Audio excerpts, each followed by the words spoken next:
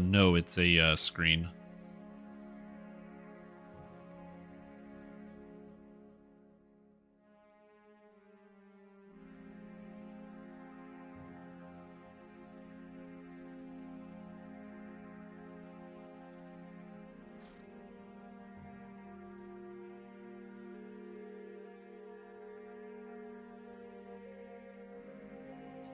I guess I could just be on the screen. That's also an option.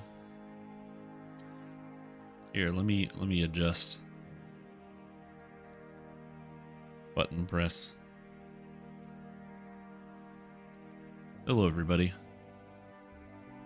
How are you doing? It's me, Stream Tom. And I'm doing pretty good, but not the best. Fun story. I've been feeling kind of sick, and then my roommate's like, "Oh yeah, I'm also feeling kind of sick." We were chatting about it, and then it turns out that after I'm feeling kind of sick, get out of the sex tents? I did get out of the sex tents, yeah.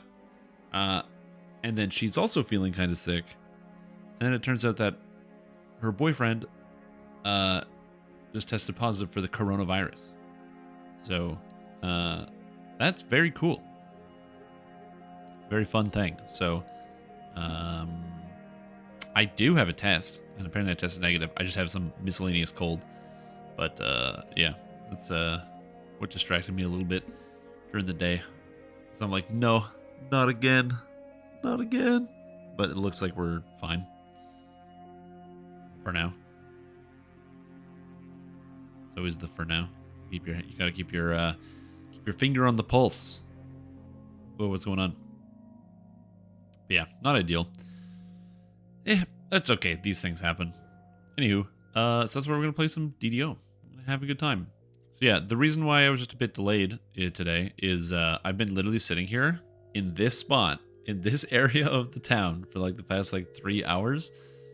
Well, I've just been like coughing and sneezing the whole time, being like, okay, please give me a bit of a break in the storm so I can go on camera and do stuff instead of just coughing all day on stream. Not because it would get you guys sick. I just think it's bad content if I'm like constantly and I have to mute myself and stop what I'm doing. Yeah, I've been sitting here for like hours. Like I don't even know how long ago. People messaging stuff. Lots of people are Canniverse. Look at these people logging in and off. Not a lot of people dying today, as I've been watching. And died to lava. I didn't even notice that one. But yeah, it's been pretty good. Anyway, so that's what we're doing here. So I hope you guys are all doing well and everything's going well for everyone out there in the world. And we're gonna get back to what you all know and love, Dungeon Dragon Online. Now I made a couple adjustments to the character I wanted to go over here. The first is that I changed out this. My character's level 10, so while I was offline, I just went and got a Barovian Bastard Sword and got a Ruby of Reconstruction, because it's pretty good, and I like it. I had the Crumbling Gloves in the bank, and I decided to use these because it gives Shatter, which is nice, and Quality Intelligence, which is also very nice. I had the Ring of Nightfall, which gives Quality or Insightful Intelligence, which is also very nice. I had the Keylock Ring, which is also very nice, and I bought this Intelligence Helmet. So as a result, my first life on Hardcore somehow has 32 Intelligence, which is really funny to me. So, very happy about that. Character feels powerful, and we are all set there. And also, I still have like the ability to stun stuff. 35 DC on Mighty Slams, not too bad for this level, so I'm feeling good about that one. And I shouldn't really have to worry about like hitting monsters for the rest of this entire experience. Also, what's up, Cruiser Zero? I hope you're doing well. Welcome back to the stream. And yeah, should be a good time as we go through and explore. Yes, you did miss it. Who is Stream Tom? That's a great question. Let me go on. I'm gonna look it up. Let me go on Wikipedia, because all important people are on Wikipedia. So let's see if we go here. So Wikipedia, Stream Tom, enter.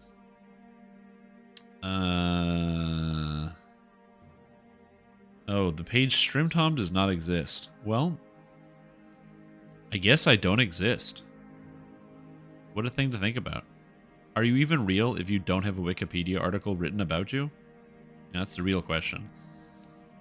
But anyways, let's continue on our journey with Warforged. Now, I will say this. It was a enlightening experience yesterday to be reminded that you don't actually have to use the helmet on the new armor. The end result of me not using the helmet is I get a character that has this cool looking armor, but still has the blue head poking out here, which means that I think of this like I'm playing a Mega Man game and I've already picked up the ultimate armor. Which is funny because this is like the secondary run through the game. So it actually fits fairly well. This is like my second time actually doing this as this character. And so I kind of love it. I think it fits very well thematically with how I'm going to restructure the build in the video. And yeah, this character feels really powerful and is just slapping its way through all the content without too much of a worry in the world. But as I said, we'll get there as we get there. We're going to go and take bit by bit. But anyways, hello, everybody. Cruiser, Bobby, Gwen. Thank you so much for the bits. How we doing? Appreciate that. Screen, Devil's Advocate. How you doing? Kevin Head. Hope everyone's having a good day. Thank you so much for tuning in. And yeah, we're just going to talk about and play some DDO. We don't really have a lot of crazy news to talk about. I did take a minute to go double check on the DDO forums if there were any new posts from the staff about anything that happened on any of the threads. And nothing really crazy. Cordovan said he can't really give people the permission to edit their own thread headers, like the titles, on the new forums without it causing problems. So they said they're going to look into that. And then there is actually one more post by Tonquin that I didn't read. So we'll throw that up here on screen so we can read it together because I didn't see it. It's the only post today. So a few quality of life thoughts on ED changes. It's good that changes being made, and I hope the spirit of you can keep the spirit of smaller iterative changes like multiple smaller balance passes last year, which I agree with. I think that the iterative balance passes are really good. We're reading what Mr. Windup-Bird said. And then a Rowan, Unyielding Sentinel. No change may be intended, but rule of law, AoE law damage dot, is now forced into the mantle line, is now a prereq for the mantle. This is pretty undesirable for about anyone using Unyielding Sentinel as a tank, and especially a divine. It ranges from a new 3-point AP tax to actively bad for controlling and splitting aggro. I don't like this change. Much better to disconnect them. I think you're right that T4-5 stuff is better unconnected, mostly because the T4 and 5 do technically function without the mantle. I've disconnected those lines, leaving Rule of Law connected as I feel it does truly need the mantle to function for the next preview. There we go. That's a great solution to the problem. So instead, it's going to be the mantle with Rule of Law connected to it, so you can't take Rule of Law without having the mantle, but then the rest of the stuff will be disconnected. See? People that have good ideas, and then they get added in, which is nice. I don't know how much of this I can even show on here. But yeah, it's because you get comments like, TSG, instead of nerfing everything, leaving everyone underwhelmed, why not simply refresh the monsters? Because they didn't nerf everything. Again, it's one of those complicated moments where like a person like this probably has no idea why Stangstone Games is like not listening to their comments. Like, would it be interesting to increase the power of monsters in comparison to the players? That's an interesting thought, and they've done that on different expansions to varying degrees of likability or not. But no one cares what this person thinks because they're misrepresenting what's actually happening. Like, they're assuming that everything is being nerfed when there were a lot of buffs in the patch. And I think that it's entirely possible that Magus the Eclipse will become very, very, very strong by comparison, especially because now the reason why Magus Eclipse was always good was because of the Null Magic Aura and Time Stop, which were both so good in the past. You would have a dead Epic Destiny just have those two abilities and nothing else. And now there's a good Epic Destiny behind it, and you still get those two abilities, which is a major shift in tone. Does it change the fact that Dragon Breath is coming down in damage by 50%? No, but it is powerful in and of itself. And so the something like this, again, you don't do yourself any favors by like misrepresenting what's physically happening in the game, because then people just know not to listen to you. Again, you gotta just, I don't know how better to say this, but when you like assume answers to things, or you assume intent, you're gonna run into a lot of problems when it comes to communication. And so I would recommend avoiding doing that. That's not a great idea. And then also for posting, damn, it's a lot of posts. how gamers polay the game as their business. What concerns me is all this constant nerfing, which is demotivating gamers who invest money into their builds. I mean, is there constant nerfing? I literally went through the... I'm not going to give this person any more time, but like... The thing is, if you are always chasing the cutting edge, and you are always looking for the absolute fastest and most powerful builds you can get, then you are going to be experiencing more nerfs than others, because it is very likely that the most cutting edge and most powerful stuff is going to get nerfed.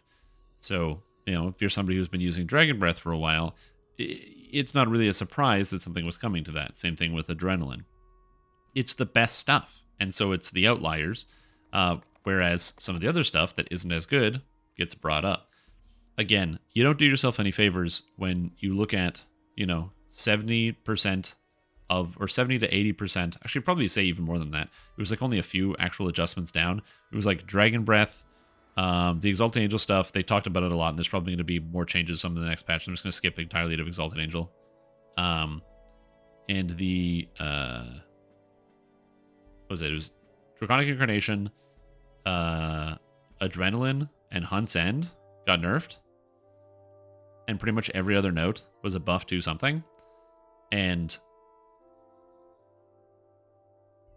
I guess it is nerfing everybody, but yeah. Adrenaline get nerfed? Yes.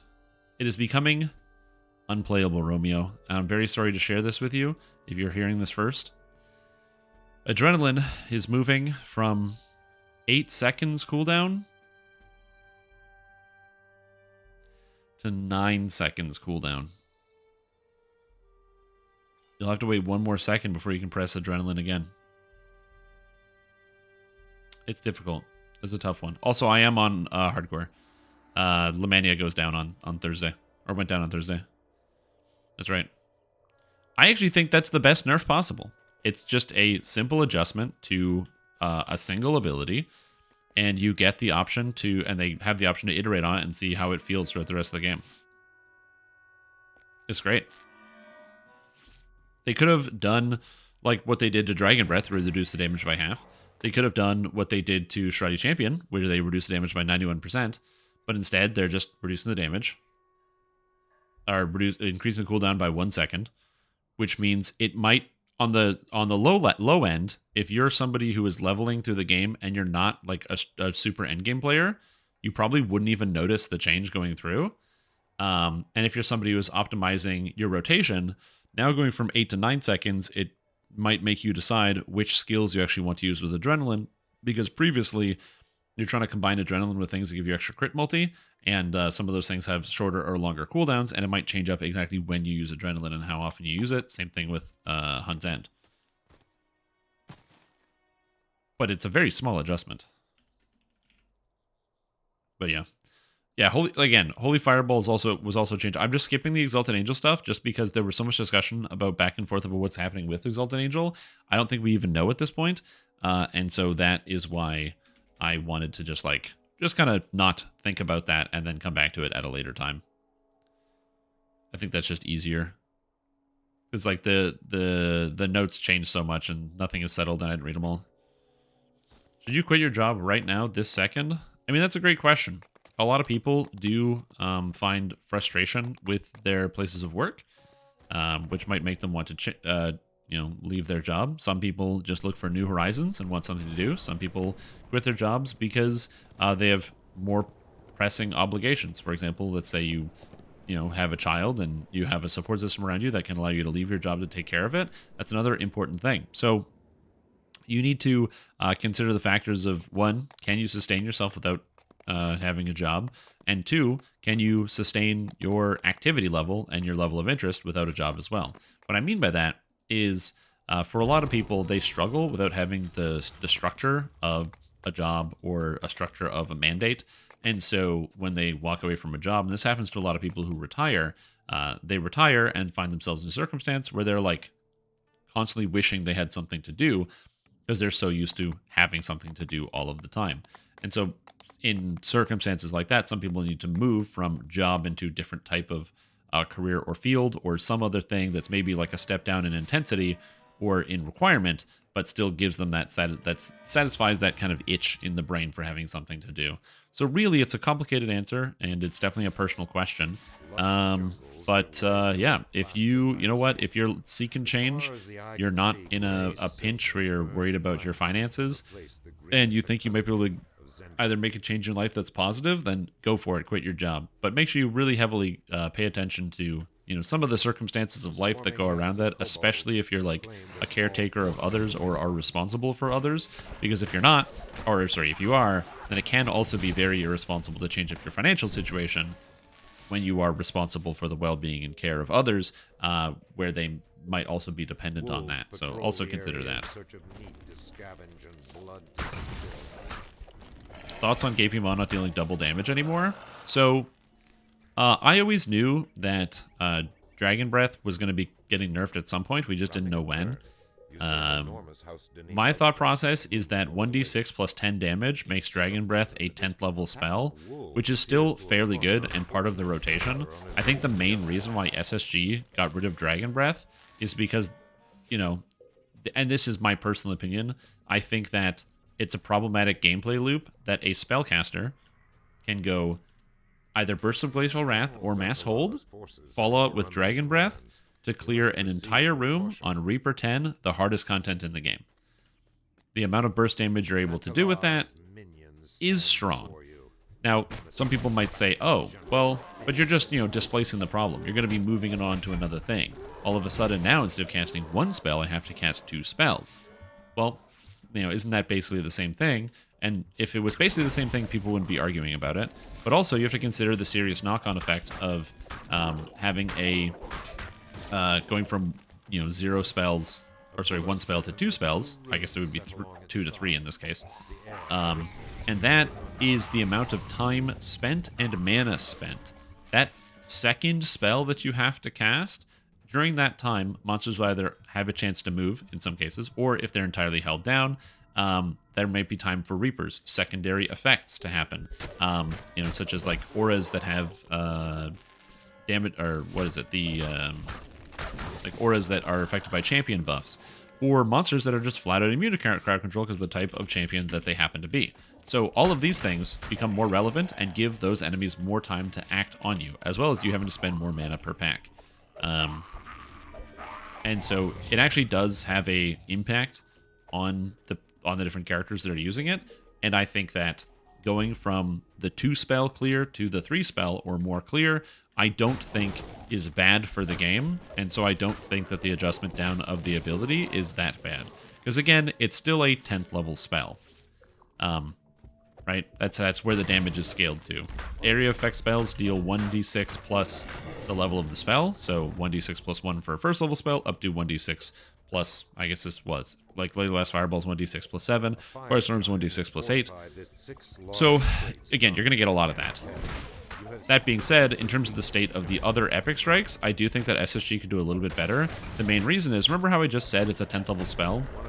Well, you know what's not a 10th level spell? The other Epic Strikes. The other Epic Strikes should be doing more damage, commensurate to the level of spell. They should all be basically considered 10th level spells, in my opinion. So, I think that they can definitely bring up the damage of the single target Epic Strikes. I also agree. I do think that Dragon Breath is, for the most part, going to be the most picked Epic Strike, just because of its ease of use and the AoE potential to it. Not that the other Epic Strikes are bad, but single target damage is very unfavorable in DDO's general combat. So even if the other Epic Strikes are doing a lot of damage, the reason why Ruin and you could counter and say, well, Ruin and Greater Ruin are very single target, and people choose those. That's because you get those on top of Dragon Breath. You don't have to give up on Dragon Breath to get Ruin and Greater Ruin. Those are secondary things, so there's no cost associated with that. But if you have to decide between Dragon Breath and another Epic Strike, there's a good chance you could say, okay, well, yeah, Epic Strike, or yeah, I'm going to choose Dragon Breath over anything else.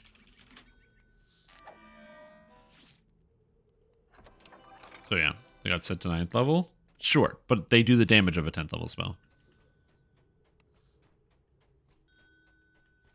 Did I wear the maple syrup crown now because I want a bottle of aged bourbon maple crown? I thought I'd share the only Canadian person I know. Nice, thanks. But Amazon is so infested with Bezos. It is slime infested that with they Bezos don't let slime. it so they can sneak in just a bit more ad revenue and fuck you. Need that Also that you have to little bit return to the more so website to Bezos renew. can buy his next compensator billionaire item, maybe Yep. planet. Who knows? I just hope the orcas take down his stupid yachts. I don't think the orcas are going to be able to manage that. Unless, was there a news story about an orca taking it on a yacht recently? Because if there is, that's baller. Also, they need to make better yachts. An animal shouldn't be able to take down a boat. It's not a freaking... We're not watching Jaws over here. But, that being said, welcome back to the stream team, Cult of the Ocelot. Appreciate the support. Hope you're doing well. Glad to have you here. But yeah, I'm pretty sure that pretty much everybody is still going to be using Dragon Breath. However, there is a bit of competition now because the actual single target spells are doing something and they have crowd control built into them. It's important that thing to remember is that the Epic Strike from Magus the Eclipse, now, if you use it, like at least in the patch, if you use it on a character that is, I do, oh yeah, welcome. If you use that on somebody that has no spell resistance, okay, that's dealing almost as much damage as Iceberg, except it has a 6-second cooldown, as opposed to the much longer cooldown, or sorry, of like other Epic Strikes. And oh yeah, it's a stun too, and oh yeah, it buffs your spell power. So there are some really good Epic Strikes out there that are alternatives. So again, it's going to be a bit of a wait and see. Things I'm mostly curious about are like the Primal Avatar ones, like not Thunder Snow. What's it called? I still cannot remember the name of it. Stormcatcher, I think it's called, which has just always been pretty bad. And so they like tripled the damage on it. I don't know if it's going to be good, but they put like triple the damage on it, so we'll see. And then the big one I'm also looking at is Shadow Dancer. I'm actually really curious to see how Shadow Dancer Epic Strike fits in now with a lot of builds, because I know a lot of people will point to the 1-second cooldown on the Shadow Dancer damage, but that just basically means you get your sneak attack damage and every 1 second as opposed to every hit, which is definitely less than every hit, but also the attack is a plus 50%. Oh my god, that guy's microphone is so loud. Anyway, oh, I got really distracted by that. The actual attack itself is a plus 50% damage attack, and it has plus 3 critical threat range and multiplier. So is it going to be good? I mean, that sounds good to me. Like, I'm already excited about that package. But again, we're just going to be a bit of a wait and see to find out how good it really is overall. So, but I suspect a lot of people will start using the Epic Strike from Shadow Dancer a little bit more, with or without the buff, but I suspect also with, but we'll see. I could be wrong about that one, but they did reduce the cooldown by almost 50%, and that is a gigantic increase. And another thing also about the Dragon Breath change. Also remember that Dragon Breath is also changing in terms of cast time by a size or cooldown by a sizable margin as well. And going from 15 seconds to 12 seconds, it's not nothing. A lot of people say, oh, the spell, the fights are over instantaneously. You can't use it that often, and there is truth to that, depending on your difficulty. But going down in terms of 3 seconds of total cooldown, it's pretty big. How do you get that to pop up into the person? So what you do is you click on the little green sound thing next to their name. So I just click on this, and then it opens it up, and you can drag and drop slide around their volume. You take up the shard of The DDO store, you had 1,300 points yesterday, and now you have none. That's weird. I haven't encountered any type of problem like that. Let me check. I don't know. Do I have none?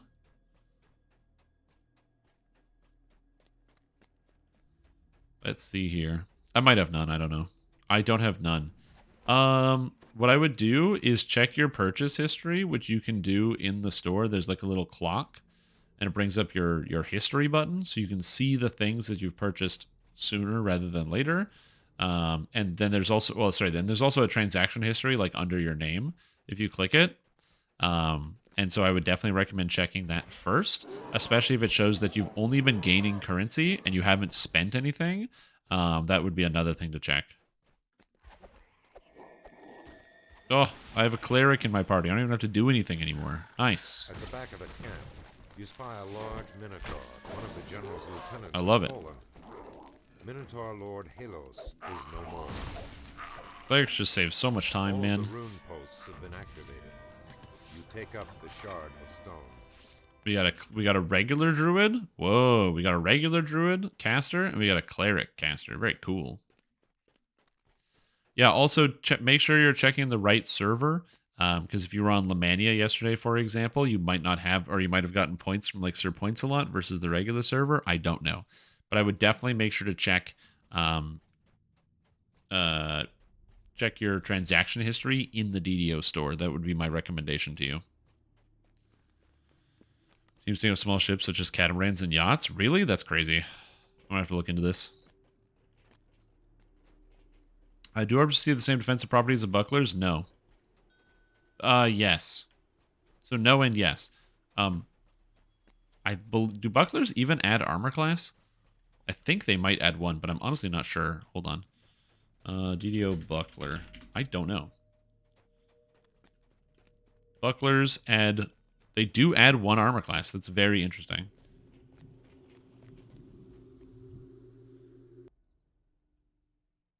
Huh. Then no. You pay you for those maps today? No, you didn't. It's okay. I was mostly just excited to play the... You sent me the message saying, yo, dude, come play the freezer, and I got really excited. And that's why I did it. I don't really care too much. I also didn't pick anything up. I waited until after the map was done to pick anything up because I wanted to, you know, it's your guys' map. So I basically just waited till people went in front of me, and then I scooped up all of the stuff that isn't in your guys' filters. And then the second thing is also there's that one map where I stayed dead the entire time. And I stayed dead the entire time because I used Ice Nova, and then I was like, huh, that's weird, and I checked, and then the map mod was monsters' movement or speed cannot be lowered below base value. And I was like, well, my character's useless, and that's my line of defense. So it's not that my character isn't tanky, but that's a big part of what makes my character tanky. And so yeah, that's fine. And so I just laid there dead because I'm like, I can't do anything in the map anyway. But I hope that the freezer was good for everything else, because that was the goal. The goal was for the freezer to work. And I was just mostly excited. I got a whole level, which was cool.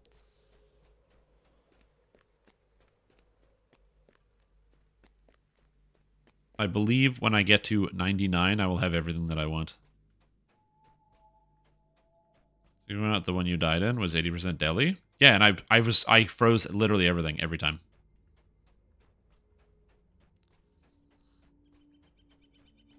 I was very impressed with the freezer. I had 100% freeze rate. I wasn't in chat or anything, obviously, but I was definitely saying to myself, when you popped the Legion, I was like, after the Legion came out, there was a couple times where I went like kind of close to where you guys were, and I'm like, all right, time to put these guys back in the crystals. Shove them back in time.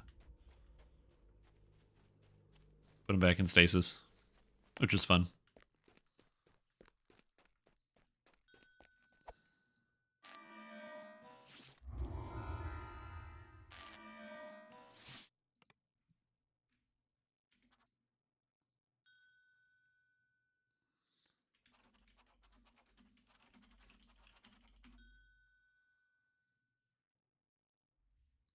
Anyway. Stromwald's mine. Sorry, I had to type I hate my wife in chat. Hello, need more chai. Ooh, I like this new tech. The Peepo wave left and right. I'm impressed. That's some good tech right there. But yeah, I really like the freezer. So if you guys, you know, had a good time with the freezer, I'm more than happy to continue to bring it. That character's very, very fun to play. I'm also working on some changes to allow me to get the freezer going with as a damage character for when I play by myself. It basically requires a couple minor changes to my current existing build. which is interesting. Not that much. Which class do you feel a freezer archetype might be good for? So I think that cold and freezing is something that fits with anything involving trickery. So imagine a rogue that you call like the cold-blooded killer or something, and then the whole theming behind it is, you know, ice and cold. And so, yeah, there's like damage elements to it, but there's also like, you know, freezing the blood and other things. I think that would be kind of interesting. I think that anything wild would really work, like dealing with like nature. So barbarian, ice barbarian also sounds kind of cool to me. I really like that idea. The easy answer is to go, oh, just go with a spellcaster. You know, druid is ice or something like that. But I feel like the non-conventional pick is also something that's kind of good. Although if I had to pick one, like a Winter's Heart druid or something that got a new polar bear stance and or polar bear form, and then also had a bunch of cold themed stuff coming out, I think that would also fit as well, which would be kind of cool.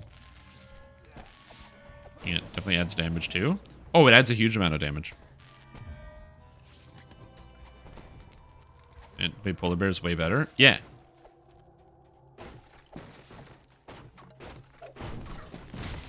I don't know how you're able to play Ultimatum. It's so boring. I've been doing Ultimatum. It's not too bad. I did take the passive, so that way it's just the survival that you have to do.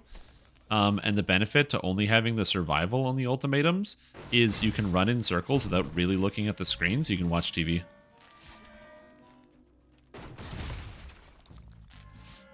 Yeah, like I think that everything always combines with everything. The limit is your your creativity, if that makes sense.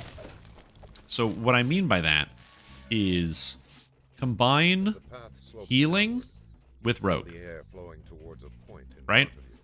Like there's your archetype idea, healing and rogue. What do you make? I can think of like 3 different things. I can think of you know, some type of like vampire adjacent, like vital transference type character, where it's like you know, somebody who has the power to drain the life from one person and give it to another. Could deal with like dealing damage to enemies to heal people, something like that. I could imagine you know, like a rogue potion seller or something. Like it's not sort of like an alchemist, but you can imagine it being more of a wheel and dealer, and all about like throwing potions and or other different sorts of like toolkits and tool belts. So like that's the way that I think about it, is that every idea will combine with any other idea as long as you have good joining glue, as long as you have good connective tissue, you can make anything work. And it's one of my favorite parts about thinking about pen and paper and thinking about D&D in general, is like I love this. I love the idea of like cool connective tissue and combining ideas and customizing anything. By himself, so he decided to clone himself. Okay. Unfortunately, the clone recipe went wrong, and all it would do is run around naked screaming vulgarities. Okay. Frustrated, the Sounds like mage me. pushed the clone out of the tower to its death. Okay. He was afraid that he might be charged with murder, but instead it was decided that he had made an obscene clone fall.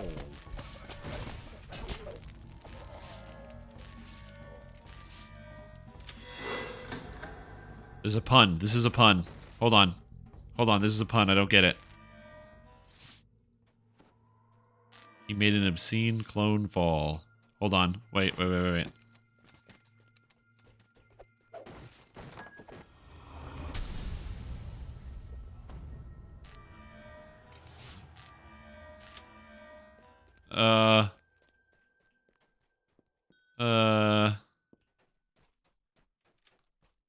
I don't get it. Shit. I got it. I got nothing. I'm out. Yeah, I don't get it either. I'm trying. And this is Melee already on Hardcore League. I'm on Hardcore right now.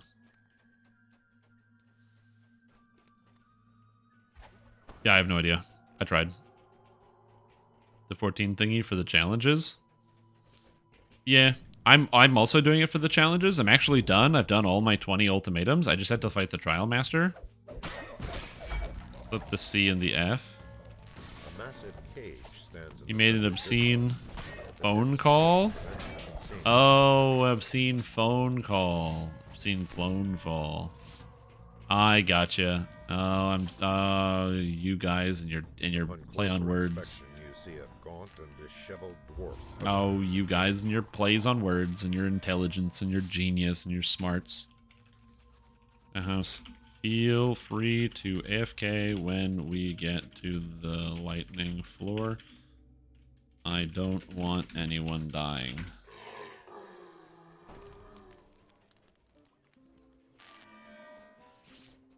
But yeah. You can't die? Yeah, I can die. Yeah, I've done I've done a lot of stuff. I just need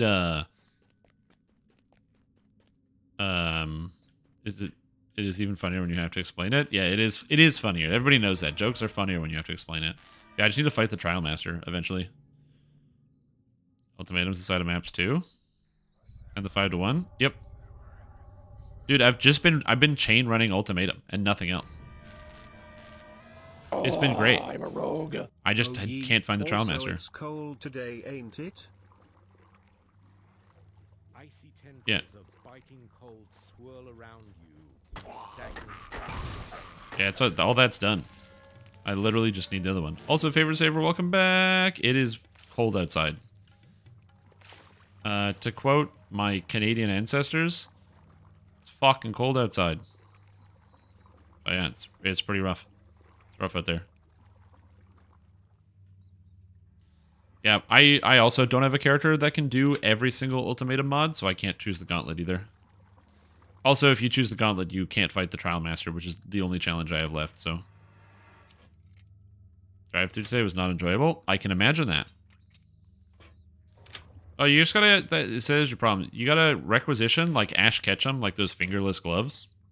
So you just, like, have some fingerless gloves on, and then you just need the tips of your fingers for grabbing stuff.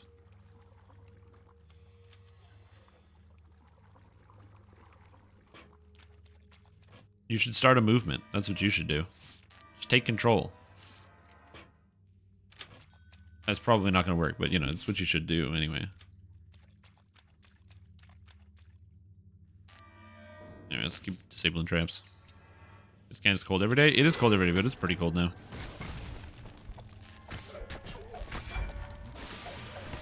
No damage in 30 minutes. Last time killing it. Oh, you've already found the Dude, what is this? You haven't even finished your, like, 10 maps, and you're still... And you've already done the Trial Master? Oh my god, I'm so jealous. I'll find him someday. Don't you worry. The upside for me is because I'm still running Ultimatum. I have so many catalysts.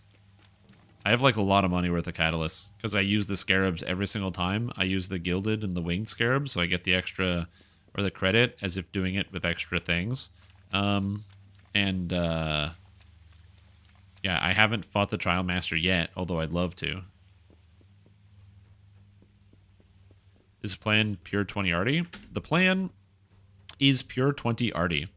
And the main reason why we're doing pure 20 arty is because I couldn't come up with anything that was legitimately better than the capstone for the Battle Engineer tree for multi-classing outside of one Warlock. But 19.1 is really not the direction I wanted to go. And so I was trying to figure out what else I would do. And again, I couldn't find anything that would really hit the mark in terms of that level of value. So if you guys have suggestions of things that fit with the Bastard Sword arty that can make sense.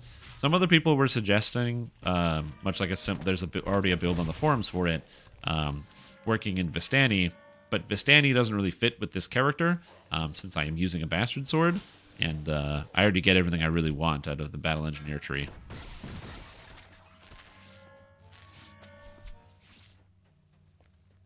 Yeah, the only thing I get out of Eldritch Knight with one level is a cleave, but I don't really need a cleave, because my character is going to have like 300% strike through and 2 cleaves. Trials are looking for the fragments because of like 0.7 div each. Interesting. You hear a prisoner's voice. Oh, I've just been running through all my scarabs. What's up, Haste and Go? How you doing? Do you need 19? No, I don't need 19. Doing a 1-1? No, I'm not. I'm not doing that. I'm not doing a 1-1 split. I'm saying I couldn't think of a reason to multi-class because I couldn't figure out what I would actually want to add through a multi-class. Count a shield mastery feat line. Just think it would be really cool. That would be really cool. I agree. Fighter? Yeah, but then what do I get? Oh, I think it's also fair to say this in case people might have missed it. The point of this character is to be analogous to the character Mega Man, which means I have to be proficient in using the rune arm. Like, it has to be a big part of the character. So the other part is I want to minimize dropping Artificer levels where I can, because every Artificer level you don't take, your rune arm damage goes down. So yeah.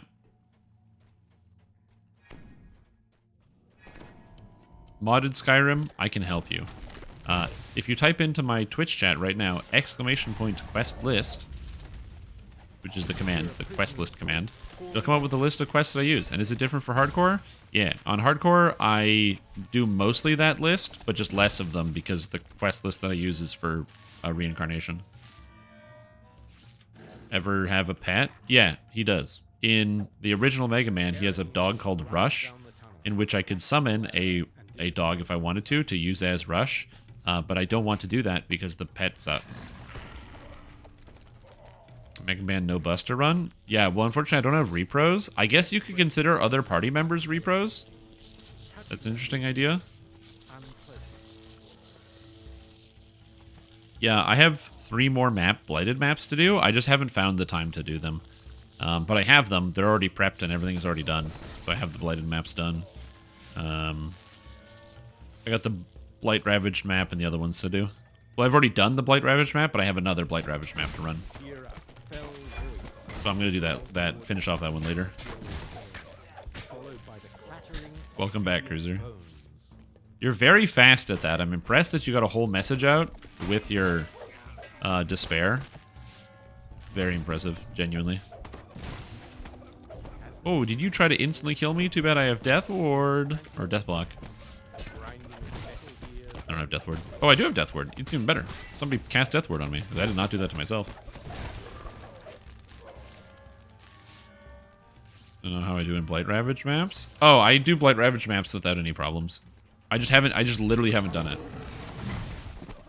I have to keep the rune arm, damage high, and multi-class. No, I'm saying I'm not multi-classing because I thought about it and I couldn't come up with anything that would fit well for this character that was better than, like, not multi-classing. Because of what you have to give up when you do multi-class. If I give up infused armor, I lose 20 physical resistance rating and 15 magical resistance rating, as well as a bunch of armor class and spell power. So whatever I take has to be better than that. But if it's like, oh, well, I just take 3 levels of fighter and then I get access to stalwart defense, which gives me the same thing. But then it's like, but then you get Kensai. But then Kensai for what? I've got Renegade Mastermaker, which is super duper strong. I already have action boost haste and extra action boost out of the tree. So it's like, well, then what do I need it for at that point? I don't know.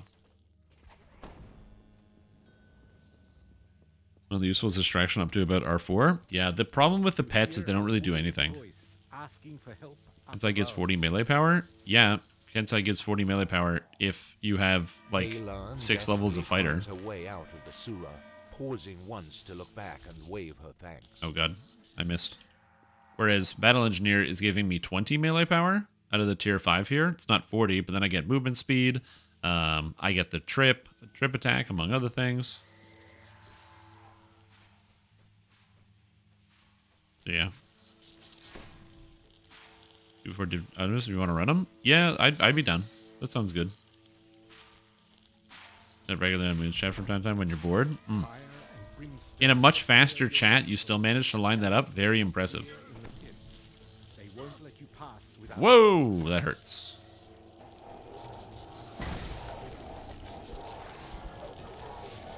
Yeah, I just need to kill this. It's the only thing that's dangerous here. Whoa.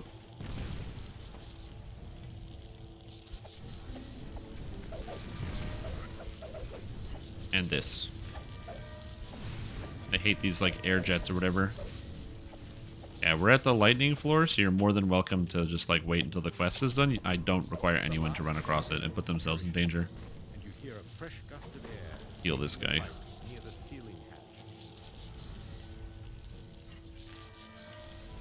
Oh no, bump.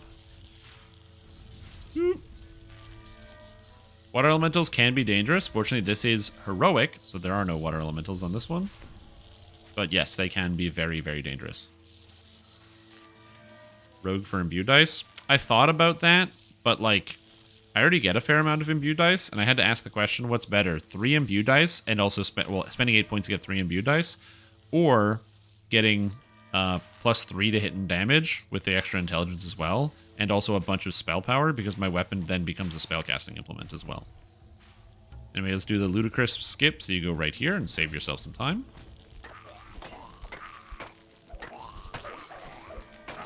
I'm going to continue to call it that until the end of time. Okay, we're good. Quest is almost done. I like how this guy has more health than I do. Oh, because he's a ranger, that's why. I was like, what? Okay. But yeah, there is reason to go with Kensai, but again, I feel like you have to give up a lot of the rune arm damage, where like I might as well just then get the rune arm damage out of macro tech in the sense that I'm taking it so that way I get Quest received. not like or just like half my character level to count, because I might as well just be level 16 at that point, which I feel like is lower. At which point then I only need like 1 level of artificer. It's kind of like the same thing. That's why I wanted to have like a small one. 2.5 minutes of ads. You're welcome. Twitch actually sent me a thing. They were like, hey, would you like to... You can get make more money if you put more ads on your channel. And I said, no thanks. There you go. Oh, posture? Yeah, I could probably upgrade my posture here. My posture's not great. Shows you have reached the end of your journey. Sit up straight. Have found the far end of the blood road. But yeah, unfortunately the pet is not as useful as you would like it to be. It would be great if it did everything, but it just doesn't. Tharashk Arena next. Let's do some more quests. Yeah, for Hardcore League, I kind of just run the quests I feel most comfortable with. I don't really think too much about the actual in-between decision-making process. I just kind of go like, yeah, this quest feels good, and then I go with that. But it's also, I apologize, that's kind of like a kind of a non-answer. I just don't really think too much about my character's performance here. Because I guess that's just the familiarity element comes into it. Of like, I already kind of know where I'm going and what I'm doing, so I can just make those decisions on the fly. So I don't really follow a checklist, if that makes sense. I think a good way to describe it is like traveling around your city. So like, if you're new to a city, you might ask a friend, hey, what's the best way to go from point A to point B? And they might be able to give you an answer, but it might be difficult for them depending on their knowledge of the route, because for that person, because they've already lived in that city for basically their, possibly their entire lives, or at least much longer, they think of things more in the moment, where they go, oh, I am here, and they think, oh, I'm going to go this way, and they pick a direction, and they kind of go that direction to the place that they're trying to get to. Out of a parsing? Yeah, it would be interesting if DDO had some type of parsing in it. Some type of Warcraft logs adjacent sort of thing. We don't, but that'd be kind of neat. Getting actual information. Also, did none of those guys actually hit me? Because I still have, like, all of my ablative armor. Cool.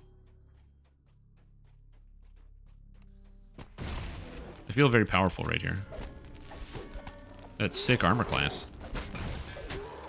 Oh, get power slammed! There we go. The power slam feels very good. Hello, here's some gold. Thanks. I got 1, 2, 3 XP. Yay. Yeah, overall, melee arty, doing good. I feel powerful. Maybe I can still use the tumble for a little bit. I guess this is like the, having the dash. I can still keep using it as a result of that. Just think about it. Also, I don't know what they did to Battle Fist, but Battle Fist is way faster now. Battle Fist used to have to play the whole animation for anything to happen, but now Battle Fist, unfortunately, it cuts the animation instead of playing faster, which is what it should do. But you can like start attacking mid Battle Fist, so it actually is just like a regular attack. The downside of Battle Fist is you have to combo it with Mighty Slam, not just any stun. Here for the main event. So it has to be like, go up to monster, hit him with the Mighty Slam, then go in for the Battle Fist. The main problem is in the event that you don't succeed on the Mighty Slam, like if the monster makes their save, then when you go in for the Battle Fist, they don't take any additional damage, but it still does the action, which is unfortunate. Yeah, don't remind me. I'll get the Trial Master eventually, but like I said, I've got the, I'm okay picking up Catalyst for a while. Yeah, Battle Fist. Battle Fist. Great ability. So I go like, Battle Fist. I also kind of wish the Battle Fist was like AoE, but it makes sense that it's not. I like the Renegade Mastermaker. I also think that Kinetic Charge is quite good. And I might actually use Kinetic Charge on this character, which is really, really cool. Basically, what Kinetic Charge does, for those of you that don't know, is it makes it so that whenever you attack, you build up stacks of Kinetic Charge. It gives you a shield bonus to armor class based on your Artificer level. So if I have max stacks of this, and I'm a level, I guess it caps at 18 Artificer, then this is 6 times 5, so 30 extra armor class, which is pretty cool. And then when you turn it on, using Kinetic Discharge uses all your stacks, but then causes everything that gets hit by it to basically be slowed to 0%, because they clear off 1 stack each time. And it's really great. It's a super powerful defensive utility, and I'll probably use it on this character. I think I'm going to grab Embed Component, as well as the Kinetic Discharge effect here.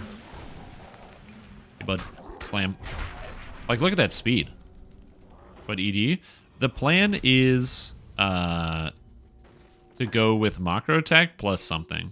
I don't know what else, but the Macro Attack plus something. Like Black Panther's Kinetic Armor. Absolutely. I gotta say, I don't understand how he could ever lose a fight with that armor. It absorbs impact and then shoots it back out. How do you lose a fight at that point?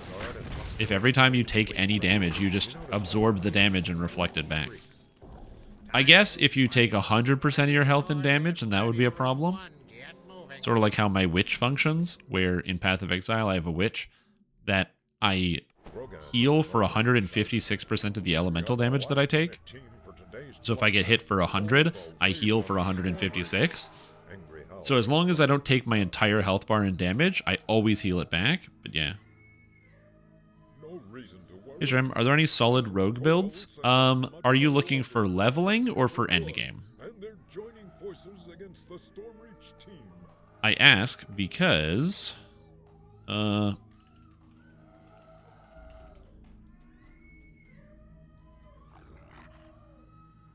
where's Reaper?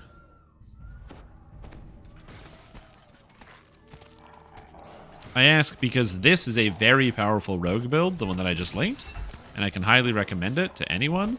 The downside is it's a very high investment rogue build, so it's not a leveling build, but it's very, very powerful and gives you some options.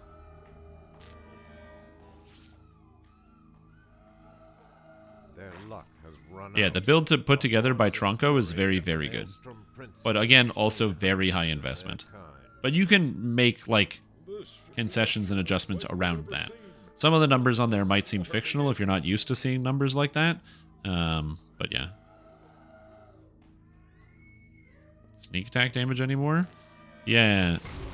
They changed that, because that was like, wasn't it like the rogue past life or whatever that did that? Or is that something else?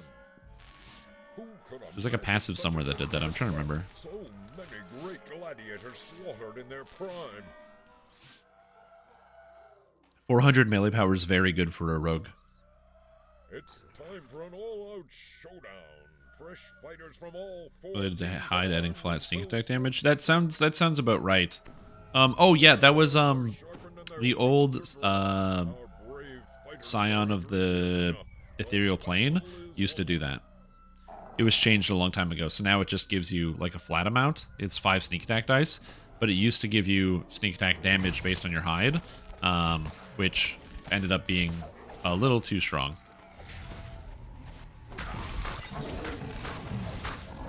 Again, Tronco's build is high investment. But it's very good.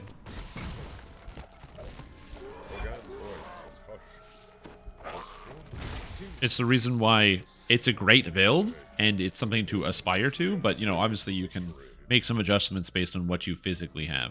But the gear list is great. There remains one warrior with the strength and cruelty to avenge the fallen 16. Welcome. Try to tell you what, I don't have that much melee power. I have 4. Not 400, 4. Boy, I would love to have 400 melee power, but not today. Your enemies lie scattered and broken at your feet. Now is your You can chance build to into it. seize the mighty axe. Investment in, well, a lot of things. Tomes, past lives, equipment. So, for example, like, the build presented has, like, Mythic and Reaper bonuses on every single gear. Or, like, piece of equipment. We're waiting for 16s. So there's that. I'll just share the quest. I don't mind waiting. A lot of set bonus augments from raids. Like, there's Tough Shields and Cunning Impact in this set. Which is also very time intensive. A bunch of crafted Isle of Dread gear, which is also very time intensive. Yeah, like one of the gear set, 1, 2, 3, 4, 5, 6, 7, 8. 8 pieces are raid items, and it uses 1, 2, 3, 4, 5, 6, 7, 8, 9 pieces of equipment that have set bonuses on them.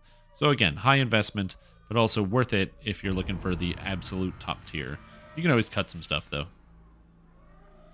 Cobalt would be interesting, yeah?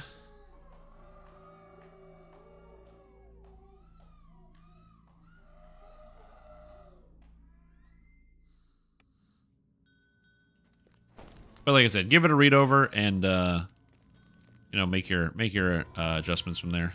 On to scary beholders. Be careful. My fortitude is 11, which means I do need an anti-beholder crystal, unfortunately. I didn't want to have to buy one, but with fortitude save 11, yeah. I need the beholder crystal. I would love Kenku. Kenku. A beautiful elf maiden sits by the fountain, lost in thought. Ooh.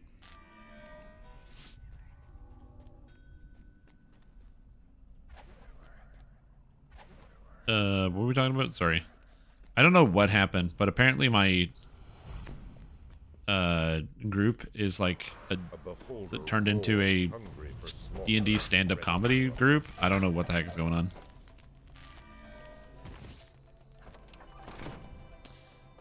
But yeah, I don't care too much about that. Maybe 2 Warlock might be good. Yeah, like I said, I was thinking like 1 Warlock would be good, obviously, for Arcane Warrior. Like, that's a given. But then outside of that, I have no idea what I would do. Yeah, I don't care too much for Kenku, because aren't Kenku also supposed to be like, you know, very distant and, you know, not very collaborative creatures? They're like the crows that like, they're like lone wolves or whatever, right? They're all like cloak and dagger sort of deal. That's usually not the type of characters that I tend to play. Some people do, and I definitely, when I was 14, you know, that's kind of thing that had a lot of appeal to me.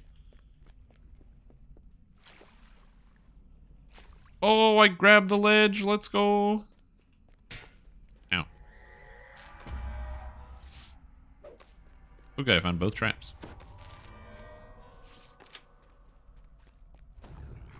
Spec reducing PR and MRR. That's true. I could also do that.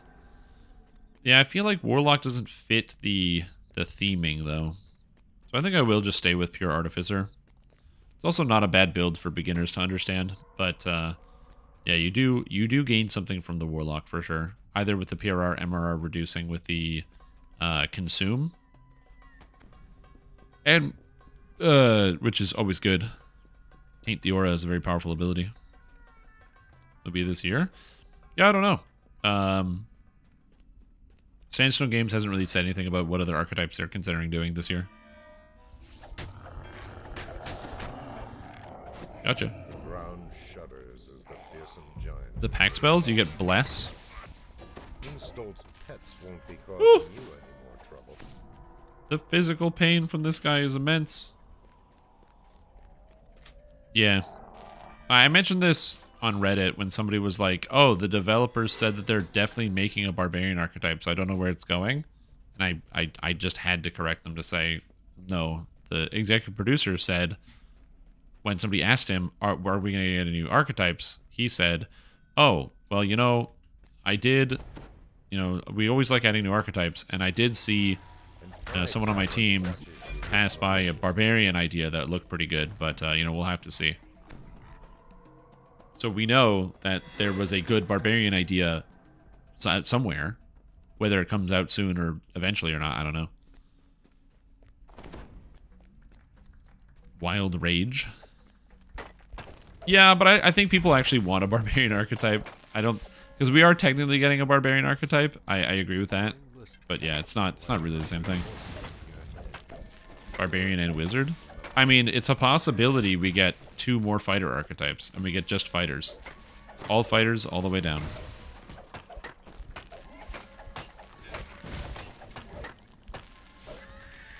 But, I don't know.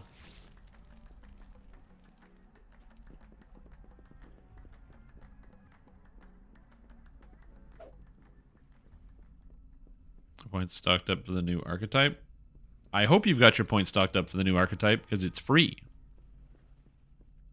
Just like all the other archetypes that came before it.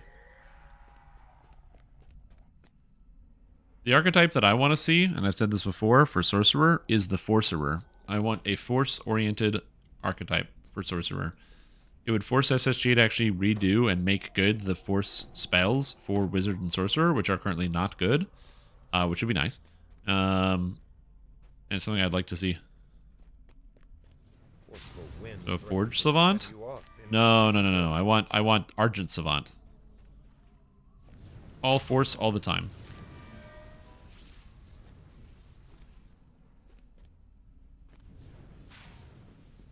I want the Forcerer dude. I am very nervous that somebody is following me and they are going to get eaten by a beholder.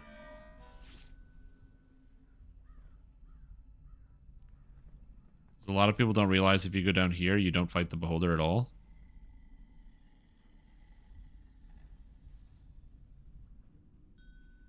So I'm just double checking, because if this person goes around the corner and dies because I went down around the corner, they don't know the skip. That's on me. A beholder roars, hungry for slaughter. So I should have just fought it, but whatever. Drummer, bassist, vocalist, all bard archetypes. Yeah, that'd be interesting. Can't afford it free. Can someone buy it? Yeah, probably. The Indiana Jones archetype. I don't know what you're talking about, Haste and Go. I don't know anything about an Indiana Jones archetype. I know about an action archaeologist. You know, I remember action archaeologist being a thing. And action archaeology, but Indiana Jones, I'm not really, you know, I don't remember anything being like that, so I'm gonna have to say I don't recall anything like that existing at any point, being written by or about anyone. Yeah, would that be Rogue? Oh, I was just being cheeky to the idea of, for those that missed it, back in the past, when I had Linabelle, now Tonquin, on stream, and we would design some ideas for people when the archetypes are coming out. You guys pitched like a rogue archetype, and then we came up with action archaeologist. That was not a reference to anything that exists. All original ideas, original content. If you haven't seen that episode, it's great. I'm pretty sure there's actually a command for it. I still haven't made that list of commands. Unless I did. Did I make that list of commands? You know, now I don't actually know. You're going to make me look it up. I was wondering when I don't just like jump around. I don't have any jump on this character. I'm an artificer. We're limited. Commands. Oh, apparently the help command works. Exclamation point help. Interesting.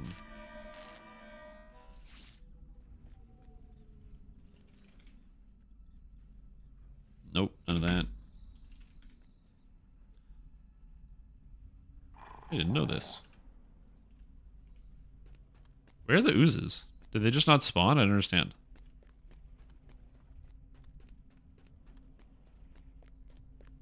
Is it really this slow?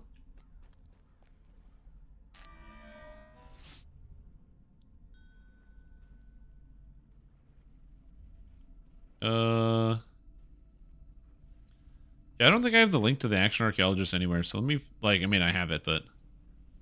Did our quest bug? Where's the ooze?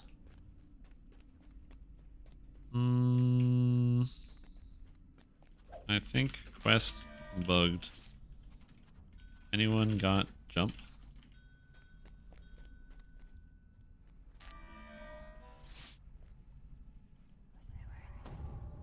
Thank you.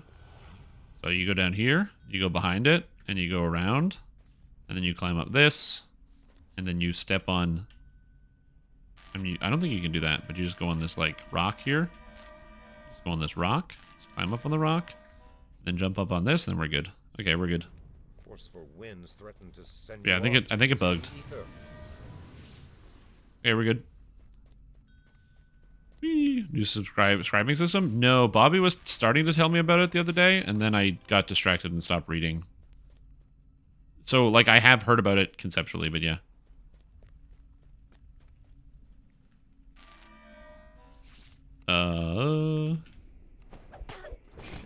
Apparition materializes before you. With her shadow Nice. self It's defeated, over. Orphany awakens from her Right. reverie.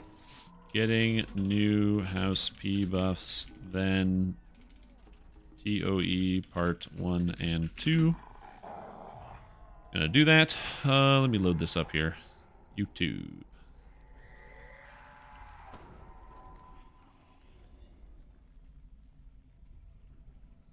Alright, so this is the Action Archaeologist. You can find it here, should you be interested.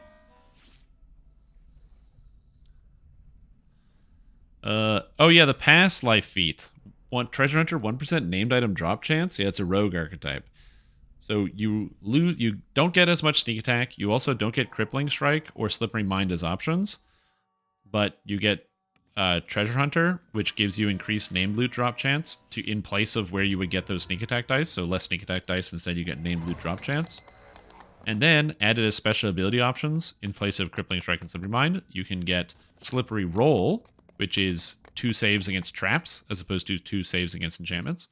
Yoink, which adds your rogue level to movement speed after you loot a collectible. Because you grab stuff and then you take off with it. Which is, I thought was a genius idea.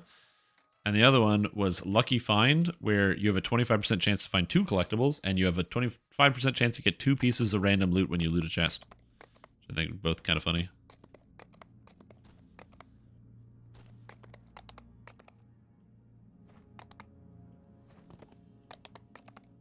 We're not doing Jungle of Kyber. We're doing TOE. Jungle of Kyber is for level 11.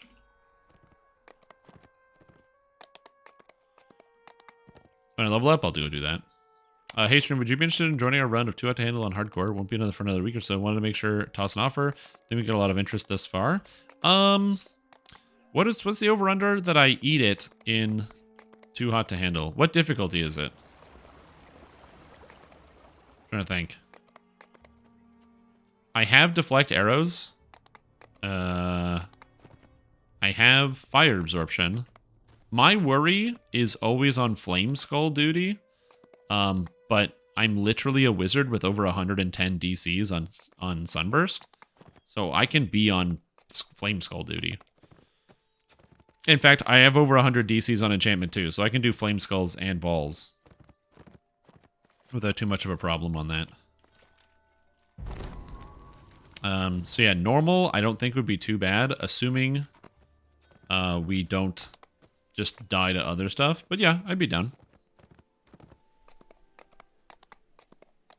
Oh yeah, the capstone. It belongs in a museum. You can have 2 minor artifacts equipped at the same time. What an idea. 2 tanks, 2 healers, and 2 sorcerers. I mean, I have a wizard, so it's not melee DPS, but it is an evocation wizard, so I do have a lot of good burst DPS. Because I can also literally just save the Arcane Supremacy for the boss phases, and then just tear people asunder.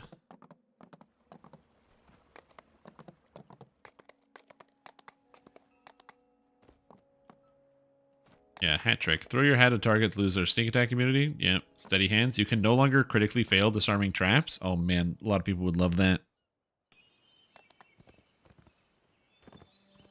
Oh man, it was a cool tree.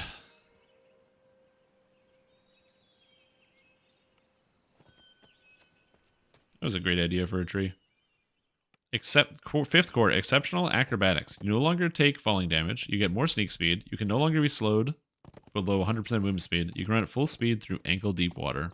Great ideas. They actually, so fun fact, the running at full speed through ankle deep water, it was after that discussion that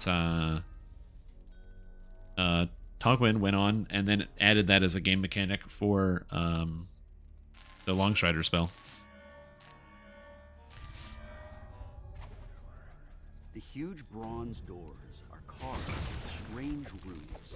It's clear that at some time in the distant past, the doors had been sealed. Very good TPS just adds really more coverage for Sunburst. Yep, Sunburst I can do, no problem. You're not worried about DPS? Again, I have a wizard with cooldown reduction who can throw that stuff out like it's nothing. As it if it's easier? I think if it's a good enough idea, they should do it. That's my personal opinion when it comes to like, oh, is SSG going to? I think the answer is if they have a good idea, they should do it. That should be the only guiding philosophy here. If nobody has a good idea for a sorcerer archetype, but somebody has a really good idea for another ranger archetype, I think they should do that instead. They should let the ideas and the inspiration guide the design process when it comes to releasing archetypes, because you're going to get a better product, and especially if it's free.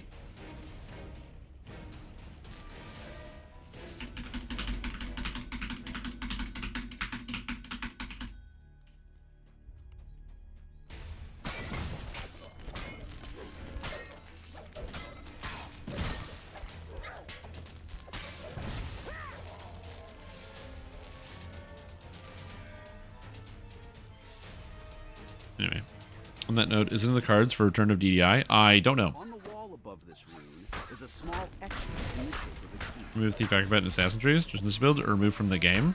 Okay, so Rayman, you might not know this. So archetypes are like a type of alternate class that's like in the game, and so that exists right now. So for example, if you play a Stormsinger, right, which is one of the new the archetypes they added when they first added the system, the Stormsinger is like an alternate version of a bard, except instead of having the swashbuckling tree, that tree disappears and is replaced.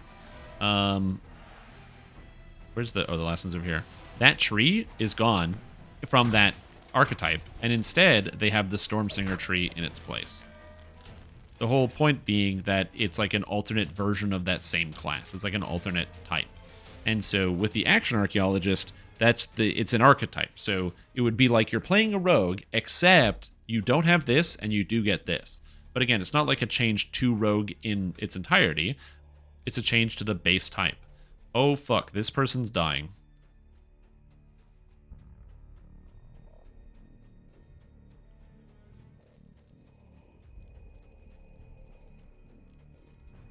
Did this person just go somewhere random?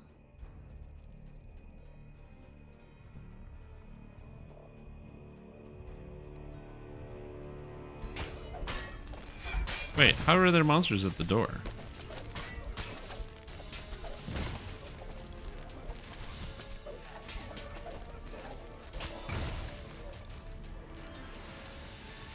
The entrance was clear? What?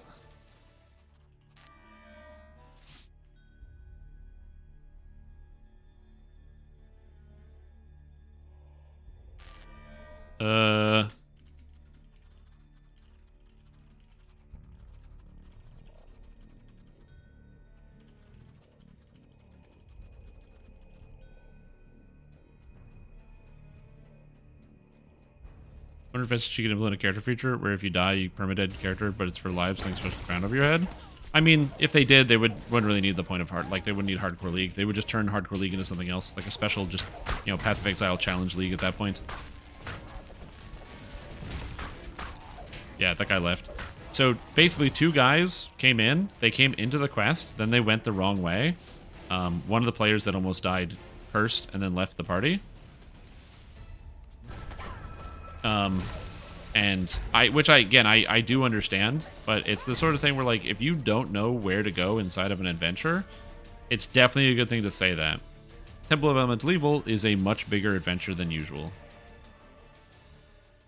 But you know what? I'm just gonna wait here for my party members to come into the quest.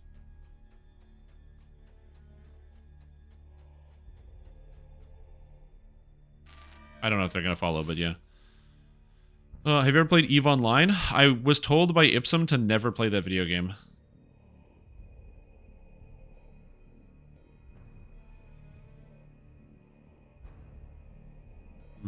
Another DA with Sunburst and Line Absorb.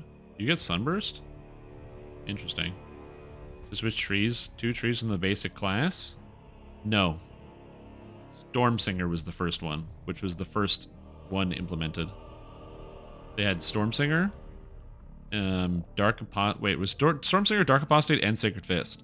And all 3 of those... Not all 3 of those, but Sacred Fist and Stormsinger both swapped things the first time.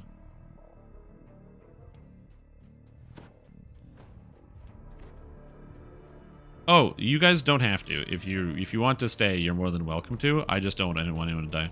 Which enemies entrance to part 1? That isn't what happened. But yeah. That isn't what happened. You joined the quest. Went the wrong way. Found monsters. Found monsters. Sorry that happened. I rushed back to help.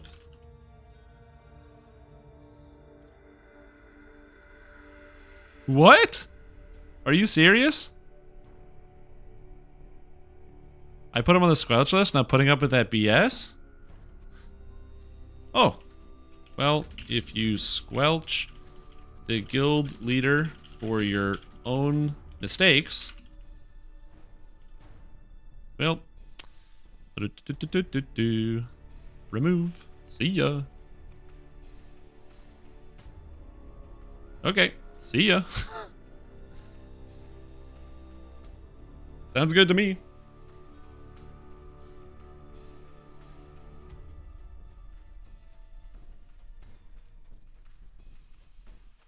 Yeah, like, that's one of those things where, like, I understand somebody being mad and wanting to take, like, not so much ownership, but to be in control of their own destiny. I get that, and I don't want people to be put in bad situations. I don't want that, and I never want that in groups that I have. But, like, you know, if somebody is... you know, if somebody joins my party and then they run into a situation where they get, you know, they find themselves in a bad spot, and then they don't accept responsibility for it, and then take it upon themselves to try to slander me directly in a place they think I can't see, and then afterwards don't let me explain myself, so they just decide, cause instead of, like, allowing me to try to explain it, they say, oh, I squelched that person already. So then they're not even opening up the floor for the opportunity to, like, figure this out. Then we don't ever have to have that discussion, and they don't have to be here. It's kind of like being, like, chat banned, basically. Well, they're mad, right? They're mad because they almost died, right? So they're trying to reconcile the fact that they almost died, and trying to just solve that. And you know, they're upset, and I think that's fair. I think it's fair for people to be upset about, you know, what happens in this game, because, you know, you gotta. You know, I would be upset if I walked into a quest and I thought somebody was trying to kill me, you know. But, you know, we had no opportunity to have a conversation about it because apparently I got squelched. So when I literally tried to I just asked them to, like, rejoin or, like, to talk about it in the guild chat, they said they squelched me. So there's no opportunity there. If they do want to reach out, they always can. You know, I'm obviously streaming. On the wall above this room is a small etching in the shape of a T. Damn.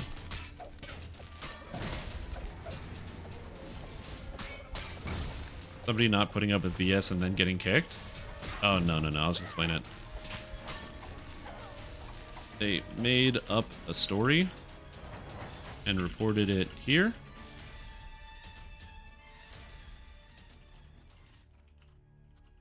Squelched me, so I can't even explain what happened.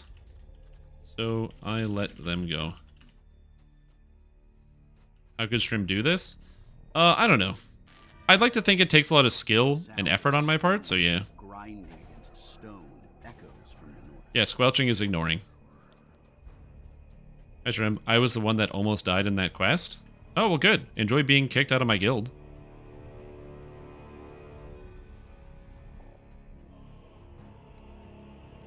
Wait, is this guy just leaving and coming back in with the re-entry? Oh, God. Amazing.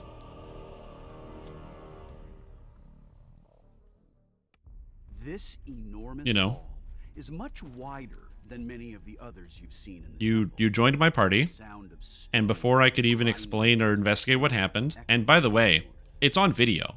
So I saw the health bars going down, and I looked, and I saw somebody here. And you'll notice here, this section right here is marked off in black. Okay? I didn't go here, but I saw someone here. You can check the film. It was on camera.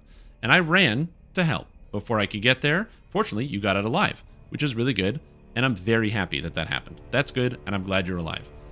But then you went into my guild chat, my guild that I own, okay, and you started spreading lies that I was trying to kill you.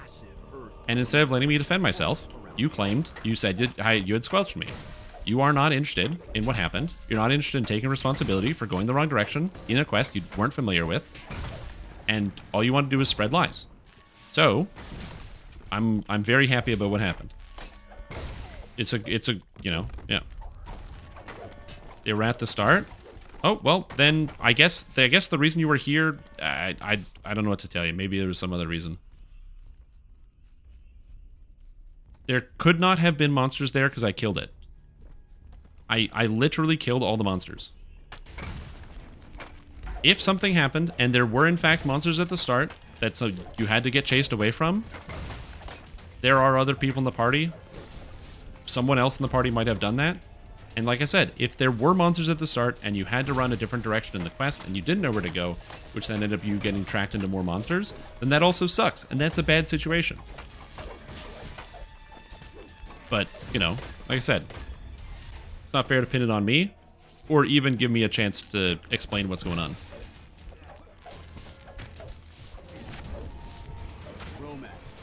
So yeah, it's good content. Like I said, I'm glad you're alive, and I'm very happy your character gets to keep going. That's the most important thing.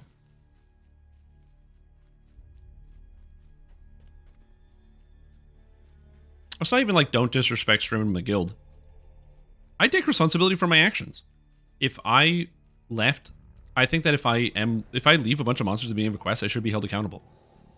I don't want to cause anyone to die. Unless they're named Cruiser, I want to make sure everyone that joins my party stays alive to the fullest of their ability. So yeah.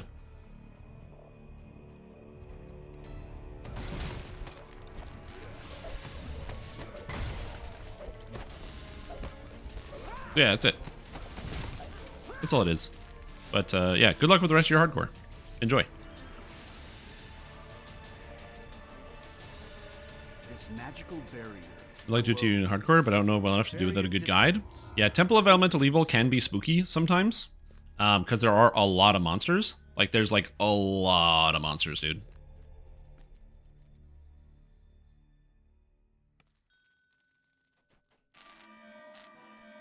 But yeah.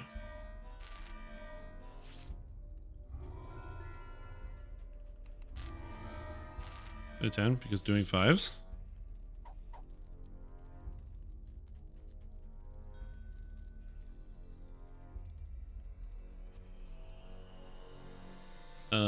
Doing TOEE2 next. This one is less maze-like.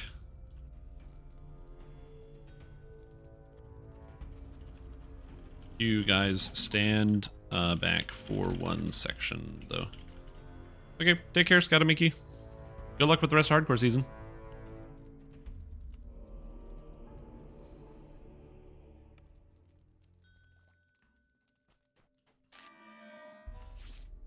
The next... Oh. Which section? The water section.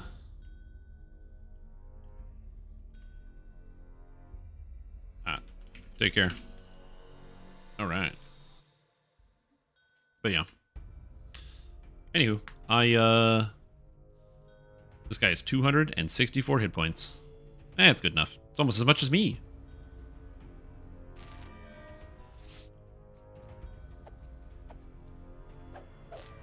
Ooh.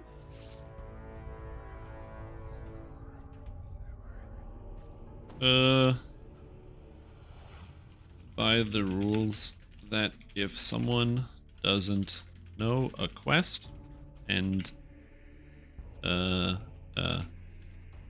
they let me know, I help them through it, but I sort of assume everyone already knows the quests, especially on hardcore, and put it on the people who don't know to speak up.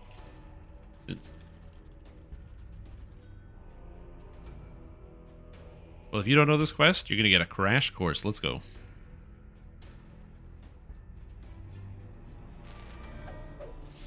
Yeah, these quests are harder. If there's a tougher room, I'll advise to stand back. Suggest that this is, or was, the air temple. This guy has move speed. I'm not worried. I can do this no problem. If you're worried, you're also welcome to just wait at the start and you don't have to worry about it.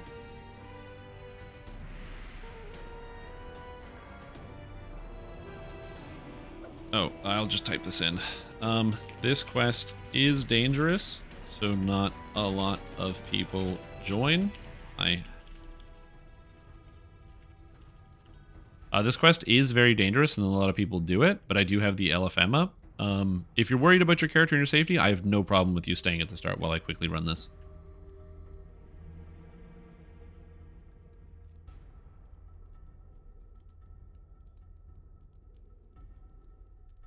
Yeah, it is a dangerous one. I'm just trying to help this person. That's okay with me. I don't mind if people want to like AFK through the quest or whatever it is, especially for some of these more dangerous ones. Yeah, because Temple Elemental Evil 2 is dangerous. This is a spooky quest. This area of the temple once housed those faithful to the it's a good adventure, but it can be scary, especially if you don't have like the right resistances, elemental resistances, and things like that. The only thing I'm kind of worried about is like Fall Rent, I guess, and the cube. Now the cube can be very dangerous in this quest. However, not for me, because I am fortunately immune to the paralysis effect because I'm a Warforged. That's the reason why I'm doing this quest. If I wasn't a Warforged, I would be a little bit more cautious about this one. Killing the Prefect is also really dangerous, actually.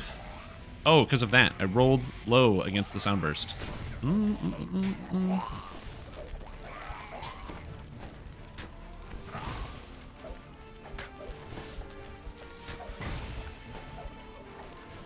Yep.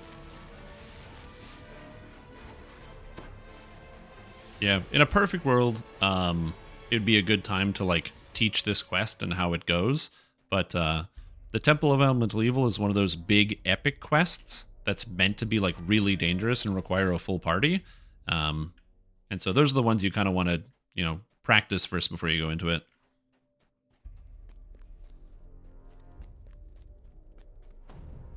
It's this one at this level range, and also the Slave Lords is another one where it's like really long and also very hard. The temple key sits the wind circling the room, rush faster as the key.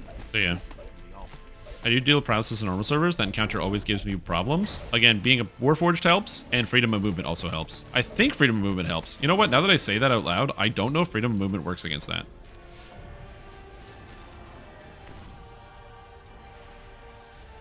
Yeah.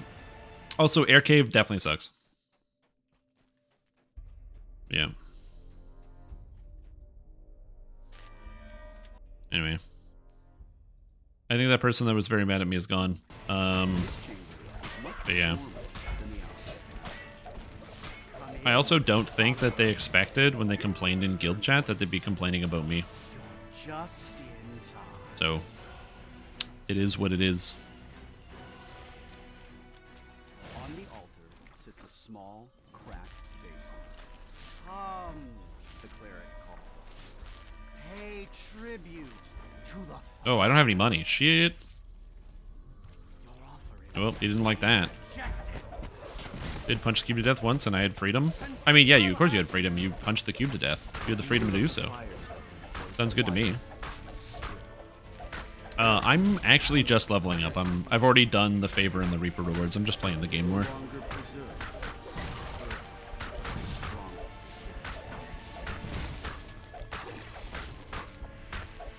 Yeah, there's one pack in the air where you aggro 4 packs. Yep, right at the beginning. The air packs are really tight. Oh, there's a person here. Get out of here, Temple Cleric. But yeah.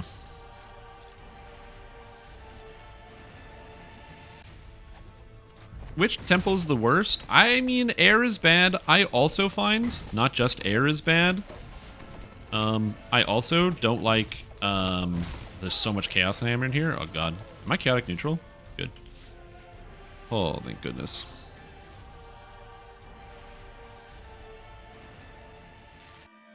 It's a lot more time consuming.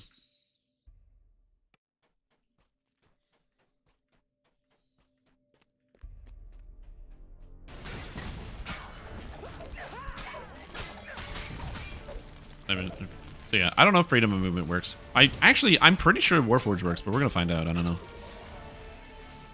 Yeah, if you have lightning resistance and magic missile immunity, air isn't really that dangerous. I do find that water is quite dangerous, and I also find that earth is quite dangerous. Earth, just because of the volume of monsters and the tight packs, plus that dragon rune can really suck. As you fill the pool, the barrier disappears. Okay, so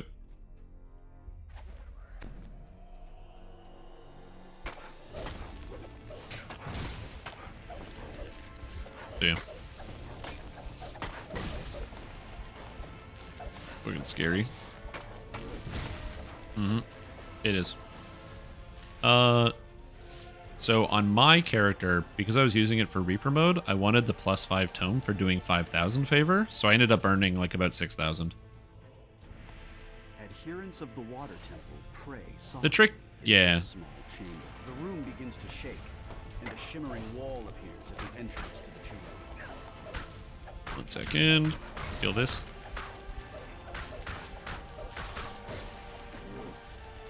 You can just earn 3,000 favor in epics, although I didn't. I got the 3,000 done by about level 12. I basically just did every single quest in the entire game.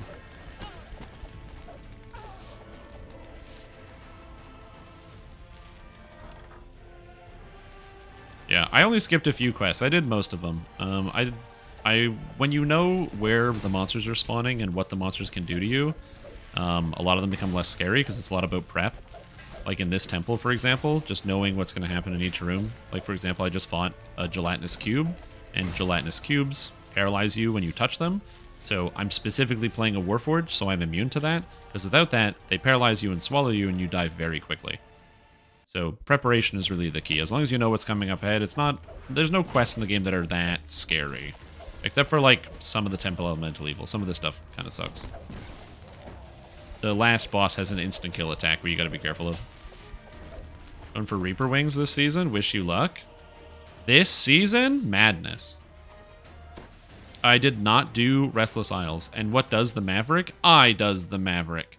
The Maverick Hunter is just a reference to the video game Mega Man X, because he is a Maverick Hunter, so I didn't want to call it the Mega Man X build, but here it is right here. And the idea behind Mega Man X is that it's just a artificer trying to maximize rune arm damage and also using a sword because technically, because you can't just use a rune arm for damage, and also technically in Mega Man X6, you get to use Zero's sword because Zero is dies in the 5th game. He also then comes back and is a playable character in X6 because, I mean, whatever, consistency. But yeah. The traps? Nice. I'm glad to hear that. That's awesome, dude. I didn't do Titan, no. What do you think about DDO Axel? Oh, like the other content creator? I think Axel's great. He's a cool guy. I love all of his... Like, he has a... well, we don't agree on, like, you know, opinions about some elements of DDO. He has a lot of really good takes. He's an intelligent and well-spoken guy. His guitar covers are, like, super cool. He did the he started a podcast, and I got like halfway through the first episode. I haven't finished it yet, but I'm like halfway through the first one. Yeah, he's a cool dude. Also streams. I rate him all the time. Unless you're talking about somebody that is not Axel.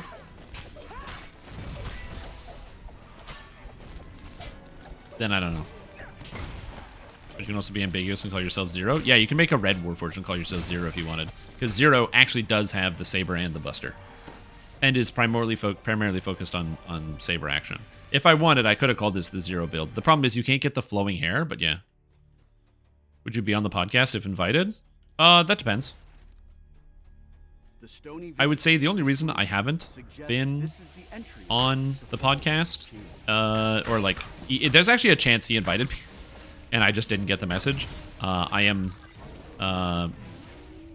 notoriously irritating to contact. So that's entirely possible. Yeah, I wouldn't be averse to it. There definitely have been some there's some podcasts I've avoided, but yeah, not all of them.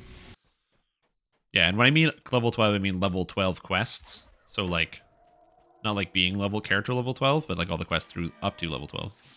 Cleric guy plays two-handed build on hardcore? Yeah, and other stuff. Like, I will say that towards the end of, or like the last year of Patrick running the DDO cast, I didn't really go on the few times I was invited towards the end of it, largely because I found that the kind of like, yeah, the views and opinions I had about Dungeons & Dragons Online, not so much that they weren't shared by either the other guests or the host, but more so I found on more than one episode, I felt like I was the only person in the room who was having fun playing the video game still, and just from the way that people would talk about the game, and it's not the type of atmosphere I wanted to like be around all the time. Oh, get power fisted, buddy.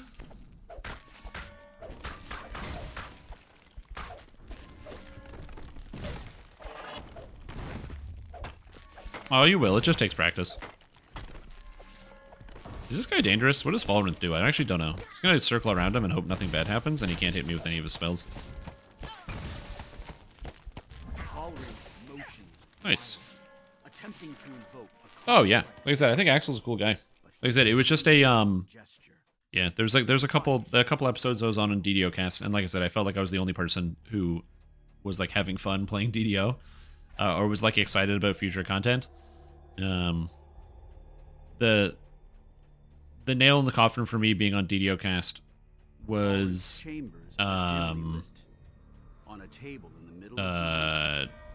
when they did the episode about the 2021 year in review, and they talked about like not a lot really happened in 2021, and that was like the year of the overhauls, and I was like, ooh, I don't know about that. You watch Fridays at 4? I forgot that was today.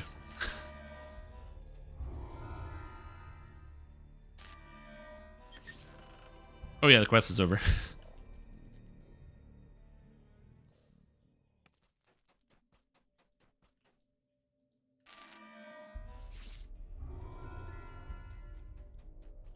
Yeah. It would be nice to have a DDO news channel. Oh yeah. I like sometimes give updates about DDO news. That's just not always my MO. I think it's time for me to level it. Was there anything interesting on the Fridays at 4? I can't imagine there would have been, other than just talking about the general changes. To 11 and level 9s. Leveling up too fast if you are going for favor. Tonka was on? Oh, cool. I should then. Oh, if Tonka was on, maybe I can wrangle him for a DDI again. We'll see. Hope you're having a good day. I'm having a great day, dude. Well, that's not true. But I'm doing my best.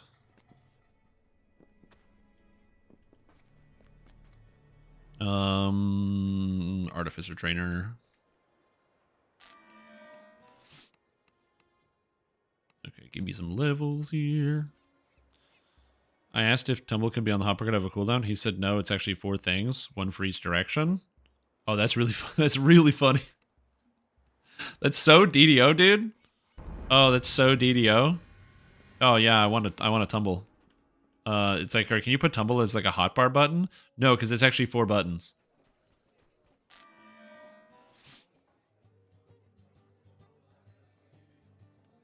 Yeah, something to have on the news on a regular schedule, like bi-weekly if only I had a life. Well, the thing is, there isn't that much DDO news, so that's why I usually kind of structure things around like patches and patch notes, because I find like some people will do like forum reports where they'll like for other games, they'll scavenge forums and like look for posts from developers and talk about them. The problem is going on the DDO forums is such a fucking nightmare because there's so many dipshits on there that just write a bunch of nonsense that sucks, and so it's just an annoying experience to try to like live through that. So yeah. He might be able to make rune arms activate off a hotbar button. That'd be kind of interesting. I mean, it's, to be fair to the rune arm hotbar button thing, it's like literally the same thing.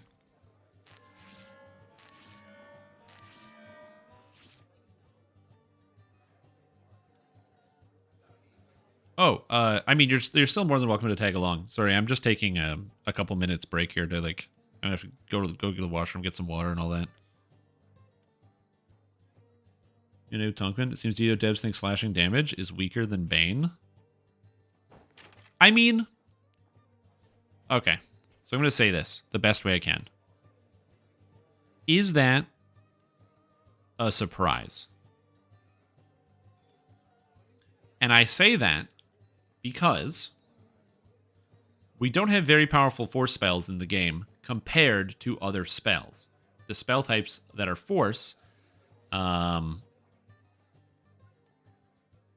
like, those spells are, like, really important. Oh, you should do Feywild.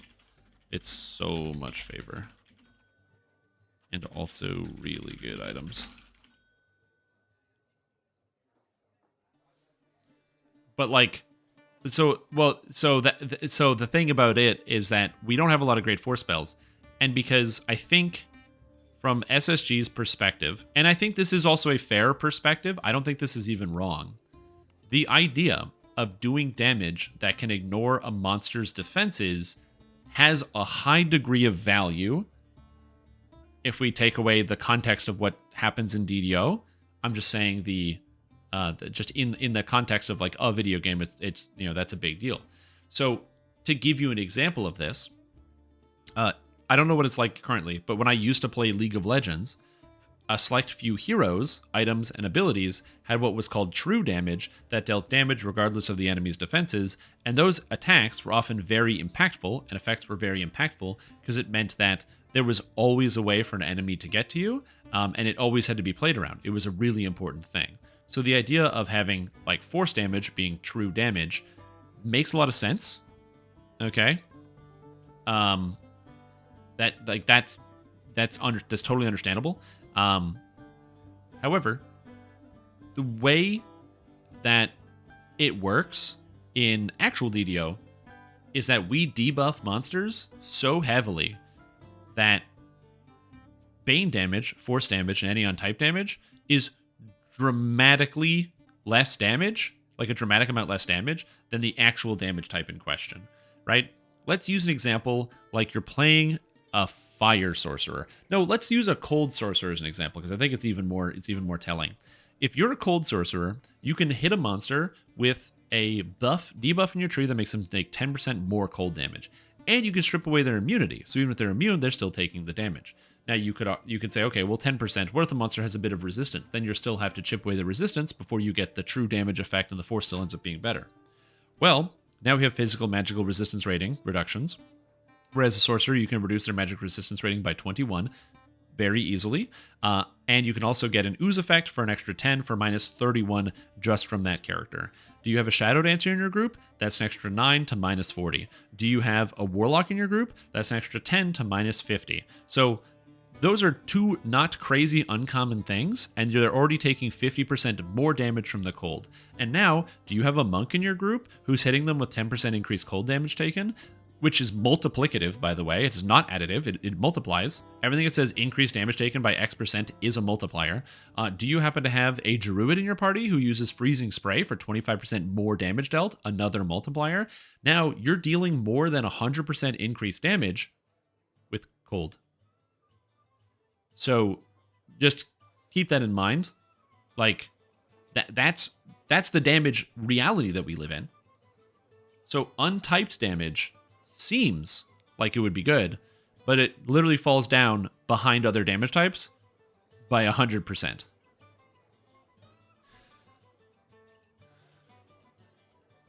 Right? So that's kind of like that's the harder part about that. So again, it's not a crazy thought to me that the developers think that the slashing damage is weaker than Bane, when in my video where I reviewed the patch and what's going on, I talked about the I specifically talked about the changes to Quick Cutter.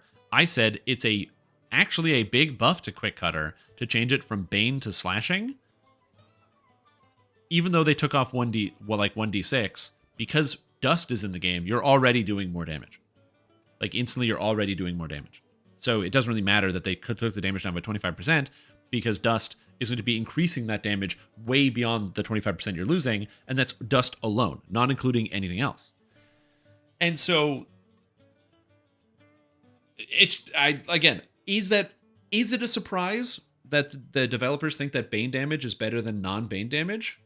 No, it isn't. But that's because I think that they have a different perception of the value of being able to consistently deal damage to any target than the players do.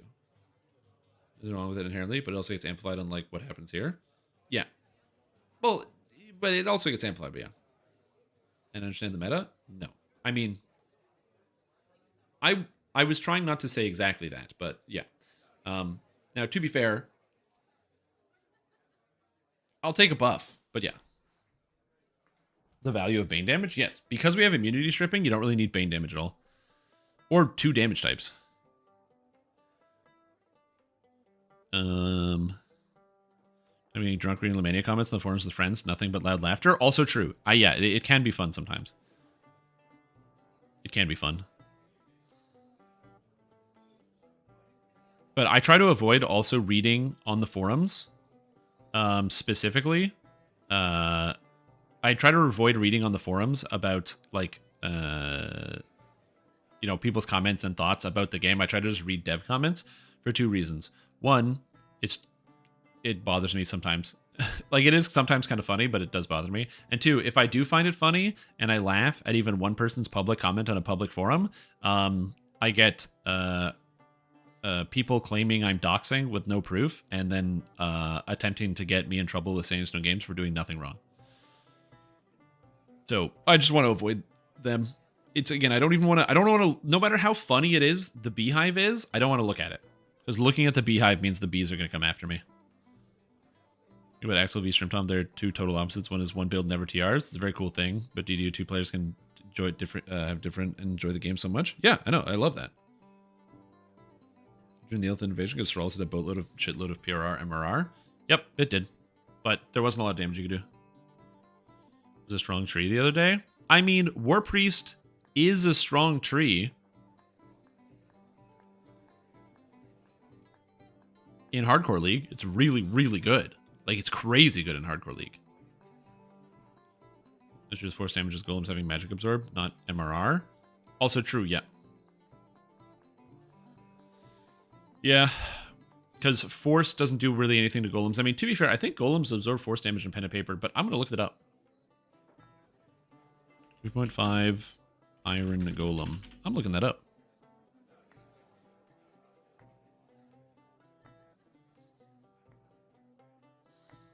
Okay, hold on.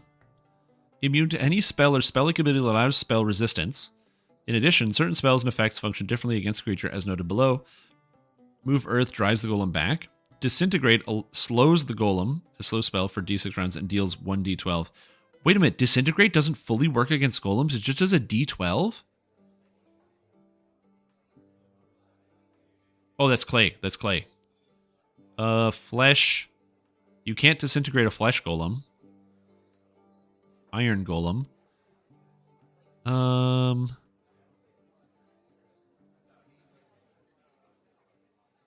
golem is also immune to disintegrate? Stone golem? Oh, dude. I didn't know that. Disintegrate only works in pen and paper against clay golem, and even then it only does a d12 damage? Whoa, that's fucking cool.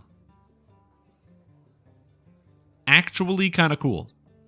I thought Disintegrate worked on all the golems. But yeah, it's spell resistance, yes. True. Okay, I actually genuinely did think that... Wait, spell resistance, yes? Are you kidding?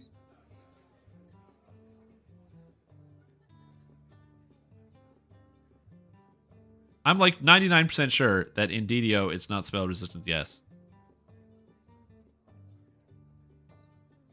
I'm looking that up.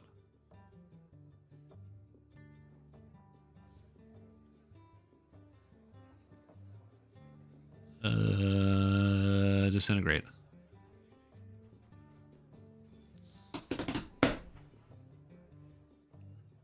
I know, but it should have spell resistance. Guys, if it had spell resistance, you know what that means? It means you can't use it against golems anymore, which would suck. But it also means that you could have spell resistance block Disintegrate. That'd be so good. But yeah, I know.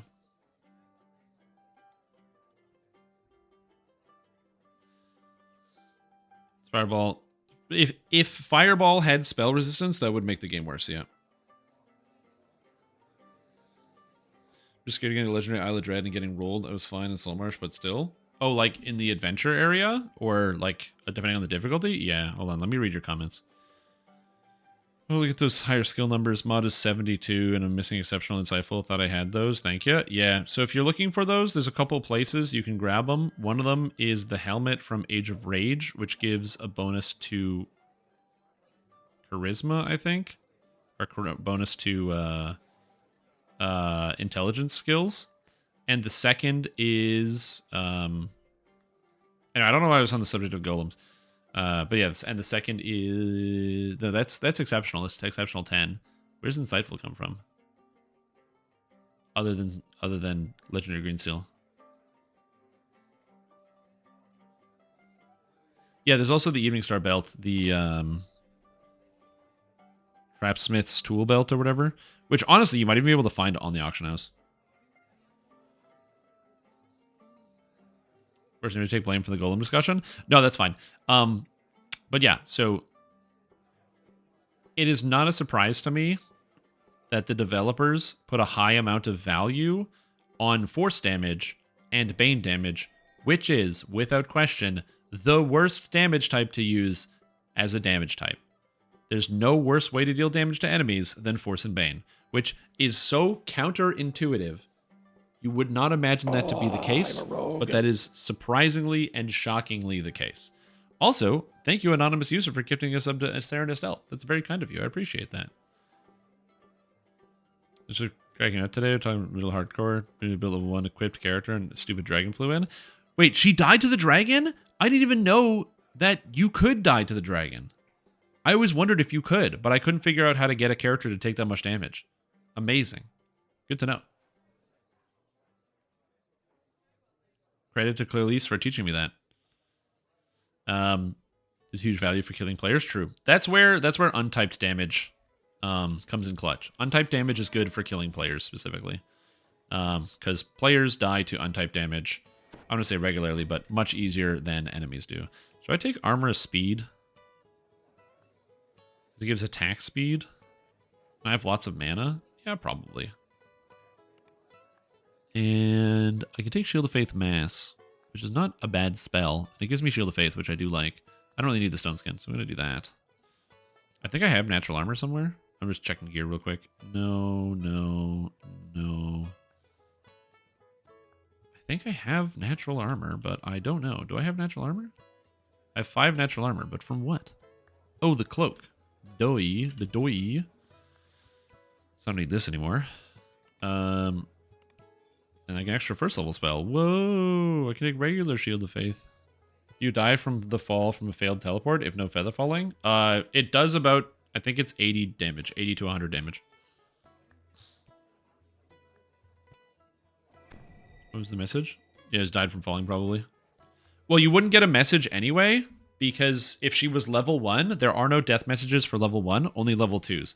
Like Dreamer XYZ, who just got killed by Hera again.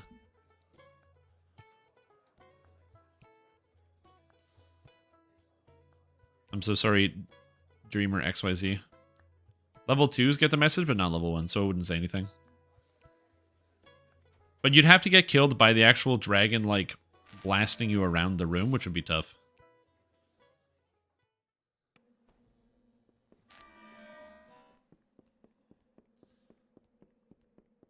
But yeah, like I said, that's not a crazy surprise to me. But yeah, I'll have to go back and watch some of that. I think it'd be interesting. I didn't watch it. Do you guys think it would be worth it to watch? Oh, they haven't posted on the channel, but we could probably do it. Are you stream, Tom? Yes. Sorry, I was quiet. Was talking. Into stream / still eating to go to the restroom. I still have to go to the restroom. I think this person, yeah, this guy left my group. Oh no! Mariska also died!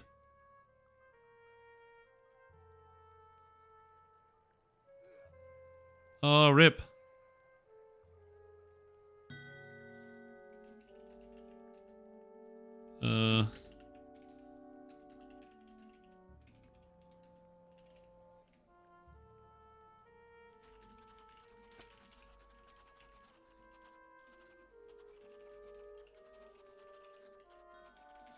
All right.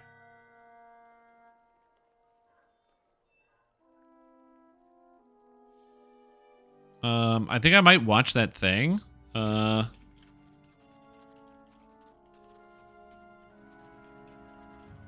yeah, I'm gonna hit up the thing. We're gonna go to the bathroom, get some more water, and I kind of want to check out what was on there, but we'll see. Watch it fast though.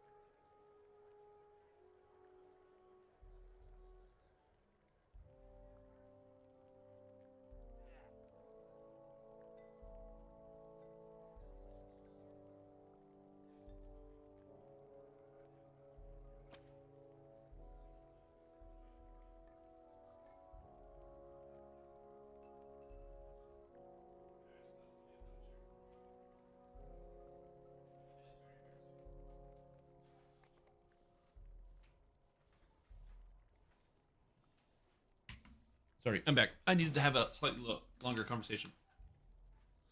Anyway, what are we happening? I agreed with Happy USA earlier. Oh, no, I don't have anything bad to say about them. So, he was in my quest as well. And I specifically told him that he was like, we did a couple quests, and especially Temple of Elemental Evil, and he didn't know how to do it. So I said, hey man, you're fine to like AFK this one if you don't know how to do this one. It's not a big deal. And he's like, oh, okay, cool, thanks.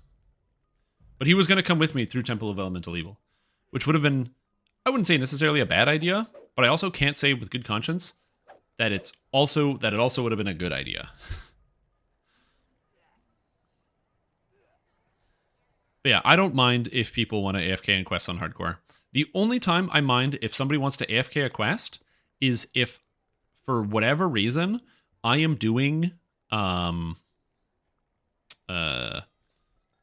Coalescence Chamber and people wait at the end for me to do the quest. That drives me up the fucking walls. I hate that shit. It's so annoying. But outside of that, I don't really care too much. In fact, I don't even notice most of the time when people AFK in my quests, because I gather quests. Yeah, that one too. But I honestly don't even notice when people AFK in my quests most of the time, because I kind of just like don't care. Like just, you know, if somebody is busy, you know, other people got lives, they got other things going on. What if you're like playing the game and then your like dog starts falling up the stairs and you got to chase him before he falls out the window and flies into the sky? Because he has reverse gravity. I don't know. Do whatever you want. Or maybe you're scared and you want to get through it. I honestly don't care 99% of the time because I'm just doing the quests. So yeah.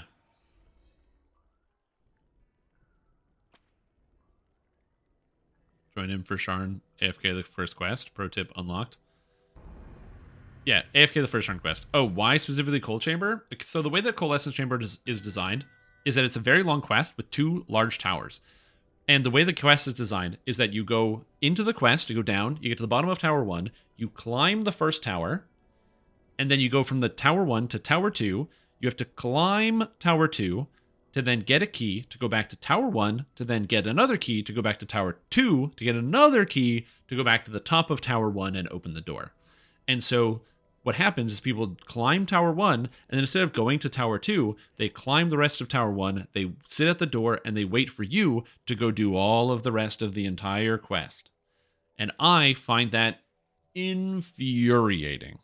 I absolutely find that infuriating, and I can't stand it, because it's like, you're already in the quest, and you already know what to do. And there's so many monsters. Just come along. Come along. That's all. That's all I ask. You know, you're already there. We're already in the quest together. Don't wait at the end. Just keep going. You're powerful enough to do all that stuff. So yeah.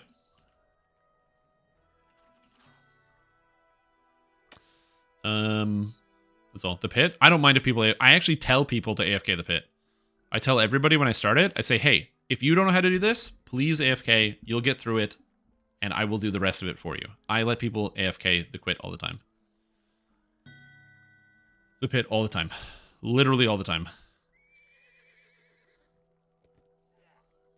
Tell people not to pike if they do, otherwise just move on. That's the other thing too, yeah. Also, just if somebody is AFKing your quest and you don't like it, just say, hey, dude, I don't like it when people AFK in my quest. So yeah. I hate when my dog falls into the sky. It's so annoying. It is. It's really annoying to get them out of there because they reverse gravity. You got to start calling NASA. You know, get up with the ISS and figure that out. Anytime. But yeah. Proof isn't the poison. Same thing.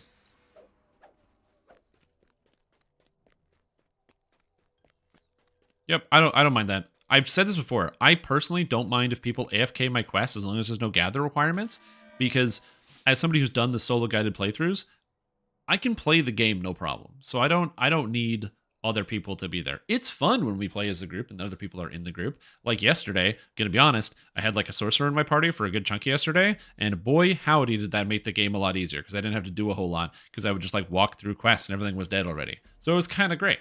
So I do like it when there's other people in your party. But yeah, like 99% of the time I don't mind doing most of the quests. The only time I really mind is when my character really sucks. Yeah, that actually brings me in a good segue to this. I was asked by Brian, how do I like the character? This character's so strong, I love it. The only downside is that my fortitude save sucks, and I have no idea how to solve this problem, which I assume Constitution will solve for me. But other than that, my character feels so strong. I love it. I take basically no damage from anything. I have lots of resistances, lots of defenses. My melee damage feels like very satisfying. So like the actual amount of damage I'm doing feels good. The rune arm does a ton of extra damage as well. Feels great. While tabbing out of game? No. I use... what do I use? I don't know. It's a great question. It's on my mouse. I use a button on the mouse because I have one of them 12 button mice, so it's got 12 buttons on the side of it. I don't know if you can see it, but I use one of those. And rune arm is number 9 on the number pad, which is a button I don't use for anything. And then I just mapped on my mouse number 9 on the keypad, and then boom, problem solved. And so every time I press number 9, which is on my mouse, is good. Because I use a lot of the other keys around where my hand is, so I'd want that to be somewhere else. That way I can do it at the same time. So it's just kind of a completely separate button. Maybe for that build, thinking I'm going to TR into that and start raiding. Not sure if Galanda is active enough. Oh, the rogue build that I gave you? The high investment one? Yeah. Is Galanda active enough? Do we have any Galandonians? All the Galandonians I know became Oriononians. So yeah. I was going to do something. Okay, so I kind of wanted to, because it was mentioned before. Oh, Stardream. I don't know why. I thought that was me. Because I used to have the character stream, so my brain just saw the ST and Ream, and I thought that was me somehow. It's not me. That's somebody else, but my brain is stupid sometimes. I was like, stream team? But yeah, let me go and check out that video. twitch.tv/DDO stream.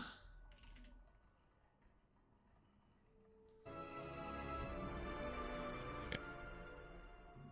So, I kind of wanted to see... I just minimize this? Perfect. Kind of wanted to see what they talked about on the stream. Where's this music from? Is this DDO music? Is this Isla Dread? Anyway, we're not actually watching the stream that's already happened, but we're just gonna skim around because I forgot that it was a thing. And yes, Bastard Sword build, that is what we are doing today. Okay. Okay. A lot of the let's see. trees, you know, pull things really throughout the past year, and this is a little bit like that, but even bigger in scope. I'm worried about the audio balancing. Yes. So Oh, the audio last year, balancing? some of you might No. have seen. Jerry, where's the audio balancing? Oh. I just want audio balancing. To be fair, and I will say this, to be fair to Jerry, I too have a lot of very poorly balanced episodes and recordings that I've done with other people. Because audio balancing is really hard and time consuming. So it would always happen where when I would have, this is Tonquin right here, when I would have Tonquin on my stream, or Nobob, I would always have to be like, hey, thanks for coming on. And then I would have them literally tell me a story. I would be like, tell me what you ate for lunch today in as much detail as possible or something. And then while I'm like live adjusting the mix, so that way they're not overpowering or anything. And it would always be distracting, but it's funny. We tried a relatively new type of release cadence for our balance updates where I was able to go through and we modified 30 individual enhancement trees over the course of 3 or 4 updates. And we were focusing on doing just a lot of little things rather than big deep dives. Like historically, when we've committed to a balance pass, it's been very narrow in scope but very deep in depth, where we go down to the brass tacks of what a class or tree is doing, and we rebuild it from the bottom up into something that involves our newer paradigms. And that was kind of... And that is a cool idea and a good idea, but again, this is why I passionately have called SSG the never balance only rework company, because they sometimes never balance, only rework. And it's very happy to see that they've made a shift away from like not doing reworks. Obviously, they'll still do that should be necessary, but doing actual smaller balance work. It's so much better for the video game. I don't even know how to describe it. I don't know if that means anything on their numbers, like if they've seen any difference in player counts or anything like that, but I personally think it's very good. The opposite, where we were looking for a lot of different things that had just been bothering us for a while. And this is kind of a little bit of both for some trees. Like some trees only got like a scatter shot of little bits that we were like, this is almost there. And some trees we really kind of moved things around more seriously. Almost all trees got significant updates on their iconography, their images, their ordering, like can I just say borders and this? stuff like that. Man, Jerry's got great hair. I'm jealous. He's got great hair. But also like a tooltip pass and Sorry. stuff like that. It's distracting. And so like overall they should look much nicer. And then some of them got more significant, serious balance changes in an effort to like, pull everything together into a little bit more of a cohesive whole. We're changing up the meta, aren't we? Yes. Yeah, we're doing that somewhat deliberately. It's been known to happen. Yeah. Yes. Yeah, they're All right, so hitting Draconic. we'll get into the various trees in the coming minutes here, but for now, let's just talk about everything has gotten some new icons. All mantle ability icons are getting a blah blah blah blah. They you can only have one at a time, and this Blah blah blah. like Talking that about arrow. some of that.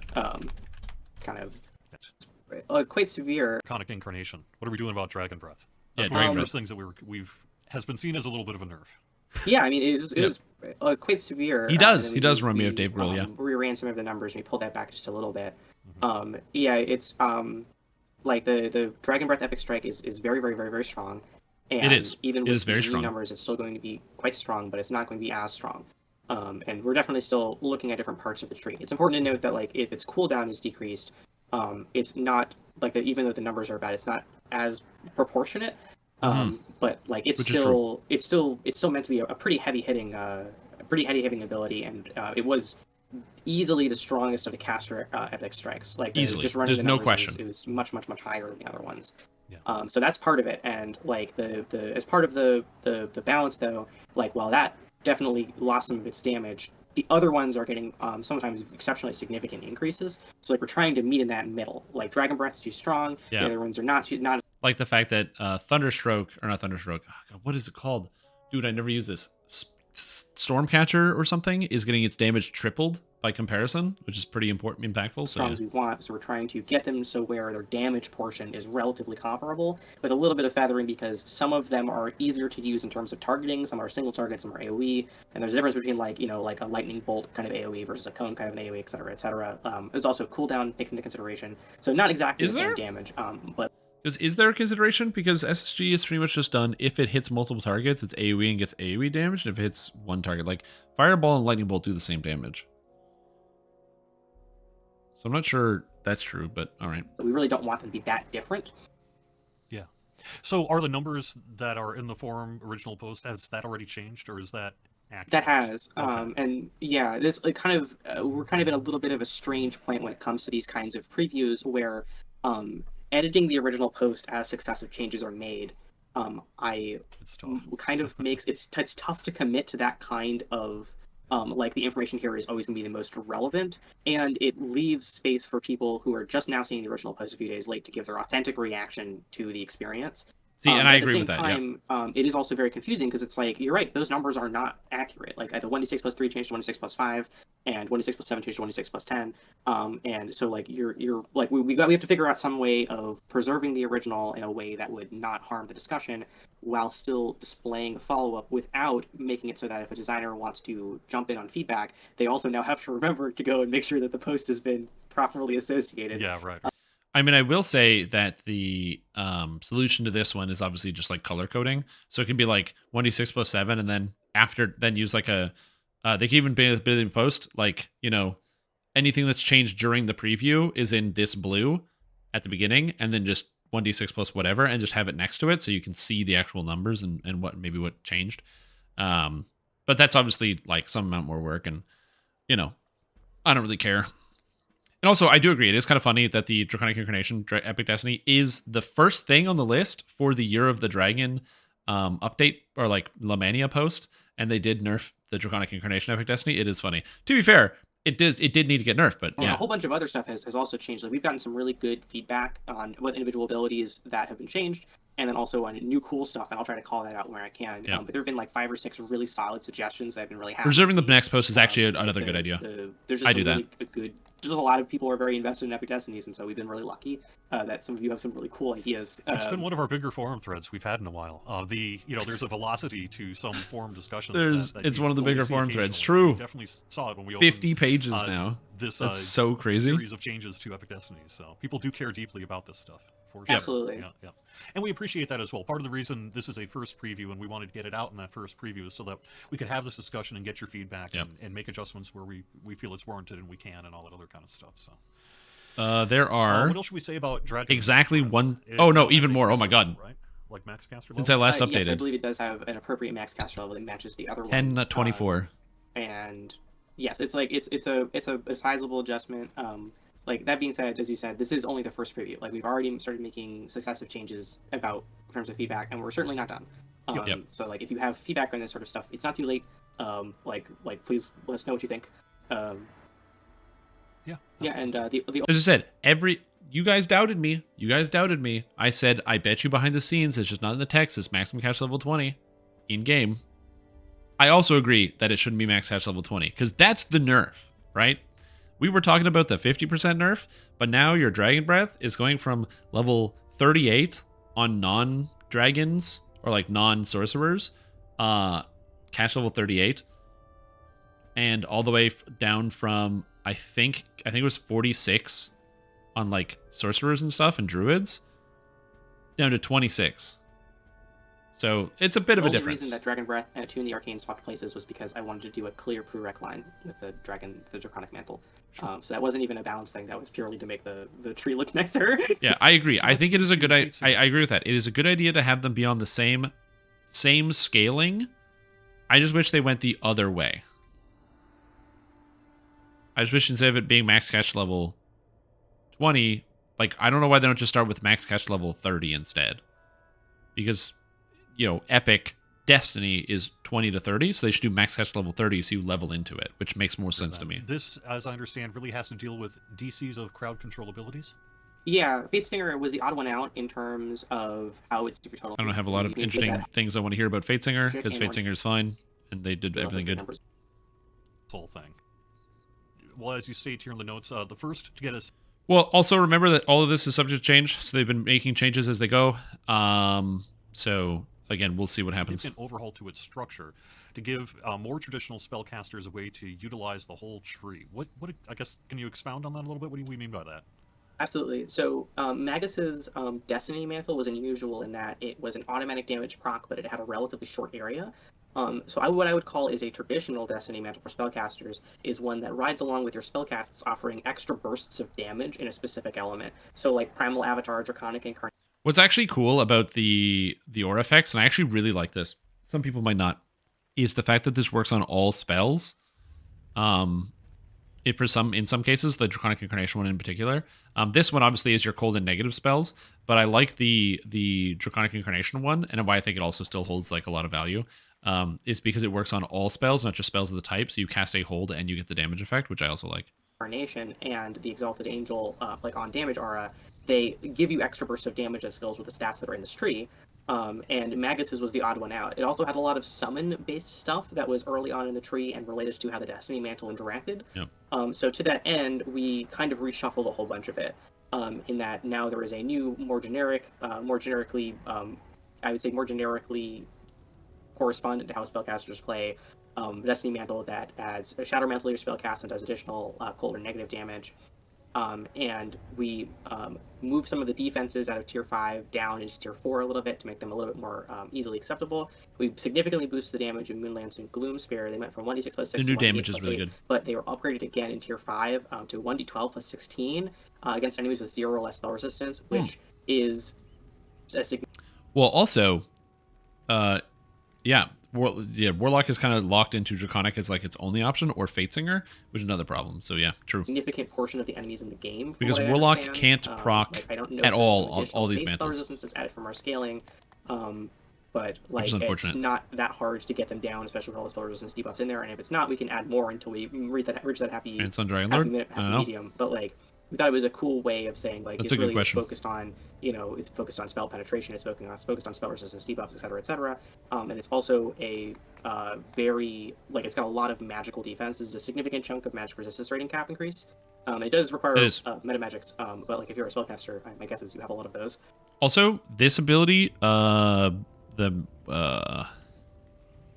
Lunar Studies, where you gain spell resistance, magic resistance rating, and magic resistance rating cap equal to 3 times the number of mana magic feats you have, is really, really fucking cool. I want more stuff like that. More things that micro into stuff you're already doing on casters. I love that. The last bit of note is... And yeah, Steel Star a did lot Dragon of the Lord. spell power in the tree that was from As far as I know. epic strikes got spread around more passively. So if you're not using those strikes, the tree as a whole is a little bit more power into it. And then the core 4, they gave a flat 7 spell resistance. That spell resistance was spread out through the previous cores. You still get 7, but you get 3 of them earlier. So it's a little bit easier By to spell stack resistance, if you're you in this mean tree spell before you get pen. to level 32. I understand when I'm looking at some of the spell penetration notes in the Lamania preview that the overall amount of spell penetration is not necessarily going up with these changes. It's just being spread around a little bit more evenly. Yeah, it used to give... Which like a is flat also 7 at better, level because you used to 32, just and get now 7 at you're still gonna get to 32. level 7, Yeah. but one comes at level 20, one comes at level 23. Torque did Blightcaster? Torque did Blightcaster, yeah. Level 32. So it's Ooh. lower. It's lower in the tree as it's closer to the cores. Question from chat. Does the Lunar Power change work on enemies you've dropped to 0 or less with Shatter Mantle? Yes, ideally you'd be blasting them with spell resistance debuffs if they're an enemy that has spell I resistance. also- and then at a certain point. Conceptually, and this is again another thing, conceptually, I like the idea of... So I'm just going to say this right away. I think that these changes are good. I think the Magus of the Eclipse changes are really powerful. I think that the damage is going to be quite good. A D12 plus 6 is a really good amount of damage, right? So obviously that's not as good as Dragon Breath was before, which again kind of shows how out of whack that was. This is a good amount of damage, right? Especially considering this spell costs 6 and has a 6-second cooldown, and it freezes, and it gives you spell power when you use it. So like that is good. So I like the changes. I think a lot of them are very powerful, and it applies vulnerability stacks. So again, that stuff is good. What I will say is that even with that in mind, the idea is that you apply stacks of Shatter Mantle to targets to reduce their spell resistance. But the problem is the time to kill in DDO's endgame, and in fact, really the whole of DDO entirely, is so short that it is like if you're fighting a monster, you're opening with your spell that you're hitting, that you have to bypass spell resistance. Like that's your opener, right? Because if you're not opening with Mass Hold, then you don't have time to cast it later because the monster's possibly already dead. So you're hitting with Mass Hold. If there is a monster that has spell resistance, if you are deciding, okay, well, I'm going to hit it first because I can't bypass the spell resistance, and you're using Gloom Spear or whatever it is to apply Shatter Mantle to the target, you're still only applying, I believe it's -3 per stack of Shatter Mantle. So let's say you use the attack plus the mantle, which gives you -6 spell resistance. Sounds good. It's only affecting one target, and that's probably not taking enough spell resistance for you to actually want to be able to cast the next spell. So you're probably going to have to do a second spell, and maybe even a third spell. And by the time we get to 3 spells, that monster is in almost all likelihood dead. Because if you're casting like 5 spells per monster, you're running out of mana. Just that's how it is. And so it's this weird balance between time to kill being so fast that kind of makes stuff like Shatter Mantle not really good unless it's against bosses. It's very, very weird. So like I like the idea of doing extra damage to monsters with no spell resistance as like it's a way to penetrate monsters that can't resist them at all. But the problem with Shatter Mantle as a concept is it is kind of like reliant on time to kill being longer, and it doesn't even matter. This is actually a problem I experienced myself very, very recently, and why time to kill is a really important thing. So I'm just gonna use this to self-promote. So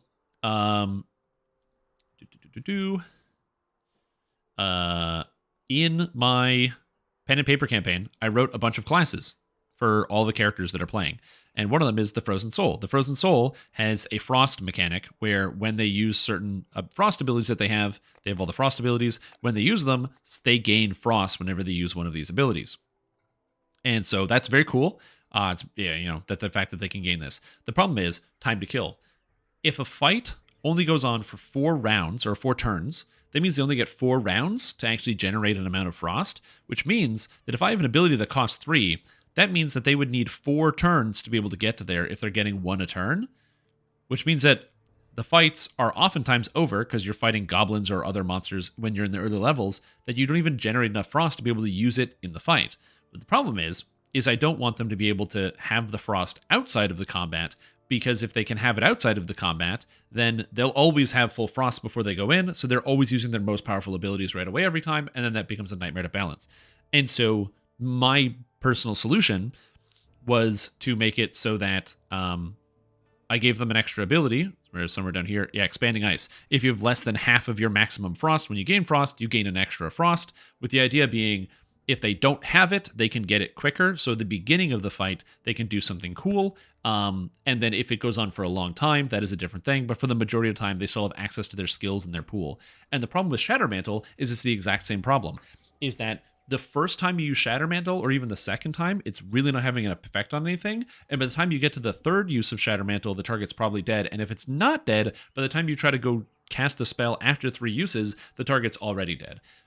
If Shatter Mantle, when it applied, was like minus 30 spell resistance, I think we'd be a very different story. Or if it was cut an enemy spell resistance in half, or something like that, that would be different. But because it's minus 3 and time to kill is what it is, it just doesn't really work. Well, spell pen does matter. Like, I guess the issue is also conceptually where spell penetration fits in. So you're right. Spell penetration doesn't matter because you just build in for spell penetration. Right? So there's a world where you build less spell penetration because you can use your... Like, the idea is you have less spell penetration so you can use your... Shatter Mantle. I'm forgetting the name of it, right? Which is the kind of the same energy of not needing as many DCs because you can use prayer on an enemy. If I prayer them, their saves go down by 6, so now I can use my spell, and it's like I got plus 6 DCs. The difference is prayer is much faster to apply and is an AoE thing. So that's also that.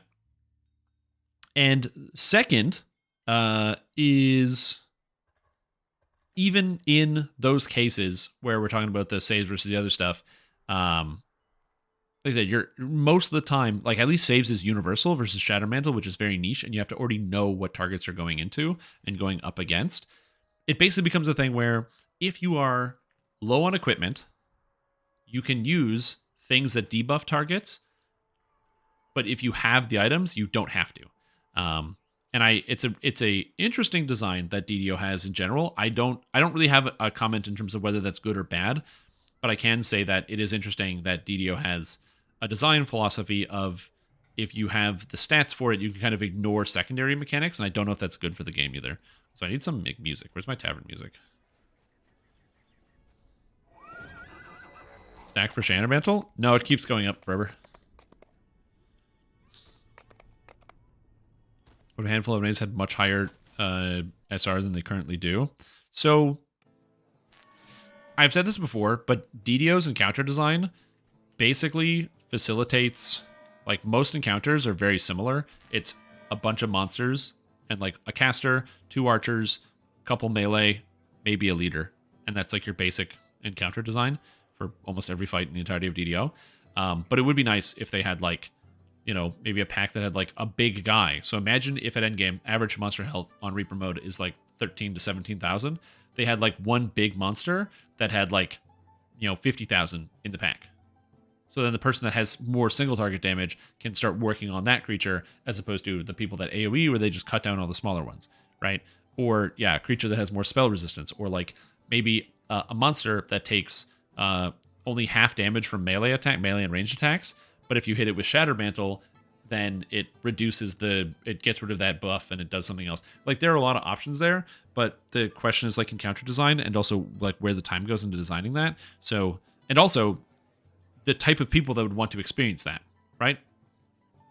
The type of people that also want to experience that is also another issue where, like, I'm going to say this, and I don't want to be mean, but guys, we don't represent the average DDO player. Some of you might, but at least the people engaging in this conversation are not representing the average DDO player, because a lot of people that play this game, there's a huge chunk of people that don't talk about the game that much, but they log in and they play, and they don't want more challenge, and the disruptive levels of challenge they get sometimes are like too much. I didn't mind the fact that there was those hard champions around everywhere when they did the Illithid event, but people hated that because it was really disruptive to their experience. Not saying everybody should love the champions, or even people that like challenge love the champions, but there was a group of people that really hated it because it made the game feel impossible, even though on, like, you know, elite difficulty, and especially while soloing, the champions weren't that bad, but they were just a lot more than people wanted to handle. So, you know, asking for fights to suddenly become more complicated, it's a big ask for the average player base. Like, DDO would need newer, fresher players to be able to kind of freshen stuff up like that. Anyway, my point is that Shattermantle is a weird mechanic because it's in the hypothetical universe that it can work, but in the universe that we play in, it doesn't work. Point, your strike is going to really get them. All right. Macro Technic? Yes, we swapped the cooldown of the epic strikes and the hammer time spells, which makes the strikes happen more often and the hammers less often. There's some other work that was done to the stream, but that was based off of player feedback from this very thread, in which the bonuses to Runearm proficiency, someone brought this up and I've completely lost the actual person. Normally when I see a really good suggestion, I try really, really, really hard to make sure the original suggestion is wrapped into where I let people know, because I feel like it's really important for people to feel like they're, like, if they suggest something that I really want them to know, like, And Talkman's really good for that. He'll, like, reply to the person and then say, oh, great, this is a good idea, and, like, throw it in. So, was most users friend group that used to stay in touch? Oh, yeah, exactly, right? And again, that's more relevant of the average experience. Like, I really helped. I contributed towards the sentiment. I gave this cool idea. You know, like, I helped inspire this thing, and this got done, and I've completely forgot where that came from. But it was specifically, Macro Technic is now going to let you use the highest of your intelligence, your wisdom, or your charisma as your Runearm spell DCs. So if you are someone who has gotten Runearm proficiency through Macro Technic, and you are not an intelligence caster, now you can use those, which is very cool. It's a good change that better fits your build. You no longer have to be an intelligence build in order to effectively use it. It is not good for the sanctity of artificers, but it is good for DDO, so I like it. Arms. Cool. I think you called it hammer time spells. Yes. Okay. Yes, that enhancement is called Hammer Time. Oh, yes, there we go. Okay, the cooldowns of the Hammer Time spells. Okay. My drives you sunder. So I like that post. So, so let's move on to Exalted Angel, and this is all right, here we go. I want to hear about this. The series of changes that has led to some of the that is 1d6 plus 3 force. Wait, well, the reason why that, I think, is the case, because remember, it's also a stun. It's a 1d6 plus 3 force and a stun, and it works on everything in the game. So it's not... The harder part is you have to be in Shirati Champion to get it as a caster, which is very hard, but yeah. Loudest feedback in our... Because it's basically impossible to go up that tree without the mantle. Forum thread here, and so we appreciate everyone's feedback the issue on it. But one of the things that we're doing is... Yeah, but a 3-second stun's a 3-second stun. Is like getting rid of the always-on healing aura that exists with the use of Holy Presence. No, because stuns, it shouldn't be getting scaled down. Anything under 6 seconds should stay under 6 seconds. I'm pretty confident it doesn't get scaled down. I'd be willing to test that, but we're keeping it shouldn't be. If it does, that's a bug. It shouldn't be doing that. Benefit through the core there. I will admit I haven't used it, but it shouldn't do that. But also, it's the same reason why like Dire Charge does the full duration in like Elite versus R10. It's the same thing because it doesn't get scaled down. But I'm happy to test it through a new kind of mechanic that we'll talk about here in just a little bit. But we are in fact getting rid of the healing aura possibility through Exalted Angel, and I know that we've seen, you know, a lot of feedback on the forums about that this week, but at least right now, well, we are definitely interested in hearing your feedback on it, and we've Yeah. on this and other topics, I think we're pretty set on wanting to It would be a good time to fix not it. have that always on healing in Exalted Angel. It's just a little on the overpowered side, and something that we feel as a team really does need to be brought into adjustment. It's I know that there's overpowered. some places that have always on healing. I think in some of those cases they may, have some. I will say a fair argument to being overpowered is that it completely invalidates any other passive healing aura because it's way stronger. So I will say that. It is literally better than all the other auras. And also, full transparency, I'm fine with it going away because I don't like things that have no interaction or engagement. I don't like things without engagement. I much prefer things that have active components to them. Again, this is why I talked about how, like, I really love how the Artificer Lightning Strip is you shoot them with a rune arm, where you have to do a thing to get a thing, and the change for the angelic form to be you have to cast a spell, which then gives you this ring, and then you have to maneuver around and use it. That's like a good evolution of this idea of being active and being engaged with the game. I know why people don't like it, but I personally, am happy. I actually think that it's better for like as to make the game more fun. Or anyway, some different circumstances that have us a little less concerned. But as we were doing this Exalted Angel pass, I think we wanted to make this change, even if it was going to be somewhat unpopular. And I think at this point, at least, we feel that we want to preserve that. Is there anything I guess you'd like to mention about the Exalted Angel nerf, yes. as it were? Yeah. Yes. So there's a few things. Like, yes, you're right. It's like there are some other passive healing things, but they absolutely were not the magnitude or the usability of this particular one. Like it is just the kind of play patterns that an ability like that created, we felt were really not good. Especially because, again, if you're playing a healer, you're probably not using it. Because if you're playing a healer, you're using Primal Avatar, as is being said in chat, for mana sustain or Unyielding Sentinel for defense. And the people that were using Exalted Angel, definitely there were people out there who were playing healer characters and were using Exalted Angel, and I'm not taking away from that. That's a part of the kit. You can do that. But in a lot of cases, it was also people who were just like throwing it on to passively heal themselves and then never thinking about healing in the future, which in theory should be the MO of the Fear of the Wild mantle, which it isn't. But like the Fear of the Wild mantle basically needs to have the EA mantle's healing added onto it instead. And so ultimately, at this point, we're pretty committed to finding something And that else too, yeah. that is exciting and fun and active and inspires more of a participatory type of gameplay.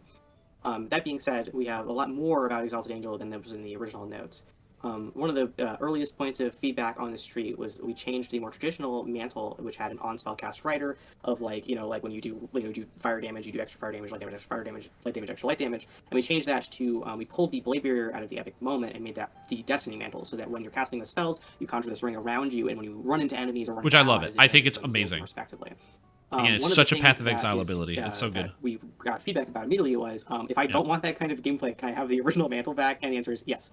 We put the original like on spellcast thing back in. Yep. It's a multi-selector with the blade barrier. So if you don't want that gameplay, you don't want to take that extra heat, you don't want to mess up that sort of stuff, you can simply select the one you have right now. We did change it slightly, so rather than a 15% chance of that damage, it just does that damage. It's going to match approximately with the damage of Draconic Incarnation and Primal Avatars, and now make it to the Eclipse Mantle.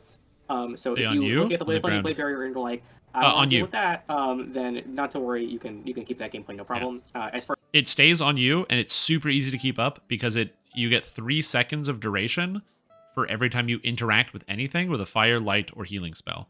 So, for example, if you're a cleric with healing aura, then the healing aura affecting a person will give you the time, and it's per thing. There's no cap on it. So, for example, if you cast Holy Fireball into a pack of 5 monsters, you're at max stacks instantaneously, and it lasts for 30 seconds. So it's just one spell and you're done. Also, the Archon procs it and keeps it up. All sorts of stuff. It basically, if you have it, it's insanely easy to keep it up all the time. And then you just have to maneuver around to make sure you're healing people and stuff. They have to cross the barrier. So that is the downside. Obviously, the play portion of it, they have to cross the barrier. So if you're standing next to people, they're not getting passively healed. You have to like stand next to them and you have to like shift around so that like person here is getting healed by person A or whatever it is. But in quests where you're moving around a lot, especially for like questing experiences, and also with the new capstone, I think it's going to be a lot better for like different certain raids. So, for example, like skeletons in the closet. As far as the blade barrier is concerned, its first pass and this first Lamania revealed a whole bunch of usability problems that we're taking a pretty extensive look at. The blade barrier itself, and it's really difficult to debug these kinds of abilities because like you're moving and monsters are moving, and sometimes it's a little hard to understand like where am I missing damage? Did this happen more than once? It's really hard to slow that simulation down and figure Much out like what's it did in going Imperial on. Magic, it probably The big would. thing that's missing for this barrier kind of gameplay, in my opinion, is some sort of sustained pulse for enemies that remain inside of it, because it seems like a little strange that if you're inside the big burning ring that you're actually completely fine. So Yep. we're probably going to be adjusting some of the actual like the script work inside of how that ability functions so that you can keep enemies or allies inside of that ring and keep them buffed and keep them healed and keep those enemies debuffed and keep them damaged without having to run into them repeatedly, which is very difficult and sometimes doesn't work. Perfect. Like, sometimes monsters don't behave the way that you think they're behaving. So it should be a lot Sweet. easier to use Sweet. in Preview 2. Okay. Seems good to me. And there's a whole bunch of other smaller buffs that went into this. That like literally addressed the problem that I had. the epic strikes both got a relatively moderate damage increase. The epic moment got changed because the blade barrier was taken out of the epic moment and put it at the mantle. So now the epic moment makes your single target cures work on everybody in the instance. There's no distance, there's no line of sight. If you cast it, This ability, by the way, is going to be game-changing for certain raids. Like, again, I'm going to use Skeletons in the Closet as an example. You can just use Ascendant's Epic Moment, and then for those tricky situations where, you know, it's like, oh, you know how you have to have everyone, like, stack in one spot so you can get rid of, like, all of the curses or whatever they're called, the secrets? Instead, you can just drop Ascendants, and then the Cleric can just spamming heals into themselves, and everyone else just runs around and blows everything up at the same time, and you get it done like that. Cure Light Wounds on any target, it's going to heal your entire party with your Cure Light Wounds. And another which is great. Big change to that also is when you raise people from the dead, they always come back with full HP, just like True Resurrection. So you can throw out like smaller amounts of raise and get the full boost of this. Or The if last you, part, like, let's say, for example, that you play a cleric frequently and you've accidentally wiped the entire party. It's nice Yes. because then I can cast Raise Dead, Resurrection, and True Resurrection, and they all basically get the same benefit. Yep. Exactly. So just just get a Divine Crusader, bro. Epic moment. We really wanted to be like if you really need to save the party, kind of a thing. It would be really fun. And then there's one last piece that I'm still building, but it was a suggestion from the forums that was so fun that like immediately I saw it, I was like, oh my gosh, we have to do this. Someone posted this and they were like, what if it let you turn anything? Like turn undead, but it works on anything. And we like, what if the epic moment you press turn undead and it blows up like everybody? You know, near I'm down for that. We might need to consider it though, right? Because you can get Play some with the pretty party good healing turn moment. undead, Yeah, maybe. You know, I know that there's It's tough in high. We like Yeah. it's like this is such a vestige of really an earlier era of our original plans of the design for. So you're saying, wait. So you're saying you play the you do the Warlock Alchemist, and you have the temp HP rider on that. Oh, Warlock Alchemist plus Deathic Runestone, and then you cast cures on yourself, and every cure is the heal plus a 200 HP shield. I didn't test that. Did anybody test that? Because that would be sick if that's how that worked.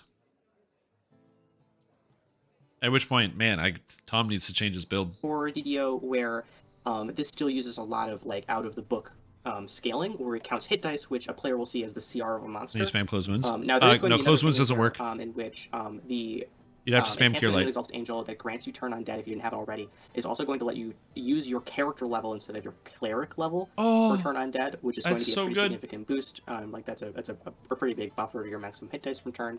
And like honestly, just the idea of turn anything, I think that's I so love it, fun. yeah. I think Yeah. that's great. This is great. So I'm very Also, excited for that. if you guys didn't hear that because I was talking about other stuff, but the turn stuff, also just kind of great. It means that anyone can turn, which is cool.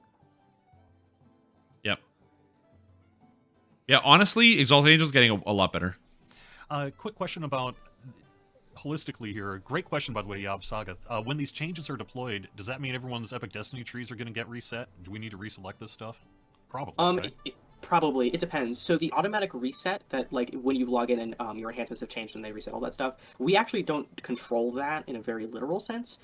Essentially, when you log back in again, it's going to compare your points spread in the old, like your spread of points that you place in your trees to. I don't care about the reset question. We'll move Part on. because of Let's go. its current power level. So, Yes, we Grandmaster do. of Flower. Oh, yep. Sorry about that. What was it? Yeah, we do have. I think that the I forgot to check Grandmaster of Flowers. Did anyone check to see if Orchid Blossom was still doing the scaling off of force spell power? I didn't check.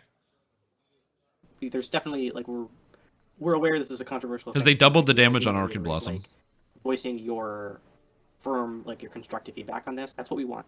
We really want you to participate and feel like you're adding to the discussion and making sure that your feedback is being heard. Yep. So like absolutely, like we know it's controversial and like we really do want Exaltation to feel good. But like thank you for all of the awesome constructive feedback on the stream and others. So For Grandmaster See, of look Flower- at that. Look at that. Isn't that nice? Isn't that nice? People had a bunch of ideas and then threw them in and worked together and they said thank you. It looks relatively smaller in scope in terms of the changes. yeah, it's mostly just buffs. Like the core ability. Again, this is why like I can understand if you disagree with the developers and if you have differing opinions or if you feel like there's a gap in knowledge, which as I said, when we talk about the gap in knowledge, the Bane slashing or the maximum cast level thing, like again, those are I think are gap in knowledge problems. But it's not like they aren't listening. It's just Lotus grant more HP, Yeah. Drifting Lotus, like we give more power to Drifting Lotus, Epic, or sorry, rather that they don't care, but I don't know. A little bit of damage, and we fixed 2 pre-key bugs. Orchid Blossom was straight up just not scaling with range power, which is just an oversight on my part. It's just like the checkbox was not checked, and I really thought it was checked. So check that checkbox, and I wonder if that means that Orchid Blossom is not going to scale off force spell power anymore.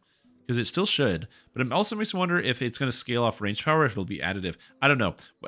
Next time I'm transferring my Dark Hunter to test this. And Orchid Blossom had a cool thing in it where the force damage was meant to be doubled against tainted creatures, and we actually fixed that bug, so now it just does that. The downside is now it puts immune over everything, so I've got to figure out how to make that feedback Yes. look less bad. They ignore me too. But so there's a little bit of outstanding work on that. But overall, both of those strikes got a pretty sizable buff. Yeah, the Drifting Lotus buff is also nice. All right. And Dreadnought is similar to the other one recently where it was really just part of the core Arcane Bitcoin Orchid spell Archer. changes Let's go. in terms of Yeah, changes to that's an legendary idea. Dreadnought, so let's move on. Arcane Shadow Orchard. Dancer is getting a little bit more. You're beefing up the mantle, boosting the epic strikes. Yes. So the Epic Strike's cooldown got significantly For the record, I still think the mantle sucks. decreased, which also really interacts with the buffs that correspond to it. So like the Epic Strike, like when you do Shadow Dancer Epic Strike, it gives you a series of awesome buffs, and before they lasted less than the cooldown, and now they last more than the cooldown, which is a huge paradigm shift in the usability of the tree. Yeah. The strike becoming lightning bolt. Sadly, I could not figure that out, and Torque actually had to help me with it, because apparently lightning bolt's very complicated in our game. But Which sounds it real, also yeah. like not only with like the cooldown adjustment, making it a multi-target drastically increases its utility, which I'm quite happy about. Yes, there's a whole bunch of other quality of life stuff. Shadow I will say this about the Epic Strike thing. When the Epic Destinies first came out, I was kind of hoping that there would be Epic Destinies release. It was like end of the year. I think it was like October, November-ish. And then I thought we would have, playtime, Christmas holidays, January, anniversary, February, and then March, April of 2022, we would get the balance patch where they kind of did all of this. It's actually going to be February 2024. So a bit further than I would have wanted. But I'm still happy with the rework and how things are coming out. Because stuff like putting it at thinking that, oh, we need the extra delay because we don't want the buffs up all the time, and finding out that just means the abilities aren't very good, and then going back on it is a good idea. It would have been nice sooner, but we still have it, so yeah. Mastery, the Epic Moment. No longer, you don't have to like wave your arms around anymore. Okay. You just activate it, which is very fun. The spell Weird is now properly spell ability. It doesn't go in your spellbook anymore, which is a huge boost for people who are not pure casters. So before you had to be able to cast your highest tier of spell, now it's just in the tree, which really helps hybrid builds. The debuff. When he says helps hybrid builds, by the way, what he specifically means is Dark Hunter Caster Ranger. attack that's the alternative to Weird, consumed by shadows, now applies significantly more debuff. So it applies the Shadow Loss debuff from your Epic Strike and 3 stacks of Darkness from your It's the- too good oh my gosh, the first to blood class. feat, That's funny. when you have that first blood. And then there's a new tier 5. The buffs towards the mantle from the tier 5 have actually Yeah, moved down exactly. to tier 2. And so that shadowy VFX is much lower. Again, just for reference, Tonquin is one of 3 systems designers. So when we don't get everything right away, it makes sense. They don't have a big team. The tree, and the new tier 5 grants you temporary hit points per sneak attack dice when you kill someone. So it's a lot of sustain, especially for racking up the sneak attack dice, and there's a lot of sneak attack dice in the tree. Yep. So we're really trying to boost up the top little bits of that tree a little bit, and reduce a little bit of if you're in the tree but you're not using the mantle. We wanted to free up some of that space a little bit. I will say to this: absorb the trees proportionally for everything. I'll say this all day, every day, but as somebody who plays this game, I guess professionally, I am still shocked that this game is being produced at all. It is very uncommon for games this old in the MMO sphere to still be in service. Great pause face, by the way. Love that. But yeah, it's very uncommon for video games to be of this age to still be in service. And before somebody says, but EverQuest, yeah, I know, EverQuest has been around for a long time, but there's a graveyard, there's the elephant graveyard full of dead MMOs, and DDO still being here. I'm just like, I'm happy I get to play, and there's still like all this effort put into it, Okay. Fury of the Wild. I use Great Leveler. I don't know how often other people use it, but I use Great Leveler. Never. A fair amount. Never, Looks like Jerry. You're going to get a no save 2-second knockdown, even if they Yes. Never use use the it. second one. Yeah, so it's like even if you don't have the trip skills, this at the very least is going to trip something.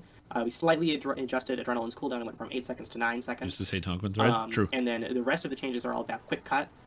So its animation got improved, which is now it does 2 hits in a 360-degree area.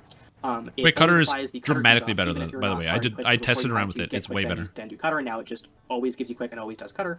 And then the actual cutter damage got slightly reduced because it's a lot easier to apply, and you apply to a lot more creatures.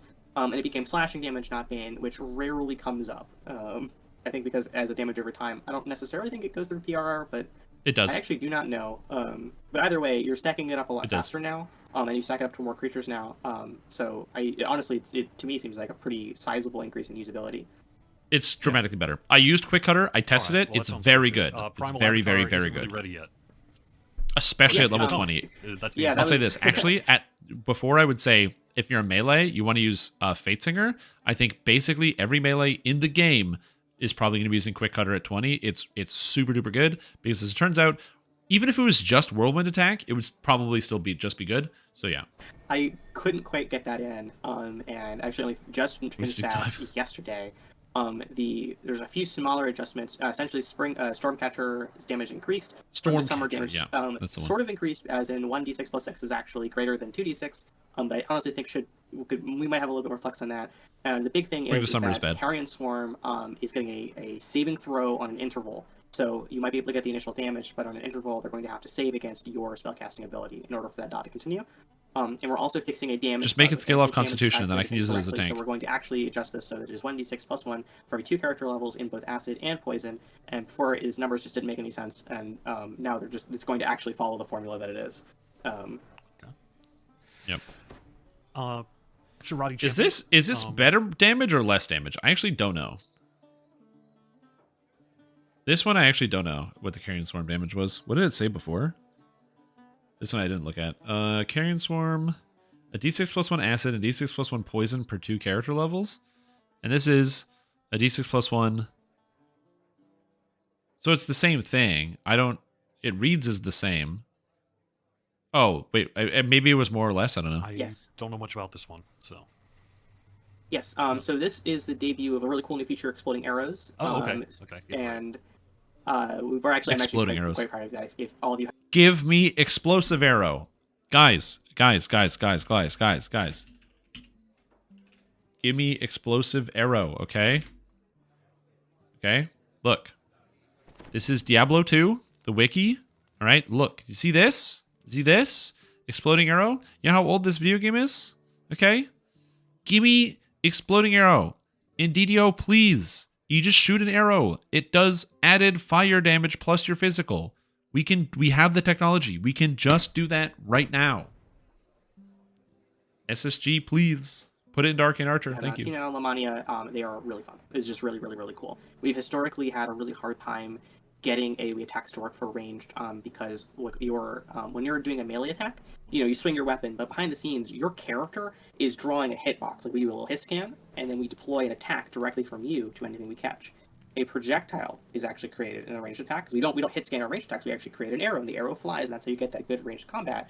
And the problem is that by the time the arrow has hit the enemy, it's like kind of lost the player is the long and short of it. We had a really hard time connecting that package data back to the originator, and so as part the whole missile creation process is fraught with peril.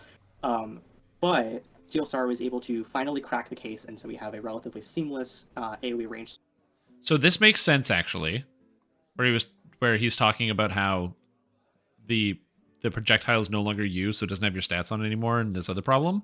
This makes me wonder, I didn't test it. Can you shoot a shot from an arrow, and then before it hits the target, weapon swap, and it uses the damage of the new weapon? So you shoot an arrow and swap to Torn, and now you're great axing people? I didn't test that. I wonder. For Cartoon Swarm was wrong? Yeah. Or Steel Pee-wee's idea, delayed blast arrow. Yeah, the problem is the word delayed. Path of Exile time to kill is like less than a second. Doesn't work. Solution that does not involve creating. Yeah, exactly. It's some Dark Souls 1 stuff. Historically, we introduced you weapon swap and you get damage on one weapon on another. How we envisioned the ability to go. Creating multiple projectiles in a row in DDO is. Don't tell me I'm going to have to do that on my Sun Flask build, where I get the Immortal Sun Flask, throw the Sun Flask, and while it's in the air, because I use pin, then while it's in the air, weapon swap to another weapon, and then it's an AoE with like a two-handed sword. Not great. The game makes an assumption on a fundamental level that a single ability is going to create one thing. Yeah, and RTSR, exactly. More than one thing really confuses some of the interconnected part. But yes, Shirati Champion in general, some of it's tier 5, got easier to use if you're a general ranged person. Some of the things that required bows no longer require bows. Now it's just any ranged thing in general. The core 4 got completely replaced. Before it was a charm when you use the Epic Strike, and now it is giving you saves for spells versus favorite enemies, and a mini shot charge. This is a bit of outstanding feedback, as the players have rightfully pointed out.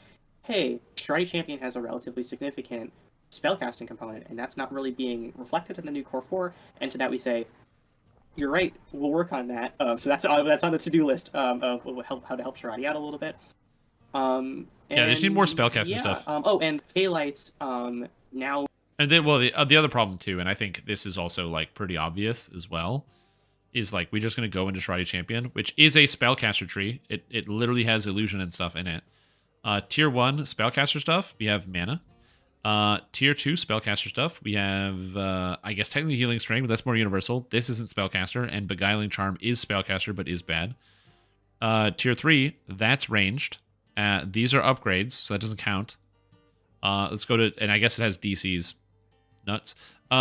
Tier 4, that's ranged, that's ranged, that's ranged. So, like, yeah, that's the basic problem is that if you did want to use spellcasting in this tree, which you shouldn't, but if you did, because you want Mass Fey Chaos for the 5% more damage taken from all sources for 10 seconds, which is an ability I've never seen used, because it stacks up to 10 times whenever you hit a target. So this technically is literally Time Stop. I don't know if you know this. This is actually Time Stop. It's 50% more damage on bosses. Because it's a 30-second time stop also. It lasts for 30 seconds. I've never seen a single person use this ability, because why would you do that? Because you have to get through this nightmare to be a caster. So yeah. Actually does force damage, like same with force spell bar. So if you are a force caster, you actually have a damaging spell in here. And Phalites is no joke. I think it's a little overshadowed for like the range capabilities of the tree. But it is quite good. And now with damage, it's quicker than CC, and now with damage, it's going to be even better. So I'm quite happy with all of that. But yeah, and then Unyielding Sentinel, nothing. Absolutely nothing. We did rearrange it, and then we unrearranged it a little bit as players played with it a little bit on Lamania, and they were like, the tier 4 and tier 5 have non-Destiny Mantle buffs in them, so probably shouldn't require the Destiny Mantle if Which is a good idea. Don't want to run the Destiny Mantle. And I'm like, yep, that makes total sense. So I've unhooked the top 2, But the majority of the changes that tree got were entirely cosmetic, so switching around icons, switching around reordering stuff, adding. I like the new characters, icons, by the way. etc. I like a lot of the new But, icons. They look To my good. knowledge, no functional changes at this point. Although, like with everything, we're always really Attacks hoping and for mobs that hitting each lovely other. feedback. Oh, So if you right, really love the Angular ads. Sentinel, and you've got a burning suggestion or a bug that you just really, really, really hope that we like to look at, or some other cool idea, please let us know. We'd love to hear from you. I have an unyielding Sentinel I play and I like a lot, so that's my feedback. I will say, so, okay, but even if it's monsters that hit each other, if you can just get, if you take the Warlock Wildwood specialization, and then you get Mark of Penance, you can cast Mark of Penance on the boss, and then the Mark causes specters to spawn near the boss that will then be in part of the mass confusion and start hitting the boss, so that could work, but this isn't Path of Exile, and I should stop talking. It's beefy. Yeah. It's a beefy tree. Yeah. I really like how the shield throw came out. I think that's actually one of the most satisfying abilities in the entire game. Yeah. No, yeah, not that's the Penance long and brand, short of Mark it. of Penance. Before we move on to other topics from Epic Destinies, I wanted to give the Twitch chat a chance to just sort of throw some questions our way if you'd like, and we'll see what we can do to answer them here. You did talk I a didn't little think bit about about that. minimum caster level on Epic Strikes a little bit earlier. Is there anything we want to reiterate there that's being Yeah. done holistically? Yeah, it's like the I like that Cordovan said minimum caster level, because that's also technically true, because it just has caster level. there are some abilities that have max caster levels above 20, and those are very few and far between. We're really trying to stick to damaging standard just so we can be really sure that these abilities are matching up against each other. So like they all should match at this point. We don't really want an ability to end up And with an unlisted like just a significantly stronger scaling than anything else. but now that we know that they do match, Question from chat about Great Leveler's animation. Can it scale with attack speed? I do not know. I don't actually know how things scale with attack speed. I have no idea how that works. So I don't know. yeah, All right, we'd have to look into it. So That's will also Shadow not a Dancer's surprise, Epic yeah. Strikes be adjusted to have what Corsair describes as Optimized better to use? synergy with repeaters and dual shooters? ICD on Dark Imbuement means only one bolt is affected. Yes. So that's been kind of a balanced bugbear in our bonnets, as it were, where in order to prevent things that apply in a large area, like for example, Shrouded? like Oh, yeah. because Dark Imbuement also works on spells. In order to prevent something like a fireball from hitting everyone rather than one thing, we apply a cooldown on the damage proc. This is very similar to the cooldown on other, like on Destiny mantles, where it's like this can proc once every 5 seconds. You know what I mean? And the side effect is that there are weapons that hit for more than once every second, and we can't really realistically split the difference with the tech we have without really getting into the weeds about like, well, should repeaters have the proc more than once per second, etc., etc. Like repeaters, you know, and the dual crossers from Inquisitive, they have extra bolts, but like the amount of extra damage that a sheath adds from like Dark Improvement, it really would make it so that if you're not using a multi-hit weapon, like that's like, you know, does 4 times the damage as if you're just using a regular crossbow. And Yep. we're not really sure if we want to commit to that kind of disparity. Yeah. I will say that is a very difficult balance point, and I honestly don't know what the solution is to that problem, other than like they have to make 2 separate skills, one for repeaters and one not for repeaters, because that is something to consider. Like anything, especially once they got the 4th, the extended clip or whatever, where now you can have 4 shots per repeater. If you use repeating crossbow with extended clip and like the Fatesinger strike, that's 4 shots of that ability, and which means you basically always crit with it. So it's always stunning. On top of other things, like it is an order of magnitude of problems, and I can respect the fact that I don't know how to solve it, but I hope they can figure it out. Yeah. I like Use Astro Rogue, Midiu's really think only 00's one question, knife. although I suspect this would be a challenging task. A way to bind your fire rune arm. So the fire.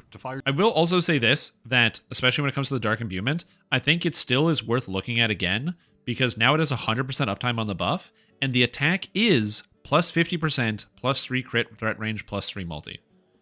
So I think it is worth a look again, even on your dual wielders, where yes, it does have the 1 second cooldown, but that's the rider effect that is always active, and you still have a big hit on top of that. So I do think it is interesting.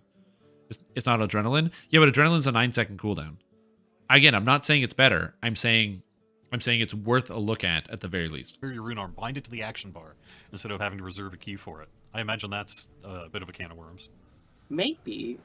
I mean, Because if I I could just don't press know. 1 to fire my rune arm or whatever instead of having to bind a key, that could be pretty cool. that could be pretty cool. We could Yeah. give it to you for free the same way we give you that feat for like the automatic rune arm recharge. Mm-hmm. Where people had cash levels over Oh, 50 Yeah, on some I builds don't- for breath. that's a pretty good suggestion. Like They that's, probably that's, were. That's not bad. I will see what I can do, though no promises. Rune arms are very strange. Well, I always assume when we start going to like key binding actions that it would be kind of fairly complex to sort of adjust, but you know. Yeah. In this particular case, though, I think all I would need to do is From make a feat Baitsinger? that Yeah. fires the rune arm, and then give you that feat, like underneath the rune arm auto charge. Yeah. I mean- I don't know. I'll see what I can do. No promises. The quick cutter still Canicus works well. wants us to add tumble to that list of things you could hotbar as well. Oh, That'd that's be- very difficult. Secretly, tumble is actually 4 different things. Oh, Like yeah. tumble left, tumble right, tumble forward, tumble back. There is no tumble, Oh, unfortunately. That's true. You're right. Yeah. Yep. DDO in a nutshell. Speaking of rune arms, since they are not spells, can they ignore spells that nullify lower level spells? So, yeah, like some of the auras and things that'll nullify level 4 and under spells. From a flavor perspective, I would say no, because they are casting, like, the rune arm is a magical device that casts that magical spell. Like, just because it's not coming out of your hands, like, I would say probably not. I know their caster levels scale with a charge tier. I do agree with this take, actually. I think that magic immune monsters like liches and stuff, it is not a stretch to say that they would just be immune to rune arms. I actually think that thematically that fits. And you're so rarely fighting those monsters, I don't think it matters that much.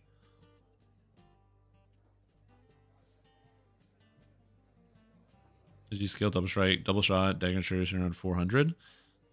Oh, yeah. Absolutely. But I'm saying it's a scale of magnitude, right? Because one is attacking with 400% strike, double shot, and the other one is actually 4 shots with some amount of double shot. The actual number, the number of shots also matters. Because also, when they changed it so that double shots don't actually hit twice, so reduce your proc rate. I mean, the proc rate of effects is still there with repeaters. Because they like actually just shoot more. So it's like the mental invulnerability is at level 4 and below or 5 or below. I can't remember. Yeah, I I can't remember confused. either. I was gonna say 4, but it's only I might be 20% wrong. more. I think it's 4. Yep. In that particular case, then theoretically a maximum charged rune arm Yeah. would do it. Caster level doesn't help. It is spell level. Interesting. That's right. Caster level doesn't help. It is spell level. You're completely correct. Yep. I actually think that I can fix that.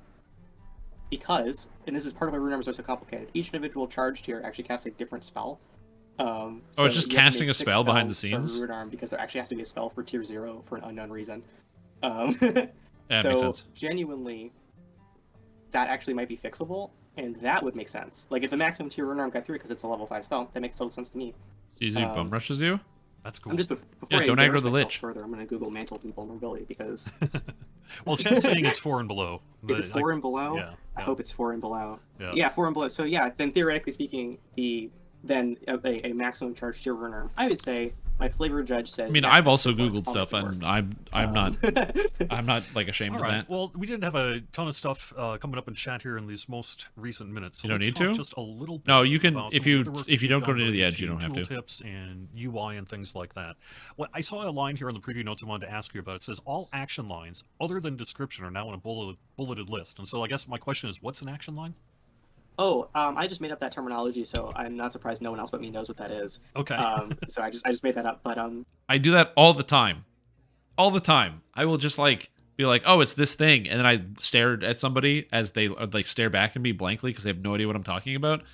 And they should have an expectation of what I'm talking about because I'll describe something and they'll be like, oh, right, English. they're called that in the code where essentially there's 2 parts to a tooltip. There is automatically generated stuff that is pulled from the data of the action, and then there's the stuff that we type in that happens at the bottom. So automatically generated stuff involves things like spell point cost. We don't type in the blue spell point cost 15, you know what I mean? The game takes the wheel. We type in 15 into the spell point cost field, and then the tooltip pulls that information out and formats that nicely and puts that into the tooltip. And this is another significant expansion on that automatic technology to pull even more information. Technology to pull information. And action here meaning like any active or even Fall off passive priority abilities list? from your I don't know. enhancements, from your feats, from your spells, like anything that's like on your hotbar, pulling more information out of It wasn't in the Lotro one either. More of it's automatically generated and more of it can be context sensitive. Like, for example, a big point of a confusion is that we built out things that automatically give you askew materials, or just askew materials in general. So this is the, by the way, if you ever want to know if new features are coming to both games, this one. You look at this one, the Lord of the Rings Online one, because this game makes staggeringly more money than DDO. So this is where the eggs go. So in here, we have, content, avatar updates. Ooh, but it looks like there's VIP updates for Q3, which is very interesting. So that's concerning, because this one came out afterwards.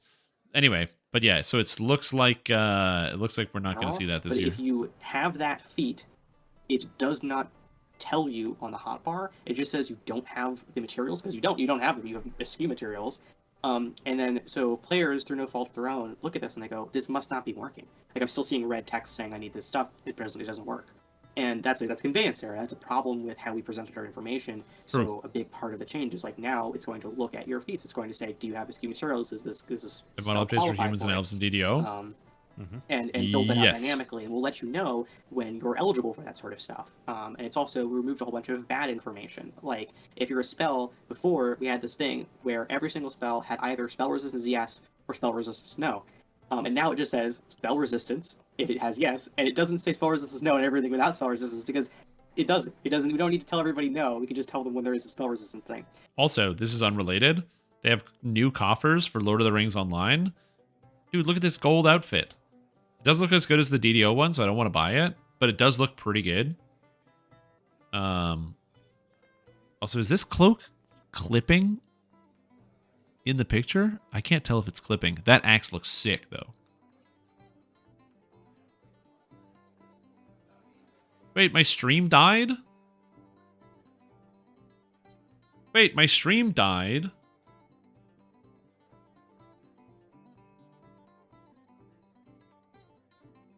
It's fine on YouTube? It's literally just Twitch. Dude, Twitch, why do you do this? Oh my god. Yep, it was just Twitch. Twitch has been hiccuping.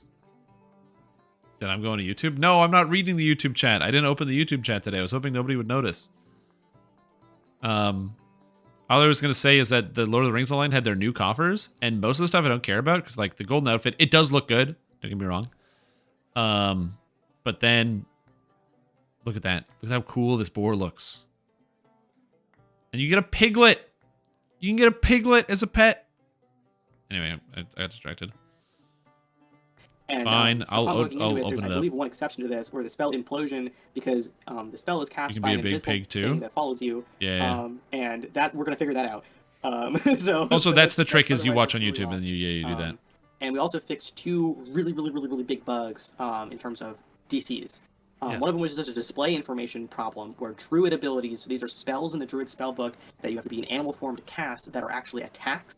Like bait and bite, where your wolf like bites people, but it's still technically. Okay, let's see what we got. Hold on. Around, I cannot tell what's happening. I died, but my screen is rubber banding. Still the main issue in the game. Yeah, that sounds bad. I can't scroll up anymore. Sorry. Sorry to hear that. Captain's log out.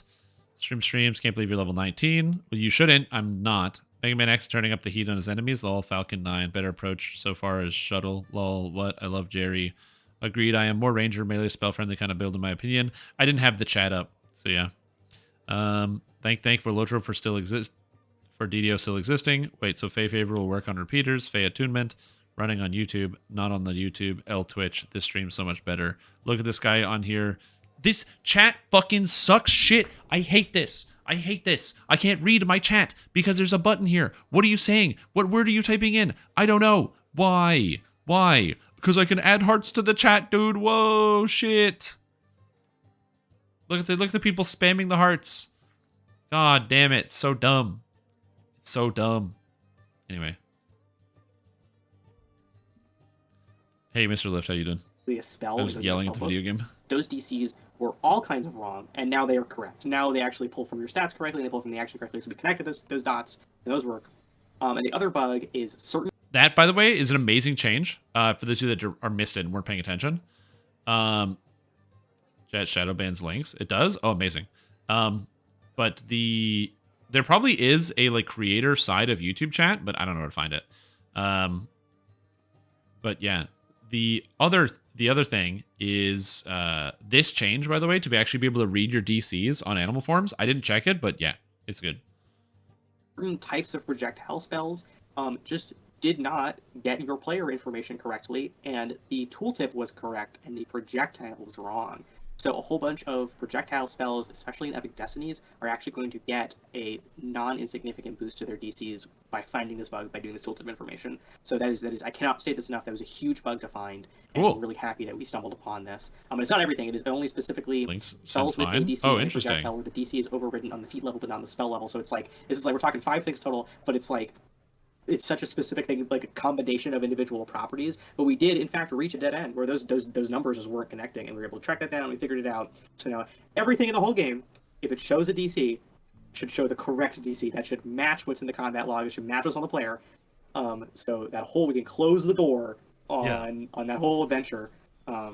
Speaking of closing the door on things, I still think that the Fey Dark Illusionist spells have literally the wrong DC on them. Because monsters make their saves against them all the time, but it says like 40, and they shouldn't.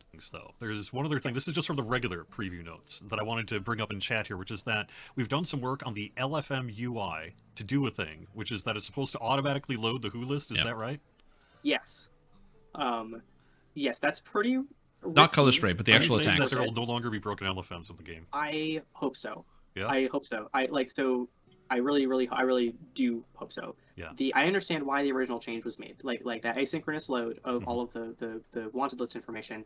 That's a big client hitch, and it's a big client hitch whenever you load into the game. And that being said, it's like it really did feel Ooh, like it got a little colder. bit It's of an minus oversight on our 19 part outside. that you could get to the grouping information page without that load being completed. And so we shifted that around so that now when you open up the social panel, it's going to show you the grouping page, and it's going to start that load, and you're going to be able to see that information get populated the same way you'd see it if you started scrolling on the Who list. Which is so just that a good should really change. help people see accurate information. Because the alternative is every single time you want to open the list, you have to go, bloop, bloop, let it populate. Okay, and now I can read what's on here. But you'd have to do that instead, which is like a silly problem. I'm quite happy about that. Yeah, I think a lot of people know why. What's this wrong with change my was made temperature? that initially required kind of a loading of the Who list manually by the end user, and it was to prevent an issue where people would need to log in twice, oftentimes just due to character data bloat. So we had to find ways to lower that footprint, as it were, and that was one of the ways that we did it. So. Yes. Life stops at minus 10, yeah. Yes, I'm like, I know tooltip stuff is probably not the most marketable of changes. Like I don't think this is really going to be the highlight of anyone's. This is like the difference between like, yeah, the person who's like working on the back end, like when you explain something to somebody because you're really excited about like a spreadsheet because you worked really hard on it and it's really cool to you, and then you show it to someone and their eyes just like glaze over and they don't care. This is basically the same thing. I think this is very cool because I'm one of those spreadsheet people. Like, it's like, wait, tooltip minutia, tell me all about it. But me, but I'm really happy about the how the tooltips came out. I feel like the bulleted presentation They also do look is better. a lot more readable. And like the more information that is sourced directly from the ability, the more we can find and stumble upon data errors, like errors like where we've put the wrong place, like the wrong numbers in the wrong place. Like when putting this out and testing this out on my machine, it's like stumbling upon a whole bunch of tiny little bugs that I've been able to fix. And it's like now when a player says, "Hey, this ability has the wrong Deal with cost," smoke in summer, they can now show us polar and be like, blast. oh my gosh, you're totally right, and I know New that flavor of information is gum. accurate because it's pulled directly from the game. So I'm really stoked about that. I'm quite Agreed. happy about how that came out. All right. I know that I've got some people in chat wanting to sort of make sure that we're working on an Intimidate bug in particular. When is Intimidate going to be fixed, for example? Apparently there's an issue where the initial change What? of aggro is not generating its proper amount of hate. Are you Wait, familiar with this one? wait. Is that true? Initial change of aggro works, but it does not generate the hate. Highest threat plus 200 times intimidate?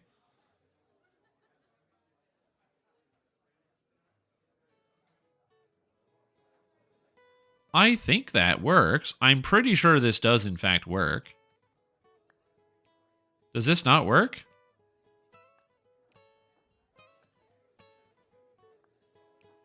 I am not. I think I remember someone mentioning that on the that makes forums sense. relatively recently, but I haven't had a chance to dive into it. The hate system in the game is something that I have not ever Always been looked broken? into. Oh, okay, that makes I've sense. been really too busy making Turn Undead work on everything in the last 20 minutes, but I'm so excited about that. I think it's so fun. Yeah. But no, I have not poked into that at all. Yeah, I been at don't know least anything about it either. I don't 1959, play so a tanks. It's relatively other people's recent job. change that has changed that Intimidate. Yeah, my guess Very is that might interesting. be a torque task, maybe. Yeah, yeah, we all have different areas of expertise, and I would say Torque definitely knows the most about like aggro and that sort of stuff. Yeah. Well, we've only got a few minutes system here. And I do have a few problem other bits of solved. news I Turn wanna get to undead the before I system. wrap up the You can show. turn So everything. I think I'm going to say goodbye to you, Tonquin, and I really appreciate you taking some time with me today. Thank you for joining us. Also, it's Tonquin. That's how you say it. It's Tonquin. And, We have just a whole lot more confirmation. information than it Because was just Cordovan myself just said there. it. So thanks so much, everyone. Yeah, happy to be here. Hope you have a wonderful day, everybody. Hit Bye. the All right, pass. and if you'll Didn't give me a touch minute, it. I am I actually don't going to remove you from chat here, but you'll have to give me a minute because I got to do a thing. All right, Okay. see ya. And I don't want to listen to Cordovan tell us about the sales for the week. Oh! Live stream interview Discord channel. Excuse me, I thought we were using Microsoft Teams. Huh? Anyway, that was a good watch. But yeah. Glad to go through that. That was good. I don't know, I like learning more about the game and the slight processes that go into it. So for me, I find that very, very interesting. Not everybody is going to, but, you know. Again, I find it interesting to hear about the ways in which the game is developed and some of the things that go behind the scene. Because, you know, not saying that I want to move into the field of game development or something someday, because that sounds like it's a lot of stress and a lot of people hate you for working on a product. So that seems like way too much work and it sounds awful. But I like to sound smart, and I can do that by listening to other people talk and then just parroting what they say and making it sound smart. So I like that. What was the explanation of nerfing breath by 80%? I don't think it's 80%. I think it's like 75. And the explanation is they wanted all of the epic strikes to have the same standard of scaling. And use teams is not doing so by force, yes. No, it's all good. Returned home an hour ago. Wait, an hour ago? You mean you got home at like 2 in the morning? Oh, you've been drinking. Damage to what they think is normal? Yeah. I agree. I think that 30 is the correct answer.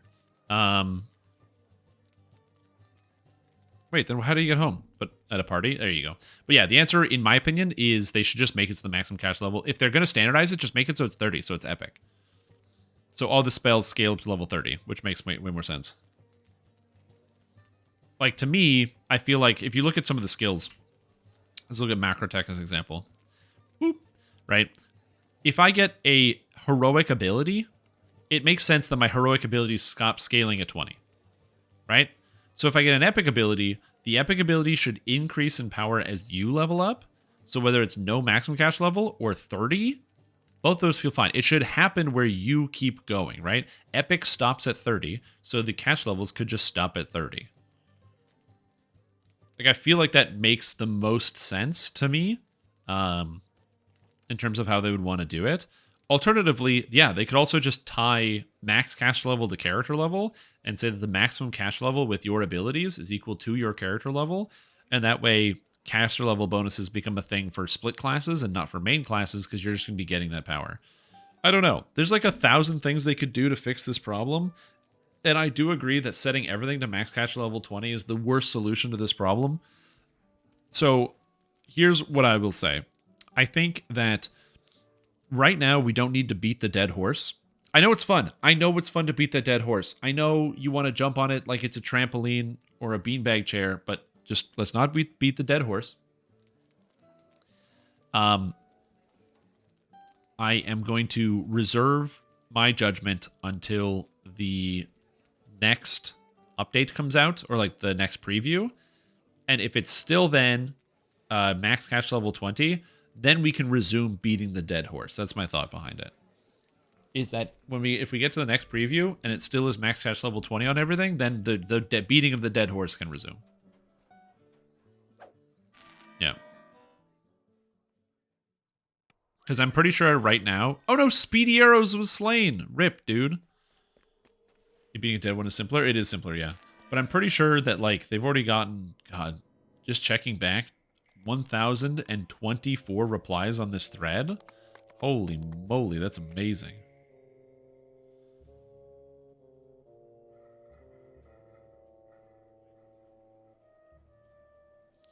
That's so many replies in the thread. I will say this. I am pretty happy that... I don't... Dude, oh my god. Oh my god, dude. Oh my god. Oh my god. Okay, I have to show this off. I have to show this off. No, I can't show this off. Give me a second here. I want to show this off, but I can't show all of this off. Okay, hold on. I have to show this off, but I can't. Give me a second. I think this is fine. Anyway. Yeah, so this is the forums, and these are the, like, posters in terms of, like, the most posts and whatever. And, like, man. 2,650. I don't even think I've typed 2,659 sentences since the forums have been redone. That's crazy to me.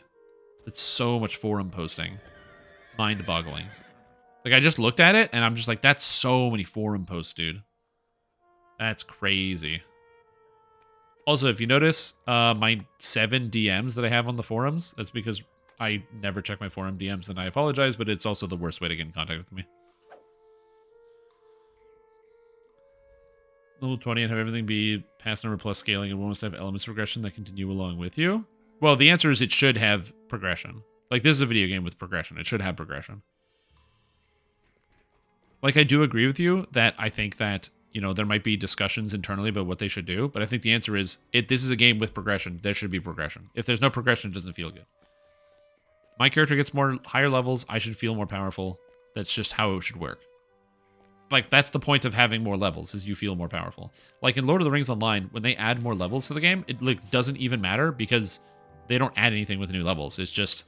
It's basically their way to retire content. So they retire the content by giving you 10 more levels, so you can't wear your old gear and you have to get new gear. Which I don't care about, because the whole point is a cycle, and that's the whole point of leveling is to cycle out stats. So whatever, it's fine. But in DDO, it's very hardwired into the game of level go up, power go up. Like, there's a direct correlation. Because look at all the things you get when you level up, and you get points, and you get spending, and you get epic destinies, and all that other stuff. So yeah, things should get more powerful as you level up. I think it's a fairly straightforward thing. I think that the developers can be convinced, but I'm just not convinced that posting in that 1,000 reply thread is a good idea anymore. There's 1,000 replies in that thread. That's crazy to me. Oh my god. I didn't even post in it once. There were any buffs during this time, but yeah. It's actually the biggest caster nerf to casters and epics since I played the past 3 years. Is that true? Is this the biggest nerf? I don't think so. I think this is the second biggest nerf.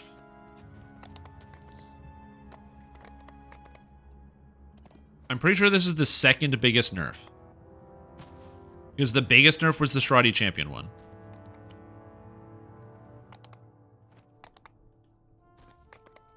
The Shradi nerf had to have been bigger. Every spellcaster was running Shradi, and they nerfed it by 91%. So I'm pretty sure that was the biggest nerf. Like, no questions asked. That's number one. The spell damage changes across the board in R10 was a 33% damage nerf, but across the board to all casters, versus Dragon Breath 75% nerf.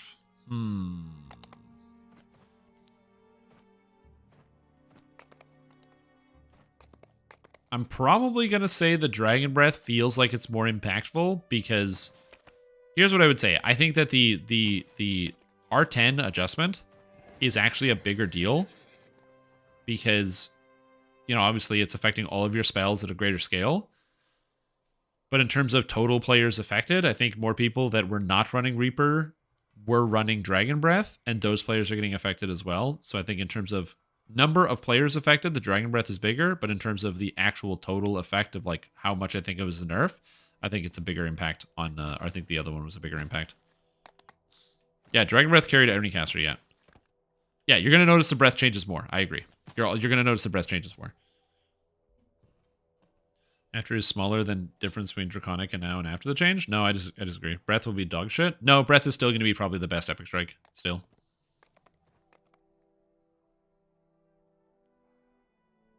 Worse than Ice Flowers? D6 plus 10 versus Ice Flowers, which is a D6 plus 8. Because it doesn't Ice Flowers split it? So it splits half damage physical and cold? Or does it give you 2 D6s plus 16? I don't think it gives you 2 D6s plus 16. It probably does. Yeah, but that's the difference between damage and DPS. It is 2d6 plus 16? Oh my god. Man, Druid's so good. Why do I play anything else? Oh, Druid's so good. Karate Magic Missile build was fun while it lasted. The thing is, though, you don't need the Magic Missile. You would just play anything, because Shradi was too good. You'd play Warlock, you'd play pretty much anything you wanted, and it would work. It was great. Alright, I think I'm going to continue questing here. Now, I did say to you guys that I was going to play a new video game tonight that I hadn't played before, called Remnant 2. But I made a mistake. Look, I'm not perfect. So I've just been passively downloading this in the background. But when this is done, I'm going to play it. But I forgot. So we're going to keep playing DDO until it's done. I'm stupid, okay? I'm stupid. Is this really a surprise to any of you? Jeez. 30 minutes?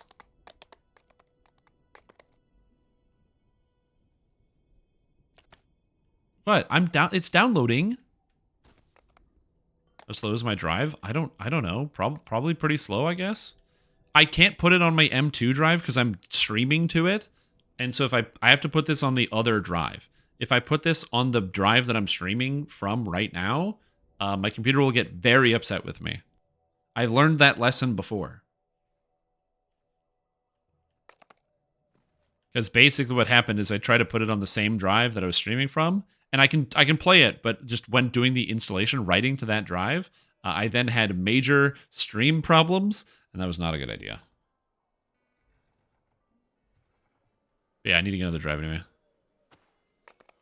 I don't know. I'm at 46% downloading it. Probably like half an hour. Download it into your brain, I wish. Memories before the ATR instead of the RTR, so I cannot judge you. That's so funny. Okay, I also would have... Yeah, probably like 45 minutes is a better estimate. I also would have made that mistake if you hadn't said it right now. Now I know. Now I have learned. Yeah, the answer is just play Druid.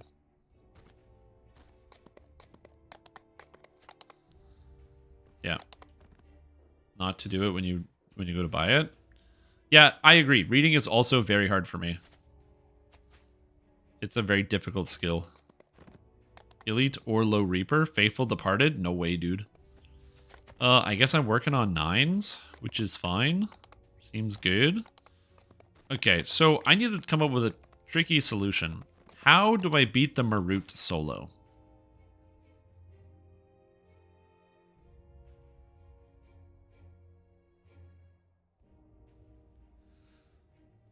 Fist it? Yeah, the problem is I'm going to get stunned, and I don't have a solution to this problem. Because my Fortitude save is 11. Do I have a saves item for Fortitude?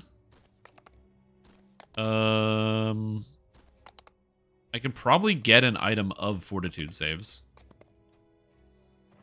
Which would help me out.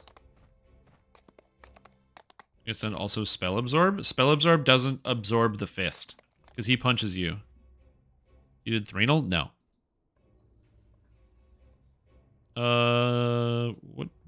What's Fortitude? Is it called Fortitude? Disease, Fortitude saves. Because there's a Reflex save. There's Staunch. which is not terrible. Agile. Oh crap. What's the word called? DDO prefix suffix. No, not that. Skills resistance bonus. Fortitude is stalwart. Stalwart 5 of fortitude 62. Let's go to all items. See if I can get something good here. Oh, that's all of it. Okay, these are all the items that are stalwart. All right. This should work, because that'll bring me up to 18, and I think that 18 plus greater hero or heroism brings me up to plus 20. And I can get Lucky Cape, which should bring me up even more.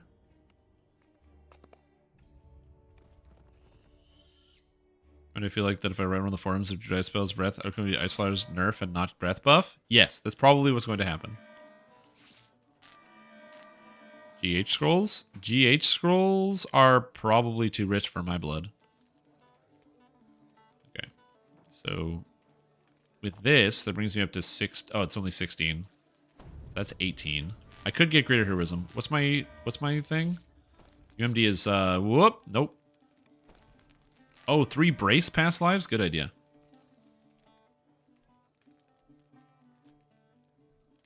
I'm just trying to mentally prepare for this, because I will die if it stuns me, so I don't have a solution to that problem. I should get a solution to that problem. I just don't currently have one. Oh, Visors of the Fleshrender Guards, of course.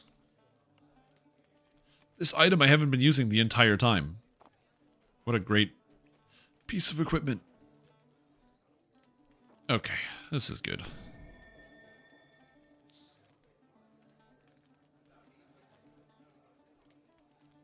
Right about Thunderstroke or something no one cares about? True! Yeah, right about Thunderstroke. There's something no one cares about. Yeah, good call. What about immune to negative levels? Yeah, but I'm not immune to Finger of Death. I've rolled ones before. Trust. Oh, apparently I have Death Block again? Oh, this has Death Block! This is just an upgrade then. Nice. Or post more in 1K post thread. I agree. I also wouldn't want to do that.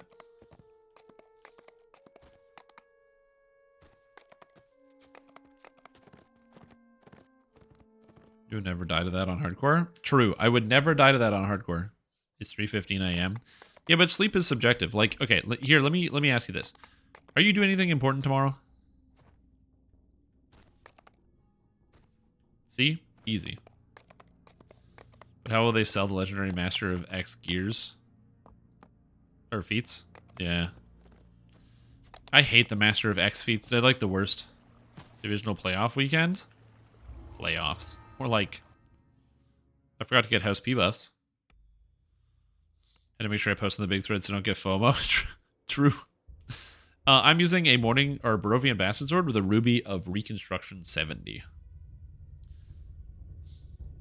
Yeah, true. Yeah, I should also post in the thread so I don't get thread FOMO. That's a good call. You have a Scrim and Eve tomorrow, but honestly I'm feeling that I'm probably sleeping through it. Okay, explain to me again. What's a Scrim? Like, this is like a practice run? Like, you're practicing before you go do, like, the big fight? Scrimmage? I've heard of cribbage. Is scrimmage like cribbage? Practice versus another team. I got it. Got it. Half this thread is like 3 people? Yes. There are many people that just triple, quadruple. On one page, there was somebody that had 8 of the 20 posts. Yeah, but the benefit is that I get strike through, so I can hit multiple targets at the same time with my attack. Because even though I don't have the two-handed fighting feats, because I'm going to take two-handed fighting specialty, so this character will have a total of 200 strike through later. Taking the feat so I get the extra strike through is really, really nice. So, because I get strike through just anyway from the tree.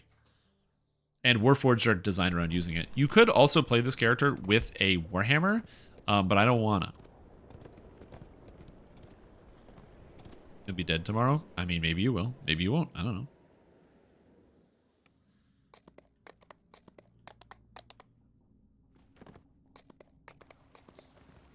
But yes, it is. That thread is largely a lot of the same people posting over and over and over. There's also a lot of really cool ideas that people have in there. So again, I understand that people think that, you know, some of what Sandstone Games is doing is like not reading a lot of the threads, but like a lot of people have some cool ideas. So I've seen them.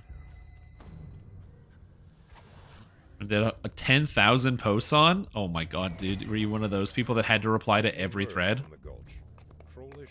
Like if anybody, I remember when I used to frequent forums every once in a while, and there would always be those people that come through where they would like join the forum, and then they would literally make a post on every post, whether they had anything to do with it or not, or had anything of value to add.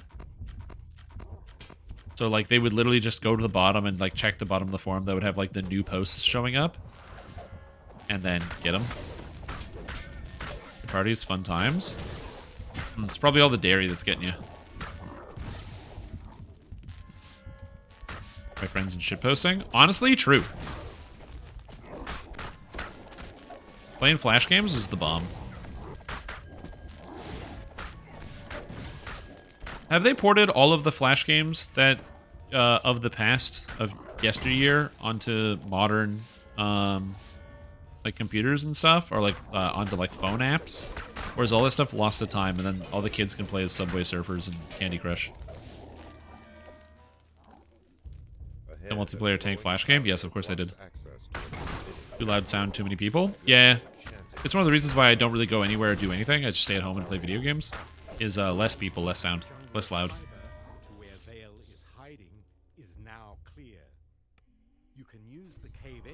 Yeah, there's a lot of classic Flash games out there. Ah, Corporate Party. Yep. Yeah, we're like, hey, everybody, come on out, do the thing. Wait, Corporate Party in January? What's happening here? This inevitable is a Marut, one whose sole purpose is to destroy those who cheat death. So like Internet Archive that has them archived? Oh, I meant not so much archived, but just like ported forward for future generations, right? Like think about the cost of that going on like Newgrounds and scraping all these old Flash games and then just porting them onto like a shitty mobile phone app, because most of them would control with mobile phone controls anyway. You can make a lot of money off of that without having to do really any extra work. I just wasn't sure if that was something that people had done yet, because I don't really spend a lot of time on my phone. I know that, you know, a lot of your classic phone games are like, you've got like your idle games, puzzle games, travel style games, so like your Pokemon Go and things like that. Your what's the name of it? The Raid Shadow Legends style games. I don't think Raid was the first one, but there's a lot of games that use the same style of get champions, do battles, PvP, play with your friends, build a clan, and all that other stuff. And then you have the exact same style of game, but with exclusively anime girls. So it's the exact same game, but then it's just all the mostly nude anime girls on it. So those are the only mobile games I know about. But I assume that they would, like, you know... Oh, and then also, like, the classic mobile games. You know, stuff like Temple Run, which is now just Subway Surfers, and other stuff like that. Twitch works again? It does work. Twitch is back. Oh, I'm not worried. Archive. Flashpoint to archive? Oh. You have caught up with the inevitable. Oh. Stares coldly at you. Perhaps that's fantastic. You pose to its mission. Preservation? I love this. Why are you soloing? I don't know. I just got distracted. Also, 2 people just ate it to the fury of the flames. R.I.P. Dangerous, man.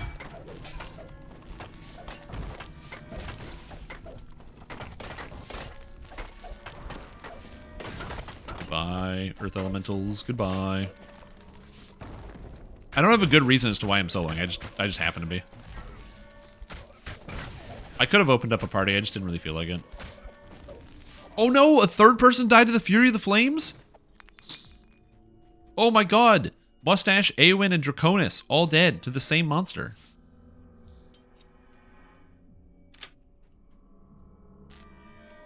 Amazing.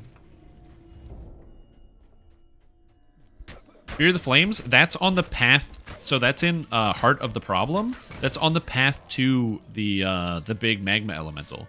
Those are the fire elementals that are along the way. If they spawn as champions, the aura will just kill you, and they're very dangerous. Me and my brother and my dad. Oh, dude, I'm so sorry to hear that. That sucks. That's the reason why every time someone on hardcore tells me, like, oh, let's take the right path, it's faster, I'm like, no. Go left. Just go the long way. It's like one extra fight. It's not a big deal. In the future, you still have past life stored? Oh, don't worry. I got another life. And do I have my second life? I wouldn't be allowed in second life if I didn't. Yeah, sorry to hear that, dude. I'm sorry to hear that you and your entire family, literally your entire family died. That sucks. Hopefully, you'll be able to recover. Prepare your eulogies, have a service, pass out some delicious snacks. Spring rolls, those little like tuna crackers, and can come back. Yeah, those are really dangerous. They're spooky, man. Yeah, there's some preservation there. Also, yeah, fire resist. Also, yeah, that room is dangerous. Yeah, take it from me. I don't go that way, and I don't recommend you do either. Just go left instead. Not expect to get knocked down there. Cool. A thing I'm mildly worried about is I don't have yeah, concentration failed. I don't have concentration on this character. I should have taken concentration. I get quicken later, I just don't have it yet. Found a Reaper Point character? Yep, same here. You get a bad champ and you're done. Dunezilla. Done dinner. Yeah, when we're doing like R10s and stuff, we always go that way because you just hit them with Cold Druid and they're fire creatures, so it's a non-problem. But yeah, in heroics, do I do that? No, in heroics I still take the long way. Yep. It's just a spooky set of rooms, man. Never not be Cold Druid? True. That's what I learned from Ipsum.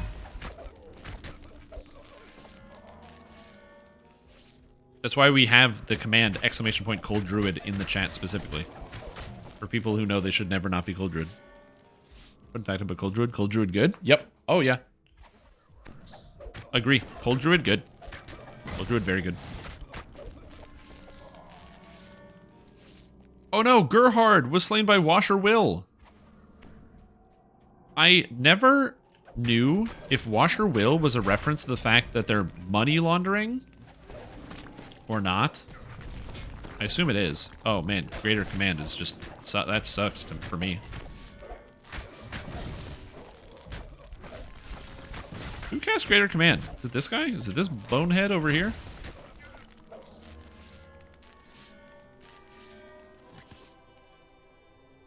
Yes, Cold Druid and Sorcerer and Alchemist are all fine. It's the other casters that were using that to prop them up. Like, admittedly, like, I was using Lightning Dragon Breath on my Wizard, because it's good.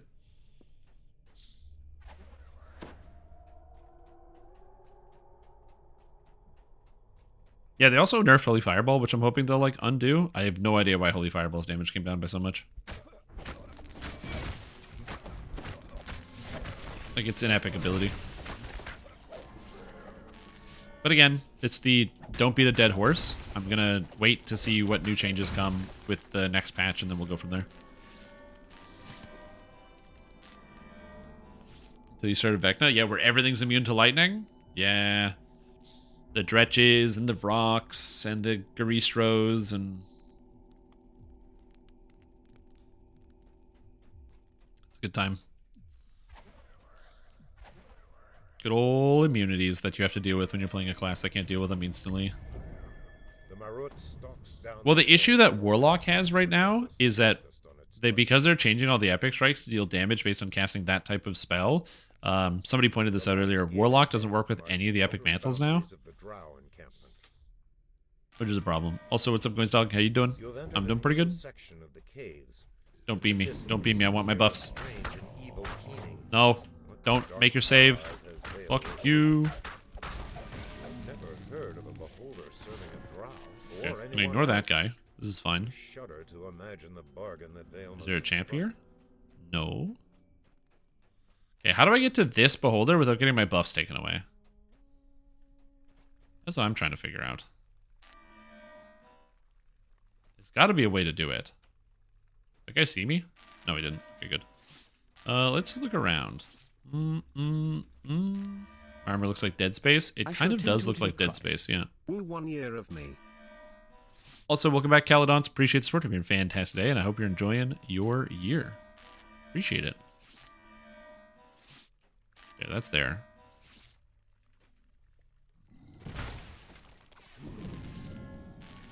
Okay, I wonder if I can just kind of skirt around here. How did that not hit him?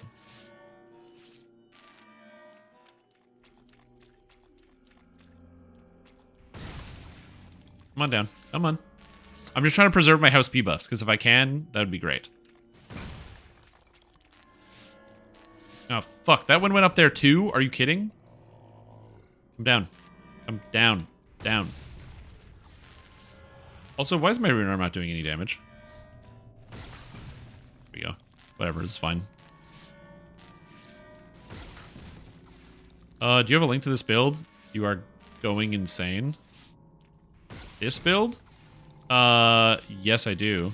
It is... I'm just updating it. So this... The reason why the stream is called... I already lost my buffs anyway, whatever. So get them. The reason why the stream is titled Maverick Hunter Redux is because I've already played the Maverick Hunter before.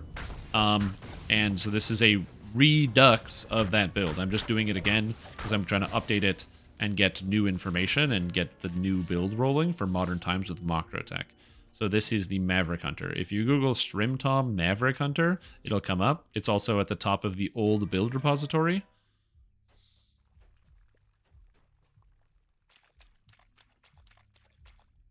The whole point of this is to update it and give it a fresh coat of paint. The old one is using the new Epic Destinies, but it's just not using the Macro Tech, which came out this year. So I wanted to update it and put that in there.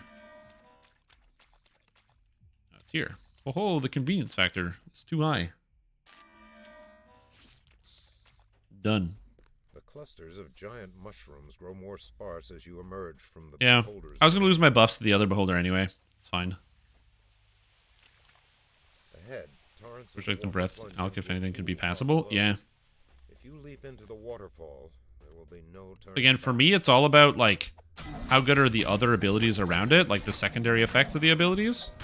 That's really what kind of sells it for me. And a lot of cases, the other abilities are not good.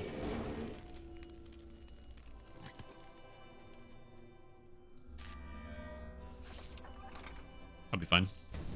DDO before learning of the Dragon Lord archetype, so I'm eating like a king. Yeah, Dragon Lord archetype. A geyser I gotta say blasts this. water into the air nearby. It's It looks rad as enough hell. to lift a heavy weight. I like basically everything about it. It's super good. The thing about Dragon Lord is that you have to understand it does less damage than regular fighter, but what you get in exchange is so many tools, so much utility. Like the crowd control aspect, the tripping, the new tanking, the fighter-based Ravager. So there's no... You just have a cooldown on your AoE instant kill. I'm going to be honest, I wouldn't be surprised if there was a sizable amount of Ravager Dragon Lords hanging out at level cap, just because if you have 2 of them in a party, every 30 seconds, that full room clear is so good. Visage of Terror is amazing. The Trance Fast Life is way better than the fighter one. I totally disagree, but we can agree to disagree. I think the past life is slightly worse. Okay. Actually, I shouldn't have done what I just did. Let's pull these guys out of this room.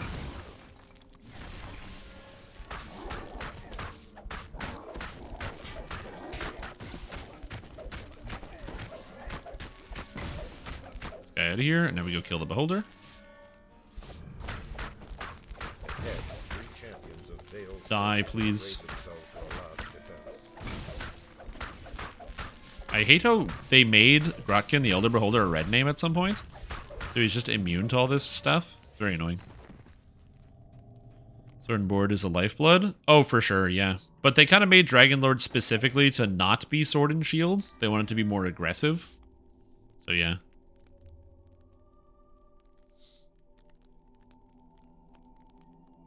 But yeah, the past life for fighter giving +3, if you have all three of them, +3 to hit and +3 tactics DCs, especially since hit chance is a major barrier to entry for a lot of builds when it comes to getting towards the end game, where a lot of people just can't get their hit chance high enough, is for me a major factor. Okay, so I have that, I have this, I have Sonic Resist, I'm gonna get Cold Resist just in case. I'm Lawful. I didn't even think about that.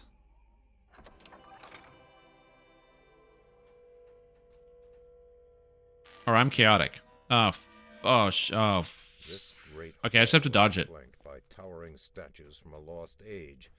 Vale chose a dramatic I don't have Spell Absorb. for her last I'm stand Chaotic. against I can manage that, actually. I can dodge. I can dodge.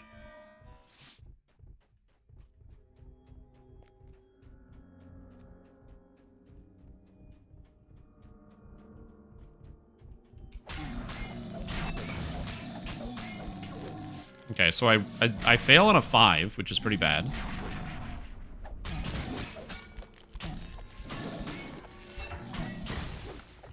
I just have to pay attention to its action timing and when the Order's Wrath comes out, and basically stay full HP in between.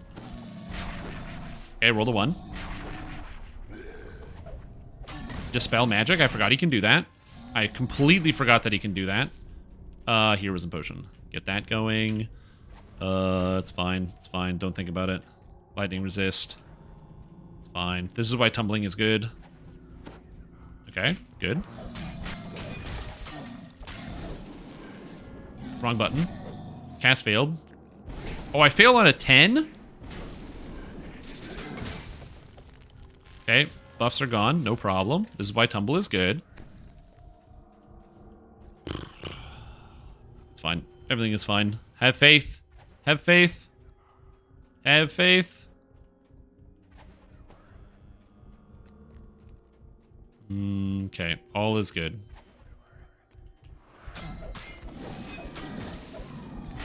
I'm blind, stunned. Can't move. Can't move. Just roll the 1 against stun. Oh, you can't be stunned while stunned at the very least, which is nice.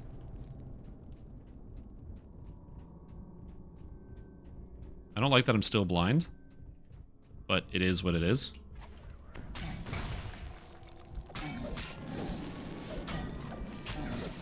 Oh, fuck. Thunder Punch stun before I can get my Rune Arm Blast out. Come on, die, please. Do I get a save against Lightning Blindness, or is it just straight up the whole time I'm blind? I don't know. It's fine. We're good. I hear the footsteps. Oh god, it's like being chased by like Nemesis in Resident Evil or something as he's just stomping towards you. You have destroyed the implacable Marut. Yeah, got him. Vale shouts in triumph. I mean, that was sketchy, but whatever. Why does it have Dispel? I don't know. Taking out Vanguard for the desire of wanting more aggressive fighter but doing less damage than core fighter is weird logic. Yeah.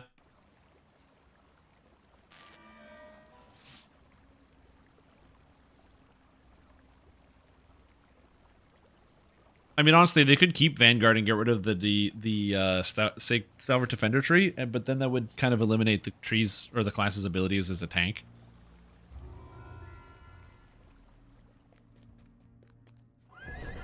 Yes. Also, Kensai has like a shit zillion damage, so that's the other thing too. That's the reason why there's a lot of Kensais out there. A lot of powerful Kensais. It's like 60 melee power, which is pretty good. They gave Dragonlord Mass Hold Monster. You also want damage on top. It's not Mass Hold Monster. Mass Hold Monster doesn't work against undead. Dragonlord's very good, by the way. Dragonlord's really good. I don't know if I've said this today, but Dragonlord is good.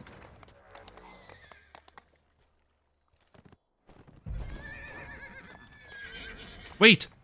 Porygon is out for Community Day Classic? I can get a shiny Porygon? Oh. Fuck. Shiny Porygon. Tomorrow. Oh. And it learns Tri Attack. Oh. Porygon's like one of my favorite Pokemon. Don't look into that. Oh my god. Oh my goodness.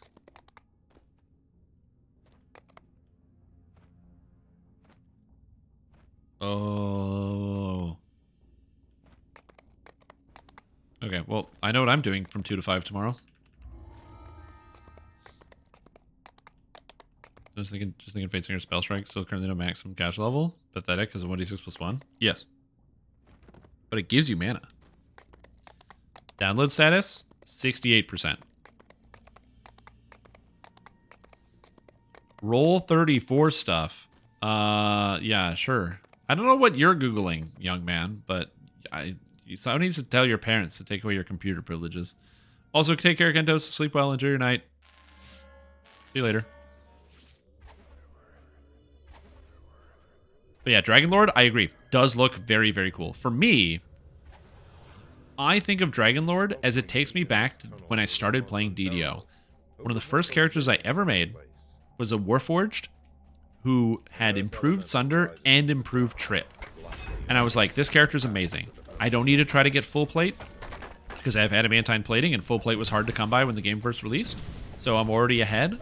And I also don't need to try to get, I can deal with anything. What is there, an Ogre? I can Sunder it, lower its armor class, and then I can hit it with the Trip attack because its armor class is lowered, knock it down, and then my allies can beat it up. And it was a very satisfying experience, and I really loved that character. But the problem is, it just didn't have, like, the volume, because, like, what do you do when you can only trip one monster, but there's 3 ogres, right? So consider a quest, like an early quest like Red Willow Ruins. There's that section where you have to fight like 10 trolls at the same time. Well, what do you do when you have to fight all the trolls at the same time? I can't trip them all. Unfortunately, that's not an option. But with the new strike through, you can. You can kind of trip them all. And even better, with the 33% cooldown reduction, you actually kind of can hit everybody. It's kind of sick. You've got so much extra crowd control, the utility. It really, to me, is calling back to that like earlier state, if that makes sense, like that those olden days and the ways that I used to feel about it. I was very excited. Does trans help the DC? Oh yeah, oh yeah. The Dragon Lord DCs are going to be off the charts. I had like almost 80 DCs as a first life character without any DC items equipped. At level 20. Level fighter to reincarnate as one once it comes out as a Dragon Lord. Yep. Fighter is also way better than before.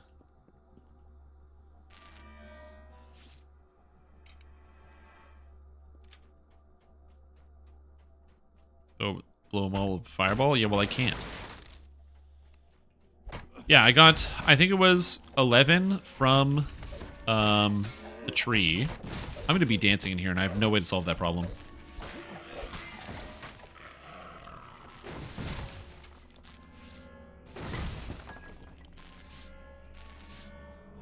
Anyway. There's a way to solve that problem. There's a way to solve that problem. You're stunned. Problem solved. Okay. Oh, this guy. America would solve that problem? True. Yeah, make the fighter a sorcerer. Oh, yeah. True. Shower thought. All trances should be tier 5 abilities. Again, you can fix all the trances in the game by just making them passives instead of active abilities. Because then it gets rid of the snapshotting, and then the trances do what they're supposed to do, which help characters that don't use strength as a main stat catch up to strength. And then the strength main stat is a bit of an outlier, but whatever. How many Mavericks? Right now, I have hunted... 2 Mavericks? Yeah, 2. I'm going on Maverick number 3. Because there's 8 Mavericks, and then you have the Sigma stages, and then you have Sigma. So we're working on it. I don't know if the strike scales of strength. It has a breath in the tree. It has an ability called Dragon's Roar, which is a dragon breath. It's like it's a full frontal stun. It's like one of the best abilities in the whole tree, and it's amazing.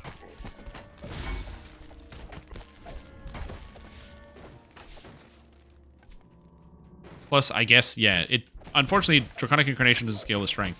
This might be the time that we get them to make Draconic Incarnation scale with strength. I don't think what else has breath DCs on it. I guess if you were to play a Dragonborn, you could also play a Dragonborn using Charisma and scale the breath DCs that way as well. I mean, to be fair, if you do play a Charisma-based Purple Dragon Knight, you could use the Dragon Breath. You shouldn't. It's not a good idea because you have no, like, meta magic feats, no spell powers, no scaling, no quicken. But, like, you know, you could. Like, you need the scaling, but you could.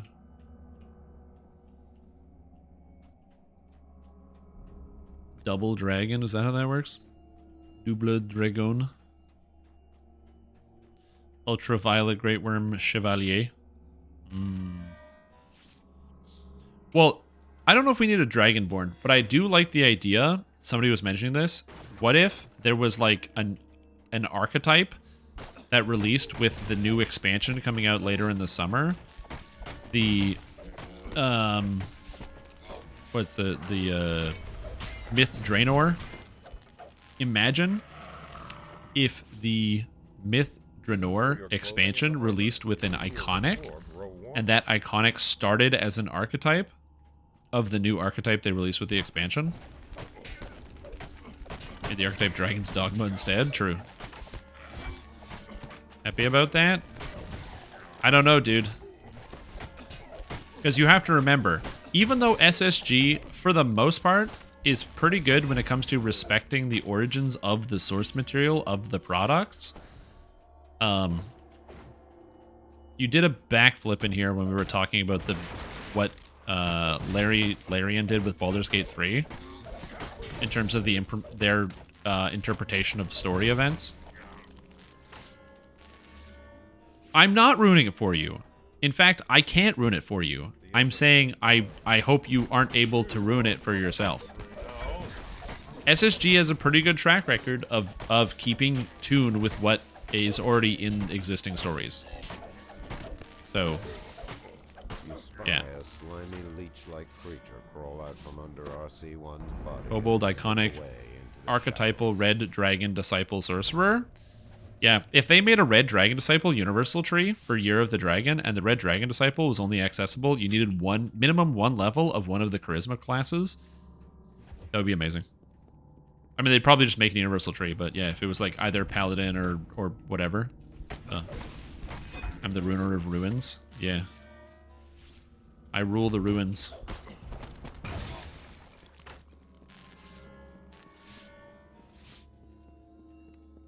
Myth Draenor playable Kobold expansion. I don't think we're going to get Kobold with Myth Draenor, but maybe we will. Also, apparently it's Myth Draenor and not Myth Draenor, but I'm still going to call it Myth Draenor regardless, because it's going to make people upset. And that makes me happy. I like doing that. Yeah, I really don't know anything about it, so I am excited to learn more about the world of Faerun, so I can see what's going on. Apparently it's also pronounced Faerun and not Faerun. Whatever, man. And yeah, I am looking Tron-like. This is the ultimate armor for X. This is Mega Man X's ultimate armor. So I've got the ultimate armor upgrade, and that's why it looks all gold and stuff. I got all 4 pieces. Technically, I don't have the helmet on, but the helmet covers the face, and I don't want that. I have to find something with the right colors to fit. Was it Savants? No, Argent Savant. I've been telling you guys for months and years and decades. Show me your Shoryuken. No, this is the X3 Ultimate Armor. This is the Mega Man X3 Ultimate Armor, the golden one. So I don't have Hadouken or Shoryuken. Wait, did they get Shoryuken in X3? Oh shit, I think it is Shoryuken in X3. Oh. I don't know. Oh! Acidic was slain by an angry bear at level 31. Oh no. It's the third tree. Also a good idea, yeah.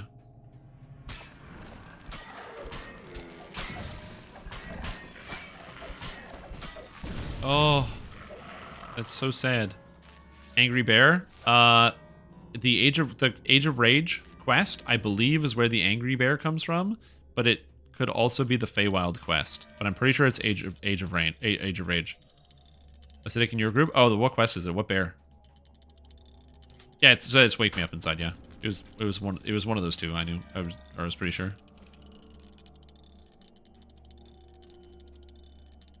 And dwarf, so maybe a dwarf iconic? I mean, I don't know. I heard Mithranor was elf adjacent.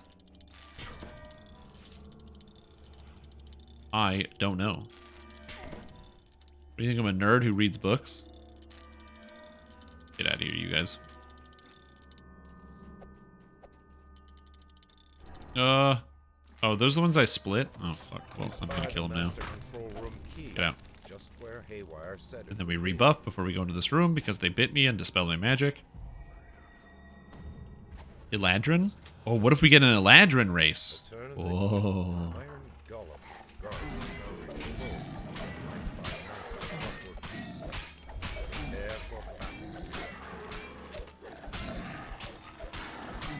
I actually do have a lot of abilities that work really well on constructs. I just didn't take most of them. All I have is Caustic Strike, but I didn't take like Rack Construct or Disable Construct. Also, I failed my poison check and took Constitution damage. That's depressing. A lot of Dwarven dungeons. Very kind of good mobs to make Unholy Blight relevant again. Yeah, I don't think Unholy Blight's ever going to be a good spell to cast, but yeah. By demons and devils, and the elves keep trying to take it back. It's several thousand years of futility. Oh, so wait, what's the Elven City in Baldur's Gate 2 with John? Call me John Irenicus. This complex will self-destruct in 5 minutes. Sol Denesalar, right? Sol Denesalar. Okay, I'm gonna remember that. I'm not gonna remember that. Can't take your city back after several thousand years. Yeah, but these elves live for like a billion years. So to them, several thousand years is like a day and a half. Not even. I don't care. They did go elsewhere to Evermeet? That's good to know. Look at me, I'm learning all this Forgetted Realms lore. But yeah, as far as seeing where it's going to go, do you get Deconstruct? You do, but Deconstruct is a 6th level spell, which you get at level 15. And I'm not level 15 yet. Also, when I get to level 15, anyone know what the first level 6 spell I'm going to take is? No, it's not Deadly Weapons, it's Reconstruct. How could you think it was going to be Deadly Weapons? How could you do this to me? Deadly Weapons? Are you kidding? Been in this hallway when the timer runs out? So the way that this quest works is it doesn't explode. A lot of people think the quest explodes. You're fine. It's just the end. It's just the end of it. You don't die. It's fine. No, it doesn't kill you. It's fine. All that happens, okay, is that a fire jet comes down this hallway. That's it. Just so much better than heal? I totally disagree. I think heal is way better than Reconstruct. I actually wish they would buff Reconstruct so it would do something. Like it would affect some of the stats effect, but yeah. Rumblings from deep Yeah. in the factory reverberate down the corridor. Acheron, eh? I don't have a great way of dealing with this. Or this, really. Oh, hello. 3 minutes until self-destruct. I do like that Shadow Defenses actually works on these creatures because they're not immune to Sunder. Dungeons that ran underneath Mithranor that was interconnected to many subterranean dwellings that were built in the city's non-elven residents. Oh, you're talking about the timer. Oh, because it goes like 6 minutes till self-destruct? I don't know.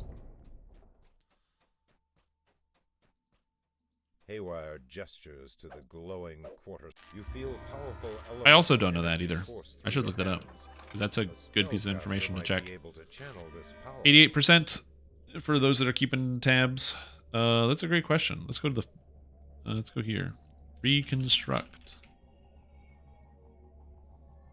Reconstruct. It doesn't say it has it, and I would assume it doesn't have 50% effectiveness, because I don't remember that ever being the case with Reconstruct. Okay, melee hireling. Come here, Mikhail. Mikhail.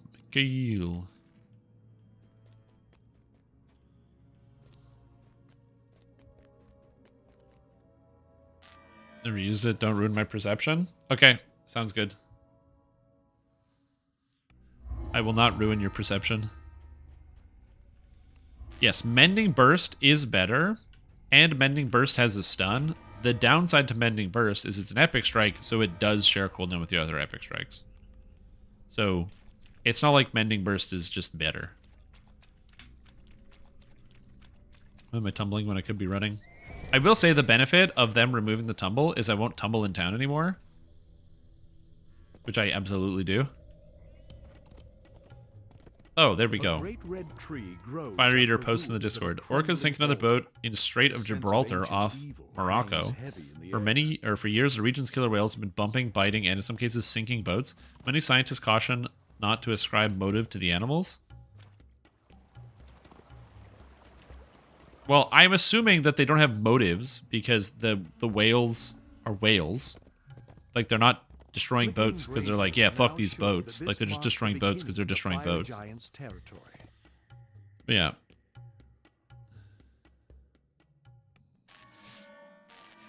That makes the most sense to me. That whales are animals, and their actions aren't random, but they're not like... They're making conscious decisions to take down boats because the boats exist and they are boats. But they're just attacking boats because the boats are there in their territory. Epic Strikes and the Epic Strikes? Yeah, but that's because the Epic Strikes also are competing with Dragon Breath. Like, can you honestly say you've tried to use the Epic Strikes while Dragon Breath has been a thing?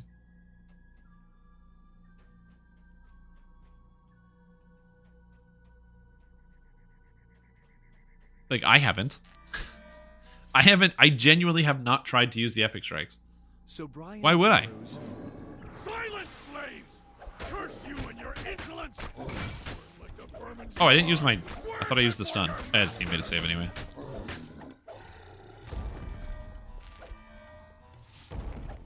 Tried the Sonic one in Phalok. Yeah, Warlock's so rangy, though.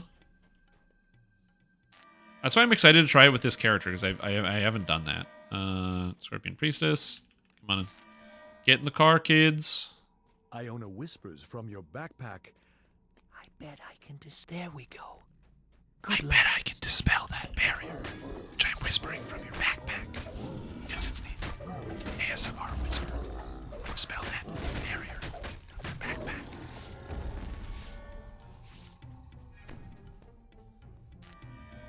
I still don't entirely understand ASMR. Like I understand it from the business perspective of like why people pay for it and why it makes so much money. Like I get that. I totally understand that. Like it's a sex thing, I get it. But like I just don't understand it. Iona whispers. I feel like I missed that in terms of the thing that Iona whispers.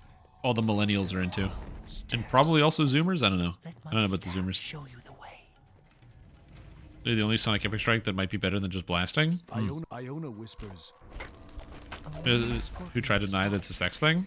Oh yeah, like there definitely are people for people who it's not a sex thing, right? There are definitely going to be groups of people who use ASMR for things that are not a sex thing. But if you're on Twitch and you're watching Twitch ASMR, it's a sex thing.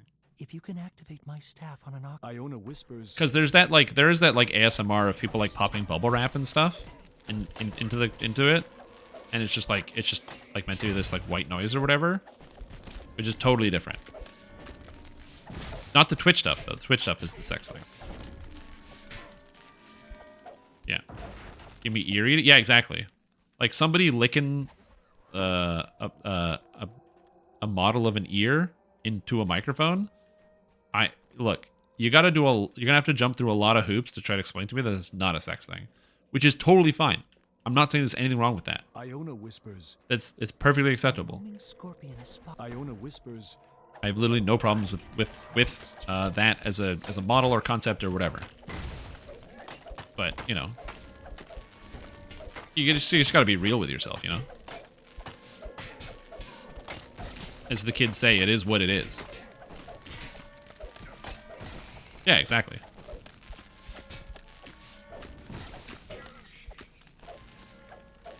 Don't ban me, Twitch. Yeah. No, dude, I'm totally like I'm like 25. Okay, guys, I'm like really Iona old. whispers. Okay, Twitch, if you're listening, I'm old. I just got off the phone with my financial advisor to talk about my 401k. That's how you know I'm old.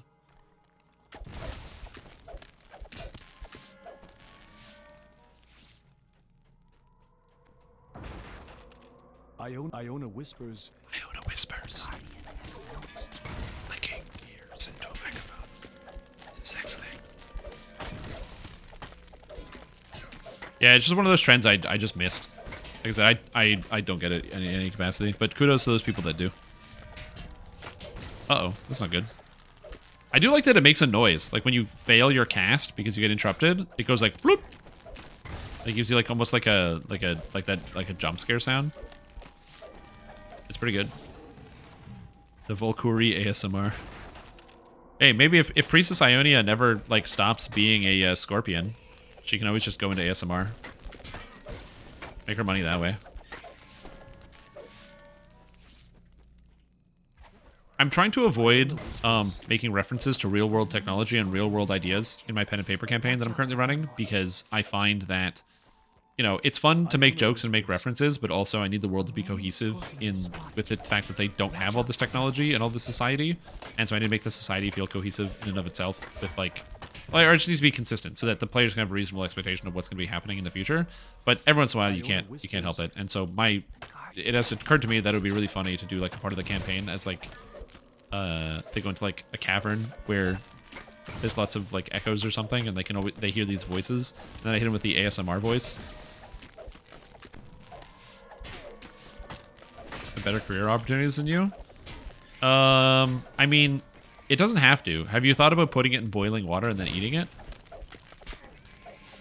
That becomes a career opportunity for both of you. You can both share in that career opportunity.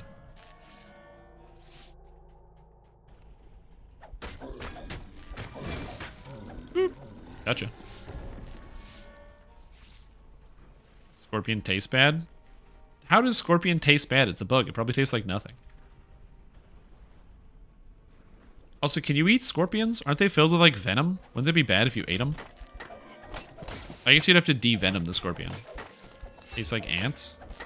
Yeah, but I'm not out here eating ants. I still remember when, in, like, the 2000s, watching, like, cartoons or TV shows or whatever, or news broadcasts, and they talk about how, like, you know, ant and bug protein is, like, the protein of the future, and people are doing, like, grasshopper protein and all that, and as far as I know, that hasn't materialized as like a stable form of protein usage in North America. I mean, who knows? Maybe the Beyond Meat's all grasshoppers, or maybe all the McDonald's burgers are made out of grasshoppers and I never knew it, but yeah. For centuries. Crazy expensive, but it's bugs. How are bugs expensive? They're free. They're outside. You literally need spray to get rid of them, because there's so many of them, because they're so intrusive. Iona whispers. Payment monthly mortgage about groceries. Holy heckles, food is expensive. Yep. Behold the claw of Vulcan. That's what we all do as grown-ups. We just complain about taxes. You party enter a room, and the broken or magical rune that repeats, Iona whispers. New economy of scale on the supply side, because nobody would buy it all, which also makes sense. Oat milk is expensive, but super easy to make. Well, yeah, because I don't know how to make it, and to learn how to make it, I have to watch a YouTube video. And then I probably have to buy, like, a jar. And that is so much more work than I want to put into it, when instead I can just buy it for $13 at the grocery store. It's way easier that way. A forest of huge mushrooms reaches up to the sky. The toadstools It's a per gram of have grown to a protein as whey gigantic protein. size. Yeah, I guess that makes sense. There's no economy for it. Well, it's the same thing in like...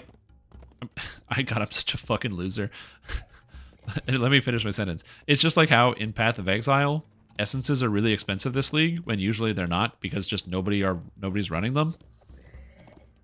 So even though they're really easy to get, people just aren't running it. Same thing with the Alva temples, where the corruption temples are really expensive, but they're not expensive, and I could literally get one every 3 maps. But it's just because people aren't running them, so they sell for a lot. Sahagin God, I'm such a loser. of the ziggurat. You understand the real economy? No, I understand the Path of Exile economy. Inside the ancient structure, giant magical barriers enclose this space, and the area beyond. How do you milk oats? They aren't mammals. Well, you gotta look closer. Inside this room. Remember, anything's a mammal if you try hard enough. Arthropods, they can get huge. Yeah, you get big ass scorpions and big ass spiders.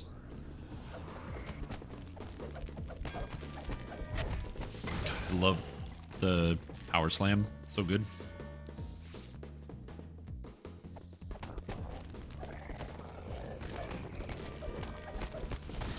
Alright, so since it's very easy, Narasouth, you should be able to do it while holding my attention span because it's easy. Explain the process of making oat milk. It's super easy to make. You should be able to get it into Twitch chat. Because if you can't throw that recipe into Twitch chat, it's not super easy. It's too complicated. 4 steps. Oh god. Okay. All right. 4 steps. Oats. Well, no. I don't know where to go.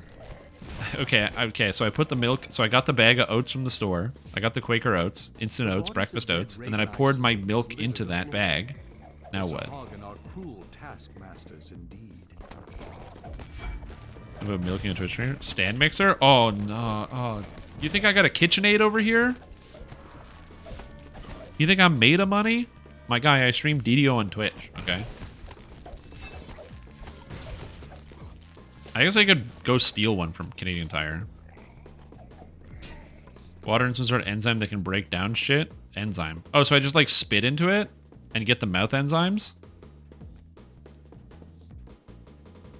That could work. Is that how it works? They just go and at these factories, they get a bunch of workers to spit into a bowl and then they pour the oats in?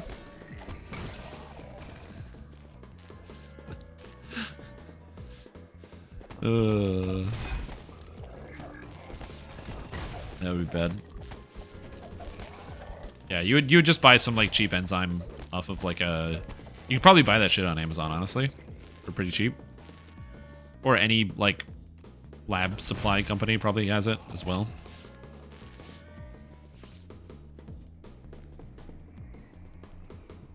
The switch that controls the magical barriers is nearby, guarded by several fierce Sahagin.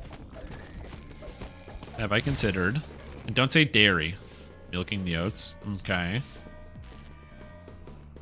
That's how you milk them. But you gotta turn them into milk. Why did he go over there? Whatever, I don't care.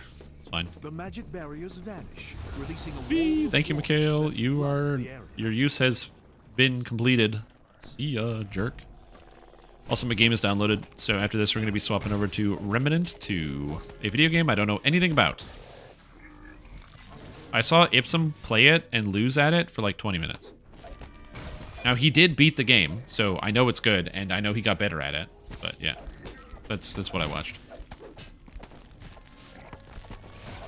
But to be fair, I've also heard that the game is kind of hard. Poorly run off my shitty drive. Yeah, by the way, you're getting the same treatment that the same thing I did to Howie Doin when he bet on the fact that Lost Ark was going to download quickly, but then I accidentally didn't put it on the M2 drive because I'm stupid and I actually intended to put it on the M2. I just clicked the wrong one.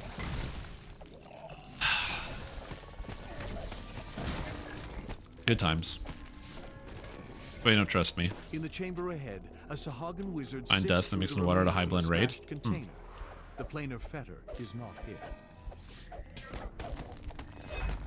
No idea. in making a Vanguard warrior while playing Dragonborn, so I'm just slinging together what looks good.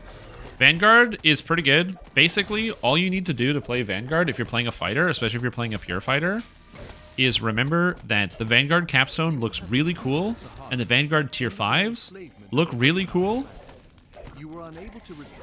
but they're not as good as the Kensai ones, even on a Vanguard. So you usually go like 31 points in the Vanguard tree and 41 in Kensai. I'm explaining oat milk to a DDO streamer at midnight. Because you've lost control of your life.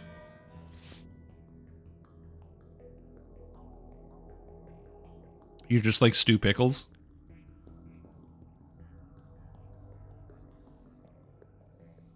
So I was playing on it. It was hard for me, but I think it'll be good for you. Sounds good. All right, you want me to play on veteran? You got it. So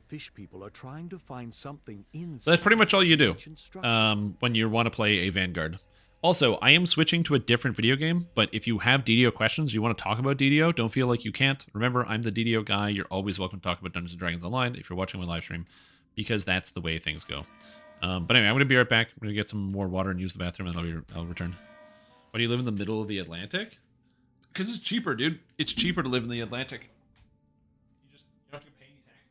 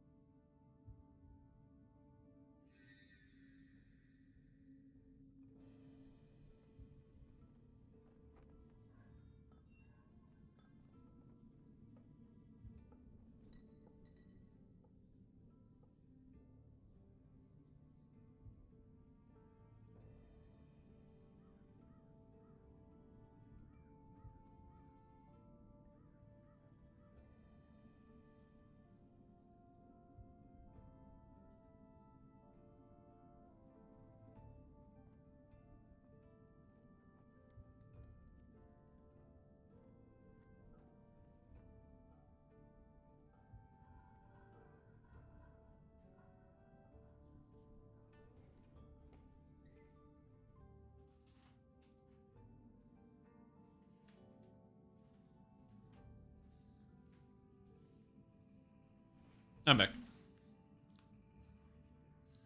Also, the other thing, remember, and yeah, it's 1.5 hours. The island there is 1.5 hours. The other thing you have to remember as well about living in the ocean, if you are planning on living in the Atlantic Ocean, the upside, no taxes. And you could have boat living, which is kind of cool. Downside, the killer whales will try to destroy your boat. So be careful about that. Just watch out for the orcas. They're coming for your boat, man. I'm in denial and game pretending I'm there. Yeah, exactly. They're from Washington, 7 o'clock. Oh my god. It's crazy to be on North America and you're so far apart in terms of time zone. That's actually kind of nutty. It's nutty. Oat milky. Oat milk nutty. I don't know what I'm talking about. I'm tired. Okay, so let's go to Remnant 2. Remnant 2. There are 214 viewers, and now there's almost 300. I haven't ran this game before, so it's probably going to be really fucking loud. So just keep that in mind. It's probably going to be really loud. I'm just going to put this here until I get this screen sorted out. It's loading. Yo, what's up, Wolfen? How you doing?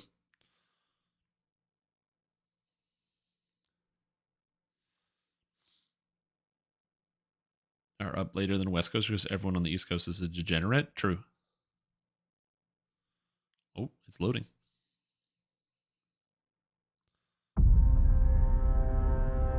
It loaded. I should also probably put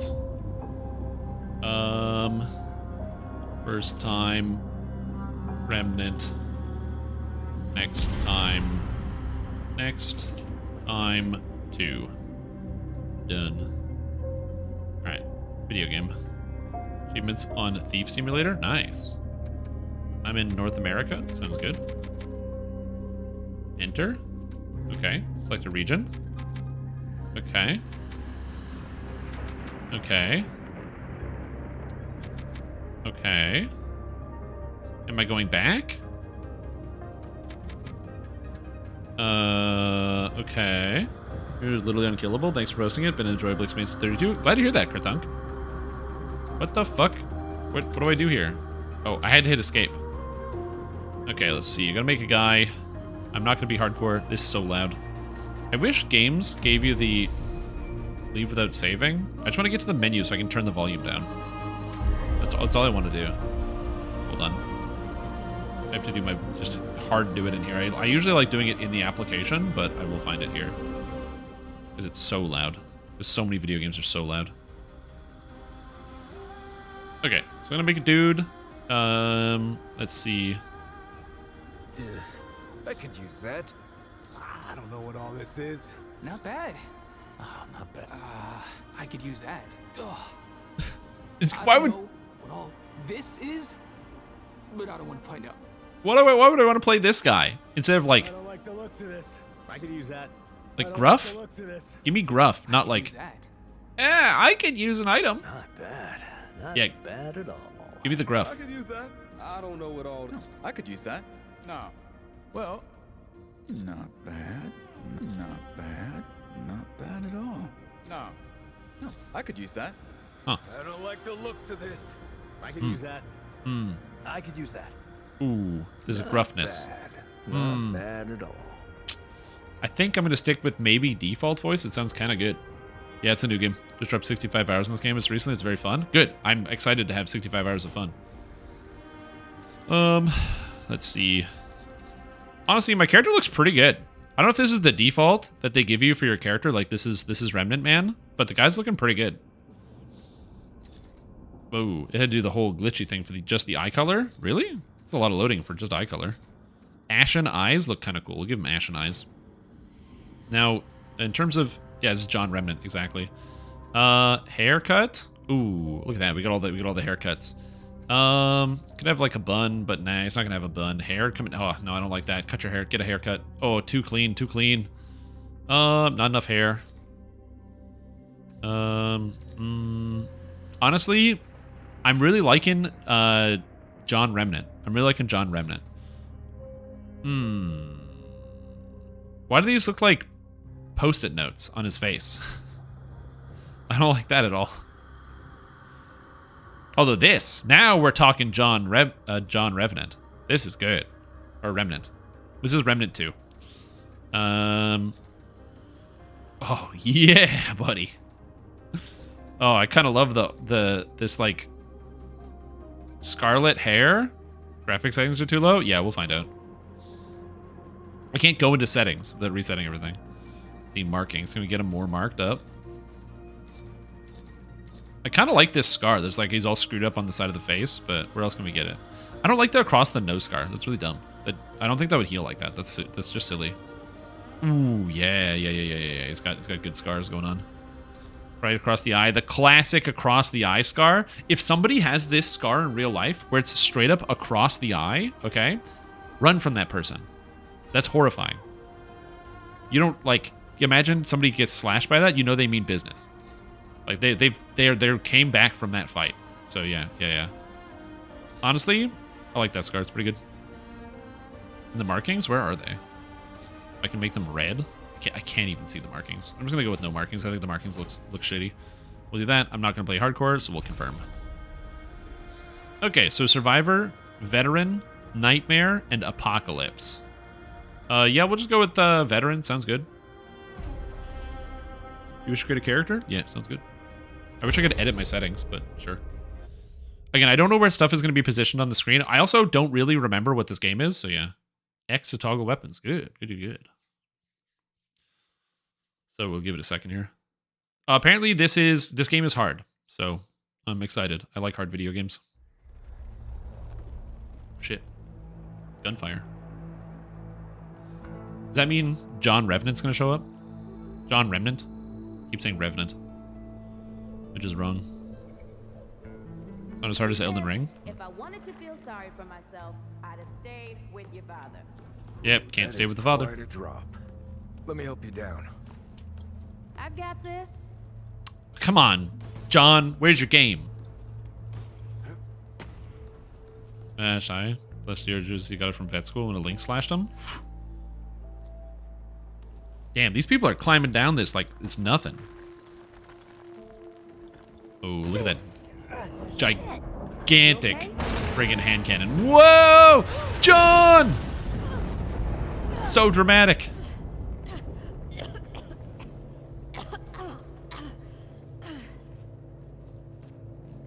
Holy moly. That's 3. What? Oh, please. No, you can't count when you save somebody's life when you live in the apocalypse. It's gotta, you gotta walk it off. Foot. What? Wait, what happened to my foot? What if my mom hadn't taught me to dress a wound? Wait, does my guy not know how to dress a wound? Fine. 2 times then. The sinkhole. And I've got a limp? Ooh, but I got armor. That's kind of sick. Hey, let me see that. Wait, is she also injured? It's nothing. Wait. Hey, I'm fine. Whoa, she's like infected, dude. Even just admit we're friends already. This is not I don't know what's going on. Let me see. All right. It's getting worse. Can you fix it, John? Listen, it ain't broken or bleeding. It'll calm down. It always does. I don't know anything about this video game, so I assume that people get infected and that's bad. Kid said the ward was this way. All right, let's go. Oh, do I get to play? Oh, I'm in the game. It's me. It's me, John Remnant. All right, hold on. Let's go to options real quick. Okay, windowed full screen is fine. Motion blur off. I love motion blur off. That's great. My settings are on ultra, dude. I don't know what you're talking about. You're like, oh, your thing looks bad? I don't know what you're talking about. Look at that. Okay. Audio, please, master. There we go. Put this down to like 30. We'll see how it goes. Gameplay, I don't care. Controls, I'll figure it out as we go. All right, cool. Maybe when you choose your class, it's just your starting class. You can unlock the rest later. Ah, good to know. Okay, so where would be a good place to put the camera? Where are things currently? So we're going to put me here. I'm going to put me a little smaller, probably. Which seems better. And I'll just move this a little bit, so I'm a bit more central, which is good. And chat, you guys are down there. It seems fine. My health bar's down at the bottom. I got a healthy limp. Yo, my guy has a gun? Shoot. I don't have any buttons I can use yet. You ever hear about the North Pole? North Pole. That's where Santa lives, dude. Yeah, like this ward. Old white guy founds it. Food and fresh water, everyone gets along. That's not what the North Pole is. These people have bad lessons. It's probably just a couple of old timers holed up underground. I just hope they got a few supplies for trade. Otherwise, we won't last much longer out here. Well, yeah, dude, with my limp, I'm not going anywhere. If the zombies come, I don't know if there's zombies in this game. You think people actually live like this? Fulton's original blend. Oh, coffee? Oh, yo. I'm not sure. Yo, we can use a cup of coffee. Fulton's original blend, but I never seen nobody that happy before. Not in real life. Yo, these people have sad, sad lives. I don't know how long it's been since the Omega Apocalypse, but, you know. Oh, is my foot fixed? Now I can go faster? Nice! Cool. I love when you heal during intro cutscenes. Okay, so shift is sprint, because it's a video game. Oh! I can't jump, but I can dodge roll? Let's go. Okay, I thought I could jump. Also, I don't know if I should play this as like with controller or on PC. I'm not sure, but I'm currently playing it on PC, so we'll see. Bottom left is probably fine. Yeah. Yeah, shift to sprint. Yeah, exactly. It's just like DDO. Whoa. Hold on. Yeah, I gotta play DDO. Well, we got it. Yeah, this is just the fastest way to move. Okay, this is optimal movement.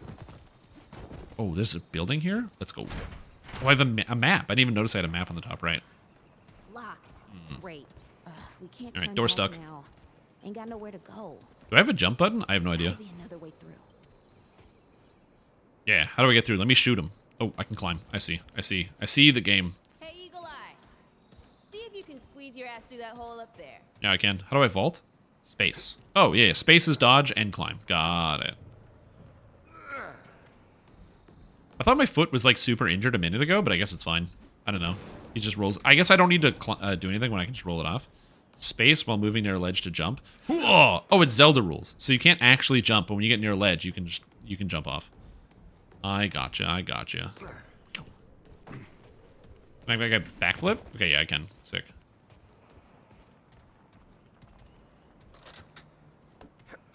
I don't even know how this door would still be locked in the Ultra Apocalypse, but whatever. Is that a monster can of... Oh, it's not monster. It's just a bunch of yellow lines. I thought it was monster energy drink. You just standing dodge? Oh! Oh, so if like I'm shooting and then giant zombie comes after me, I can be like, whoa! Just back up. Or I can do this, which is also fine. Hey, look at this. Yeah. These poor bastards. Oh, corpses! Oh, these guys got wrecked! Blood root? What's that? Can't let Did it it go eat? to waste. Okay. Use it on that bum ankle of yours. Okay. Help me, Ned. Blood root. So I press 2, Hey, come on. Let's get some distance. and he between us. shot. Whoa, my guy just ate it? Does it grow out of their corpses? Honestly, if there's items that are growing out of people's corpses, that reminds me of Code Vein, where the same thing happens as well. And he just eats it like it's nothing. Come on, you guys. Open the door. Melee attacks? I don't even know how to melee. It's gonna be something where it's like V is melee. Or something silly. Items. I assume that exploration is a good idea in this game, so I'm trying to make sure I explore every room so I don't like miss out on things. But yeah, try left click. Oh! If I don't have a gun equipped. Got it. Yeah, there we go. Oh! Take that. Ooh. Take that, ancient technology. You're nothing compared to me. You can only shoot while aimed down sight. Ah, but I have gun in hand. Oh, okay, then it puts it away. Yeah. Character was sort of a vampire thing? Oh, 100%. Oh, but I assume that this lady's infected with some type of zombie disease, so she's vampire adjacent. Like, that makes sense to me. I wouldn't be surprised if under my guy's giant jacket, he's like all infected the entire way down. Dodging and sprinting depletes your stamina while in combat. Good. I like it when games do that, so it depletes it in combat, but it doesn't deplete it out of combat. Excuse me, I can clearly climb where there's no barbed wire. Dude, you can't climb a fence? Holy Christ. My guy losing to a fence. Whatever. Guess I'm not supposed to go this way. Beat the last boss melee only? Fist him, man. Alright. Ooh, this looks good. This is bad with a side of broccoli. Okay, is it? I don't know. Something my ma used to say. Oh, they don't have broccoli anymore. Do these people not need to eat vegetables? I don't know what's going up with this. It's kind of spooky. It's giving me very Last of Us vibes because of the whole, like, you know, companion sort of thing where you have somebody with you who's, like, doing whatever. So it's doing that.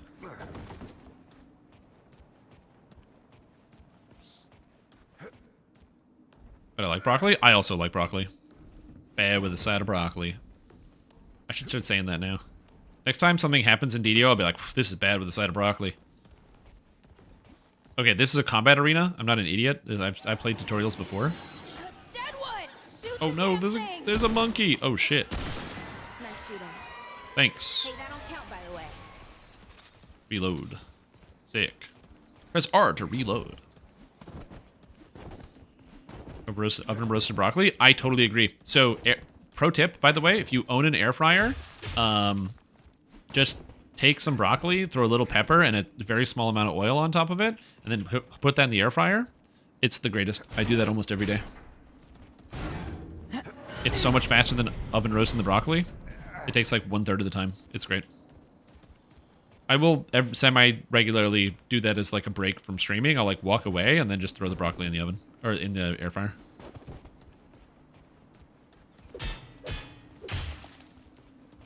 Oh yeah. I can't get through any of these doors, dude. Linear hallways. Let's go tutorial.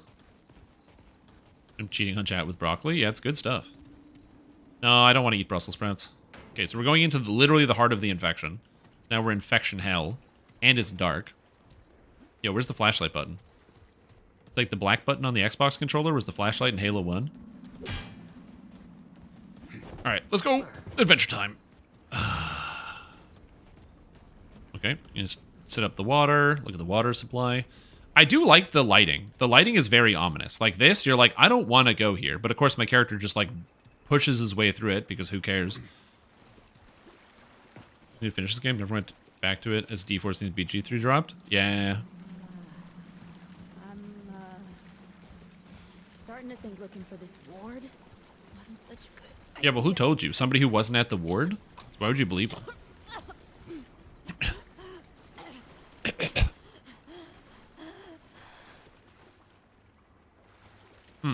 That's good. She's turning into a zombie. I'm gonna have to blow her head off. Again, I don't know if there's zombies in this game, but I don't know anything about it. But just she's got an infection, so she's gonna become a zombie. Are there jump scares in this game? Is this a scary video game where I'm gonna go around a corner and some monster's gonna get me? Oh my god, the most combat arena I've ever seen in my life. Oh my god. They're coming out of the walls.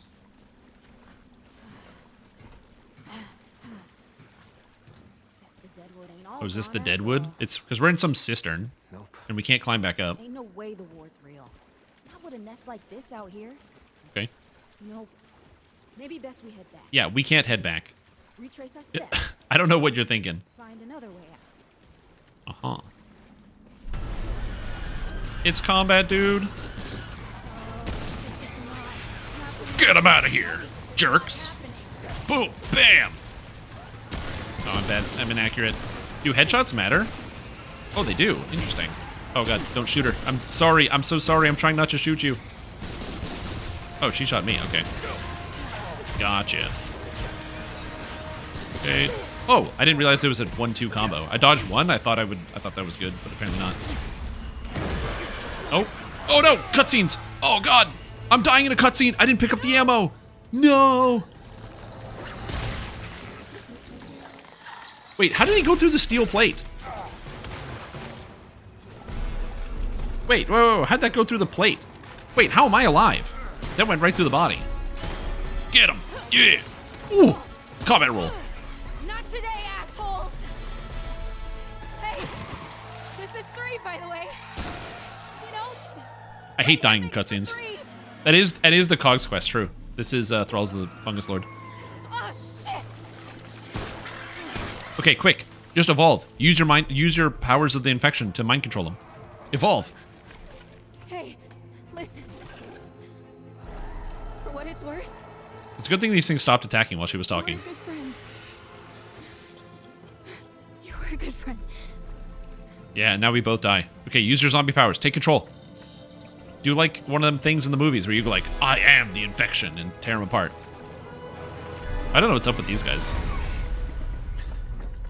Doing the first fight you were supposed to lose and it gave you an achievement? I like it when games do that.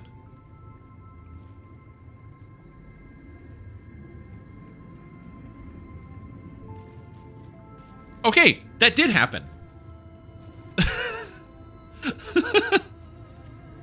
I don't know if one of them did it, but that's usually what happens, is when they're about to lose and then the person with the infection realizes they can control it or something. Yeah, it's her. It's okay. You're safe. Whoa. Ooh. Hold up. We're friends. We're here to help. Can't hold this forever, Bo. Oh, she's got psychic powers. Oh, it's her. Man, I want psychic powers. I want to be a wizard.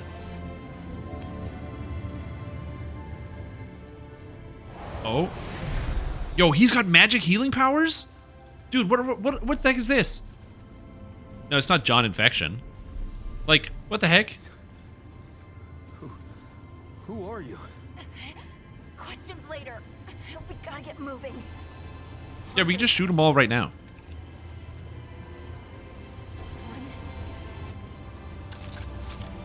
Okay, shoot him. Jump. Ah!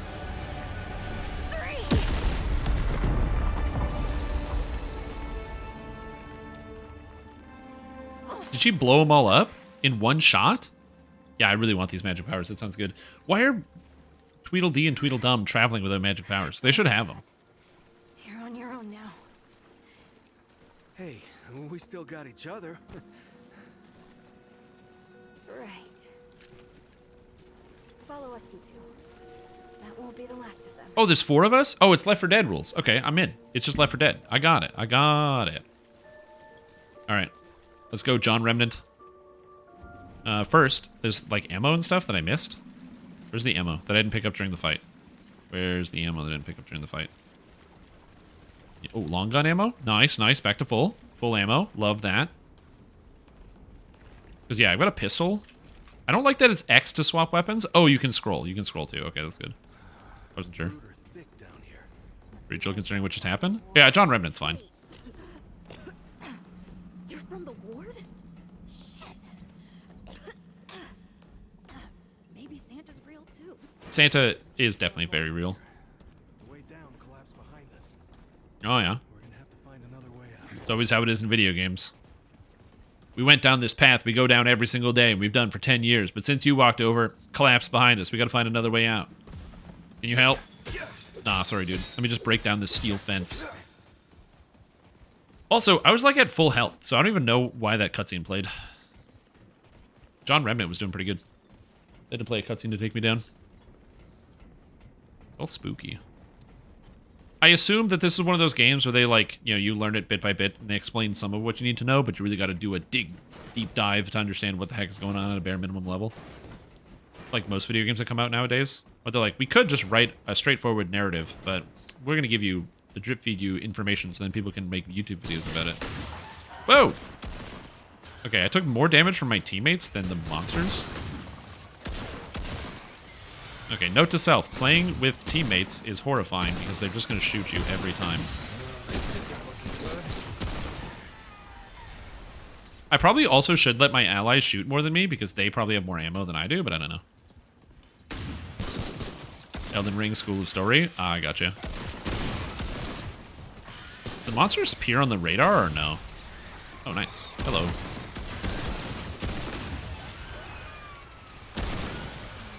To be fair, they did that in the first game as well years ago. Oh, yeah, yeah, there's nothing wrong. I don't have an issue with that. It's just, it's a very common, like, storytelling here. Ooh, scrap. Now I can build a suit in a cave with a box of scraps. I don't know if I can make an Iron Man style mech suit, but I got the scrap now. I might not be Tony Stark, but John Remnant is not a bad shot over here. No, I'm John Remnant, but we're getting there. I'm mildly worried that I'm going to run out of ammunition. Except I'm just getting shot by my teammates, so I'm going to get out of here. Get him, team. Oh, got ammo? Oh, I'm back to full. Okay. I was like mildly worried about running out of ammo, but now I guess it's not a problem. Although, I also have the pistol. I don't know how much damage the pistol does. I should try it out to see. 55 on long gun, something else. I don't know if enemies have armor and damage reductions. They don't take full damage from stuff. Or if you get upgrades, damage increases. How damage works, monsters, monster types, that they do monster scaling, where monsters do have different stats at different parts of the game, but they're the same monsters, which I hate when video games do that. Will I miss the story and call it bad if they skipped all the dialogue and cutscenes? Oh, yeah. No. I don't have an issue with that. Well, too, also, I like watching 2-hour YouTube videos. So every time I play a Souls-style game, I get, like, a bunch of 2-hour YouTube videos to watch. Oh, is there something here? Are they coming for John?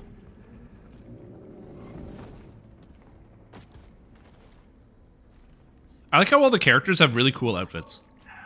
But they won't lay down without a fight. Like, every character is very cool. Holy fuck-a-roly. What the hell is this? Oh, John. Oh, God, John. Oh, John, dodge. Okay. Oh, that's fast. Oh, hello. Oh, this is spooky.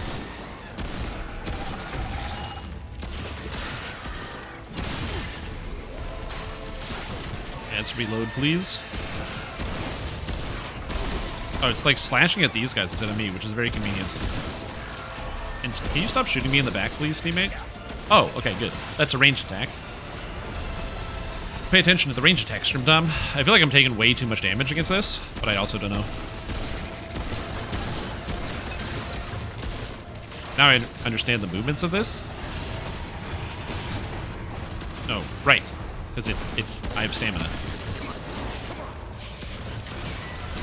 Oh, right. Reload. And shoot the thing.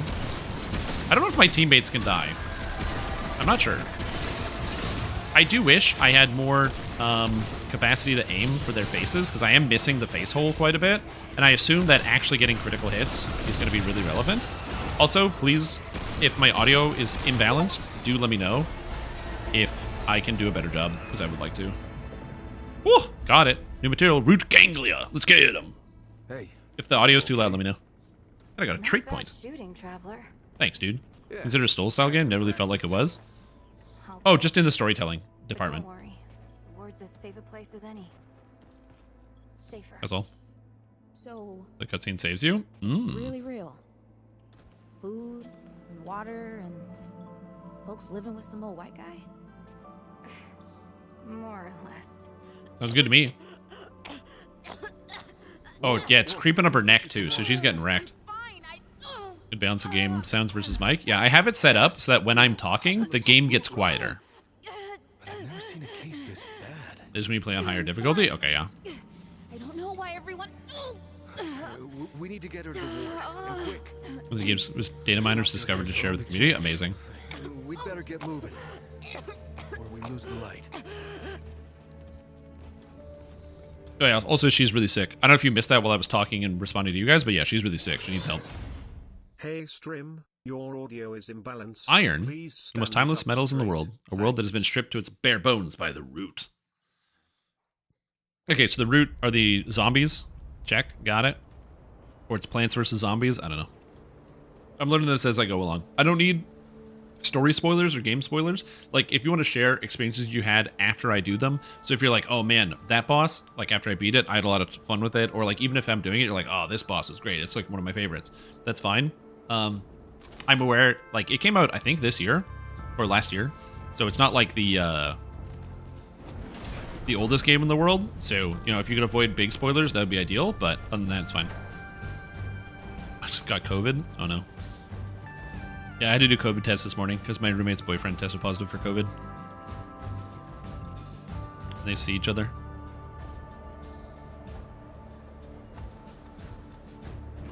All right, we did it. We made it to Megaton. Yeah. This is Wriggler. Call me Riggs. Yo, what's up, Riggs? It's me, John Remnant. Don't worry, friend. We'll take good care of her. Okay, cool. Welcome. This gamer telling you where secrets are, puzzle solutions. Nice. Don't worry. Riggs is right. She'll be fine. Yo, take an aspirin. You okay? Just a headache. Hey, Yeah, she needs an aspirin. Clementine. Let me get you some water. I'm fine. Oh, you're not fine. You need rest. Bo. Bo. Don't treat me like a little kid. I'm like He's the 40. world's mayor. Thinks that puts him in charge of everything and everyone. Listen, I'm gonna check in with Ford, and then I'll get some rest. Okay? I've been through a This lot guy's of the this, mayor? you know. How is the mayor out shooting people? Sure, whatever. So, Traveler, your friend will be fine. I'm Bo Ward, and this is Ward 13. Bo Ward, and he's the mayor? Wow, he was born to be the mayor. And all, but the road's still a dangerous place. What were you two doing out there? The route's dwindling. I don't know what that means. Where I came from wasn't safe. Heard the bad places. We're looking for you, actually, for this For ward. the ward? Really? Huh. I didn't know anybody knew what we were doing Yep, here. that's what I was doing. That's what We that's what she said. We've been cut off from the world for so long that... Well, I'm surprised people know about us outside the gate. Feels kind of nice, actually. Hey, Yeah, ask you guys got a around nice if you setup. need something. You got food, water. Oh, start with Ford. I'm sure he'd like to meet you. Yeah, sounds good, man. I will. I have a trade point. I gotta talk to Ford as my quest. Oh, Traveler. How's everything? Oh, traveler. Oh, nice. I can talk to this guy. Let's see. We appreciate you saving us out there. I'm just glad we got to you. I do appreciate it. I'm gonna go through all the dialogue trees. It is what it is. Stirred up quite a deadwood nest. Haven't seen that many in one place for a long time. Yeah, how'd you know where to find us? Oh, Great question. That was Wally. He gave us a heads up someone was coming. Then Clementine The was items the can one be that found inspected? her. Okay. They got a kind of a root sense, I guess. And we figured where there were root gatherings, someone was likely to be in trouble. And there you were. Yeah, what's a No, root no, sense? That was something else. Hmm. Clementine, she's amazing, but she carries a lot on her own. Yeah, she's literally I psychic. don't know what all she sees, but we She's worry gonna be about like the her, final so- boss or something, where she's like, I am the root. I guess. I used to guard the old ward some 20 years ago.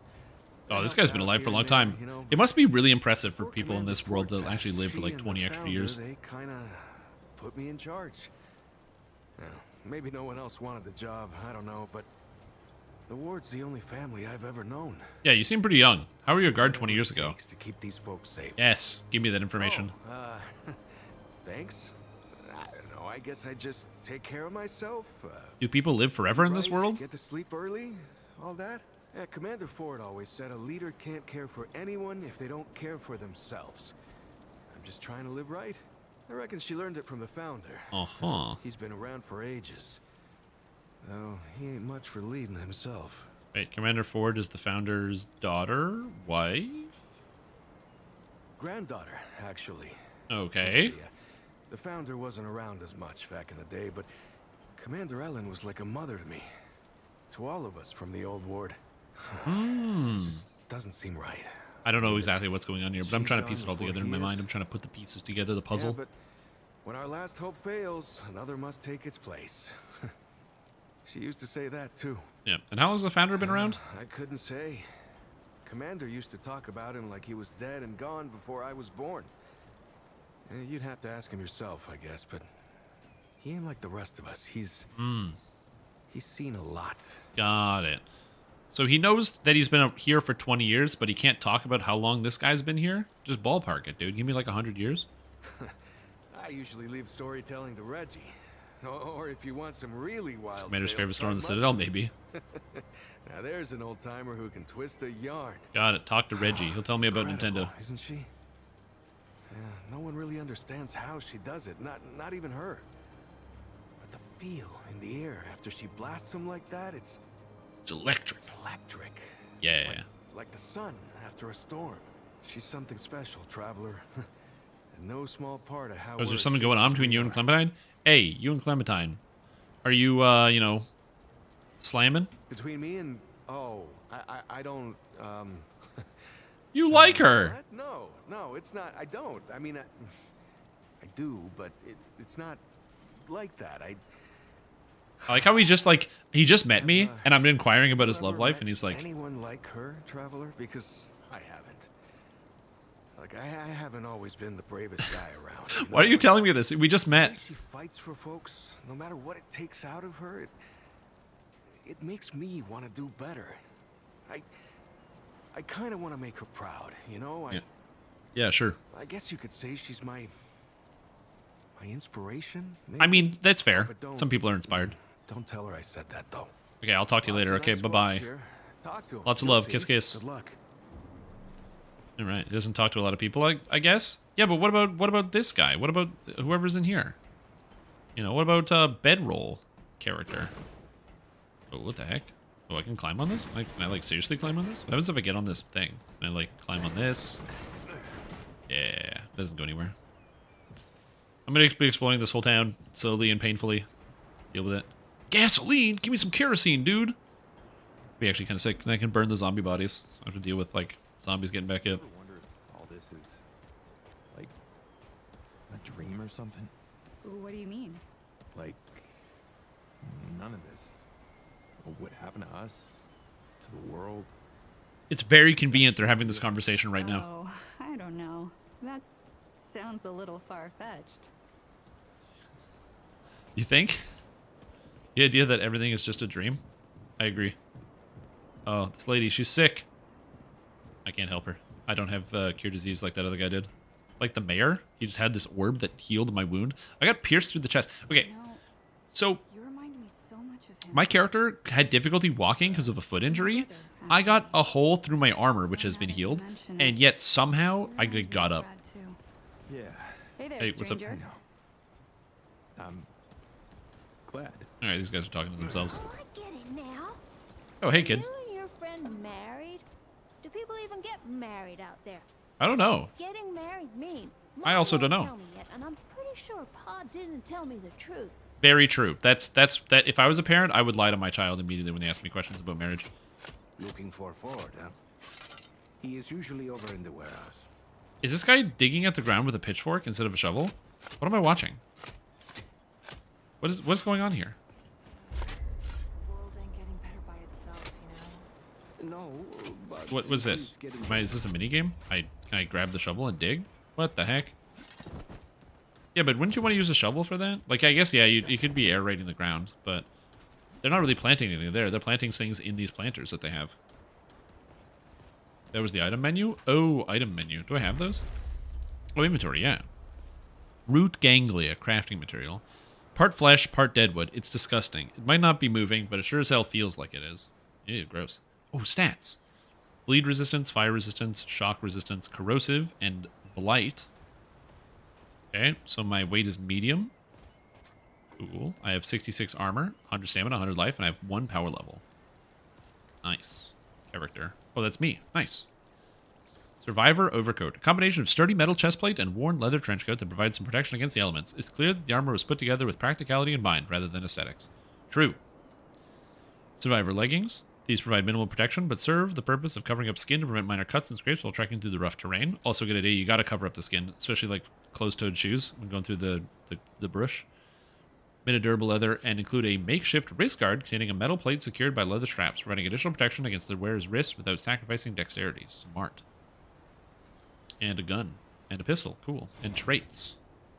So I have 1 trait point. So I can get health, stamina, mod power generation, and skill cooldown. Well, I don't know what any of these things do except for this one, so vigor it is. Because I'm gonna commit changes. Yeah, that's fine. No matter what, I'm always putting points into vigor. So I feel like that's gonna be important. Like this is like no matter what, like even if it's like I decide I don't want to use this stuff, this is the most important one. So that makes the most sense to me. And I have the map. Nice. Alright, let's keep going. Oh, hey, what's up? You should talk to Ford. They don't call him the founder for nothing. Alright. I'll go talk to Ford. So beautiful. Aw, damn. HP best stats, pretty good. HP prevents you from dying, dude. Hello. Hey, what's up, sick people? Why does she still have her backpack, though? Can't you take the backpack off of her? Wouldn't that make her a lot healthier and happier? I don't often sleep with my backpack on. I don't know about you guys. Yo. I spent so much time flipping through the old medical journals that Grandpa and I scrounged up. I reckon I may as well start one of my own. Maybe in the future someone will dig this up and have an idea of what life was like in Ward 13. That's a nice thought, anyhow. Wow, nice. Sick journal, dude. Jacob came by for a visit while Lily was harvesting the garden. He cut his thumb while tilling the earth, but didn't complain none. He and Lily are something else. I don't know where it would be without that little garden of theirs. It not only brings folks together, but it also has us eating all healthy and gives me lots of good ingredients for my herbal supplements. Best part is they grew more than carrots and tomatoes in that garden. Sprouted up sweet little love story as well. Everyone thought they were loony, hoarding up seeds and dreaming of a garden, but just look at what they've accomplished. 2 folks working together to achieve a shared goal for the good of everyone and find love along the way. Fills my heart with joy just thinking about it. That founder Ford is tough enough to crack, I tell you what. I can tell he's still hurt real bad about losing Ellen. It ain't right burying your own grandkid. Try to get him to open up, offered him something to help him sleep or take the edge off the pain, but he just brushes it off. I can see a world of hurt in those eyes, but he prefers to keep it to himself, and I suppose that's his right. Everyone handles heartache their own way. Those rowdy kiddos scraped themselves up good today, running all over creation, pretending to be mud dogs. One was howling about a broken arm, but it turns out it was just a nasty bruise, thank goodness. It'll heal up in no time. Gotta love their exuberance, but I sure wish they were pretending to be doctors instead of no good bandits. Maybe I should have a chat with Mudtooth about those stories of his. Oh my god, there's so many things. Dwayne came by with an upset stomach. Again, poor thing. Told him if it looks nasty, don't eat it. We got plenty to fill our bellies now. No need to eat some weird bug or rancid piece of meat. Thinks it's a sort of skill to eat anything, but I told him his taste and smell are his body's way of protecting him. Gave him the usual to settle his stomach, but it won't be long before he's back for more. Poor Wally. I feel so bad for that one. Some folks thinks he's a bit touched in the head, but it's not like that. He's just got bad dreams. Always has, as long as I've known him. I bring him some sleepy time tea to try help him every now and then. He humors me, but I have a feeling that tea is just water in the garden, and he never makes it down his throat. Doubt it'd help anyway, but I gotta try. It's my job to help folks here. What am I gonna do with all that Old Mudtooth. He was still as stone in this chair earlier. Sure he was a goner. Then he scared me half to death with the loudest snore I ever heard. I'm just thankful he was okay. Still, when he's dozing off, or when he's not dozing off, he's ladling up that stew of his. I know he's just trying to help, but I don't think folks know what they're getting into with it. Folks who eat too much of it come knocking, feeling like their hearts are beating too fast and they can't sit still. All I can do is give them some nice tea and try to get them distracted and calm down until the effects wear off. That ain't normal stew. You never found this book? Amazing. I'm going to keep going. I swear, I just about took Riggs over my knee and whooped him. The man was suffering from something like pneumonia and kept right working like nothing was wrong. Took him about passing out as his forge for McCabe to let me know that what was what. The two of us practically had to drag him here. Imagine what happened to morale if we lost Riggs. Found a small pile of scrap on my table the next day. He'd never admit it, but I know it was his way of thanking me. He's so dang nice. He gave him scrap. Dude, this book is so long. Are all the books in the game like this? Holy moly. Whispers came through for some throat lozenges today. I always made sure I have some around just for him. He was stabbed in the throat a good while back. Now he can't talk. Has to scribble away on that little chalkboard of his.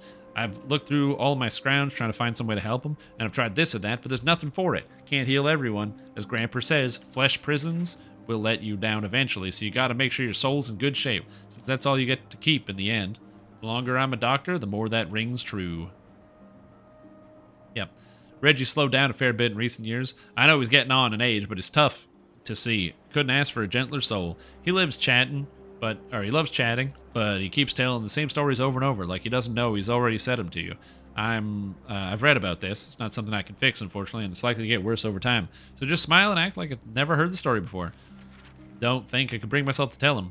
I've heard some of them 100 times already. Anyone callous enough to make Reggie sad doesn't belong in Ward 13. Just like Founder Ford and Bo, our clam ain't aged like normal. There's something to it, but I can't put my finger on it. None of my books can explain something like that. Bo seems to think it's because he takes real good care of himself, but I'm not so sure that tracks. That aside, I can tell Clam is sad. Poor girl carries the weight of the world on her shoulders, and much like Ford, won't let anyone in. Maybe a diary would help. Somewhere to vent the things she doesn't want to share. It's going to keep going, yeah. Had a nice chat with McCabe today. Her joints were aching a bit, so I gave her some salve. She works so hard. She comes off tough, but she's really a sweetheart. She'd kill me if I ever told anyone, so I'll keep it to myself. Dude, it keeps going. He's blood enough, but I don't know what to think about Dwell. He's from, heck, some place I ain't never heard of. He's always talking about some doe and Ravager. Gives me the willies. Still, he's one of us, so I hope if he ever needs me, I can help him in some way. I don't know a thing about pan physiology, so I'm just crossing my fingers it doesn't come up. Heard a rumor that one of our townsfolk is getting jittery and keeps talking about leaving. Hopefully it's just talk. They gotta know they wouldn't last long out there on their own. Our gal Clem can't save everyone who wanders too far outside the walls. I figure I'll try to find it who it is and whip him some anti-anxiety herbs to calm him down. That'll be a mite easier than trying to patch him up if they do try to leave. I did it. I made it the whole way. Oh, you don't have to read the books. You can just do this. Yeah, 14 pages. Got it. Well, thanks, Doc. Who wrote this? Was it you? Hey, you're the newcomer, ain't you? Nora Camarillo. I keep folks alive around here. Oh, is that her journal? You're lucky they found you when they did. Your friend was pretty bad. I got her just in time. Oh, her name is Cass. Nice. She's great. A real spitfire, that one. I'd hang on to her if I were you. All right. Oh, we're not like that. Like what? Listen, I don't care what you two are. I'm just saying, don't lose it, whatever it is. All right, sounds good. That girl's tough, all right. But right now, she needs rest. When she's up and about, I'll make sure you know. I like how we just fought a bunch of monsters, and for some reason, every question is always like, "Oh yeah, are you like related, or like in a relationship?" You seem young for a doctor. What are you trying to say, sunshine? Nothing. I'm impressed. Well, no need for that. You know how a doctor gets good at her craft? Practice? That's it. Same way you get good at anything. Nice. I'm so good at this game. Learn a thing by doing it I didn't over click and the over wrong again. option. For me, that means people who need my help. The more people there are suffering, the better I get at healing them. And Sunshine, I'm the best damn doctor for miles. I have no idea how to track her accent. It's so bizarre. It's like half Southern, half something else. My grandfather, he'd been treating folk his whole life. nearly as long as the root's been around. It's I very started bizarre. assisting Grandpa when I was 5. Dressing wounds, making meds, cutting at the table, you name it. Sounds like a great man. You're operating people at age 5? Simple stuff at first, but yeah. You're old enough to hold the knife, then you're old enough to use it, he said. But how I helped him most was digging through the old hospitals. Even after a century, there's a hell of a lot to find. A century? Okay, good. It's been a century since the collapse of society. What did you find in the ancient hospitals? Tons. The old humans knew a lot about the human body, it turns out. Stuff even Grandpa didn't The know. old humans? Did you know they Interesting. used to be able to replace a man's lungs with someone else's? Or Yes. put a dead man's liver in someone whose liver didn't work anymore? Yep. To think of all the folks Grandpa and I could have saved if we had that kind of know-how. Yeah. I'm surprised there's Plenty anything of left. know to look for. Most of the Is she going to basic tell me that I ones can go get some medical There's supplies? still plenty of specialized tools and ingredients there. Ah, good. It's telling me go check out the old Me and hospitals. my grandfather. What they don't got, but I never found once, is a cure for root rot. That's why so many folks died when the root first showed up. Hmm. Grandpa had to invent a treatment on his The own. root rot. I don't know anything about that, but what? He invented a cure? Not a cure. He probably wasn't the only one. I'm sure others came to the same solutions independently. Uh-huh. What do you do? But after Grandpa figured it out, You just he like traveled do you just as like far as spit he on it could and then and kind of rub the called wound and then everyone it he fixes met. everything? Like I'm not I sure. don't know where he started, but I reckon every treatment within 100 miles of here is derived directly from his work. 100 miles is a You pretty can big thank distance. him that your friend is still alive. Maybe I'll go find Grandpa. How long have you been here? Maybe 10 years back. My ma had died and Grandpa didn't feel safe carting me around the countryside by himself. It turned out Oh wait, since she was City 5. full of scrounge, and Grandpa made a living selling bandages and meds while treating folks for free. I do the same. He even attended the old commander when she passed. Couldn't do much for her except ease her going. The folks around here thanked him for it. Made us Louisiana Cajun accent? Ah, I'm not familiar with that accent. Yeah, what do you sell? Okay, merchants buy items and sell scrap. They have consumables, weapons, and armor. Other merchants can be found within the game selling unique stuff. Okay, so I have 65 scrap, and I can buy all these items. So we got bandage, stops bleeding, restores all gray health. Root rot heals. Okay. Red mud rub extinguishes burning. Okay. Antidote removes corroded and increases acid resistance. Ethereal orb removes overloaded and increases shock resistance, elemental damage. Medic pin. Shiny pin bears a symbol of the time. Procedure symbol computer serving as a reminder of the wearer's dedication to saving lives. It's immaterial. Interesting. I don't know what that's for, but we'll find out later. Might be a flesh prison, but it's your one and only flesh prison. Taking care of it. Flesh prison? See you around. That's not the first person to say flesh prison either in this video game. That's a little bizarre. Hey, what's up? Looking for Ford? He's over in the warehouse. I'm sure he's got something going on. Always does. Always does. She looks in the distance. What the hell are you? What? Oh, it's the guy that can't talk. I'm whispers. Got no speech. Okay. Need protection out there? I sell armor. Oh, yeah. What happened to your voice? I'm gonna make him write so much shit. Stabbed in the neck a long time ago. I already know this one. I already know he got stabbed in the neck. I'll figure it out. I think you've been at Word 13. I really should stop asking this guy questions. Long time now. Left bandit gang. Lady commander took me in. Oh, nice. Yeah. How do you like it? Is this guy really going to write it down every time? People are nice. Food is good. Good life. That's good. Yeah, why'd you leave?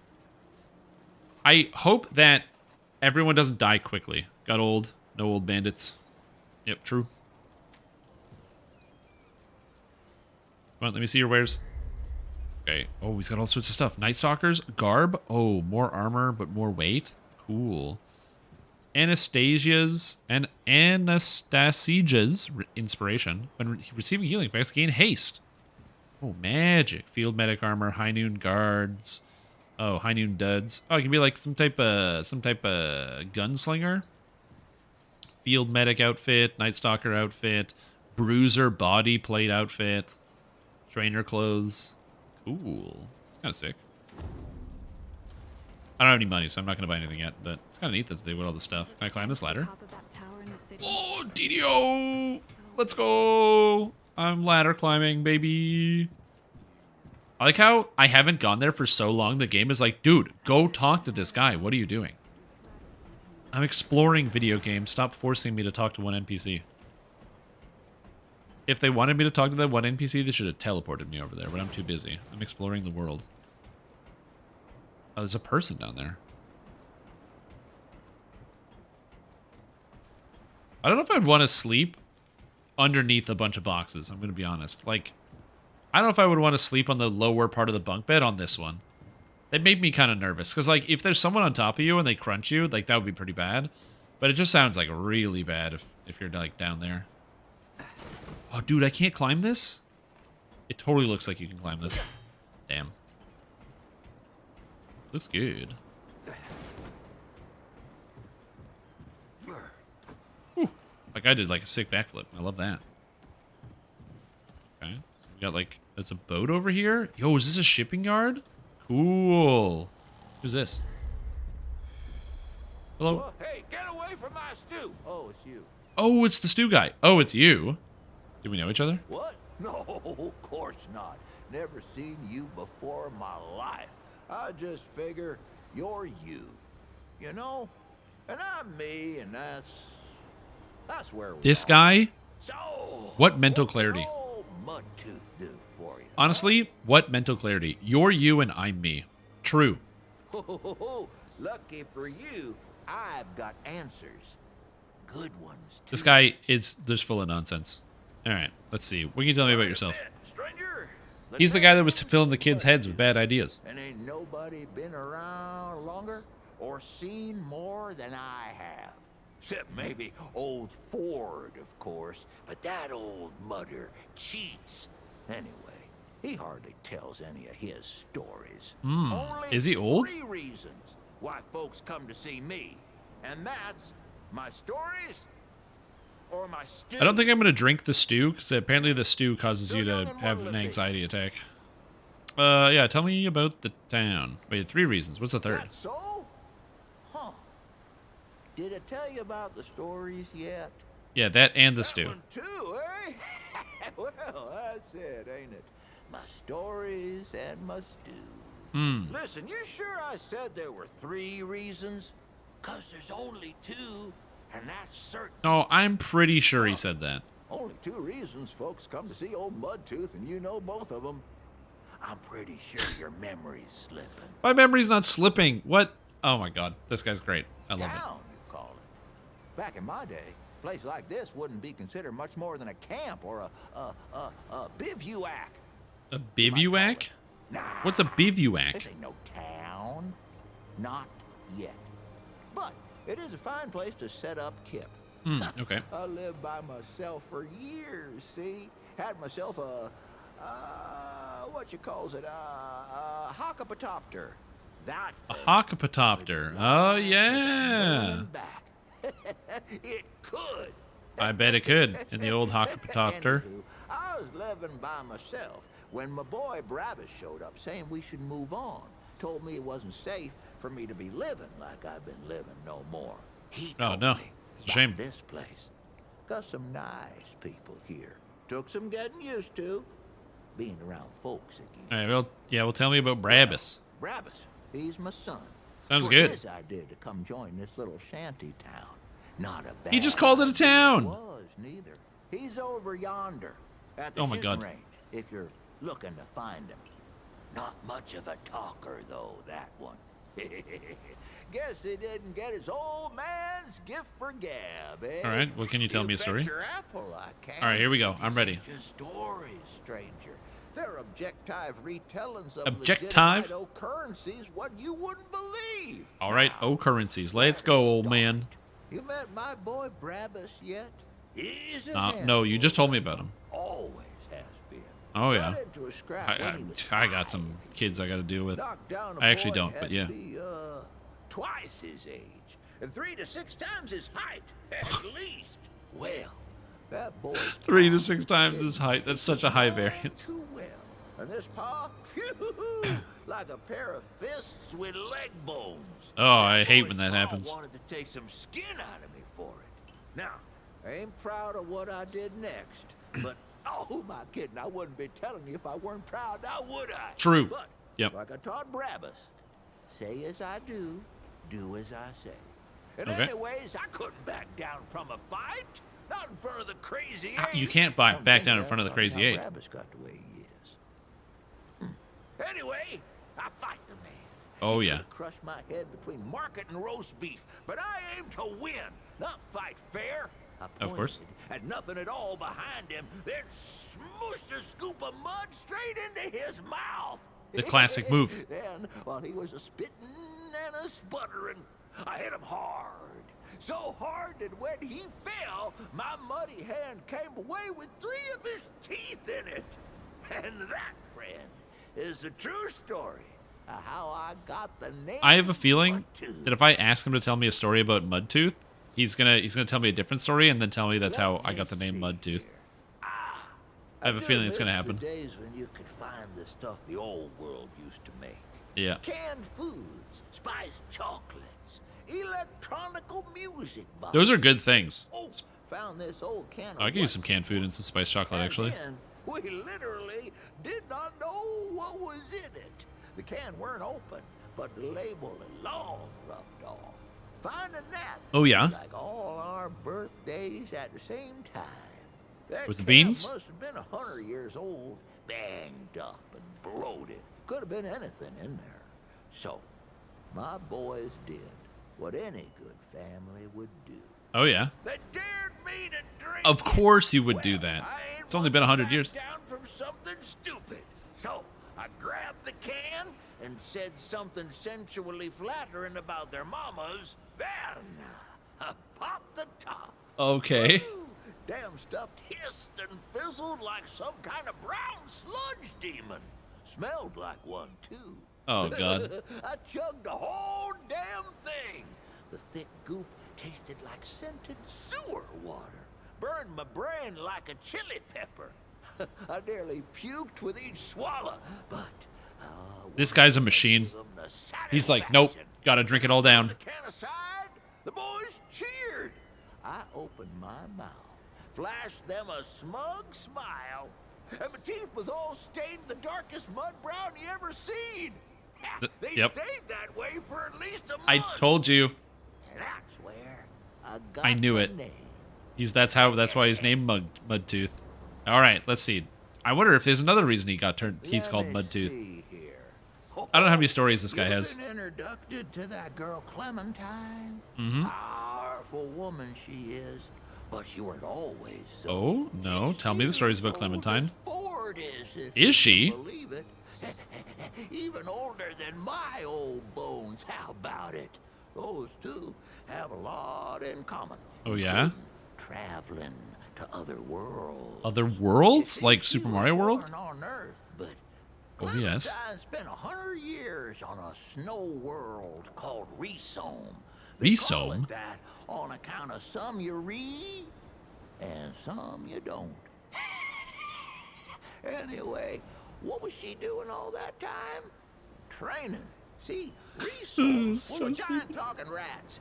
Oh, yeah? It's got warrior rats and midwife rats and even mystic rats. Whoa, that's She crazy. learned under the tutelage of a two-headed mystic named Sebum.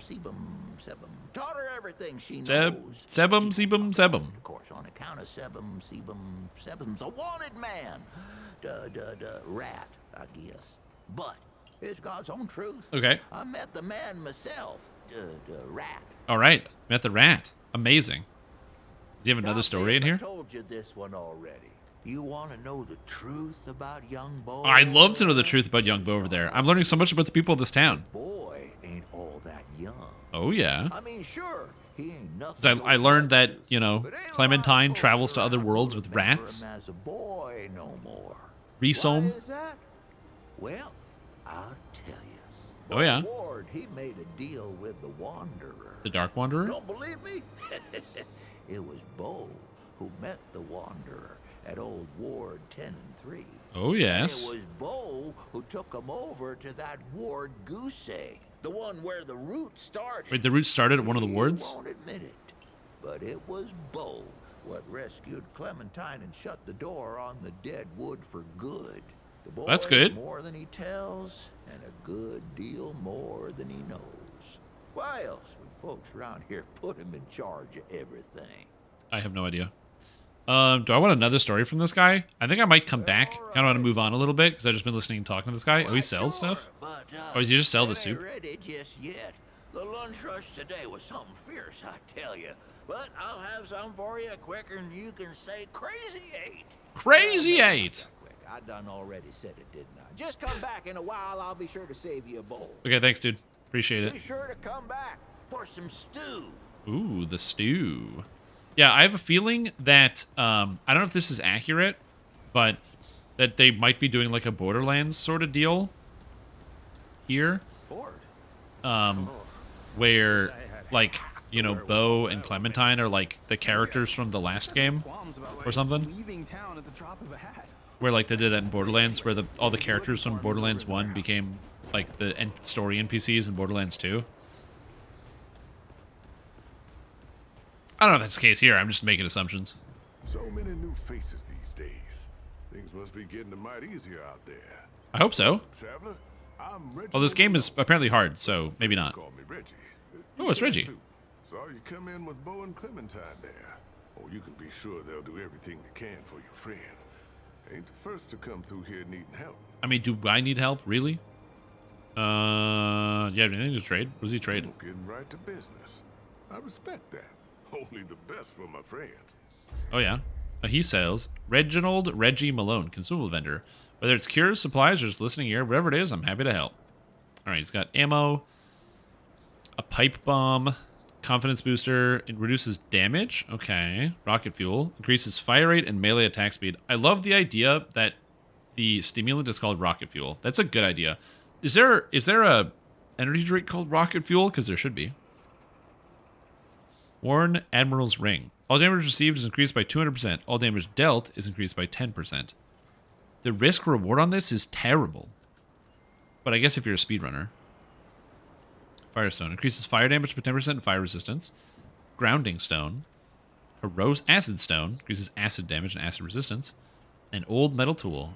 The handle of this metal object has a reassuring weight to it. It's a solid base. Looks like it would withstand a lot of wear and tear. While its purpose is uncertain, it appears to be a sturdy and reliable tool. Yeah, one of these rings seem really good. I got ring slots, and like increasing my damage dealt seems good. Take care now, traveler. Hello again, Yeah. traveler. Oh, I can't talk to him anymore. I thought I could just ask him questions afterwards, but apparently not. All right, that's fine, I guess.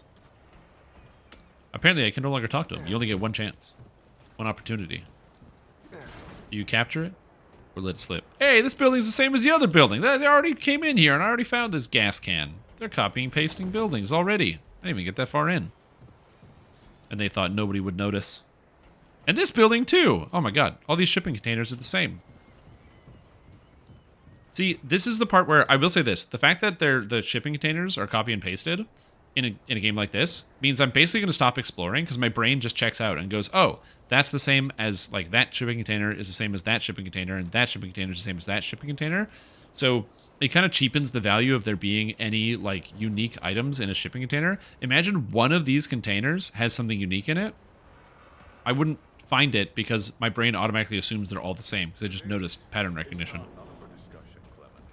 And I feel like in a game that wants to encourage exploration, that's kind of bad. So that's already like a tick of a negative against the game, in my opinion. Excuse me? I'm 132 years old, in case you forgot. And I am not your 132? Jeez Louise. On this, I do. This town needs you. You can't go wandering off after something that might not even exist. What might not even exist? Rich. What have you been doing the last 100 years then, huh? What the hell are you doing right now? Well, that's different. I'm trying to fix things. Is he? You broke when you tried to play God. That was Harsgard. I was just following orders. I didn't... Oh, and that makes it okay? You know how many people died because you just followed orders? Of course I'm very curious. You think I don't remember that every goddamn day? I'm trying to make things right here. Okay. So am I. You're such a damned hypocrite, Ford. If I leave, it's my fault. But you didn't break the world. You didn't run after a pipe dream. You didn't abandon your family a dozen times over. Look, I've made a lot of Okay, mistakes. I interesting. But it's because It's a good thing they're yelling so loud you can hear them from down the street. not to do the same thing. Well, forgive me if I don't want to take advice from the men who fucked up the world in the first place. He caused the root? I'm not your dreamer anymore. Maybe I've got Wait, my own. what's a dreamer? These people need you, Whoa. Clementine. You're too important to just... Every person out there is capable of. I don't want to taking go inside care because I don't want to start the cutscene. This is This good. isn't about them. Interesting. It's about you. So Ford You've destroyed the always run world. away from your Interesting. problems, but you won't let me run toward something. What are you so goddamn afraid of? I mean, he destroyed the world, so yeah. Losing them. Losing everything. I've already. Maybe you have one main archetype and one sub archetype. I don't know what that is. Yo, what's up, Nirlithotep? How you doing? You took it from me. You, Neville Harsgard. Neville Harsgard. No goddamned project. The project?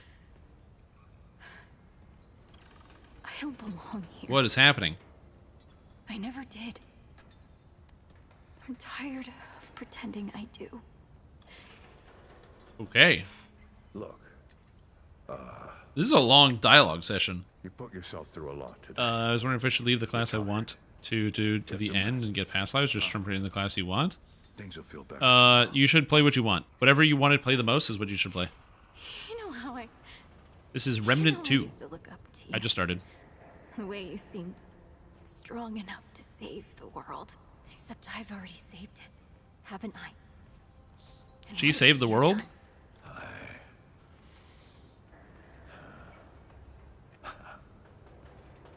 I can't let you go near that place, Clementine. That's an order. Uh-oh. You haven't learned a damned thing, Ford. Out of my way. Okay, I think it's over. So I think that is the conversation in the cutscene. Then I think she leaves. Okay, so that's Ford there. And she went over here, and she's all upsetty spaghetti. Yo, what's up?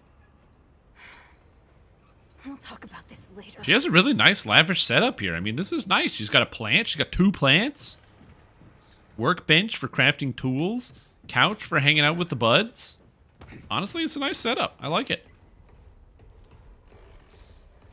Yeah, but that's my recommendation is always play the thing you're most motivated to play. Because that's gonna make you have the most fun. It's a lockbox here. I don't know how to open it, but it's here. Ford, the old white man. He literally is an old white man. He's got a staff. He's got a friggin' Santa beard. We're here. Ah, the traveler, of course. Wallace said yes. Right on time. Yep. Sorry you had to see that. But then again, you've been around. I'm sure you know. Families fight. Andrew Ford. Good to make your acquaintance. Holy shit, it's true. True! I have to write this one. It's holy shit, it's true. I guess my reputation precedes Yep. me. There's stories on the road. I thought you were a campfire story, but how? They say you're hundreds of years Sure old. You've got a lot of questions, and I've got a favor to ask. So let's get to it.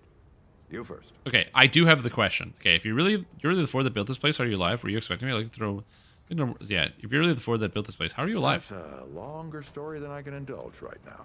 Okay, but you Let's could get indulge to me. this. You know how some things you drink can make you drunk? Mhm. And some things you eat can make you sick or sleepy? Uh-huh. Well, other things do this. It's a big world out there. Yeah, can I get some? Not my way. And you want to be careful what you wish for, No, Trav. dude. Eat something to live forever?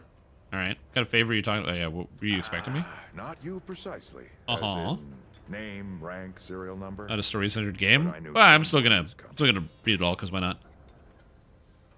Someone's always coming eventually, right? Aren't you clever? Mm-hmm. Skeptic. That's fine. It so happens I knew you'd be coming. today. Okay, what's so special about me, though? Am I the chosen Our one? young Wallace told me. Yeah, how would Wallace know? He's a special kid. A lot like somebody I used to know. She had bad dreams, too.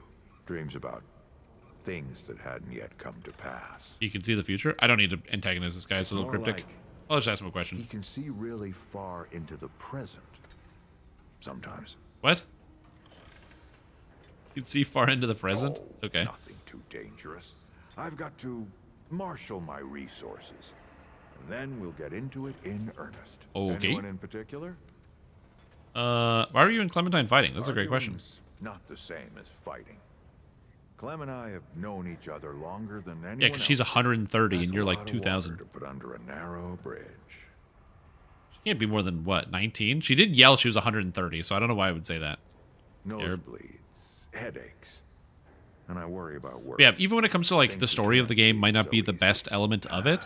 That's also, like, a subjective thing. So, like, in terms of, like, somebody might enjoy the story more than another person. So, like, not that you can't have, like, good stories versus bad stories, but sometimes a bad story might be appealing to some that it might not be to others.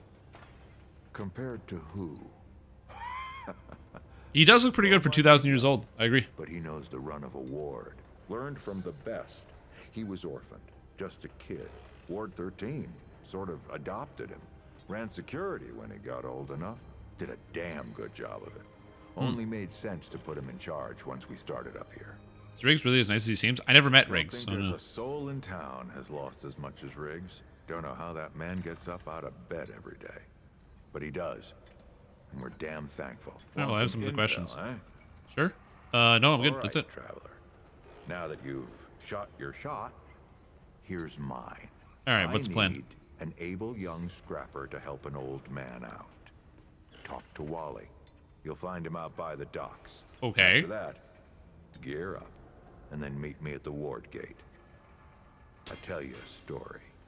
All right, sounds good. Go talk to Wally, then meet him by the ward gate, then get told a story. I don't have any money.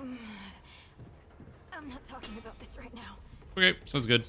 It's good. I like that when the characters just directly tell you. By the way, I'm not going to talk to you about this problem that I have. Who's this guy? Oh, it's Bo. Hey, what's up, I Bo? hope you're not making the founder wait, Traveler. Oh, Traveler. Oh, yeah. You're helping out the founder. Nice, good flip. Makes you a legend yourself. I like how... I know that, obviously, you know, again, when we talked about the immersion, about the copy-pasted rooms and stuff was one thing, and then this guy also not realizing that I talked to the other guy first is also kind of funny. Yeah, the commander thought so. I mean, eventually. The founder can be... eccentric, but you can't argue with his results. Just gear up and be safe, okay? I'm saving you a spot on garden duty when you get back, huh? Those carrots ain't gonna pull themselves. Good luck. All right. Sounds good. Thanks, bud. I'm going to go save the world. One combat roll at a time. Okay, apparently there's the dude at the firing range. Yeah, it's this guy. It's the kid. Barnaby or whatever? You were right, Mother. Traipsing in here like you own the place. Not so much where I'm after. Oh, sorry, I guess? I'm just pulling. Yeah, Brabus. Name's Brabus, and I run security around here. Well, seeing as you got the mayor's personal approval, I reckon you his problem now. I also make sure I am, in folks fact. hereabouts Yeah. can protect themselves. That's true. Ain't just the root kicking around. A lot of folks still ain't chumming with this whole rebuilding society business. What? I should know. Wait, you think humans would attack humans after everything the root did? I mean, yeah. Duh, obviously. Of course. As sort of learned from every post-apocalyptic movie and book and TV show, is that the dangerous part about society is not the monsters, it's the people. Wanted and killed anyone who crossed us. Yep. The dog-eat-dog world back then. We all did what we had to survive. Yep. Things Exactly. might be different now, but a lot of folks can't chew a path out of the old ways. 2 shots sent a mass and 1 to the head. Stop most of your problems. Good to know. I usually like to check in with Wallace before I head out on a big hunt. You know, find out the good hunting spots. Oh, I can DPS test here? Whoa, that's crazy. Oh, and it gives you infinite ammo because I'm at the firing range. That's kind of neato. I had no idea. That's cool. Okay, so I never used the handgun. So handgun's 15, 30. Okay, so that makes sense as to why it like used less, because I never actually shot it before. Okay, so it's way more DPS to use the pistol than the other way around. But yeah, that's sick. I love that. That's very cool. I didn't realize that you would get the infinite ammo while you're in here, and that's great. All right, cool. What is this? What? Is this a Minotaur? Forgive me. I am not good with Paxel-Tech faces. Also, this is the same voice actor that did Ravenloft in DDO. Huh? Oh, it is new. I thought I had seen it before. So difficult to tell Paxel-Tech apart without hoof and horn. That's me, Paxel-Tech. I am Sa Israk Thadwell. My Paxel-Tech name is Dwell. I sell crystals Dwell. from my world. My world. Okay, I thought he was making it up about other worlds. Stronger, more powerful. They help me defeat its Aha. enemies. And the prices are quite fair. Pixels. Okay, so this guy is from an interdimensional traveler. I thought this was going to be like post-apocalyptic, you know, classic. There's a virus, it infects people, and then whatever. But no, it looks like there's interdimensional travel. I have a lot of questions. What does Paxel-Tech mean? Foreign to the pan. To the pan. Meaningless. Perhaps on Paxel-Tech world, but it is at home on Dwell's tongue. Got it. And what are you? Yes, that is always. He is a pan, so much like satyrs. From the world of Yesha. Okay. Where the eternal empress reigns, the Doe and Ravager run free, and the balance breathes life to the jungle. Or. Aha! I wonder if we can go back to Yaisha. That'd be kind of cool. Alas, it is not. This is a third game in the story? Okay, that makes sense. I'm going to learn it all as we go backwards, so it's fine. Wielding their power as if it were something they had earned or deserved. The Pan have rebelled against this tyranny, and for a time, it looks as if we could win. Then the pestilence came. What Paxel-Tech call the root. I see. When I last saw her, Yesha languished on. Okay, so the root either came from their world or is related. Maybe it went to all worlds. Continues, but my people ache for relief. Yeah, and how did you get here? The Paxel-Tech Ford, the founder. Okay, so Ford went there. Last visit to Yesha, it said it was possible. I do not understand the complexities myself, but now I am here. It's very convenient. Where the ashes and remnant from the ashes preceded? Got it. Like I said, I'll probably finish the game and then watch some YouTube videos. It'll save the time. Some time. Ford came to Yesha many times, aiding the rebels against the tyranny of immortals. His desire to protect was clear even then, as was his craft for violence. Yeah, he's like, yeah, handguns, baby. What's that? You need tools to escape tyranny? Handguns. Let's go. Take Ford's violence, but shared in aiding the rebels with the same crystals I offer here.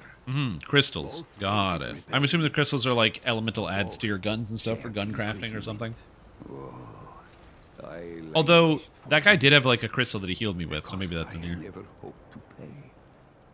But another Paxel-Tech, the one they say wanders the worlds, came to free the Ford. And the Ford freed Dwell, and many others. Okay. Not Paxel-Tech name, perhaps. But it is my name whilst I live among Paxel-Tech tongues. Does this guy have a face, or is it like just under the mask? I don't understand it. Refined from a special crystal found only on Yesha. Priests of the Swag Pan. time. Yo, Bleedbox, welcome back to the stream team. Appreciate the support. It's been a fantastic day. Glad to be here. But the Gull are craftier than Ahane know.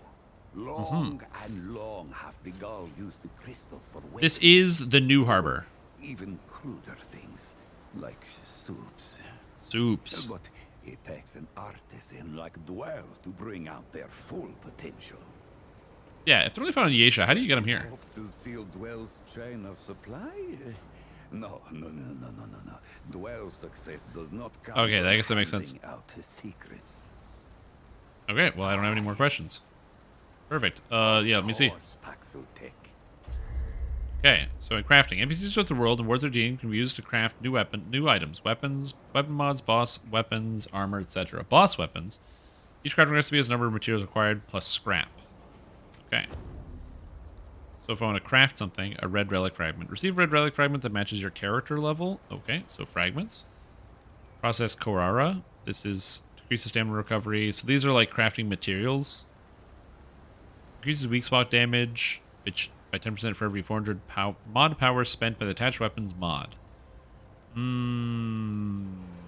have a feeling I'm going to have a point where I find some mods that explains to me what the heck is going on with this. Some of the mods, but yeah. Some characters can upgrade your weapons with materials found in the world or by defeating enemies. Upgrading is essential to keeping up with increasingly difficult enemies in the game. And downgrading. Behold the fine treasures Dwell has to offer a Paxil tech like yourself. Where's Beaudry? Oh, I gotta get closer to the docks. Alright, let's go down to the docks here. I gotta find Wally.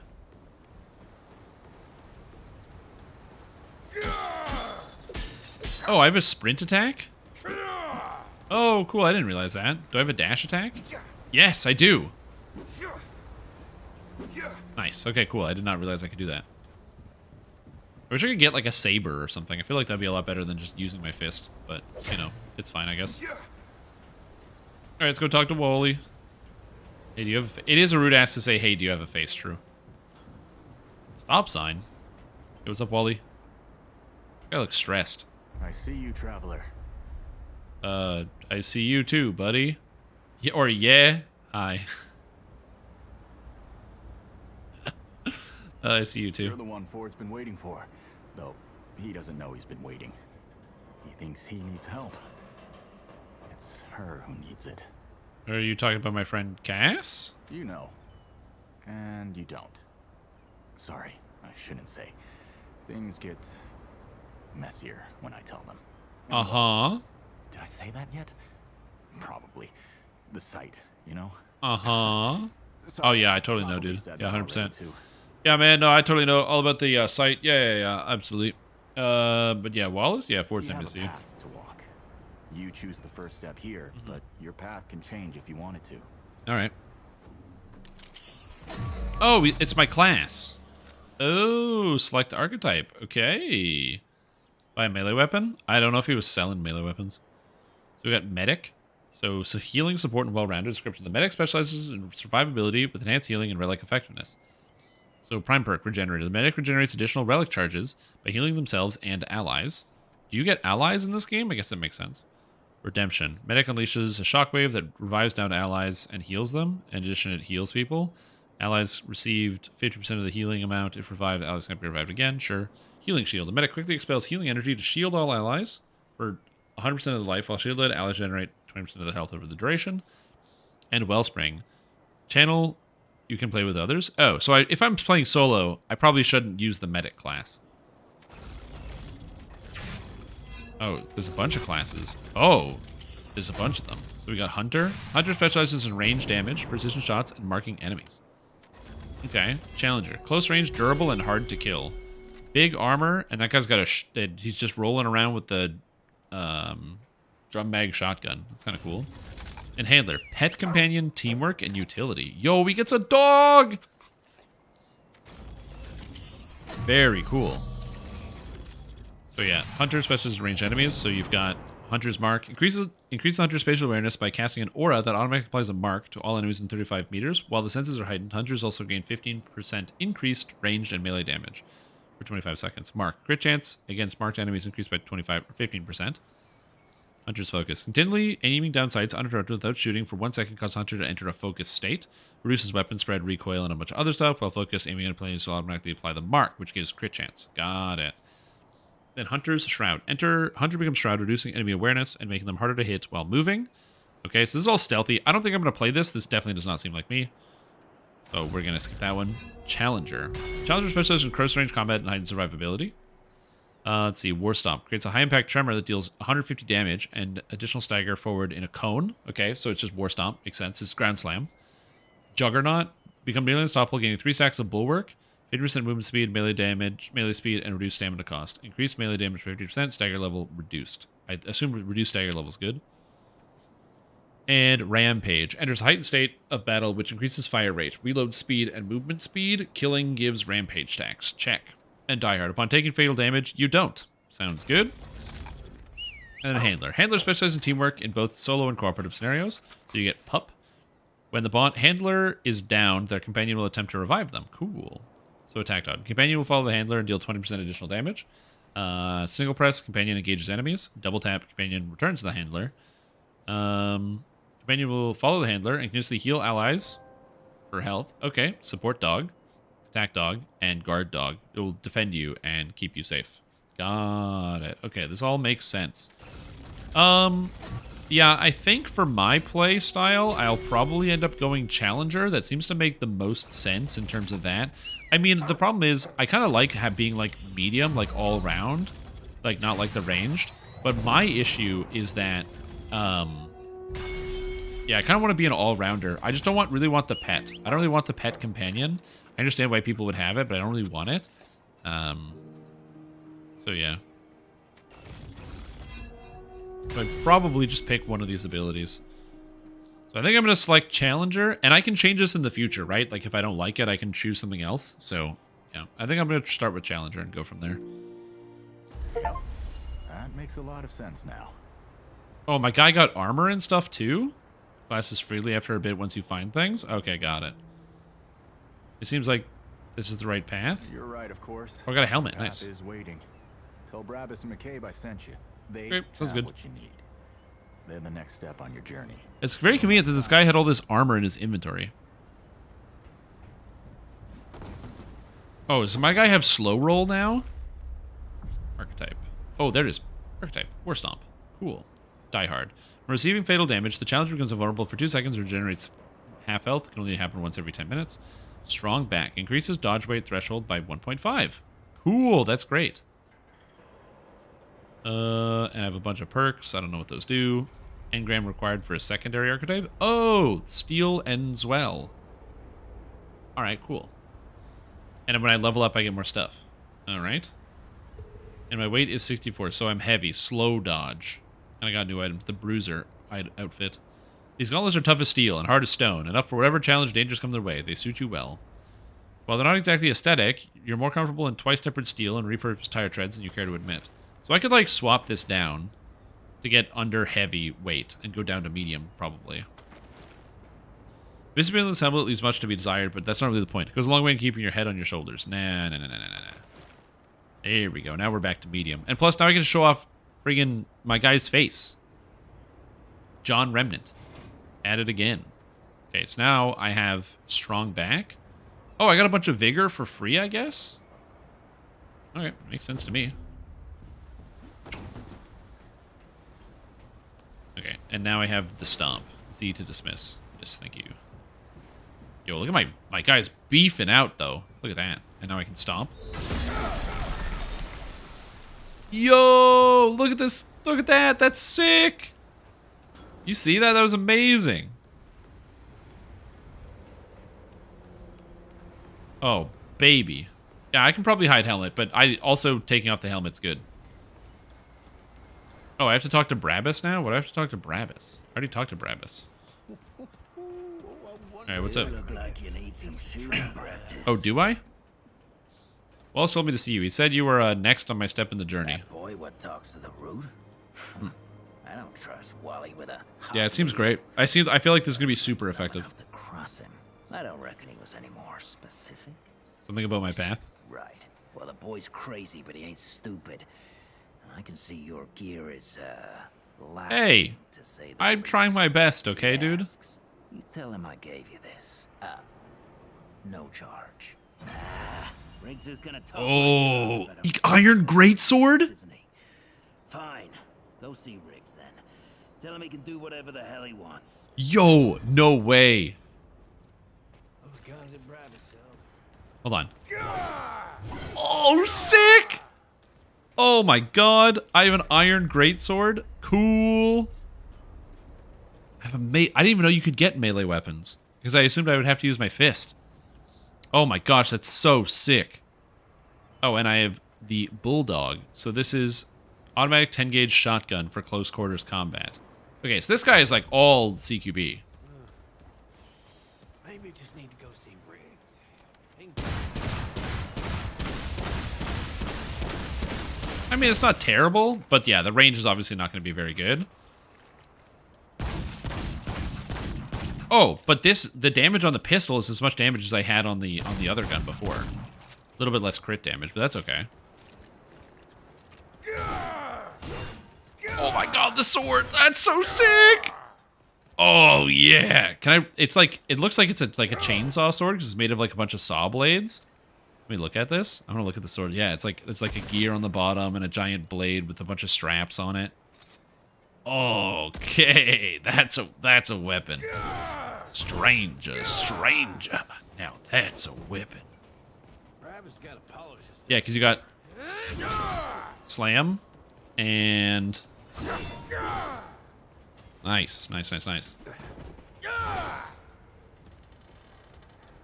Beautiful. Okay, how do I put the sword away though? I'm like in town. I don't want to have the sword. I think I'll just talk to Riggs. Yo. Oh, friend. Glad to see you're all right. What can I do for you? Yo, thanks for helping me back there. And no worries. There was a time when helping each other survive was all we had left. Around here, we don't forget those days if we can help it. Yep. Your friend's gonna be all right, by the way. I've seen weaker pull out of worse. Oh, that's good. What are you doing out there? You don't mind me asking? Looking for the ward. We heard stories. Really? What'd you hear exactly? Tales of a man who fights the root never ages. Founder Ford's tales travel far and wide. That's right. Don't they? That's why I came here. You can't believe half of them. But half of impossible is still a sight, eh? Brabus told me to see you. Suppose he was more particular about why. He just said to come see you. Well, I've got a pretty focused skill set. I reckon I will say, I do appreciate it when games don't make me not play the game for an entire hour.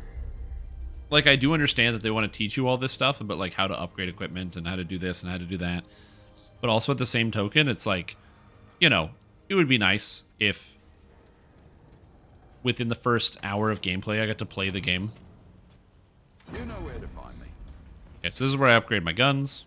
Check. I swear to God and my mother. Did Bo send you over here, or did you stumble your way over here yourself?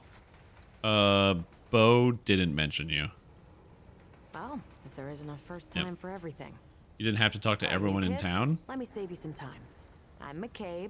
I mean, keep to myself and my yeah, work. but Work happens to be wouldn't they want you to do that? weapons. Like, you're right, I don't have to, but they would want me to talk to everybody in town. Understand? Shit. You're serious, aren't you?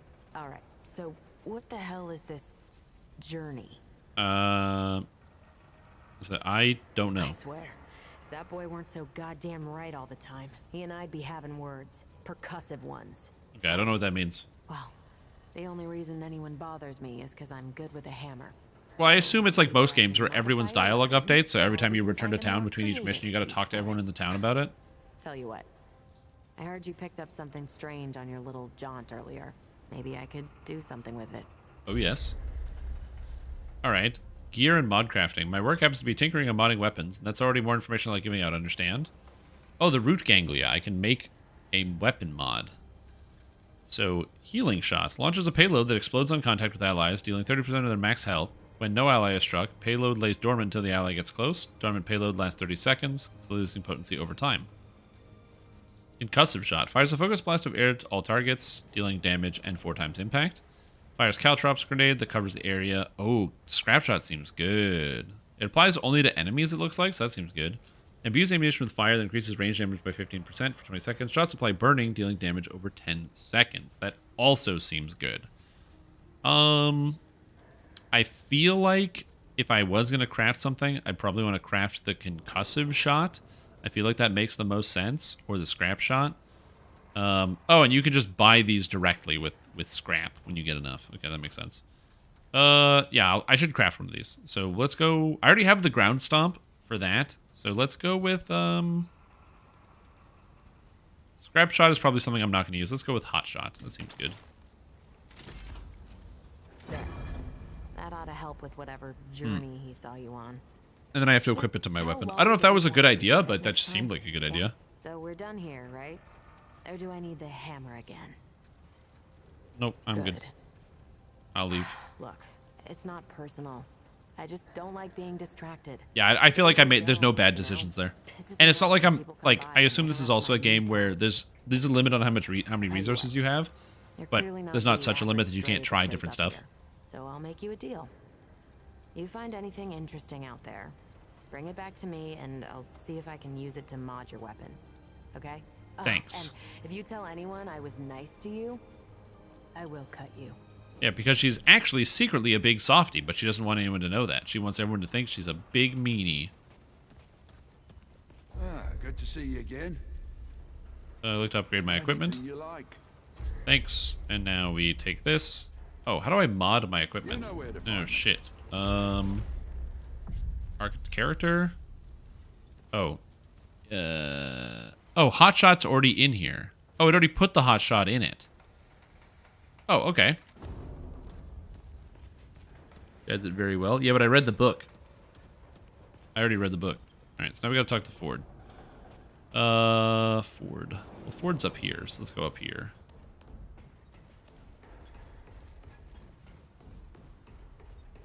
Oh, Ford's not here. I forget where he was supposed to be. Whoops. Oh, meet me by the gate to the old ward. Right. Gate to the old ward. Check. Yeah, but I want either weapon in my hand. I want neither of my weapons to be in my hand. That would be ideal.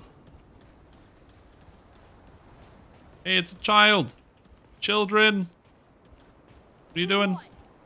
What? Miss Clementine's stranger. She fought off more deadwood by herself than a whole town put together. That's probably true. Alright, give me my first solo mission. Let me play the game, please. What's up, old man? Now you look like you could help an old man take on the world. You ready to do this? Yes, I am. Glad to hear it. Follow me. Alright, let's go. Oh, playing the game. I forgot this was like a shooter. I love how I just have this big ass sword. It looks so stupid. I also like that my character just goes and helps him out. Nice. Still smells like home. Oh, does it? Here, take this. Okay. Just crank the handle to make it work. Alright, it's a flashlight, I guess. This used to be a research facility, cutting Oh, yeah. edge. We did things down here nobody dreamed of. Not before nor since. Yet, for all our manpower, we didn't know what the stones really were. Until it was too late. The stones? Oh, good. The world Same things. stones. Giant red crystals that let us see into other worlds. Okay, this is now making so much more sense. What? We just hide the stones away and hope the Soviets hadn't found their own? No. We had to know everything there was to know. Oh, okay, so we're in America for sure. It was a matter of national security, of pride. So, And this was during the Cold War, Yeah. so yeah.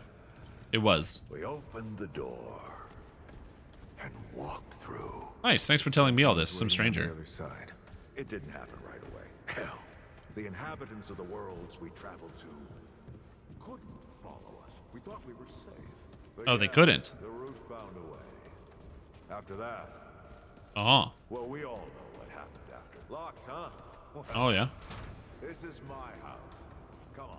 Wait a I minute, gave did they... Ellen a few things to hang on to in case of emergency. Did he cut off his own dialogue? She must have hidden it around here somewhere. Why is this guy running so fast? I'm trying to, like, search around. This game really doesn't want you to explore.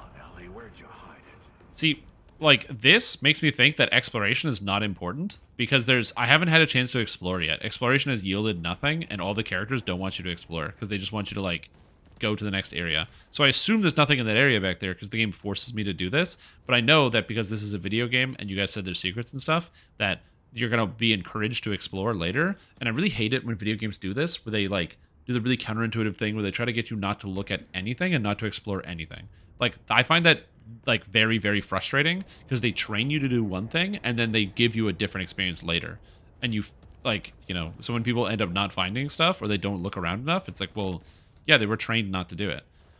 Like an easy example that's a bit of a difference between the two is something like, ooh, a quest item. I got a matchbook. A dragon heart. Don't ask why. I won't ask why. But it's like, if you think of like The Last of Us, in the first opening moments of the game, you get the option to like open drawers and look for stuff, and your brain gets taught like, oh, you should look for things in areas. But it's been almost 2 hours of gameplay, and I haven't had a reason to explore anything in the world. Hey, take a look at that matchbook you found. Yeah. I got a hunch. Inspect. Sounds like there's something sliding around inside, either single or heavy match or something else. Matches, coins, goddamn fruit juice, remnants of the old world now. You don't realize what you're taking for granted until it's gone. Eagle Strike, Match Liberty. I can open it. Open here. Hey, ooh. Take a look at that matchbook you found. There's a key inside the matchbook. This thing's got to be 100 years old. How has it not been broken or gotten lost? Words weren't a mistake. It was the secrets that were. Oh, I know why we had to keep them. Hell, a century's gone by and I still keep some secrets. It broke the habit. Secrets turns into lies, and lies always come back to bite you. What are you waiting for? So yeah. Book to read is 14 pages of someone's medical diary? Yeah, it's okay. For 45 minutes? Yeah, it was great.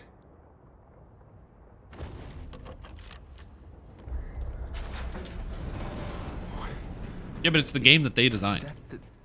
The World Stone. Yes. Or part of it, anyway. Every shard's as useful as the whole. We shut it down after Harsgard died. After Harsgard died, okay. At the time, the damn thing's more dangerous than useful. Okay.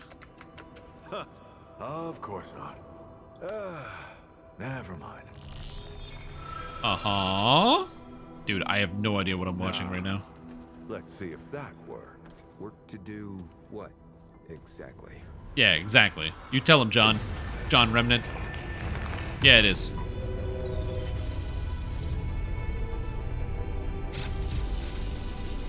Holy shit. That's a pretty cool looking rock, man. I love that.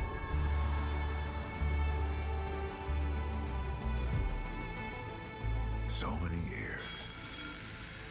So many journeys.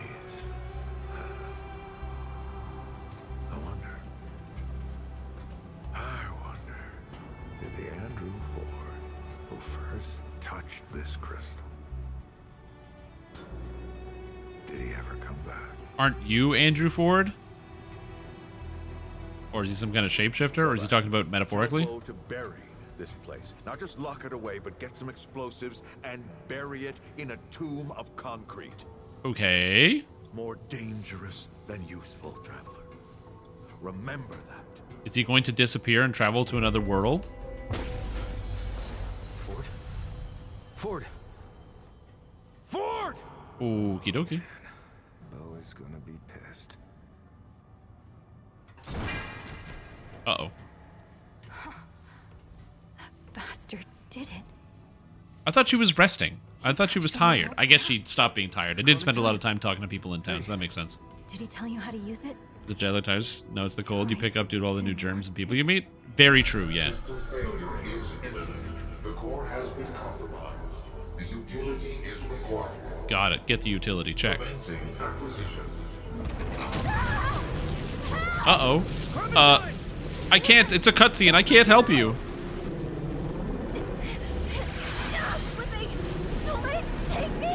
Yeah, dude. Come on. Get an anchor. Use the ground.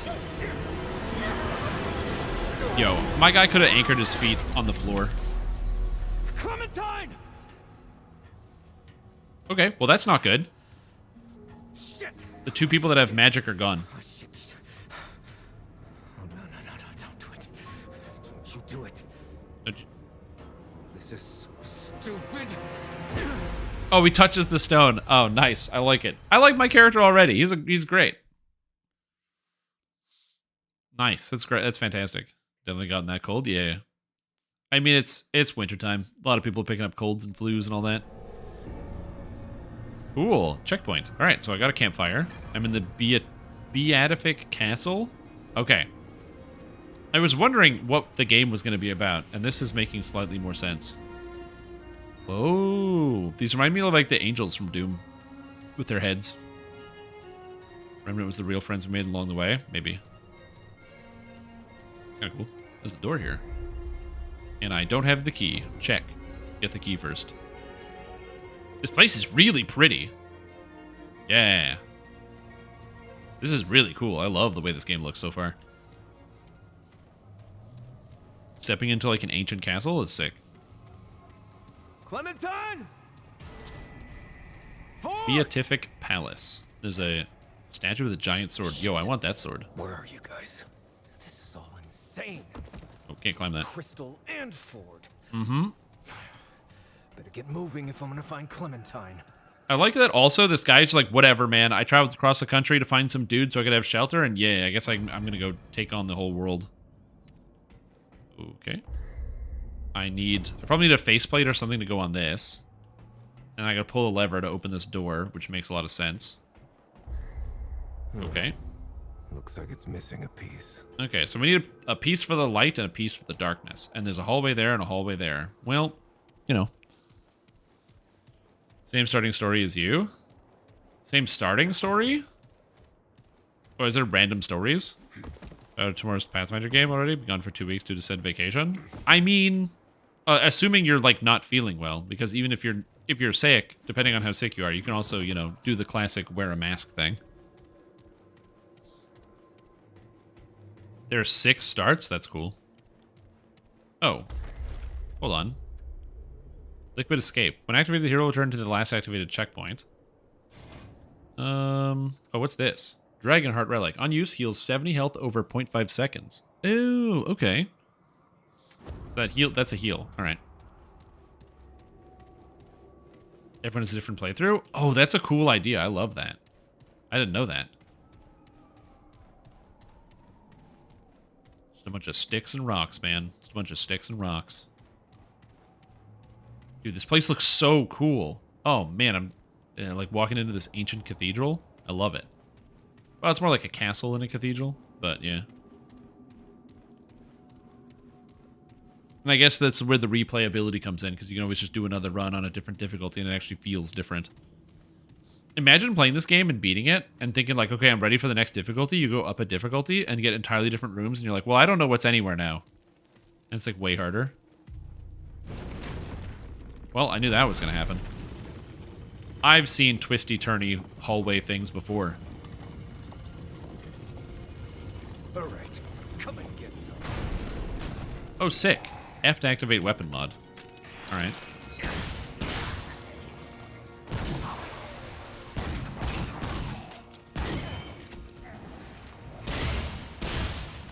I don't know if this is a good idea to use so many ammo on these guys, but, you know, it is what it is. Oh, I'm gonna have to learn to get used to using both of my resources and the guns. There's different bosses. Oh, sick.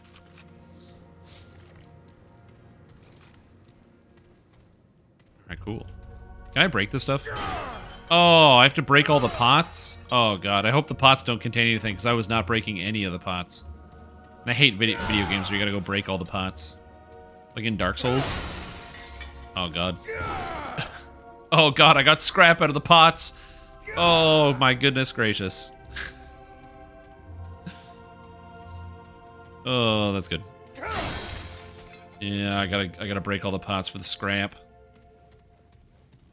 Running is better than walking, is it? Then it takes me, then I don't get to, like, experience the architecture and stuff and get a feel for, like, the locations. Did Doomer Zelda not to break pots? True. Okay, I will rest at that. But this armor setup, like, look at that. That looks so sick. I don't know if I get a big spear like that, but that would be amazing. Spear combat as opposed to sword combat. Okay, so I rest. Resting at checkpoints plus ammo and relics at the cost of respawning all basic enemies in the world. In multiplayer, resting also respawns any fallen allies. All fallen players must be using the checkpoint in order to rest, which makes sense. Alright. And I can go back to town, and I'm assuming the guys in that hallway would have respawned. So going back there means I have to fight monsters again. Check. What's Zelda? You know, that's the game with the guy who wears green, who goes on an adventure. Fights a giant pig man. You don't get enough for it to be worth it? I mean, you say that. Here they come. Yeah. Jerk. Oh, this reminds me of the library in Dark Souls 1. Oh, headshot.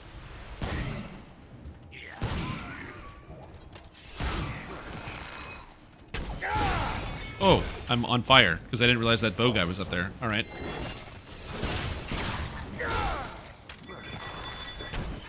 Woo!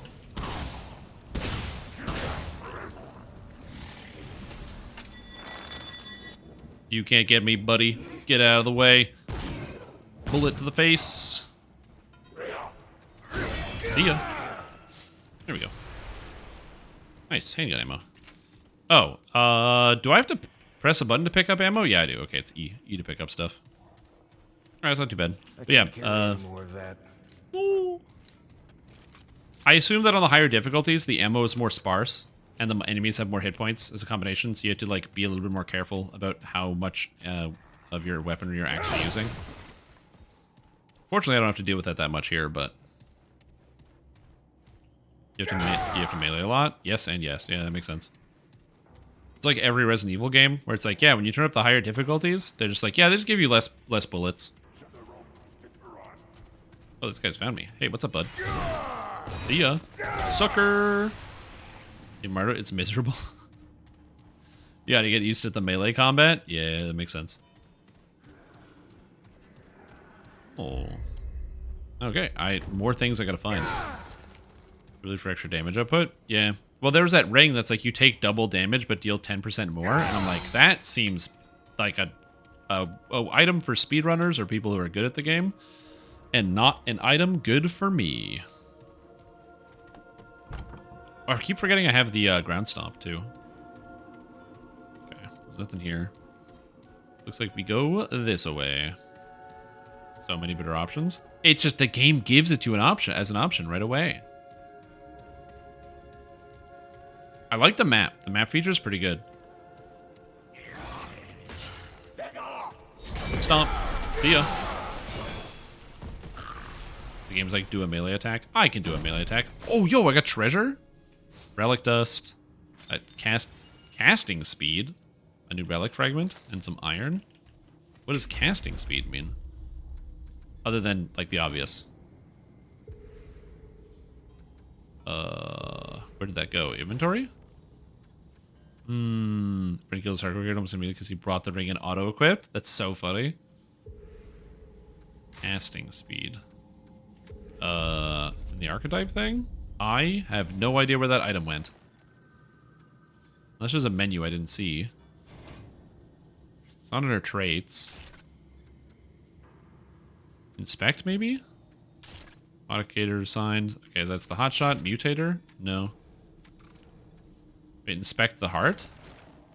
Oh, the heart. It's here. Okay, so these are the relic fragments. Okay, the relic fragments go into here, so that's mod and skill casting speed. So with getting cast speed, now my stomp is slightly faster. Okay, I gotcha. I getcha. And the heart is flask, yeah. I already figured that one out. Okay, so we're going this way. It's the old Estus flask.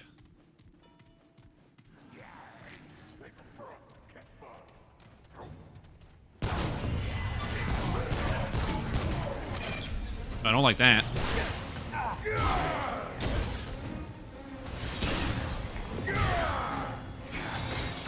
Oh, God. Oh, geez, I got poisoned or something? Yo, I'm fighting the friggin' Nazgul over here?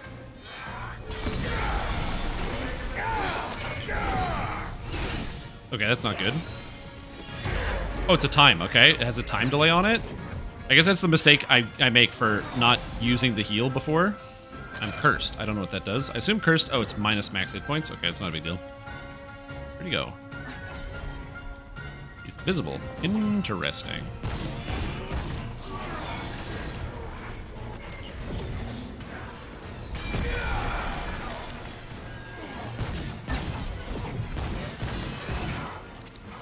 Probably should have played like the ranged character, given how often I am using the pistol and attacking things at range, but yeah, it is what it is. Oh, and you have long gun ammo and handgun ammo. Okay, that makes sense. I was wondering how they were going to balance that, like what gun you use, but yeah, that makes sense. I don't know how to remove the curse, we'll figure it out. That was the first room that killed you? Yeah, I didn't realize how long it was going to take to heal. I guess it makes sense, like the Estus flask. I do like that I can at least shuffle around a little bit, but yeah. He gets a self-res? Oh, true, yeah, once every 10 minutes. And you know, if I actually take the time to read everything, like I go through all the rooms, and I break all the boxes, and I read all the lore, then I'll be going slowly enough that I can probably take a death in every room and get back up. That's the real secret. Why do they put a story in this game? So you slow down, and then because you slow down, the game gets easier. See? It's the 7-head play. I got a box of scrap. All right. Oh, yeah. There's a book. Feathers are the feast of the Forest King. One day, the Forest King announced an enormous feast and invited every animal of the forest. And one of you will receive my boon, the invitation said. But whomever displeases me will receive a bow, or a bow, which meant a noose, for every animal knew the king's capriciousness and cruelty. So, all the animals came. The Jubhawk put on his finest clothes, preening his feathers and polished his horns. The Han fluffed its gills and licked its eyes cleaner than they had ever been before. The Nara shed a new skin and combed its tails. Every animal presented their very best, except the Droper, whose coat dripped with cave slime and smelled of wild fungus. "What are you doing?" the Jubhawk snapped. "Why have you not groomed for the king?" The Droper yawned. "Your posturing looks so unpleasant. Everyone is stiff and miserable." "You should have at least bathed," said the Jubhawk. "If the king notices you, then surely you will hang." The Droper shrugged. "At least I am comfortable." The feast was served, and though the king had not yet arrived, the animals praised the spread. The animals praised the spread, though they ate little for fear of appearing gluttonous. The Droper, however, appreciated none of it, tearing into his food like one half-starved. "You fool! The feast is for show!" hissed the Jubhawk. "The king is surely watching." "Then I may die," the Droper said, crumbs from a large piece of apple cake spilled from his mouth, "but I will not die empty." Afterwards, with loud fanfare, the king arrived and took his place at the head of the table. The animals rose and bowed, all except the Droper, who was so full he could not stand. While the others stood in front of him, blocking his view, he scratched his belly and let loose a roaring belch. All in attendance gasped in horror, but the crowd was so great that the king could not see who was at fault. "Who was that?" bellowed the king. "Tell me, and you may yet live." But the animals were afraid of drawing attention to themselves, and so no one moved. But the Jubhawk feared staying quiet even more, and so, though it betrayed his friend, he raised one clawed wing and pointed it to the now sleeping Droper. "It was him, your majesty. The Droper dishonored your otherwise divine feast." The Droper snored like a wood beetle. His fur was caked with drink and apple crumbs. The king barked his name. "Wake and speak for yourself." The Droper startled awake. He looked around and saw all eyes on him, most notably the forest kings. He swallowed. "It was a good feast," he said. I enjoyed it very much, though I may never eat again." Silence boomed throughout the feasting hall. Everyone watched the king, both excited and terrified by what he might do. Without warning, the king's head flew back and he roared in laughter. The other animals remained silent, paralyzed in fear. The foolish Droper grinned sleepily. When the king stopped laughing, he said, "You will eat again, Droper, this and much more. For more than any other, you have enjoyed the feast I have laid out before you, and so you shall receive my boon." And the king ordered that the food be brought to the Droper's cave every day, enough to keep him fed and fat for the rest of his days. The king then pointed to the Jubhawk. "But you betrayed your friend for a boon. You are more treacherous and selfish than any of my subjects, and so your neck shall receive a bow." And he ordered him arrested. That evening, the Jubhawk was hanged, though by the time of the execution, the king had forgotten his crime, and so none was posted. The Jubhawk died for nothing, and Droper was, and still is, happy to this day. Moral: posture for no one. Boons and bows be damned, or bows. Boons and bows? I don't know. Oh, that's the lesson here. I should have read it this way. Anyway, the lesson here is these people read Aesop's Fables and then threw them in here. You knew the Droper was going to turn out fine because he enjoyed the feast. The king put out the feast and he was supposed to eat it. Hello. Oh, a mural piece. That's one of the 2 mural pieces that I need. Very convenient. I'm still cursed. Inspect. This mask is made of solid gold that has been polished from a luxurious gleam. It would be pleasing work of art were it not for the horrific countenance on display. Yeah, I like the 4 eyes. It's kind of spooky on these guys. Anything on the back of it? Nope, nothing crazy. I'm trying to get this to stand up straight, but it's very hard. It is a joy to be in the imposter's presence. They are pleasing to the eye, and they always speak what they want most to hear. Only the most skeptical or discerning can perceive the lies woven amidst the truth. Most don't even want to. Interesting. All right. So I got 1 piece of the puzzle that I need to get through that door. I'm still missing the other piece. I have 2 more heals in me. And I found another book. All right. The Birth of the Fae. In the beginning times, the Fae did suffer from a terrible disease known as the Wasting. None were safe, for the Wasting struck both young and old, rich and poor, and it had neither cure nor remedy. This is the story of how the Wasting was conquered. I assume the Wasting is probably similar to the Root, so this might be useful for this, to understand for the story. Day and night, they prayed to their Creator with the tears and blood. Hear us, great Spirit of Light, and show us what we have done. We no longer drink blood, nor kill in revelry. These laws and more we have upheld. Tell us of our sins, O God, and we will repent. Yet for all their fervor, the Great Spirit did not answer them. We must seek him out, said one, a warrior named Aramin. How? The people asked. The Great Spirit dwells beyond the sun, where no Fae has ever gone. No Fae but ourselves, said Aramin's brother, a hunter known as Aramor. And who better? Aramin agreed. We must, for if the Spirit will not hear us, every Fae shall perish. So the two brothers set out to find the home of the Great Spirit, taking with them Tola the Dreamer and Saril the Seer. Together, these 4 undertook the long, impossible journey to the temple beyond the sun. In the weeks that followed, Saril guided them down the Queen's byway in the wild, and from there to the Forbidden Peaks, where not even Aramor could find sustenance for them. The suns blazed upon their heads, their legs became like chests packed with sodden clothes, and hunger tore at them from the inside. On the 17th day, Tola fell to the ground. With a sharp cry, Aramor ran to her, but she did not respond to his pleas. Her face bore the first outlines of scales, a sign of the wasting. Saril wailed in anguish. The Great Spirit has abandoned us. We are nothing to him. Aramor rebuked her. No, our saint creator would not discard us. This is but a test of our faith. We are close, said Aramin. We need only reach the peak of the mountain. There we shall find the Great Spirit and end this curse for Tola and all of us. Saril nodded, though tears dripped from her eyes, for the mountain was tall and the days were long. Tola regained consciousness, but her scales became more pronounced. Soon she could not carry her own weight, and Aramin had to carry her. Then the scales appeared on Aramin's face as well. It is useless, said Saril. We are not even halfway to the summit. The Great Spirit cares nothing for us. Silence! Aramor drew his knife and slashed at the seer. You will not blaspheme the Creator. Again! Aramin grabbed Aramor's waist, though his grip was weak and his hand trembled. Peace, brother. Do not stain your hand for one who grieves. Above all others, we who undertake this journey must not sin. This is the test.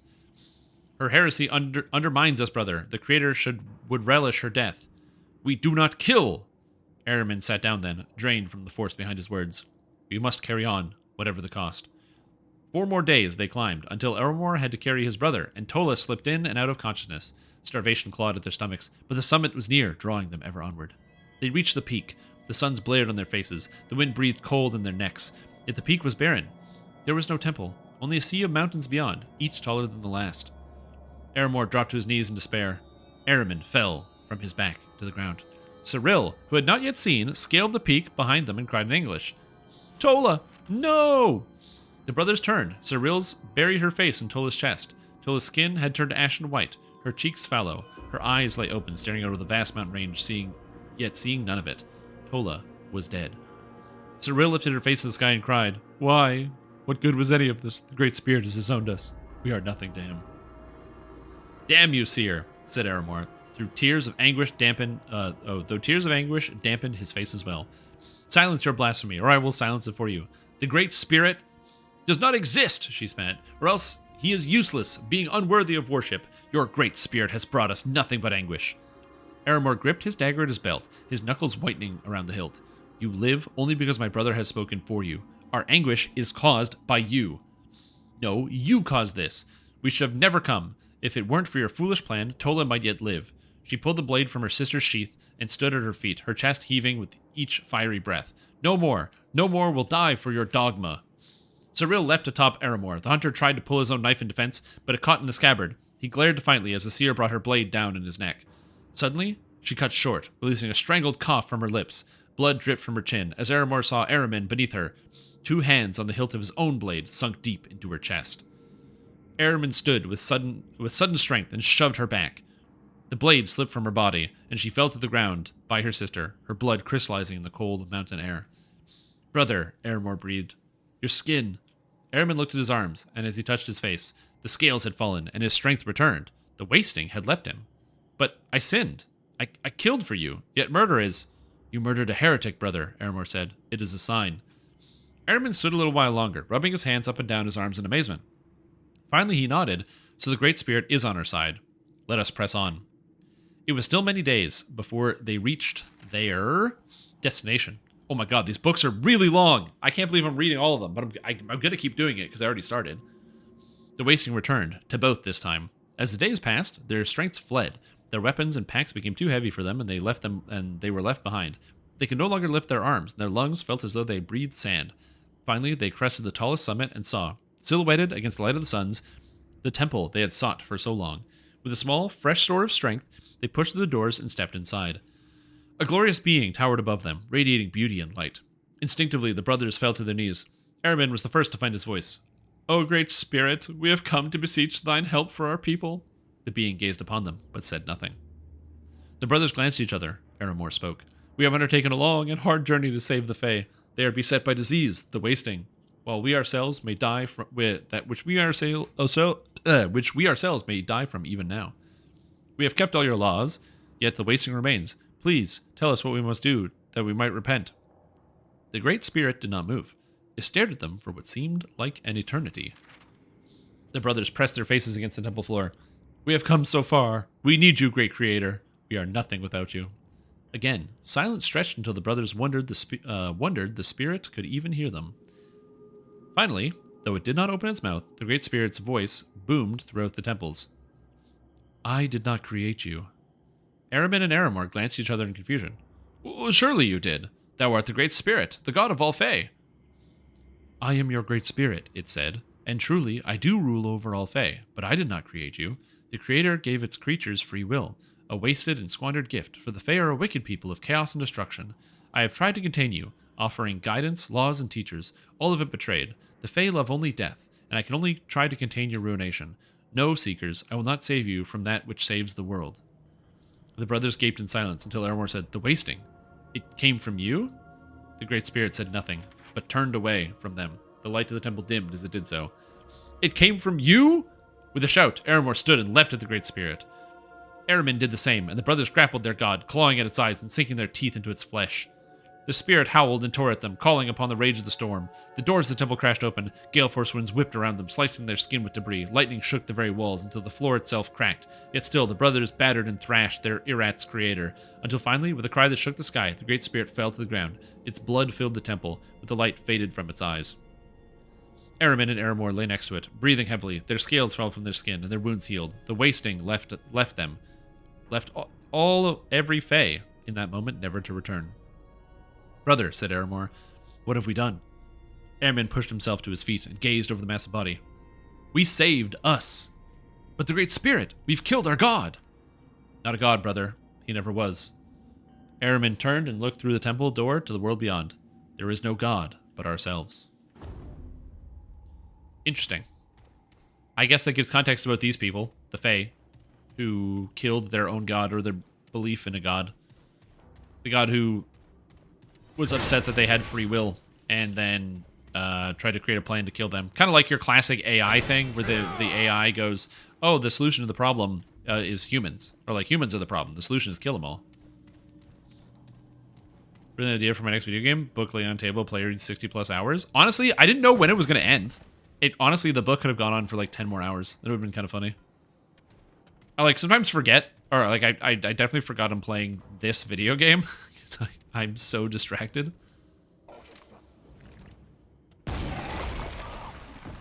Oh shit. Oh, yeah.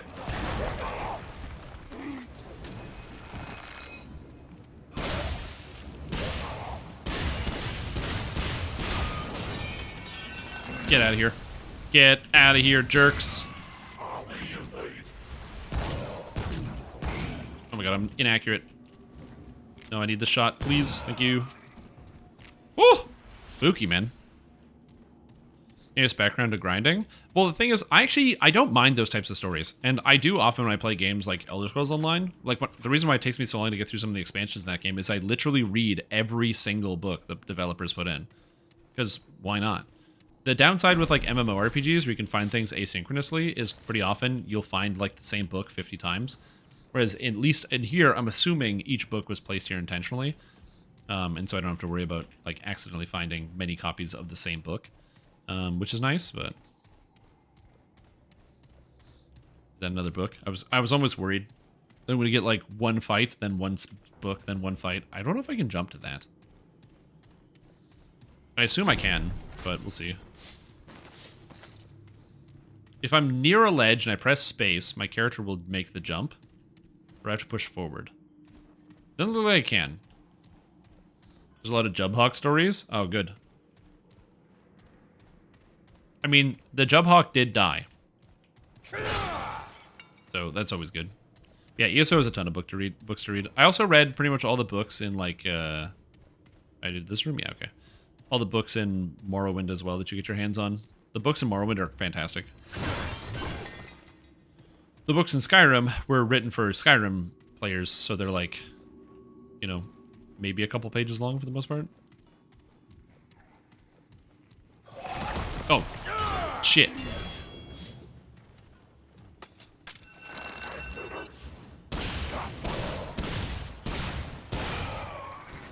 Nice.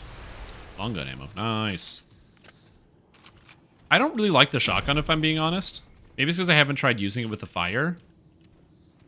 Crack speed +1. Or cast speed +1. Cool. Oh, it's just a cooldown on the ability, so I should probably try to use that more often.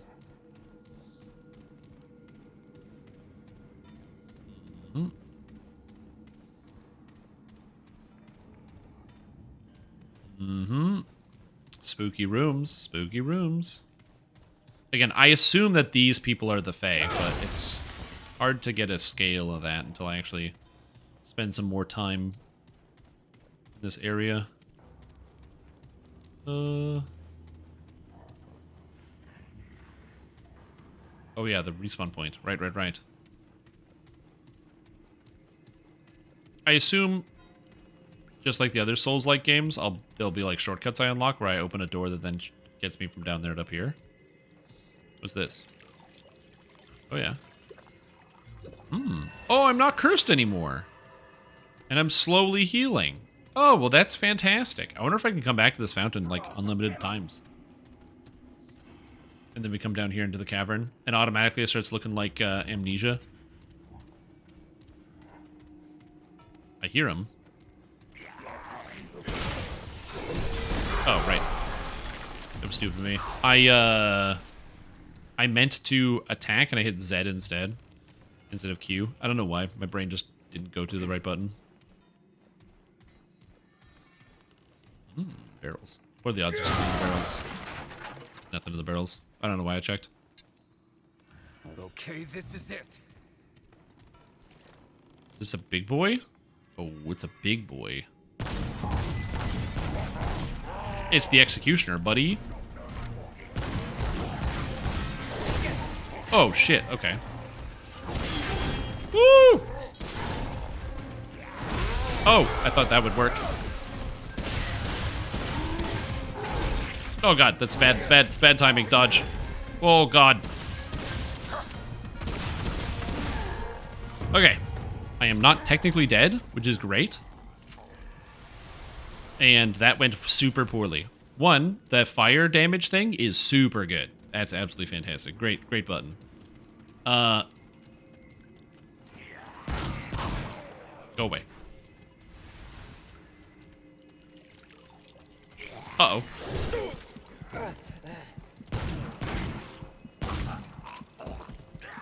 Are there still more chasing me? Jesus, I'm trying to drink some water here.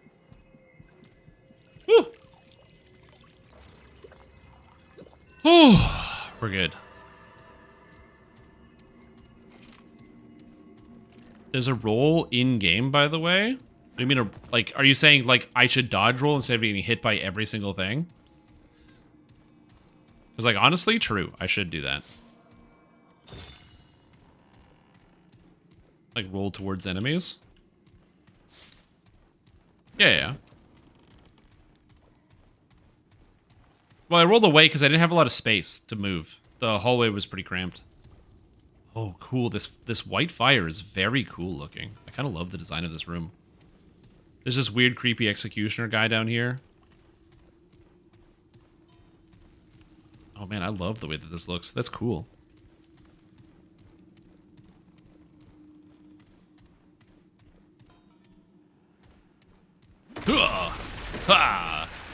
Okay, sorry, I should have checked for any stuff. Look at that, 13 scrap.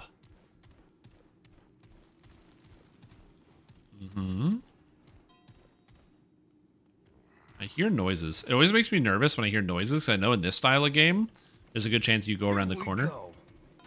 And I have to fight this guy. Oh my god, I suck. Oh my god, I suck. Should have just, like, meleeed that guy in the first place. And I got a fairy needle. Ooh, good. I should probably heal, if I'm being honest. Okay, that's good.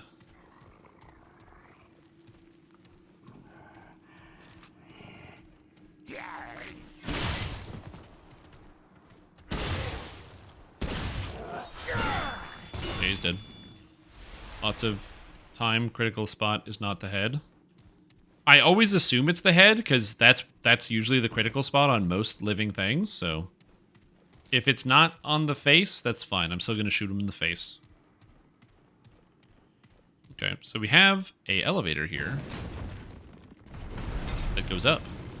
Ooh. And a secret room. Of course there's a secret room here. Okay, and this door is going to open where? Oh, this is in the library. Okay, so there's my shortcut now. Because I can come through there and just come down here to get the shortcut back if I want to rest. Which I don't need to do, because I still have more healing items, so I'm fine. Damn it. I want to go in that room. Also, there could be something underneath here that I don't know about, so I gotta check that. The classic Dark Souls move. Do this, and here we go. Nice.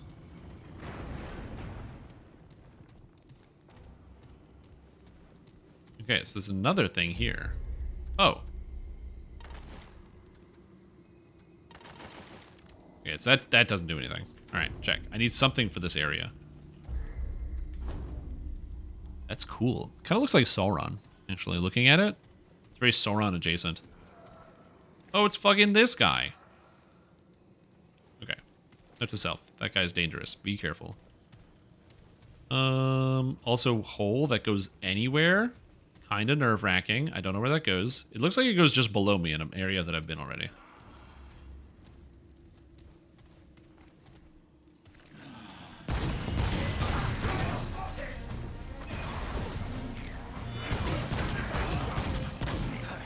Damn it.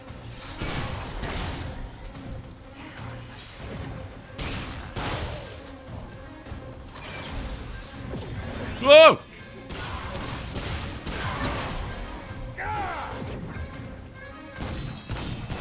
He's blocking my shots? With a sword? Bro, you're not a Jedi. Get out of here.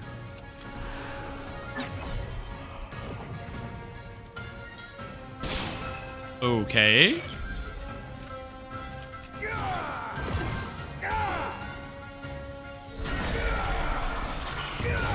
What the hell? Bringing Jedi over here, literally blocking my shots.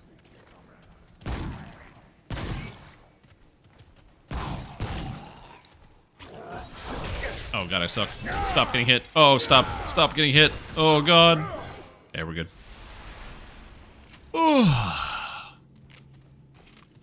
Okay, so I still have ammo. I feel like I'm doing okay on ammo. I don't know. I'm worried that like my ammo economy is gonna struggle from like missing shots quite a bit, but that's really my only worry. Oh, there's a checkpoint here. Wait, is this where I was supposed to go? Did I not fully explore that area upstairs? Dude, I have no idea. I'm lost. Checkpoint updated. Okay, so we have a checkpoint. I have a curse cleansing area. If I respawn, I'm gonna have to fight all that other crap again. Do I care about fighting all that other crap before I continue exploring? Because I didn't finish everywhere upstairs. Can I return to levels, or is it one playthrough only? I guess is the question. Because if I can return to levels, I can just come back here and fully explore it later and get all the rooms I missed. But if I can't fully explore levels, then you can return? Okay, if I can return, I'm going to rest then. Okay, cool.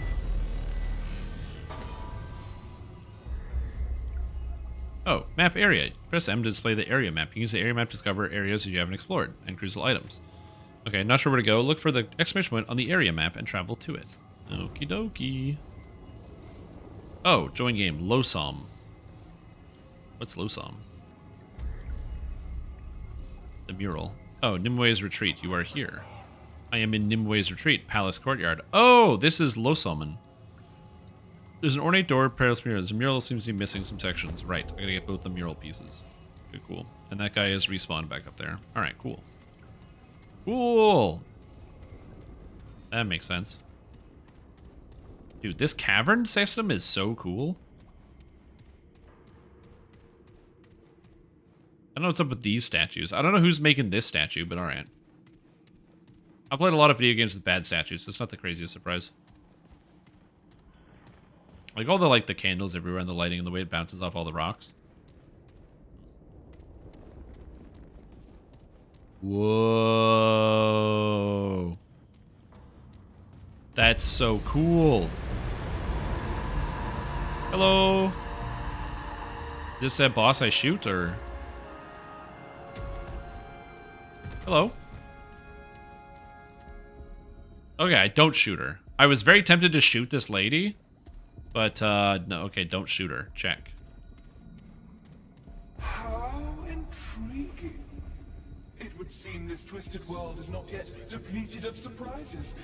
I greet you, okay, then, and welcome you to the realm of the Fae, or what so remains. Okay. I am Numue.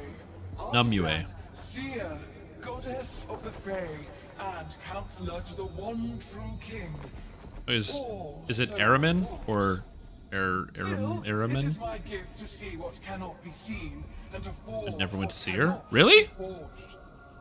So then, strange one, what brings you thus before me? Okay, if my character has just been... Oh, I got an achievement. If my character has just been rolling around in the regular world for most of their life, shooting zombies and whatever, and then it's like, oh, now I'm stepping through a portal and this is here? What a day. What a 24 hours. My god. Look at my friend, someone like me named Clementine. Like you say? You are a unique taste, strange one. Issues required for progression? Yeah, interesting. But your form, perhaps? Yes, it is familiar. I may have seen this Clementine in dreams and visions. She wears your shape, yes? But she tastes... Well, she doesn't look like me. She looks like what she looks like. powerful. Yeah, it sounds like her. I've seen her in a kingdom of great authority, filled with doors and possibilities. But I do not recognize it. Nor can I find the way. Not here. Not as things are. Very, very helpful. The kingdom is in disarray, strange one. The one true king has been deposed, but the manner of his deposition has wrought unforeseen consequences. So what happened? Was the king a good king or a bad king? What's the story? An impostor sits upon the throne, a deceiver and a fraud. Okay, I have to kill the imposter among us and do that. What is broken, and perhaps, if you are to find what you seek. Check. I cannot ask this of you, but were you to accept this burden, to slay the deceiver, you would find them in the floors above, beyond an opulent door carved of their own vanity. Right, that's the door that I need to get through. Provide you with wisdom or aid, you need only ask. Yeah, give me some questions. I need to know. Strange one. Ask, Yeah, I need answers. and I will answer. Yeah, I got some questions. Yeah, what was your world like before? Place of great beauty, palaces of gold, fields of green and blue and fuchsia, cheerful glades. It sounds really nice. It like, especially since they're called the Fae. They're like fairies. It makes sense. You have not seen the like, strange one, for it does not exist. One can see hints of it here and there, intertwined with the dreary sphere that has since festered around us. Yeah, but what happened? I will find a way to restore it. Indeed, the seed of a plan has already been set in motion. Yet, so much remains. Oh, she has a quest? Side quest? Perhaps Yeah, is there anything I can do to help? small part, strange one, and that which I have already laid before Oh, you. kill the Imposter King. Step 1. The king bears a power critical for me to even begin my plan. Check. If you would help, you must slay. Got it. First major boss, the Imposter King. Alright, yeah, what happened to the True King? The one true king rules this kingdom with an iron fist, mollifying his subjects with promises of freedom and prosperity. And to be sure, there was prosperity.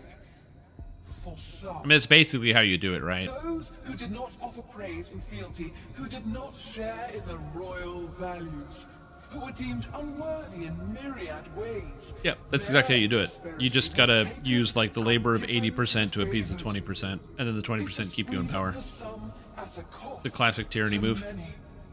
And eventually, there were some who sought to plot against him. Have you played this game? No, this is my first time. Tyrant was deposed. But at That's why I'm taking in the story and like going through it. none, not even I, could have foreseen the consequences of our actions. The one true king truly was more intertwined with our realm than any knew. I bet it's one of the two brothers. How did you depose him? The one true king was not easily removed. Many tried, but he could not be harmed by mortal weapons forged and wielded. Hey, he's one of by the his immortals own they were talking about. subjects. Indeed, so many had failed that it was Choose from, I mean, eating lunch with her could be dangerous. True. that perhaps our very world relied upon his rule. This turned out to be true. So they need to get a new one. However, fears only weakness. They turned the ear of the king's confidants, convincing them that freeing the people was worth any risk. Swayed Okay. by their words, a plot was made to remove the king from power. Only at the last second did I realize their mistake. And our people suffered the more. It's always the worst when you realize at the last second how much of a fuck up you are in fact. But first and most critically, the imposter king must Yeah, die. I feel like there's pieces of the story you're not telling me. Amusing that you think I owe you anything at all, strange one. Because, like, she's probably lying to me about something, but if she tells me the whole story, I'm probably gonna go kill her Imposter King. Told me all that you wish to reveal about yourself. To be fair, she also didn't ask me any questions. And I don't need to know where to find him. She said go find him upstairs. It is as you say. And, yeah, what can you craft? Nairobi's artisanship is yours to It's not really a halo. It's more like there's smoke coming out of her. She's blowing smoke, as they say. What is impossible to see, I perceive. Oh, it is a halo thing. You're right. What is impossible to fashion, I can forge. Such as my gift and my curse. So I can get a fairy needle. Generates mod power. Whatever that means. Tranquility font. And a hex ward. Prevents curse blight. That sounds really good, doesn't it? That prevents me from getting cursed when these guys attack me? I feel like that's the answer here, is I just craft the prevents curse blight right now. So yeah, that seems very, very good. To yet live, strange one. Yeah. They must be destroyed. Yeah. Like that just seems way too good. And it auto-equips, nice. Oh, I get 4 rings? Wow, this video game really is generous. And now we jump in the water here.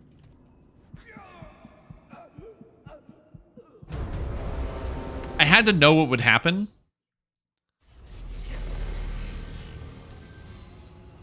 Is this like Dark Souls where I lose all my scrap?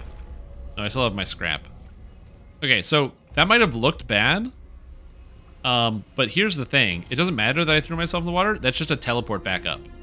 So I just teleported faster. On John Silver's is the best chicken tenders. They don't have that in my country.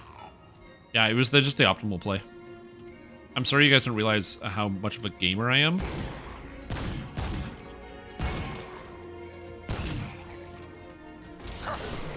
Oh, I just entirely missed this guy.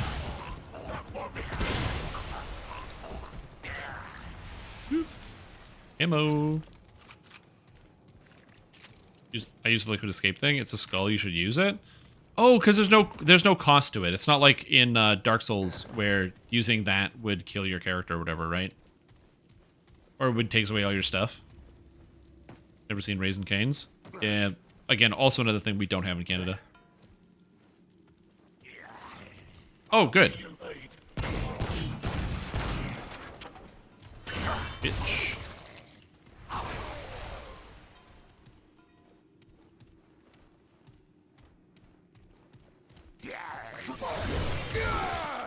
Bam! Gotcha.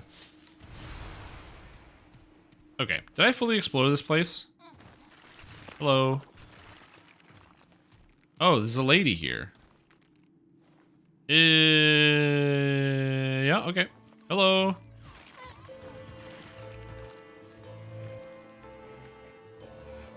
Okay. Alright. Watching the skulls. Watching the skulls. Hold on, I'm watching the skulls. Huh? Ooh, nice dance. She's got the moves. I don't know how this person is able to do this with that mask on. I assume it's a lady, but it might not be. It might be some guy. Damn, one-handed juggling while also dancing around? Honestly, whoa! Look at the moves!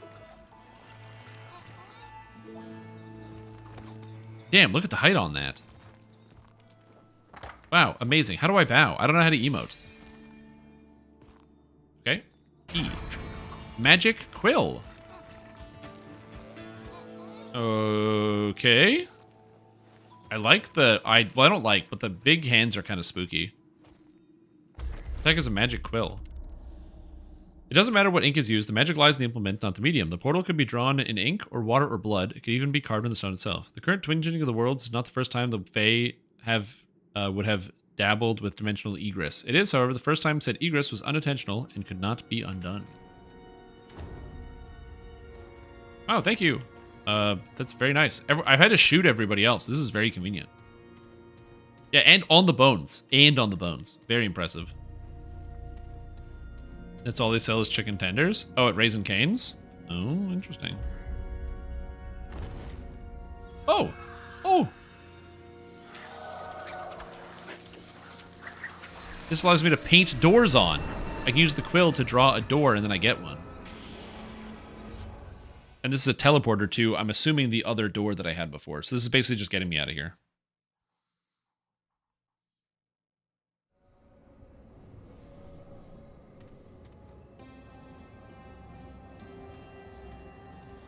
Oh, this is a totally new area. Oh, I have not been here yet. Okay, interesting.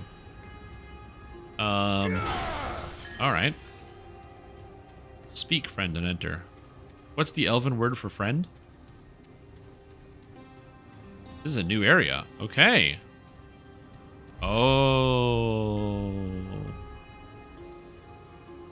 Uh-huh. All right. Check. Check, check, check. Notice the lighting difference? Nope. I'm resting. Upgrading weapons. You have enough resources to upgrade weapons. Upgrading weapons allows you to overcome increasingly difficult challenges. Talk to Riggs in Ward 13 to upgrade. Yeah, but I can't go back to Ward 13. The problem with going back to Ward 13 is that, in theory, my character is not supposed to return until I finish my first quest. So I'm not going to town until I finish my first quest, because it doesn't really make any sense to me. Like, thematically, from the angle of the story. Even though I can, it doesn't make sense, in my opinion. The new Dragon Lord looks interesting. I am in love with the new Dragon Lord. I did a 1 to 20 with it on Lemania. Oh my goodness, it's so cool. All right, let's do this. Pathway of the Fallen. I like how these guys dodge out of the way. Like, dude, how do you even know what a handgun is? They're literally fighting with spears, and yet he knows how to get out of the way of a handgun. Maybe like, yeah, but you're pointing something, right?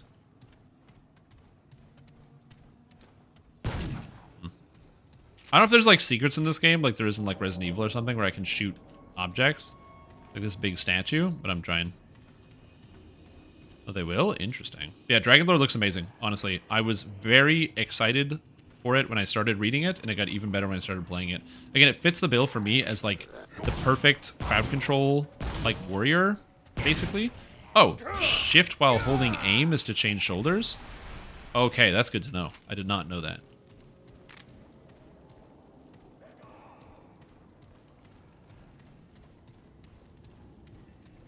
And man, dude, it was absolutely amazing. Getting a trip on a improved trip on 7-second cooldown is, or like I think it's 8 actually. It's 33%, so off of 12. Okay, this is it. Boop. Gunshot wound. Gunshot wound. Shoot him.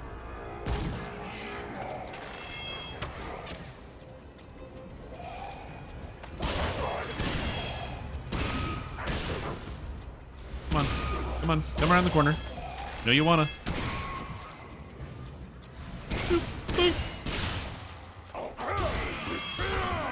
See ya, jerks. Oh, good. Take no prisoners.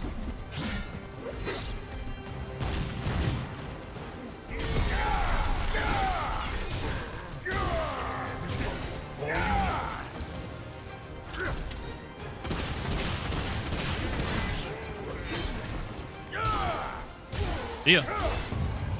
Woo! Nice and exciting. Damn. Is it Hold over? G when out of combat? Oh, for what? Oh! Oh, so I can ask for ammo? So I can emote?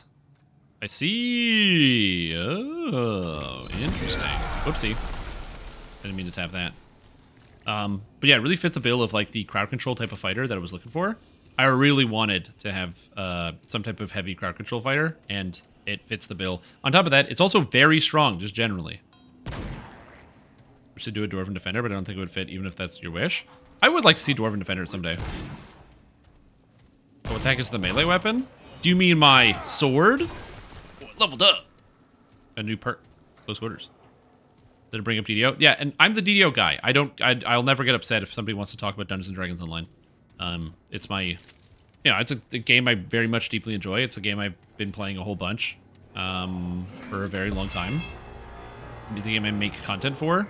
And so I've said that before and I'll say it again. I don't mind if people bring up other stuff. Just if I'm like in the middle of a boss fight or something, there's like some crazy dangerous monster, just be aware that I might, not pay attention to what you're talking about because I'm busy with the, the monsters that are coming out. Come to the corner. Into my corner of fun. Oh, right. Ow. Oh, I have to reload. Oh, God. Did I hit these guys with that? No, it doesn't look like. Well, I got one of them, which I feel like I shouldn't have gotten. Ow.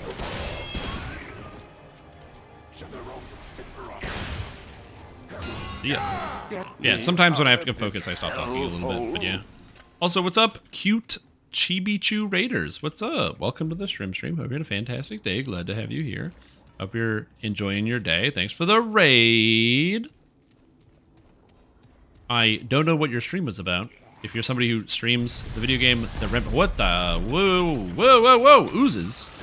Yo, I don't like this. Whoa. What the heck is this? What on earth? And they're attacking the other monsters in the room? That's bizarre. I don't know if you're somebody who streams Remnant or is familiar with it. This is my first Remnant stream.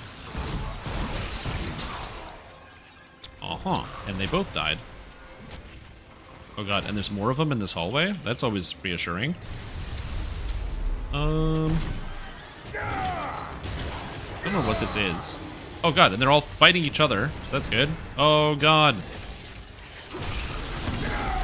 Did nerf it 4 times to bring it to parity? The side art? Really? Oh, Blight Spawn. Unstoppable Minions Hexer. Wait, is that this? Is this the Blight Spawner? Oh, this is the boss. Oh, okay, and it's killing me. Heal cell. Nope. No, it's fine, it's fine. Don't worry about it. Don't worry about the damage. Okay, so melee is a bad idea. It does not like it when I get into melee. It just kills me. Oh my god. Go. Get out of the way. Oh, okay, I'm back up.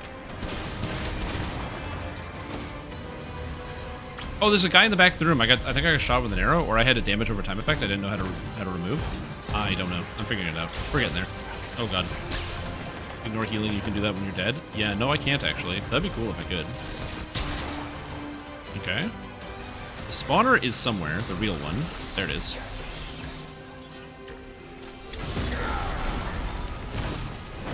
Oh my god.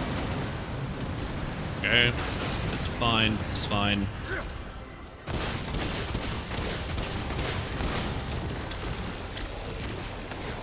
Okay, it's fine. Everything is good. Dude, stop attacking for like 1 second, please. Please stop attacking. Holy macaroni. Alright, great time. Wait, why is it still exploding? Please stop exploding. Stamina cost relic. And a bunch of other stuff. Corrupted luminite crystals, cracked ammo pickups. Cracked ammo? Oh, hell yeah. I don't know if you can pick up health from these guys. That would be interesting if you could. But, oh my god. That was spooky as hell. Stamina cost, Stormbringer, Mutator. Okay, what's Mutator?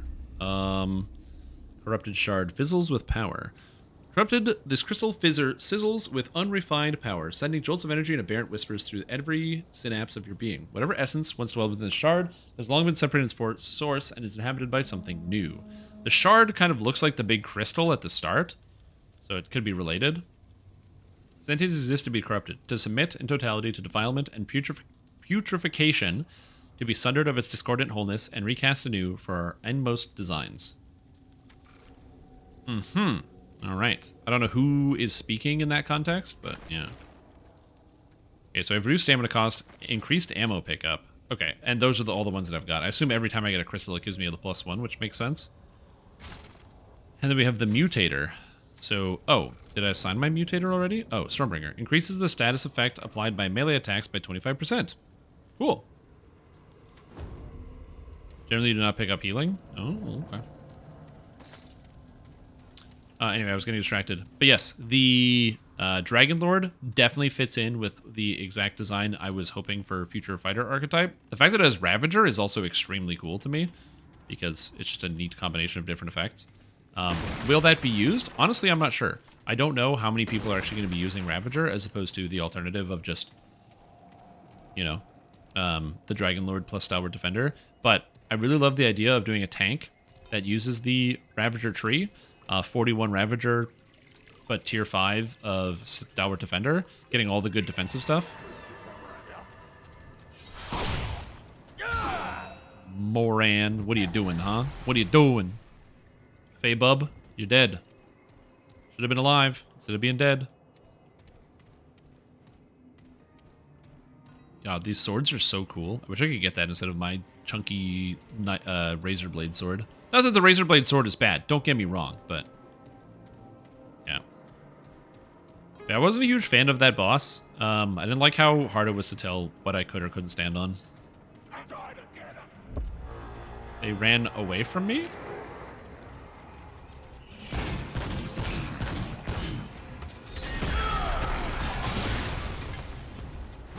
Yep.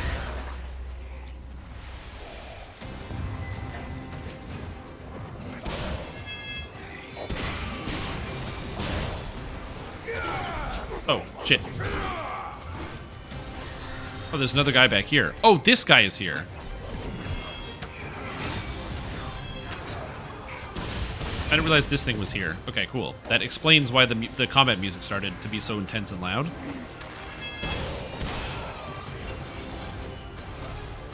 Is that a clone? Or the real one? Yes. I don't understand exactly how this character functions.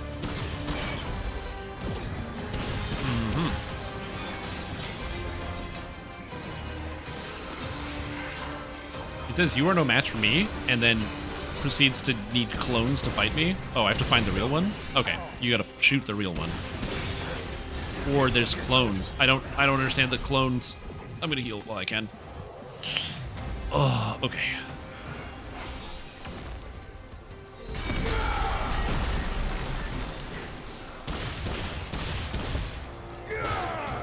Goodbye. Alright, cool. Give me that crack stamina shard. Whoop! Whoop! Whoop! Can I attack upwards, please?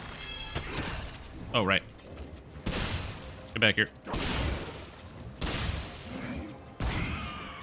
Okay. Okay. That was stressful as heck, dude. It's over. That guy did die to death, yeah. My god. Really cool fights, though. Like, I really like the design of a lot of these fights. The monster that, like, splits himself apart, I was kind of curious as to how, like, the guns would feel in this sort of game.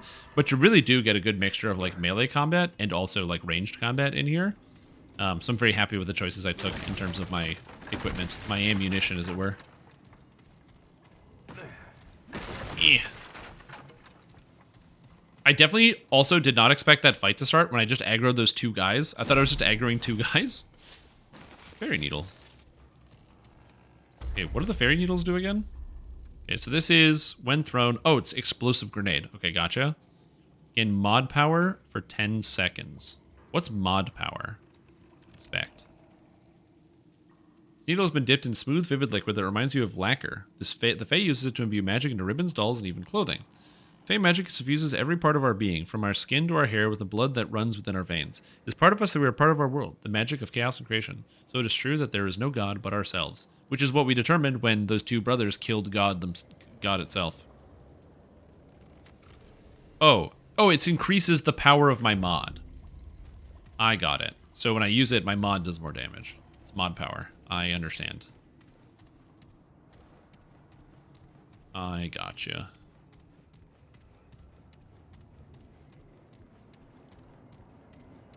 What checkpoint? Oh, and a giant castle. Oh, very cool. A place to heal. Less nerve-wracking. More like it restores your mana. Oh, like it. Oh, it's like removes the cooldown, I guess, on it. Okay. Dude. Okay, I gotta say this. The art direction of this game is insane. This place looks amazing. Oh, the moon. Oh my goodness. This place looks so good. Okay. I'm very happy. Like, the game is fun, but also, like, it's such a joy to look at everything. Although, the juxtaposition of, like, me being in this, like, fantasy world as some dude who is, like, literally, like, John Call of Duty. Well, I guess it's more like John Gears of War. But just some guy wearing all brown, covered with weapons that are brown and gunmetal gray. But in this, like, bright, colorful world. Consumables can be used to do stuff. Ammo boxes, part of using and conserving ammo is an important part of gameplay. Melee weapons to smash foes. Need ammo boxes, talk to Reggie. Status effects. Got it. Alright, let's go. Oh, there's a maze-like area here, which I don't love. Oh, good.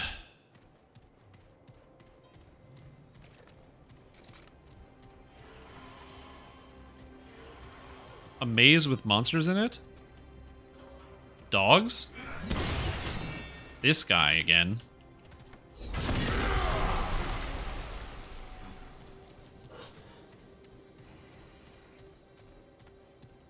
Alright. We got this guy again in here. I hate this guy.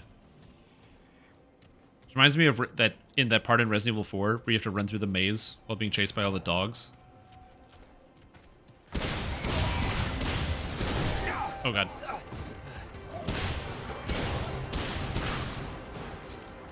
Healing. Oh, yo. I did not expect that guy to hit me from that range. Ranged critical damage fragment. Played remake of RE4? No. I wanted to before I did that, I wanted to replay Resident Evil 4, like the original, but with the Super HD texture pack to get a refresher on the game, and then play the remake.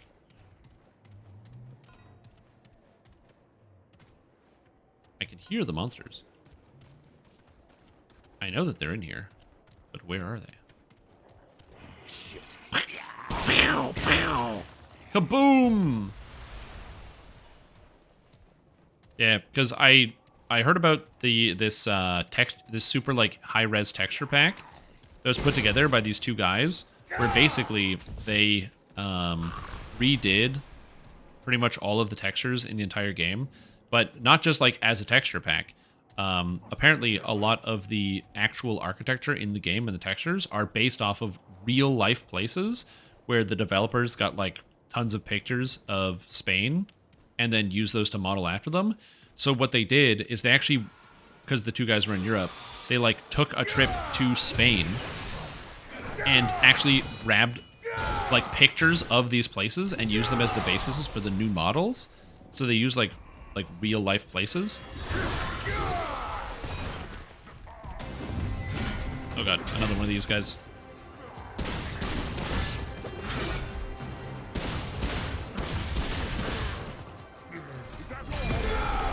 No.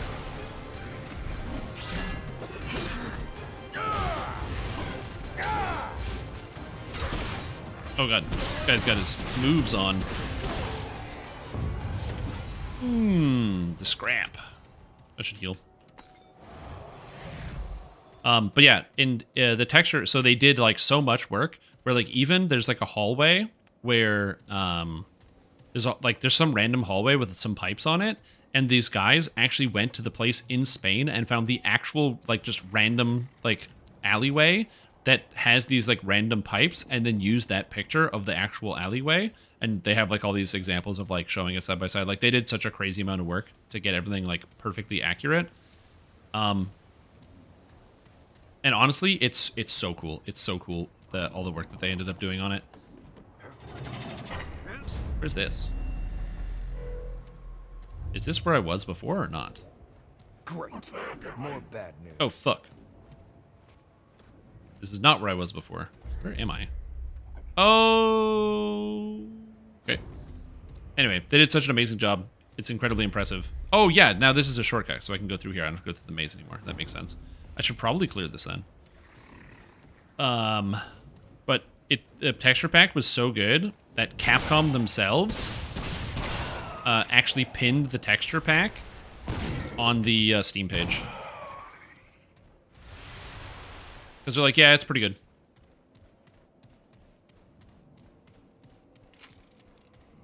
Oh, I can sprint while reloading? Okay, that changes everything.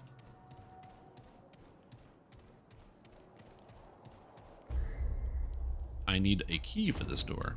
Okay, okay. Okay, so that's opening everything. I don't have the key access to the right maze, I don't think yet.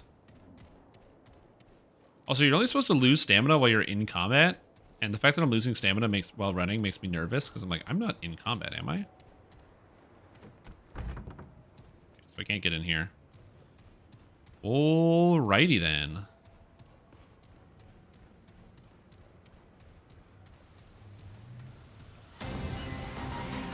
Wraith Liege.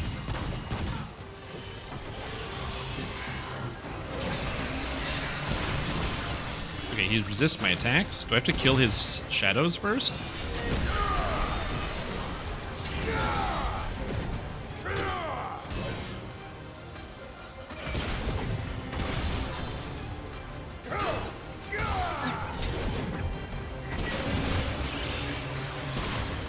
Oh god, I'm being chased by rats.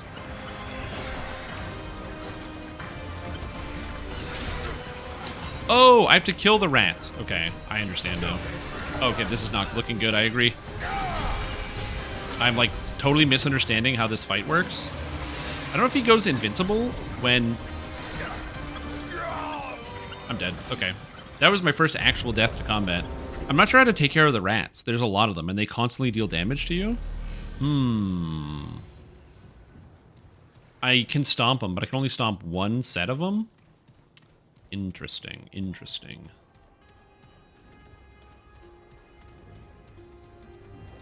You know what? I'm just future planning. I stomp the first set, right? And then I stomp the second set. And now I need a stomp. That's what I'm worried about. But I guess I'll cross that bridge when I get to it.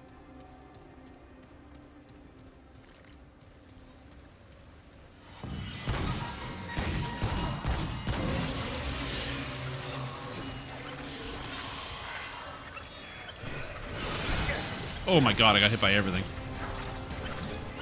Wrong button. Well, it's good enough, I guess.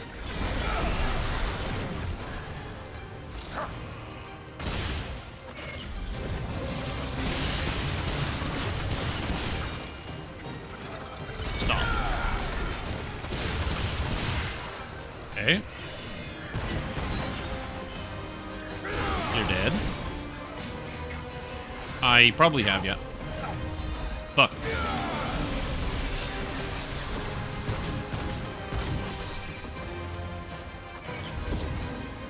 Okay.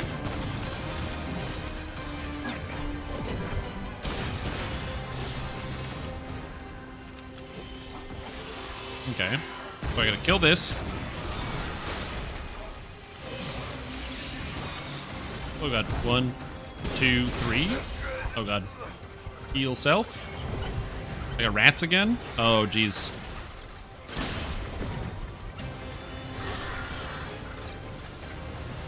Wrong button. Fuck. I keep pressing the wrong button. I mean to stomp. Oh, fuck. The immunity phase is so annoying.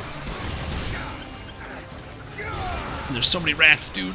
Oh, I'm dead. Fuck. Okay.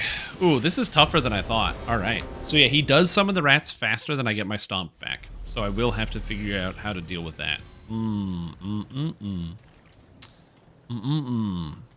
I think it's honestly just like a cadence issue where I'm not. I'm also probably not meleeing enough, as well, just so that I have ammo for when I need it, which is also probably a thing I can do. So yeah, but I can't aim it. So like, there's a good chance I just don't shoot at the ground and then I don't hit the rats, which is like one of my bigger worries is that I won't be able to hit them because I'll use sword, but it doesn't actually hit the ground enough. Although it looks like if I sprint attack, it hits the ground. So maybe the answer is I just have to... maybe that's the key.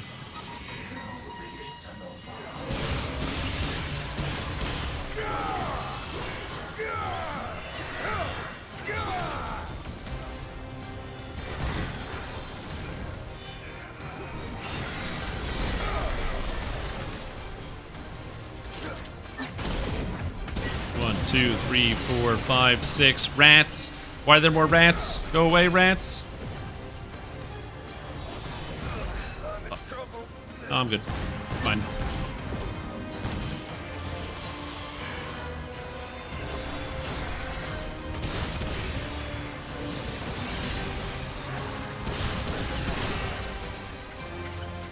Okay, heal self. I still have rats on me. Fuck, he summons rats so fast, dude.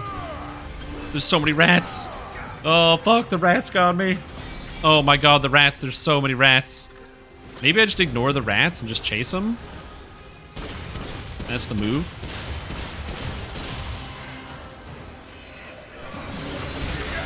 And I'm dead. Holy fuckaroli. Okay. Alright. Okay, so... I think I can get better at that. I think I'm just like mismanaging my timing, and I find I also run out of like my stamina bar too quick. Plus, also, I think I should sprint a little bit more often than I currently am. I think I'm like rolling more than I'm sprinting, and I need to be sprinting a little bit more often.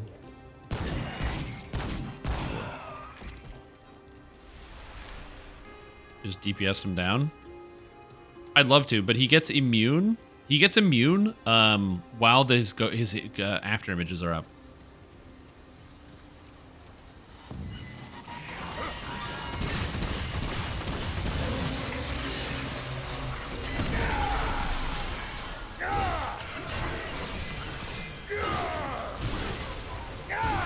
guess I can do this, though.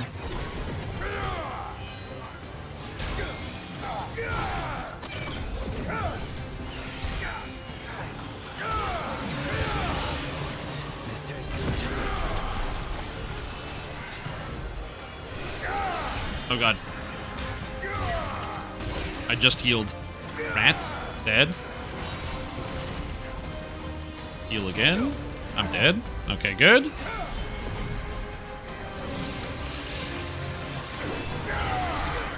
Oh my god. The rats do so much damage. Trying to melee the rats, I took half my health and damage. Drink souls when? Yeah, never again, unfortunately. I don't ever plan on doing that again. It'd be cool, but yeah. Have you been spending your trade points? I only have one. Like I said, I'll get it. I just need a little bit more practice. Like with any of these games, they're, you know, they're designed to be tough. So I just gotta figure out like what my best method for getting around this is, because I feel like burst phases are pretty good, and melee attacks also seem to be pretty good. Him starting really far away really hurts because I can't even get into melee range. Like I was able to hit that. Fuck.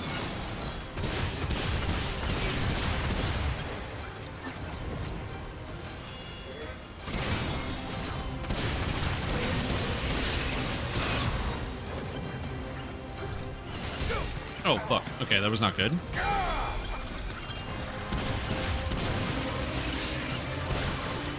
Go away, rats. Dude, the rats took half my health away. Heal? Just shoot him and don't get hit. Yeah, that's the game plan here, is shoot him and don't get hit. Yo, he does my fucking entire health bar. The rats, dude.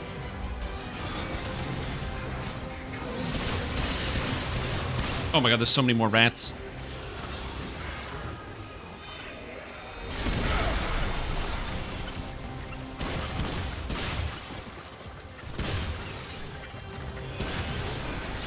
Wait, how give these? Oh, that thing is still alive. Oh god. Okay, it's fine. It's fine.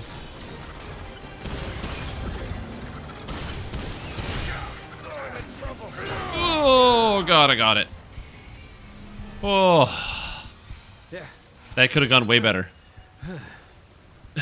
That could have gone so much better. But I got it. Home of knowledge. Trait point. Nice. Traits.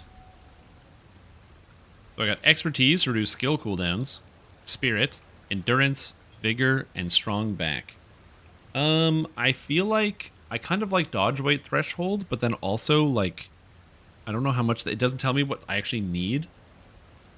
So like that feels kind of bad. So I don't know if I want that. Maybe we go with like vigor. I don't know. Yeah, can't go wrong with health. I'm just gonna put a couple points into health. Health is good. There's literally no time where health is bad, so we'll just do that.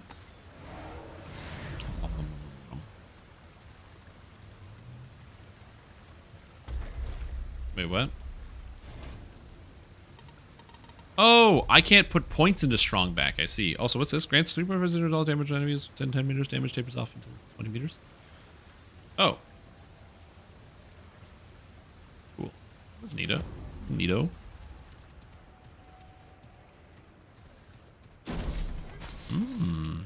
Scrap.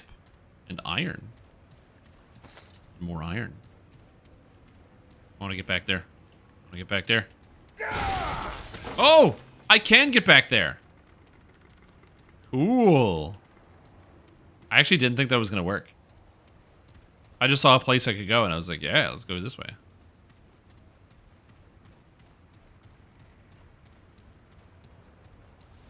Okay. Well, can't get through here. At least not right now.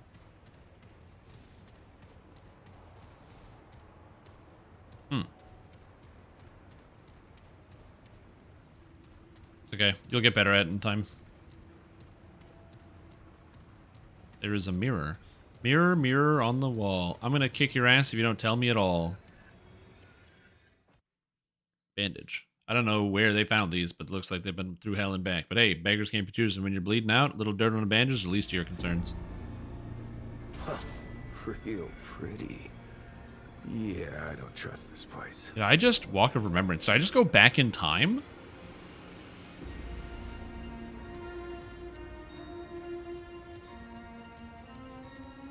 Interesting. I think I just looked back in time, maybe? Can I break this again? I can. Oh, but now this door is closed. But the other side is now open to me. Interesting. This is very cool. I've clearly gone through a time jump of some kind. This is a different time than I was in before. I don't know if I'm in the future or the past. But there's leaves on the trees. It's daytime. The water, the river is flowing. Ooh.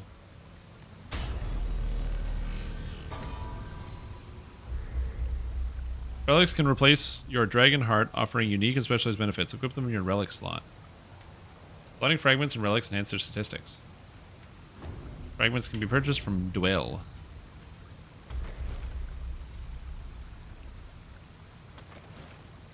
Oh, so I can have a different relic other than the dragon heart. Ah, okay. Yeah, it's okay. You don't spoil it for me. I got it. I'm playing John Remnant, you guys.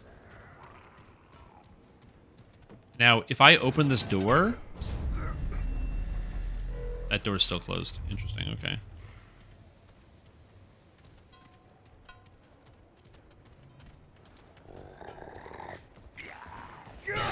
Oh, I thought there was like going to be a thing where I get a backstab. I think it's Dark Souls. I mean, I did kill him anyway, but... Ooh. Yo, that guy hit me with magic? What is this? Oh, it's this guy. That blocks bullets? Oh, no, it just hits me. Okay.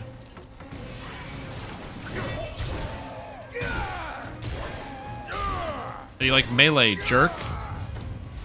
Oh, what's that? You don't like melee? Yeah, sounds good to me.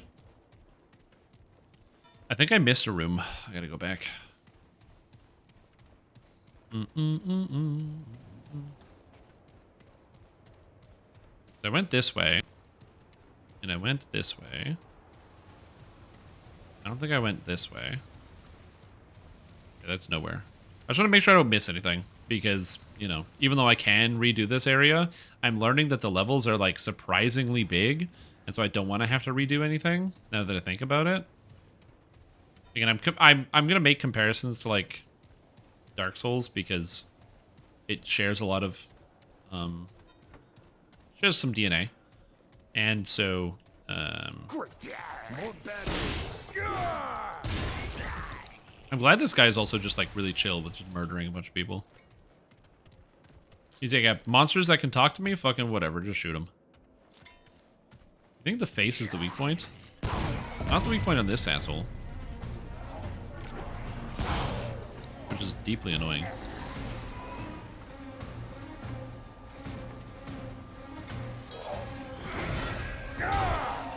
Melee, melee. So it's like, but it's a bit more casual. Yeah, probably. But yeah, it's the worlds are bigger for sure in this game. Like in Dark Souls, or like I'm comparing this game to Bloodborne in my mind, and this game is like bigger than Bloodborne. Yeah, I'm also gonna call it a night pretty soon. I have a lot of things to do tomorrow, and it's almost 2 in the morning. I'm just having a lot of fun. I didn't really want to turn it off. This game is good. I hate looking over at my Twitch timer though. I also haven't eaten a single thing today. Because I was kind of feeling under the weather earlier, and I probably should eat something before I go to bed, but I'm probably just going to go to bed for dinner. Shrimp Tom Classic. Okay, so that's a boss there. So let's not do that right away.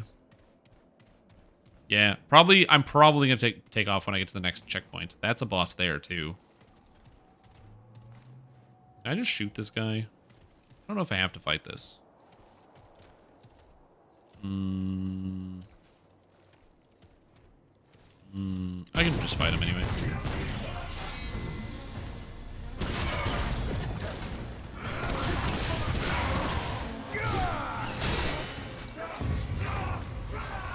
Oh, it's just is he just a regular enemy now, or is that still a boss? I don't understand. Are the Lumite crystals limited, or do I get them every time I fight? I'm not sure. I don't know. I don't know. Because I feel like that was like a boss monster, but now that I'm better at fighting him, he goes down pretty fast. Oh shit! I'm busy. No! You can't attack me. No, you can't attack me. You can't attack me. Come on, dude. John. Woo!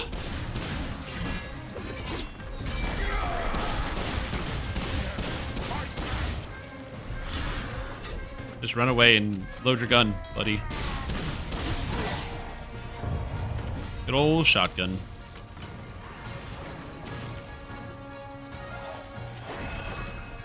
Oh, I'm sorry. I dodged through your shit. Boom. Bam.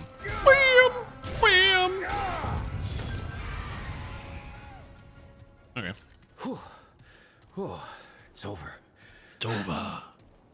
Gift of Euphoria. A new amulet. Yo, I got an amulet? Amule, as the kids say. Spending 25 stamina grants 5% critical chance for 7 seconds. Max 5 stacks. Madness. What a madness ability.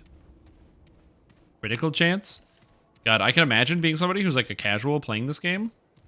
Where you literally turn it on and you go, yeah, you know what? Nah, I don't know. You don't read any of this stuff. You just play the game, shoot the monsters. Ooh, iron. Why does it... Wait, why does this sound different? Is there a secret here? It sounds like wood. Like it's a fake floor. Weird.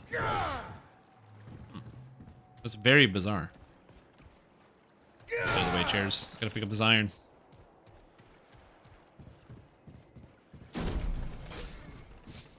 Correct elemental damage, iron, and a purified salve. It's supposed to go somewhere, but where? I don't know. How do I get this door open? I might have missed something. It's probably in this area here, maybe? Maybe there's an area to go down or a lever I didn't pull. Yeah, I just want to go till I get to the next checkpoint. Is there a secret door? No, okay. Check. No secret door. I have to go through the maze on the other side, maybe? In Big Map? Well, yeah, but even opening Big Map, the only place I can see to go is there's here and there's here. And this went nowhere. So I'm thinking it's either here or here. I'm going to figure out which. It's going to let me in.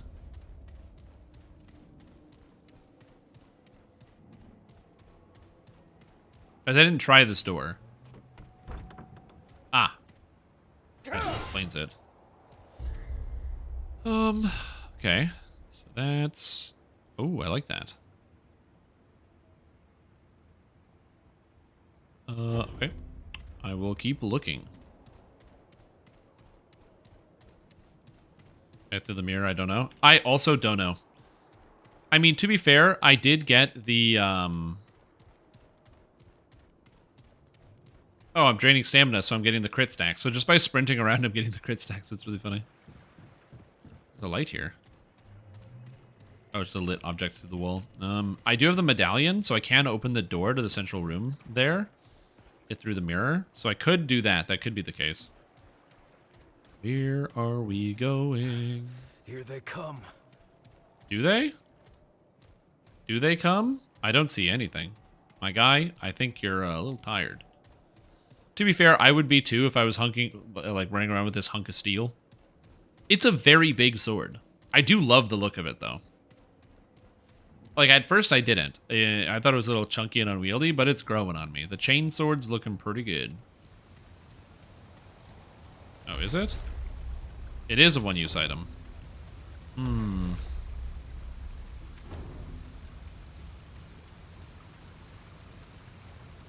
Well, maybe those two places are connected. So maybe because I opened the door there, I have to go back through and I get to the other side and there's a door there. I'm going to check this room again, just to make sure I didn't fuck anything up. Yeah, because this door is closed. I can't get in here. I don't know how.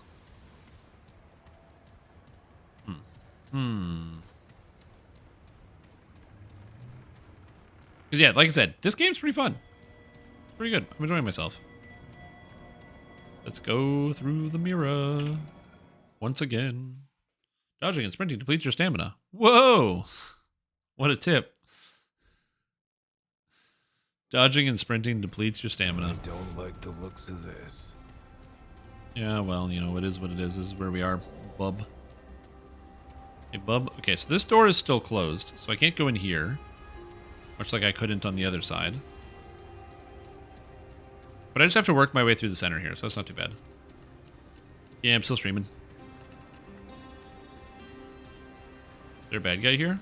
No. Is that another tome? New ring. Dread font.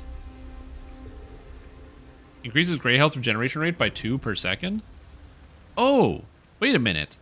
If you take damage, you can regenerate the gray health? Oh, that's interesting. You like my sword? I like my sword. Gray health isn't very well. I don't either, so that makes 2 of us. Okay, so opening it there didn't open it here. So I clearly have to go somewhere there.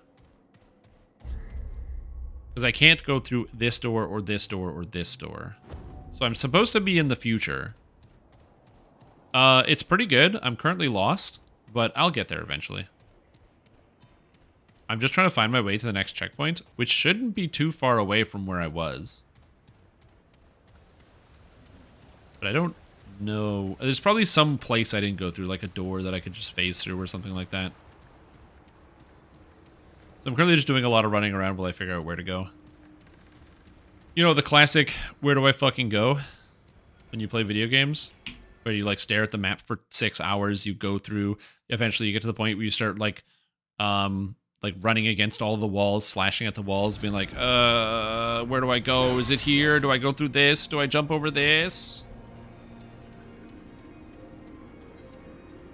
A maze within a maze. Nereza has an affinity for tricks and games.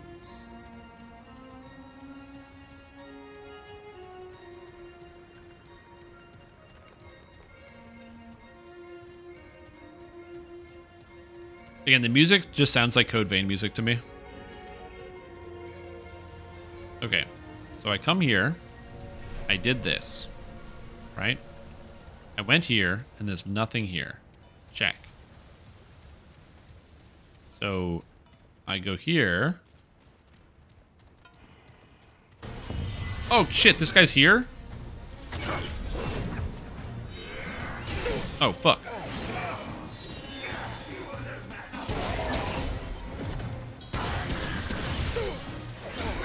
Oh god, I'm bad at the game. Get out of here, jerk.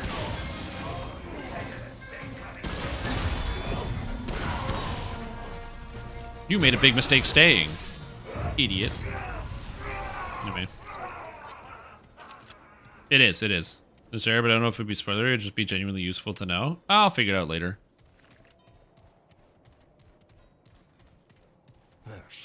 Okay, so I gotta do this section again with these jokers.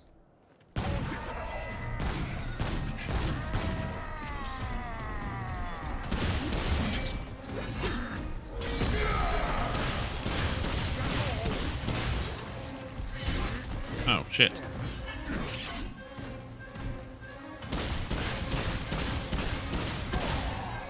Wow, I just shot him in his gut and he died. Amazing.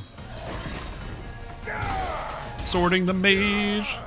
Goodbye and say goodnight. Finally got my Warlock to 25 in Season of Discovery and WoW. Nice, dude. Congrats. Whoopsie, wrong button. That's 4 classes at cap for phase 1. Oh, the level cap in Season of Discovery is 25? Interesting. Okay, that's something I just straight up didn't know. That's why you're leveling so much garbage in a garbage video game. That's bad. The foot is his weak point? You gotta shoot him in the foot? I mean, fair.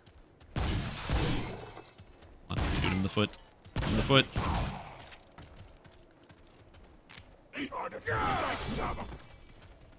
Boop. 3/8. Oh, they like level cap it. I see, I see. Let's do something cool. I'm gonna sword this guy and he's gonna die to my sword. Check that out. Isn't that amazing? What a mechanic in a video game. Okay. So I gotta go somewhere here. Like, it's very obvious that the game is leading me here. So it's either there or here. Let's look at this statue. Statue looks like it's giving me something. I don't know if there's like environmental objects you have to interact with in this game. That's another thing. If there's like something I gotta shoot. It could also be a lever around here that I just missed. Cyberpunk time when we started combat? I don't know.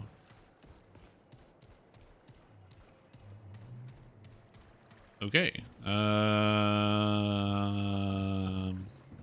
don't think I can vault this. No, I can't. I can't climb in this chest and it didn't give me anything relevant. Maybe there's something I can shoot through here?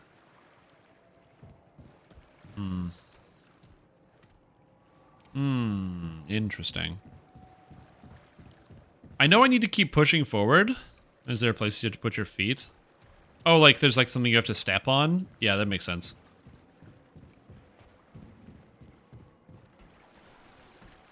Yeah, going in the water. Again, I know that I have to progress through this path because I don't have any keys that open up any other doors going any other way. So I know that this is the way I need to go. Maybe I can tear down the paintings. Nope. Painting? Nope. Okay, there's nothing here. Nothing here? Alright, I can't figure this out. I think it's just because I'm tired. Like, I'm not sure what I'm missing or if there's like an object on the ground that's like really easy to spot. But I can't figure this out. So, I think I'm just going to head back to the checkpoint and then just come back with a fresh head next time and see if I can figure it out. Because, very cool game. But yeah, I don't know what I'm missing.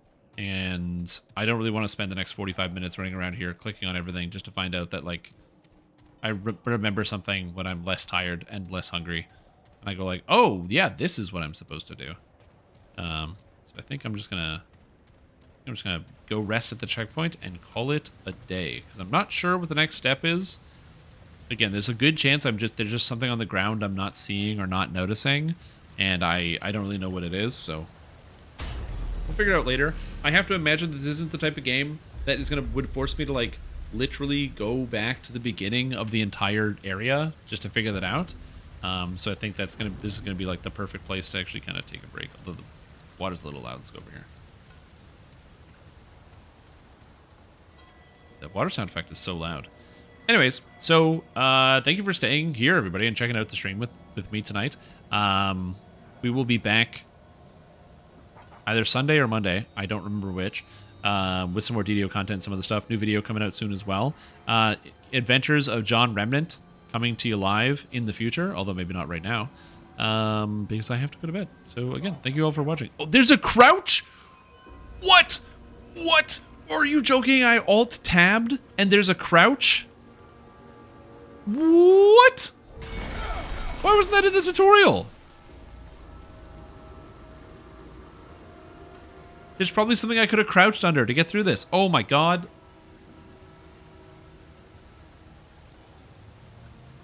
Yeah, basically. Just for teabagging enemies. Or just the dance. The crouch dance. So fun story. When I was playing Destiny 2 with a friend of mine, we were hanging out in the tower, which is the central town.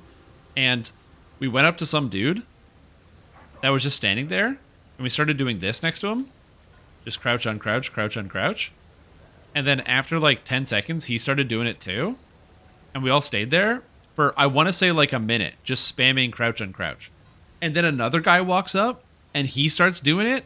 And at one point, we had like 10 different people all just standing in town, just crouching and uncrouching for almost like 6 minutes straight as more people kept walking up and joining the party for no reason. There was no communication. We were just doing it in town. And then a bunch of people just stayed and did it. We just wasted probably a total of like an hour's worth of people's time for no purpose, and it was great. Anyways, thank you for watching. I hope you enjoy the rest of your entire night. Get some good rest because you have a long day tomorrow. Actually, I don't know if you do, but I assume you do. And if you don't, that's okay. Like I said, we'll be back soon with some more fun content with me and John Remnant. Good old John Remnant. Good boy John. Jonathan. Remnant 2. Remnant 2. Not Remnant 1. John Remnant 2. The first Remnant, but not the second. Johnny Boy John Remnant. That's what they called him all the way through high school.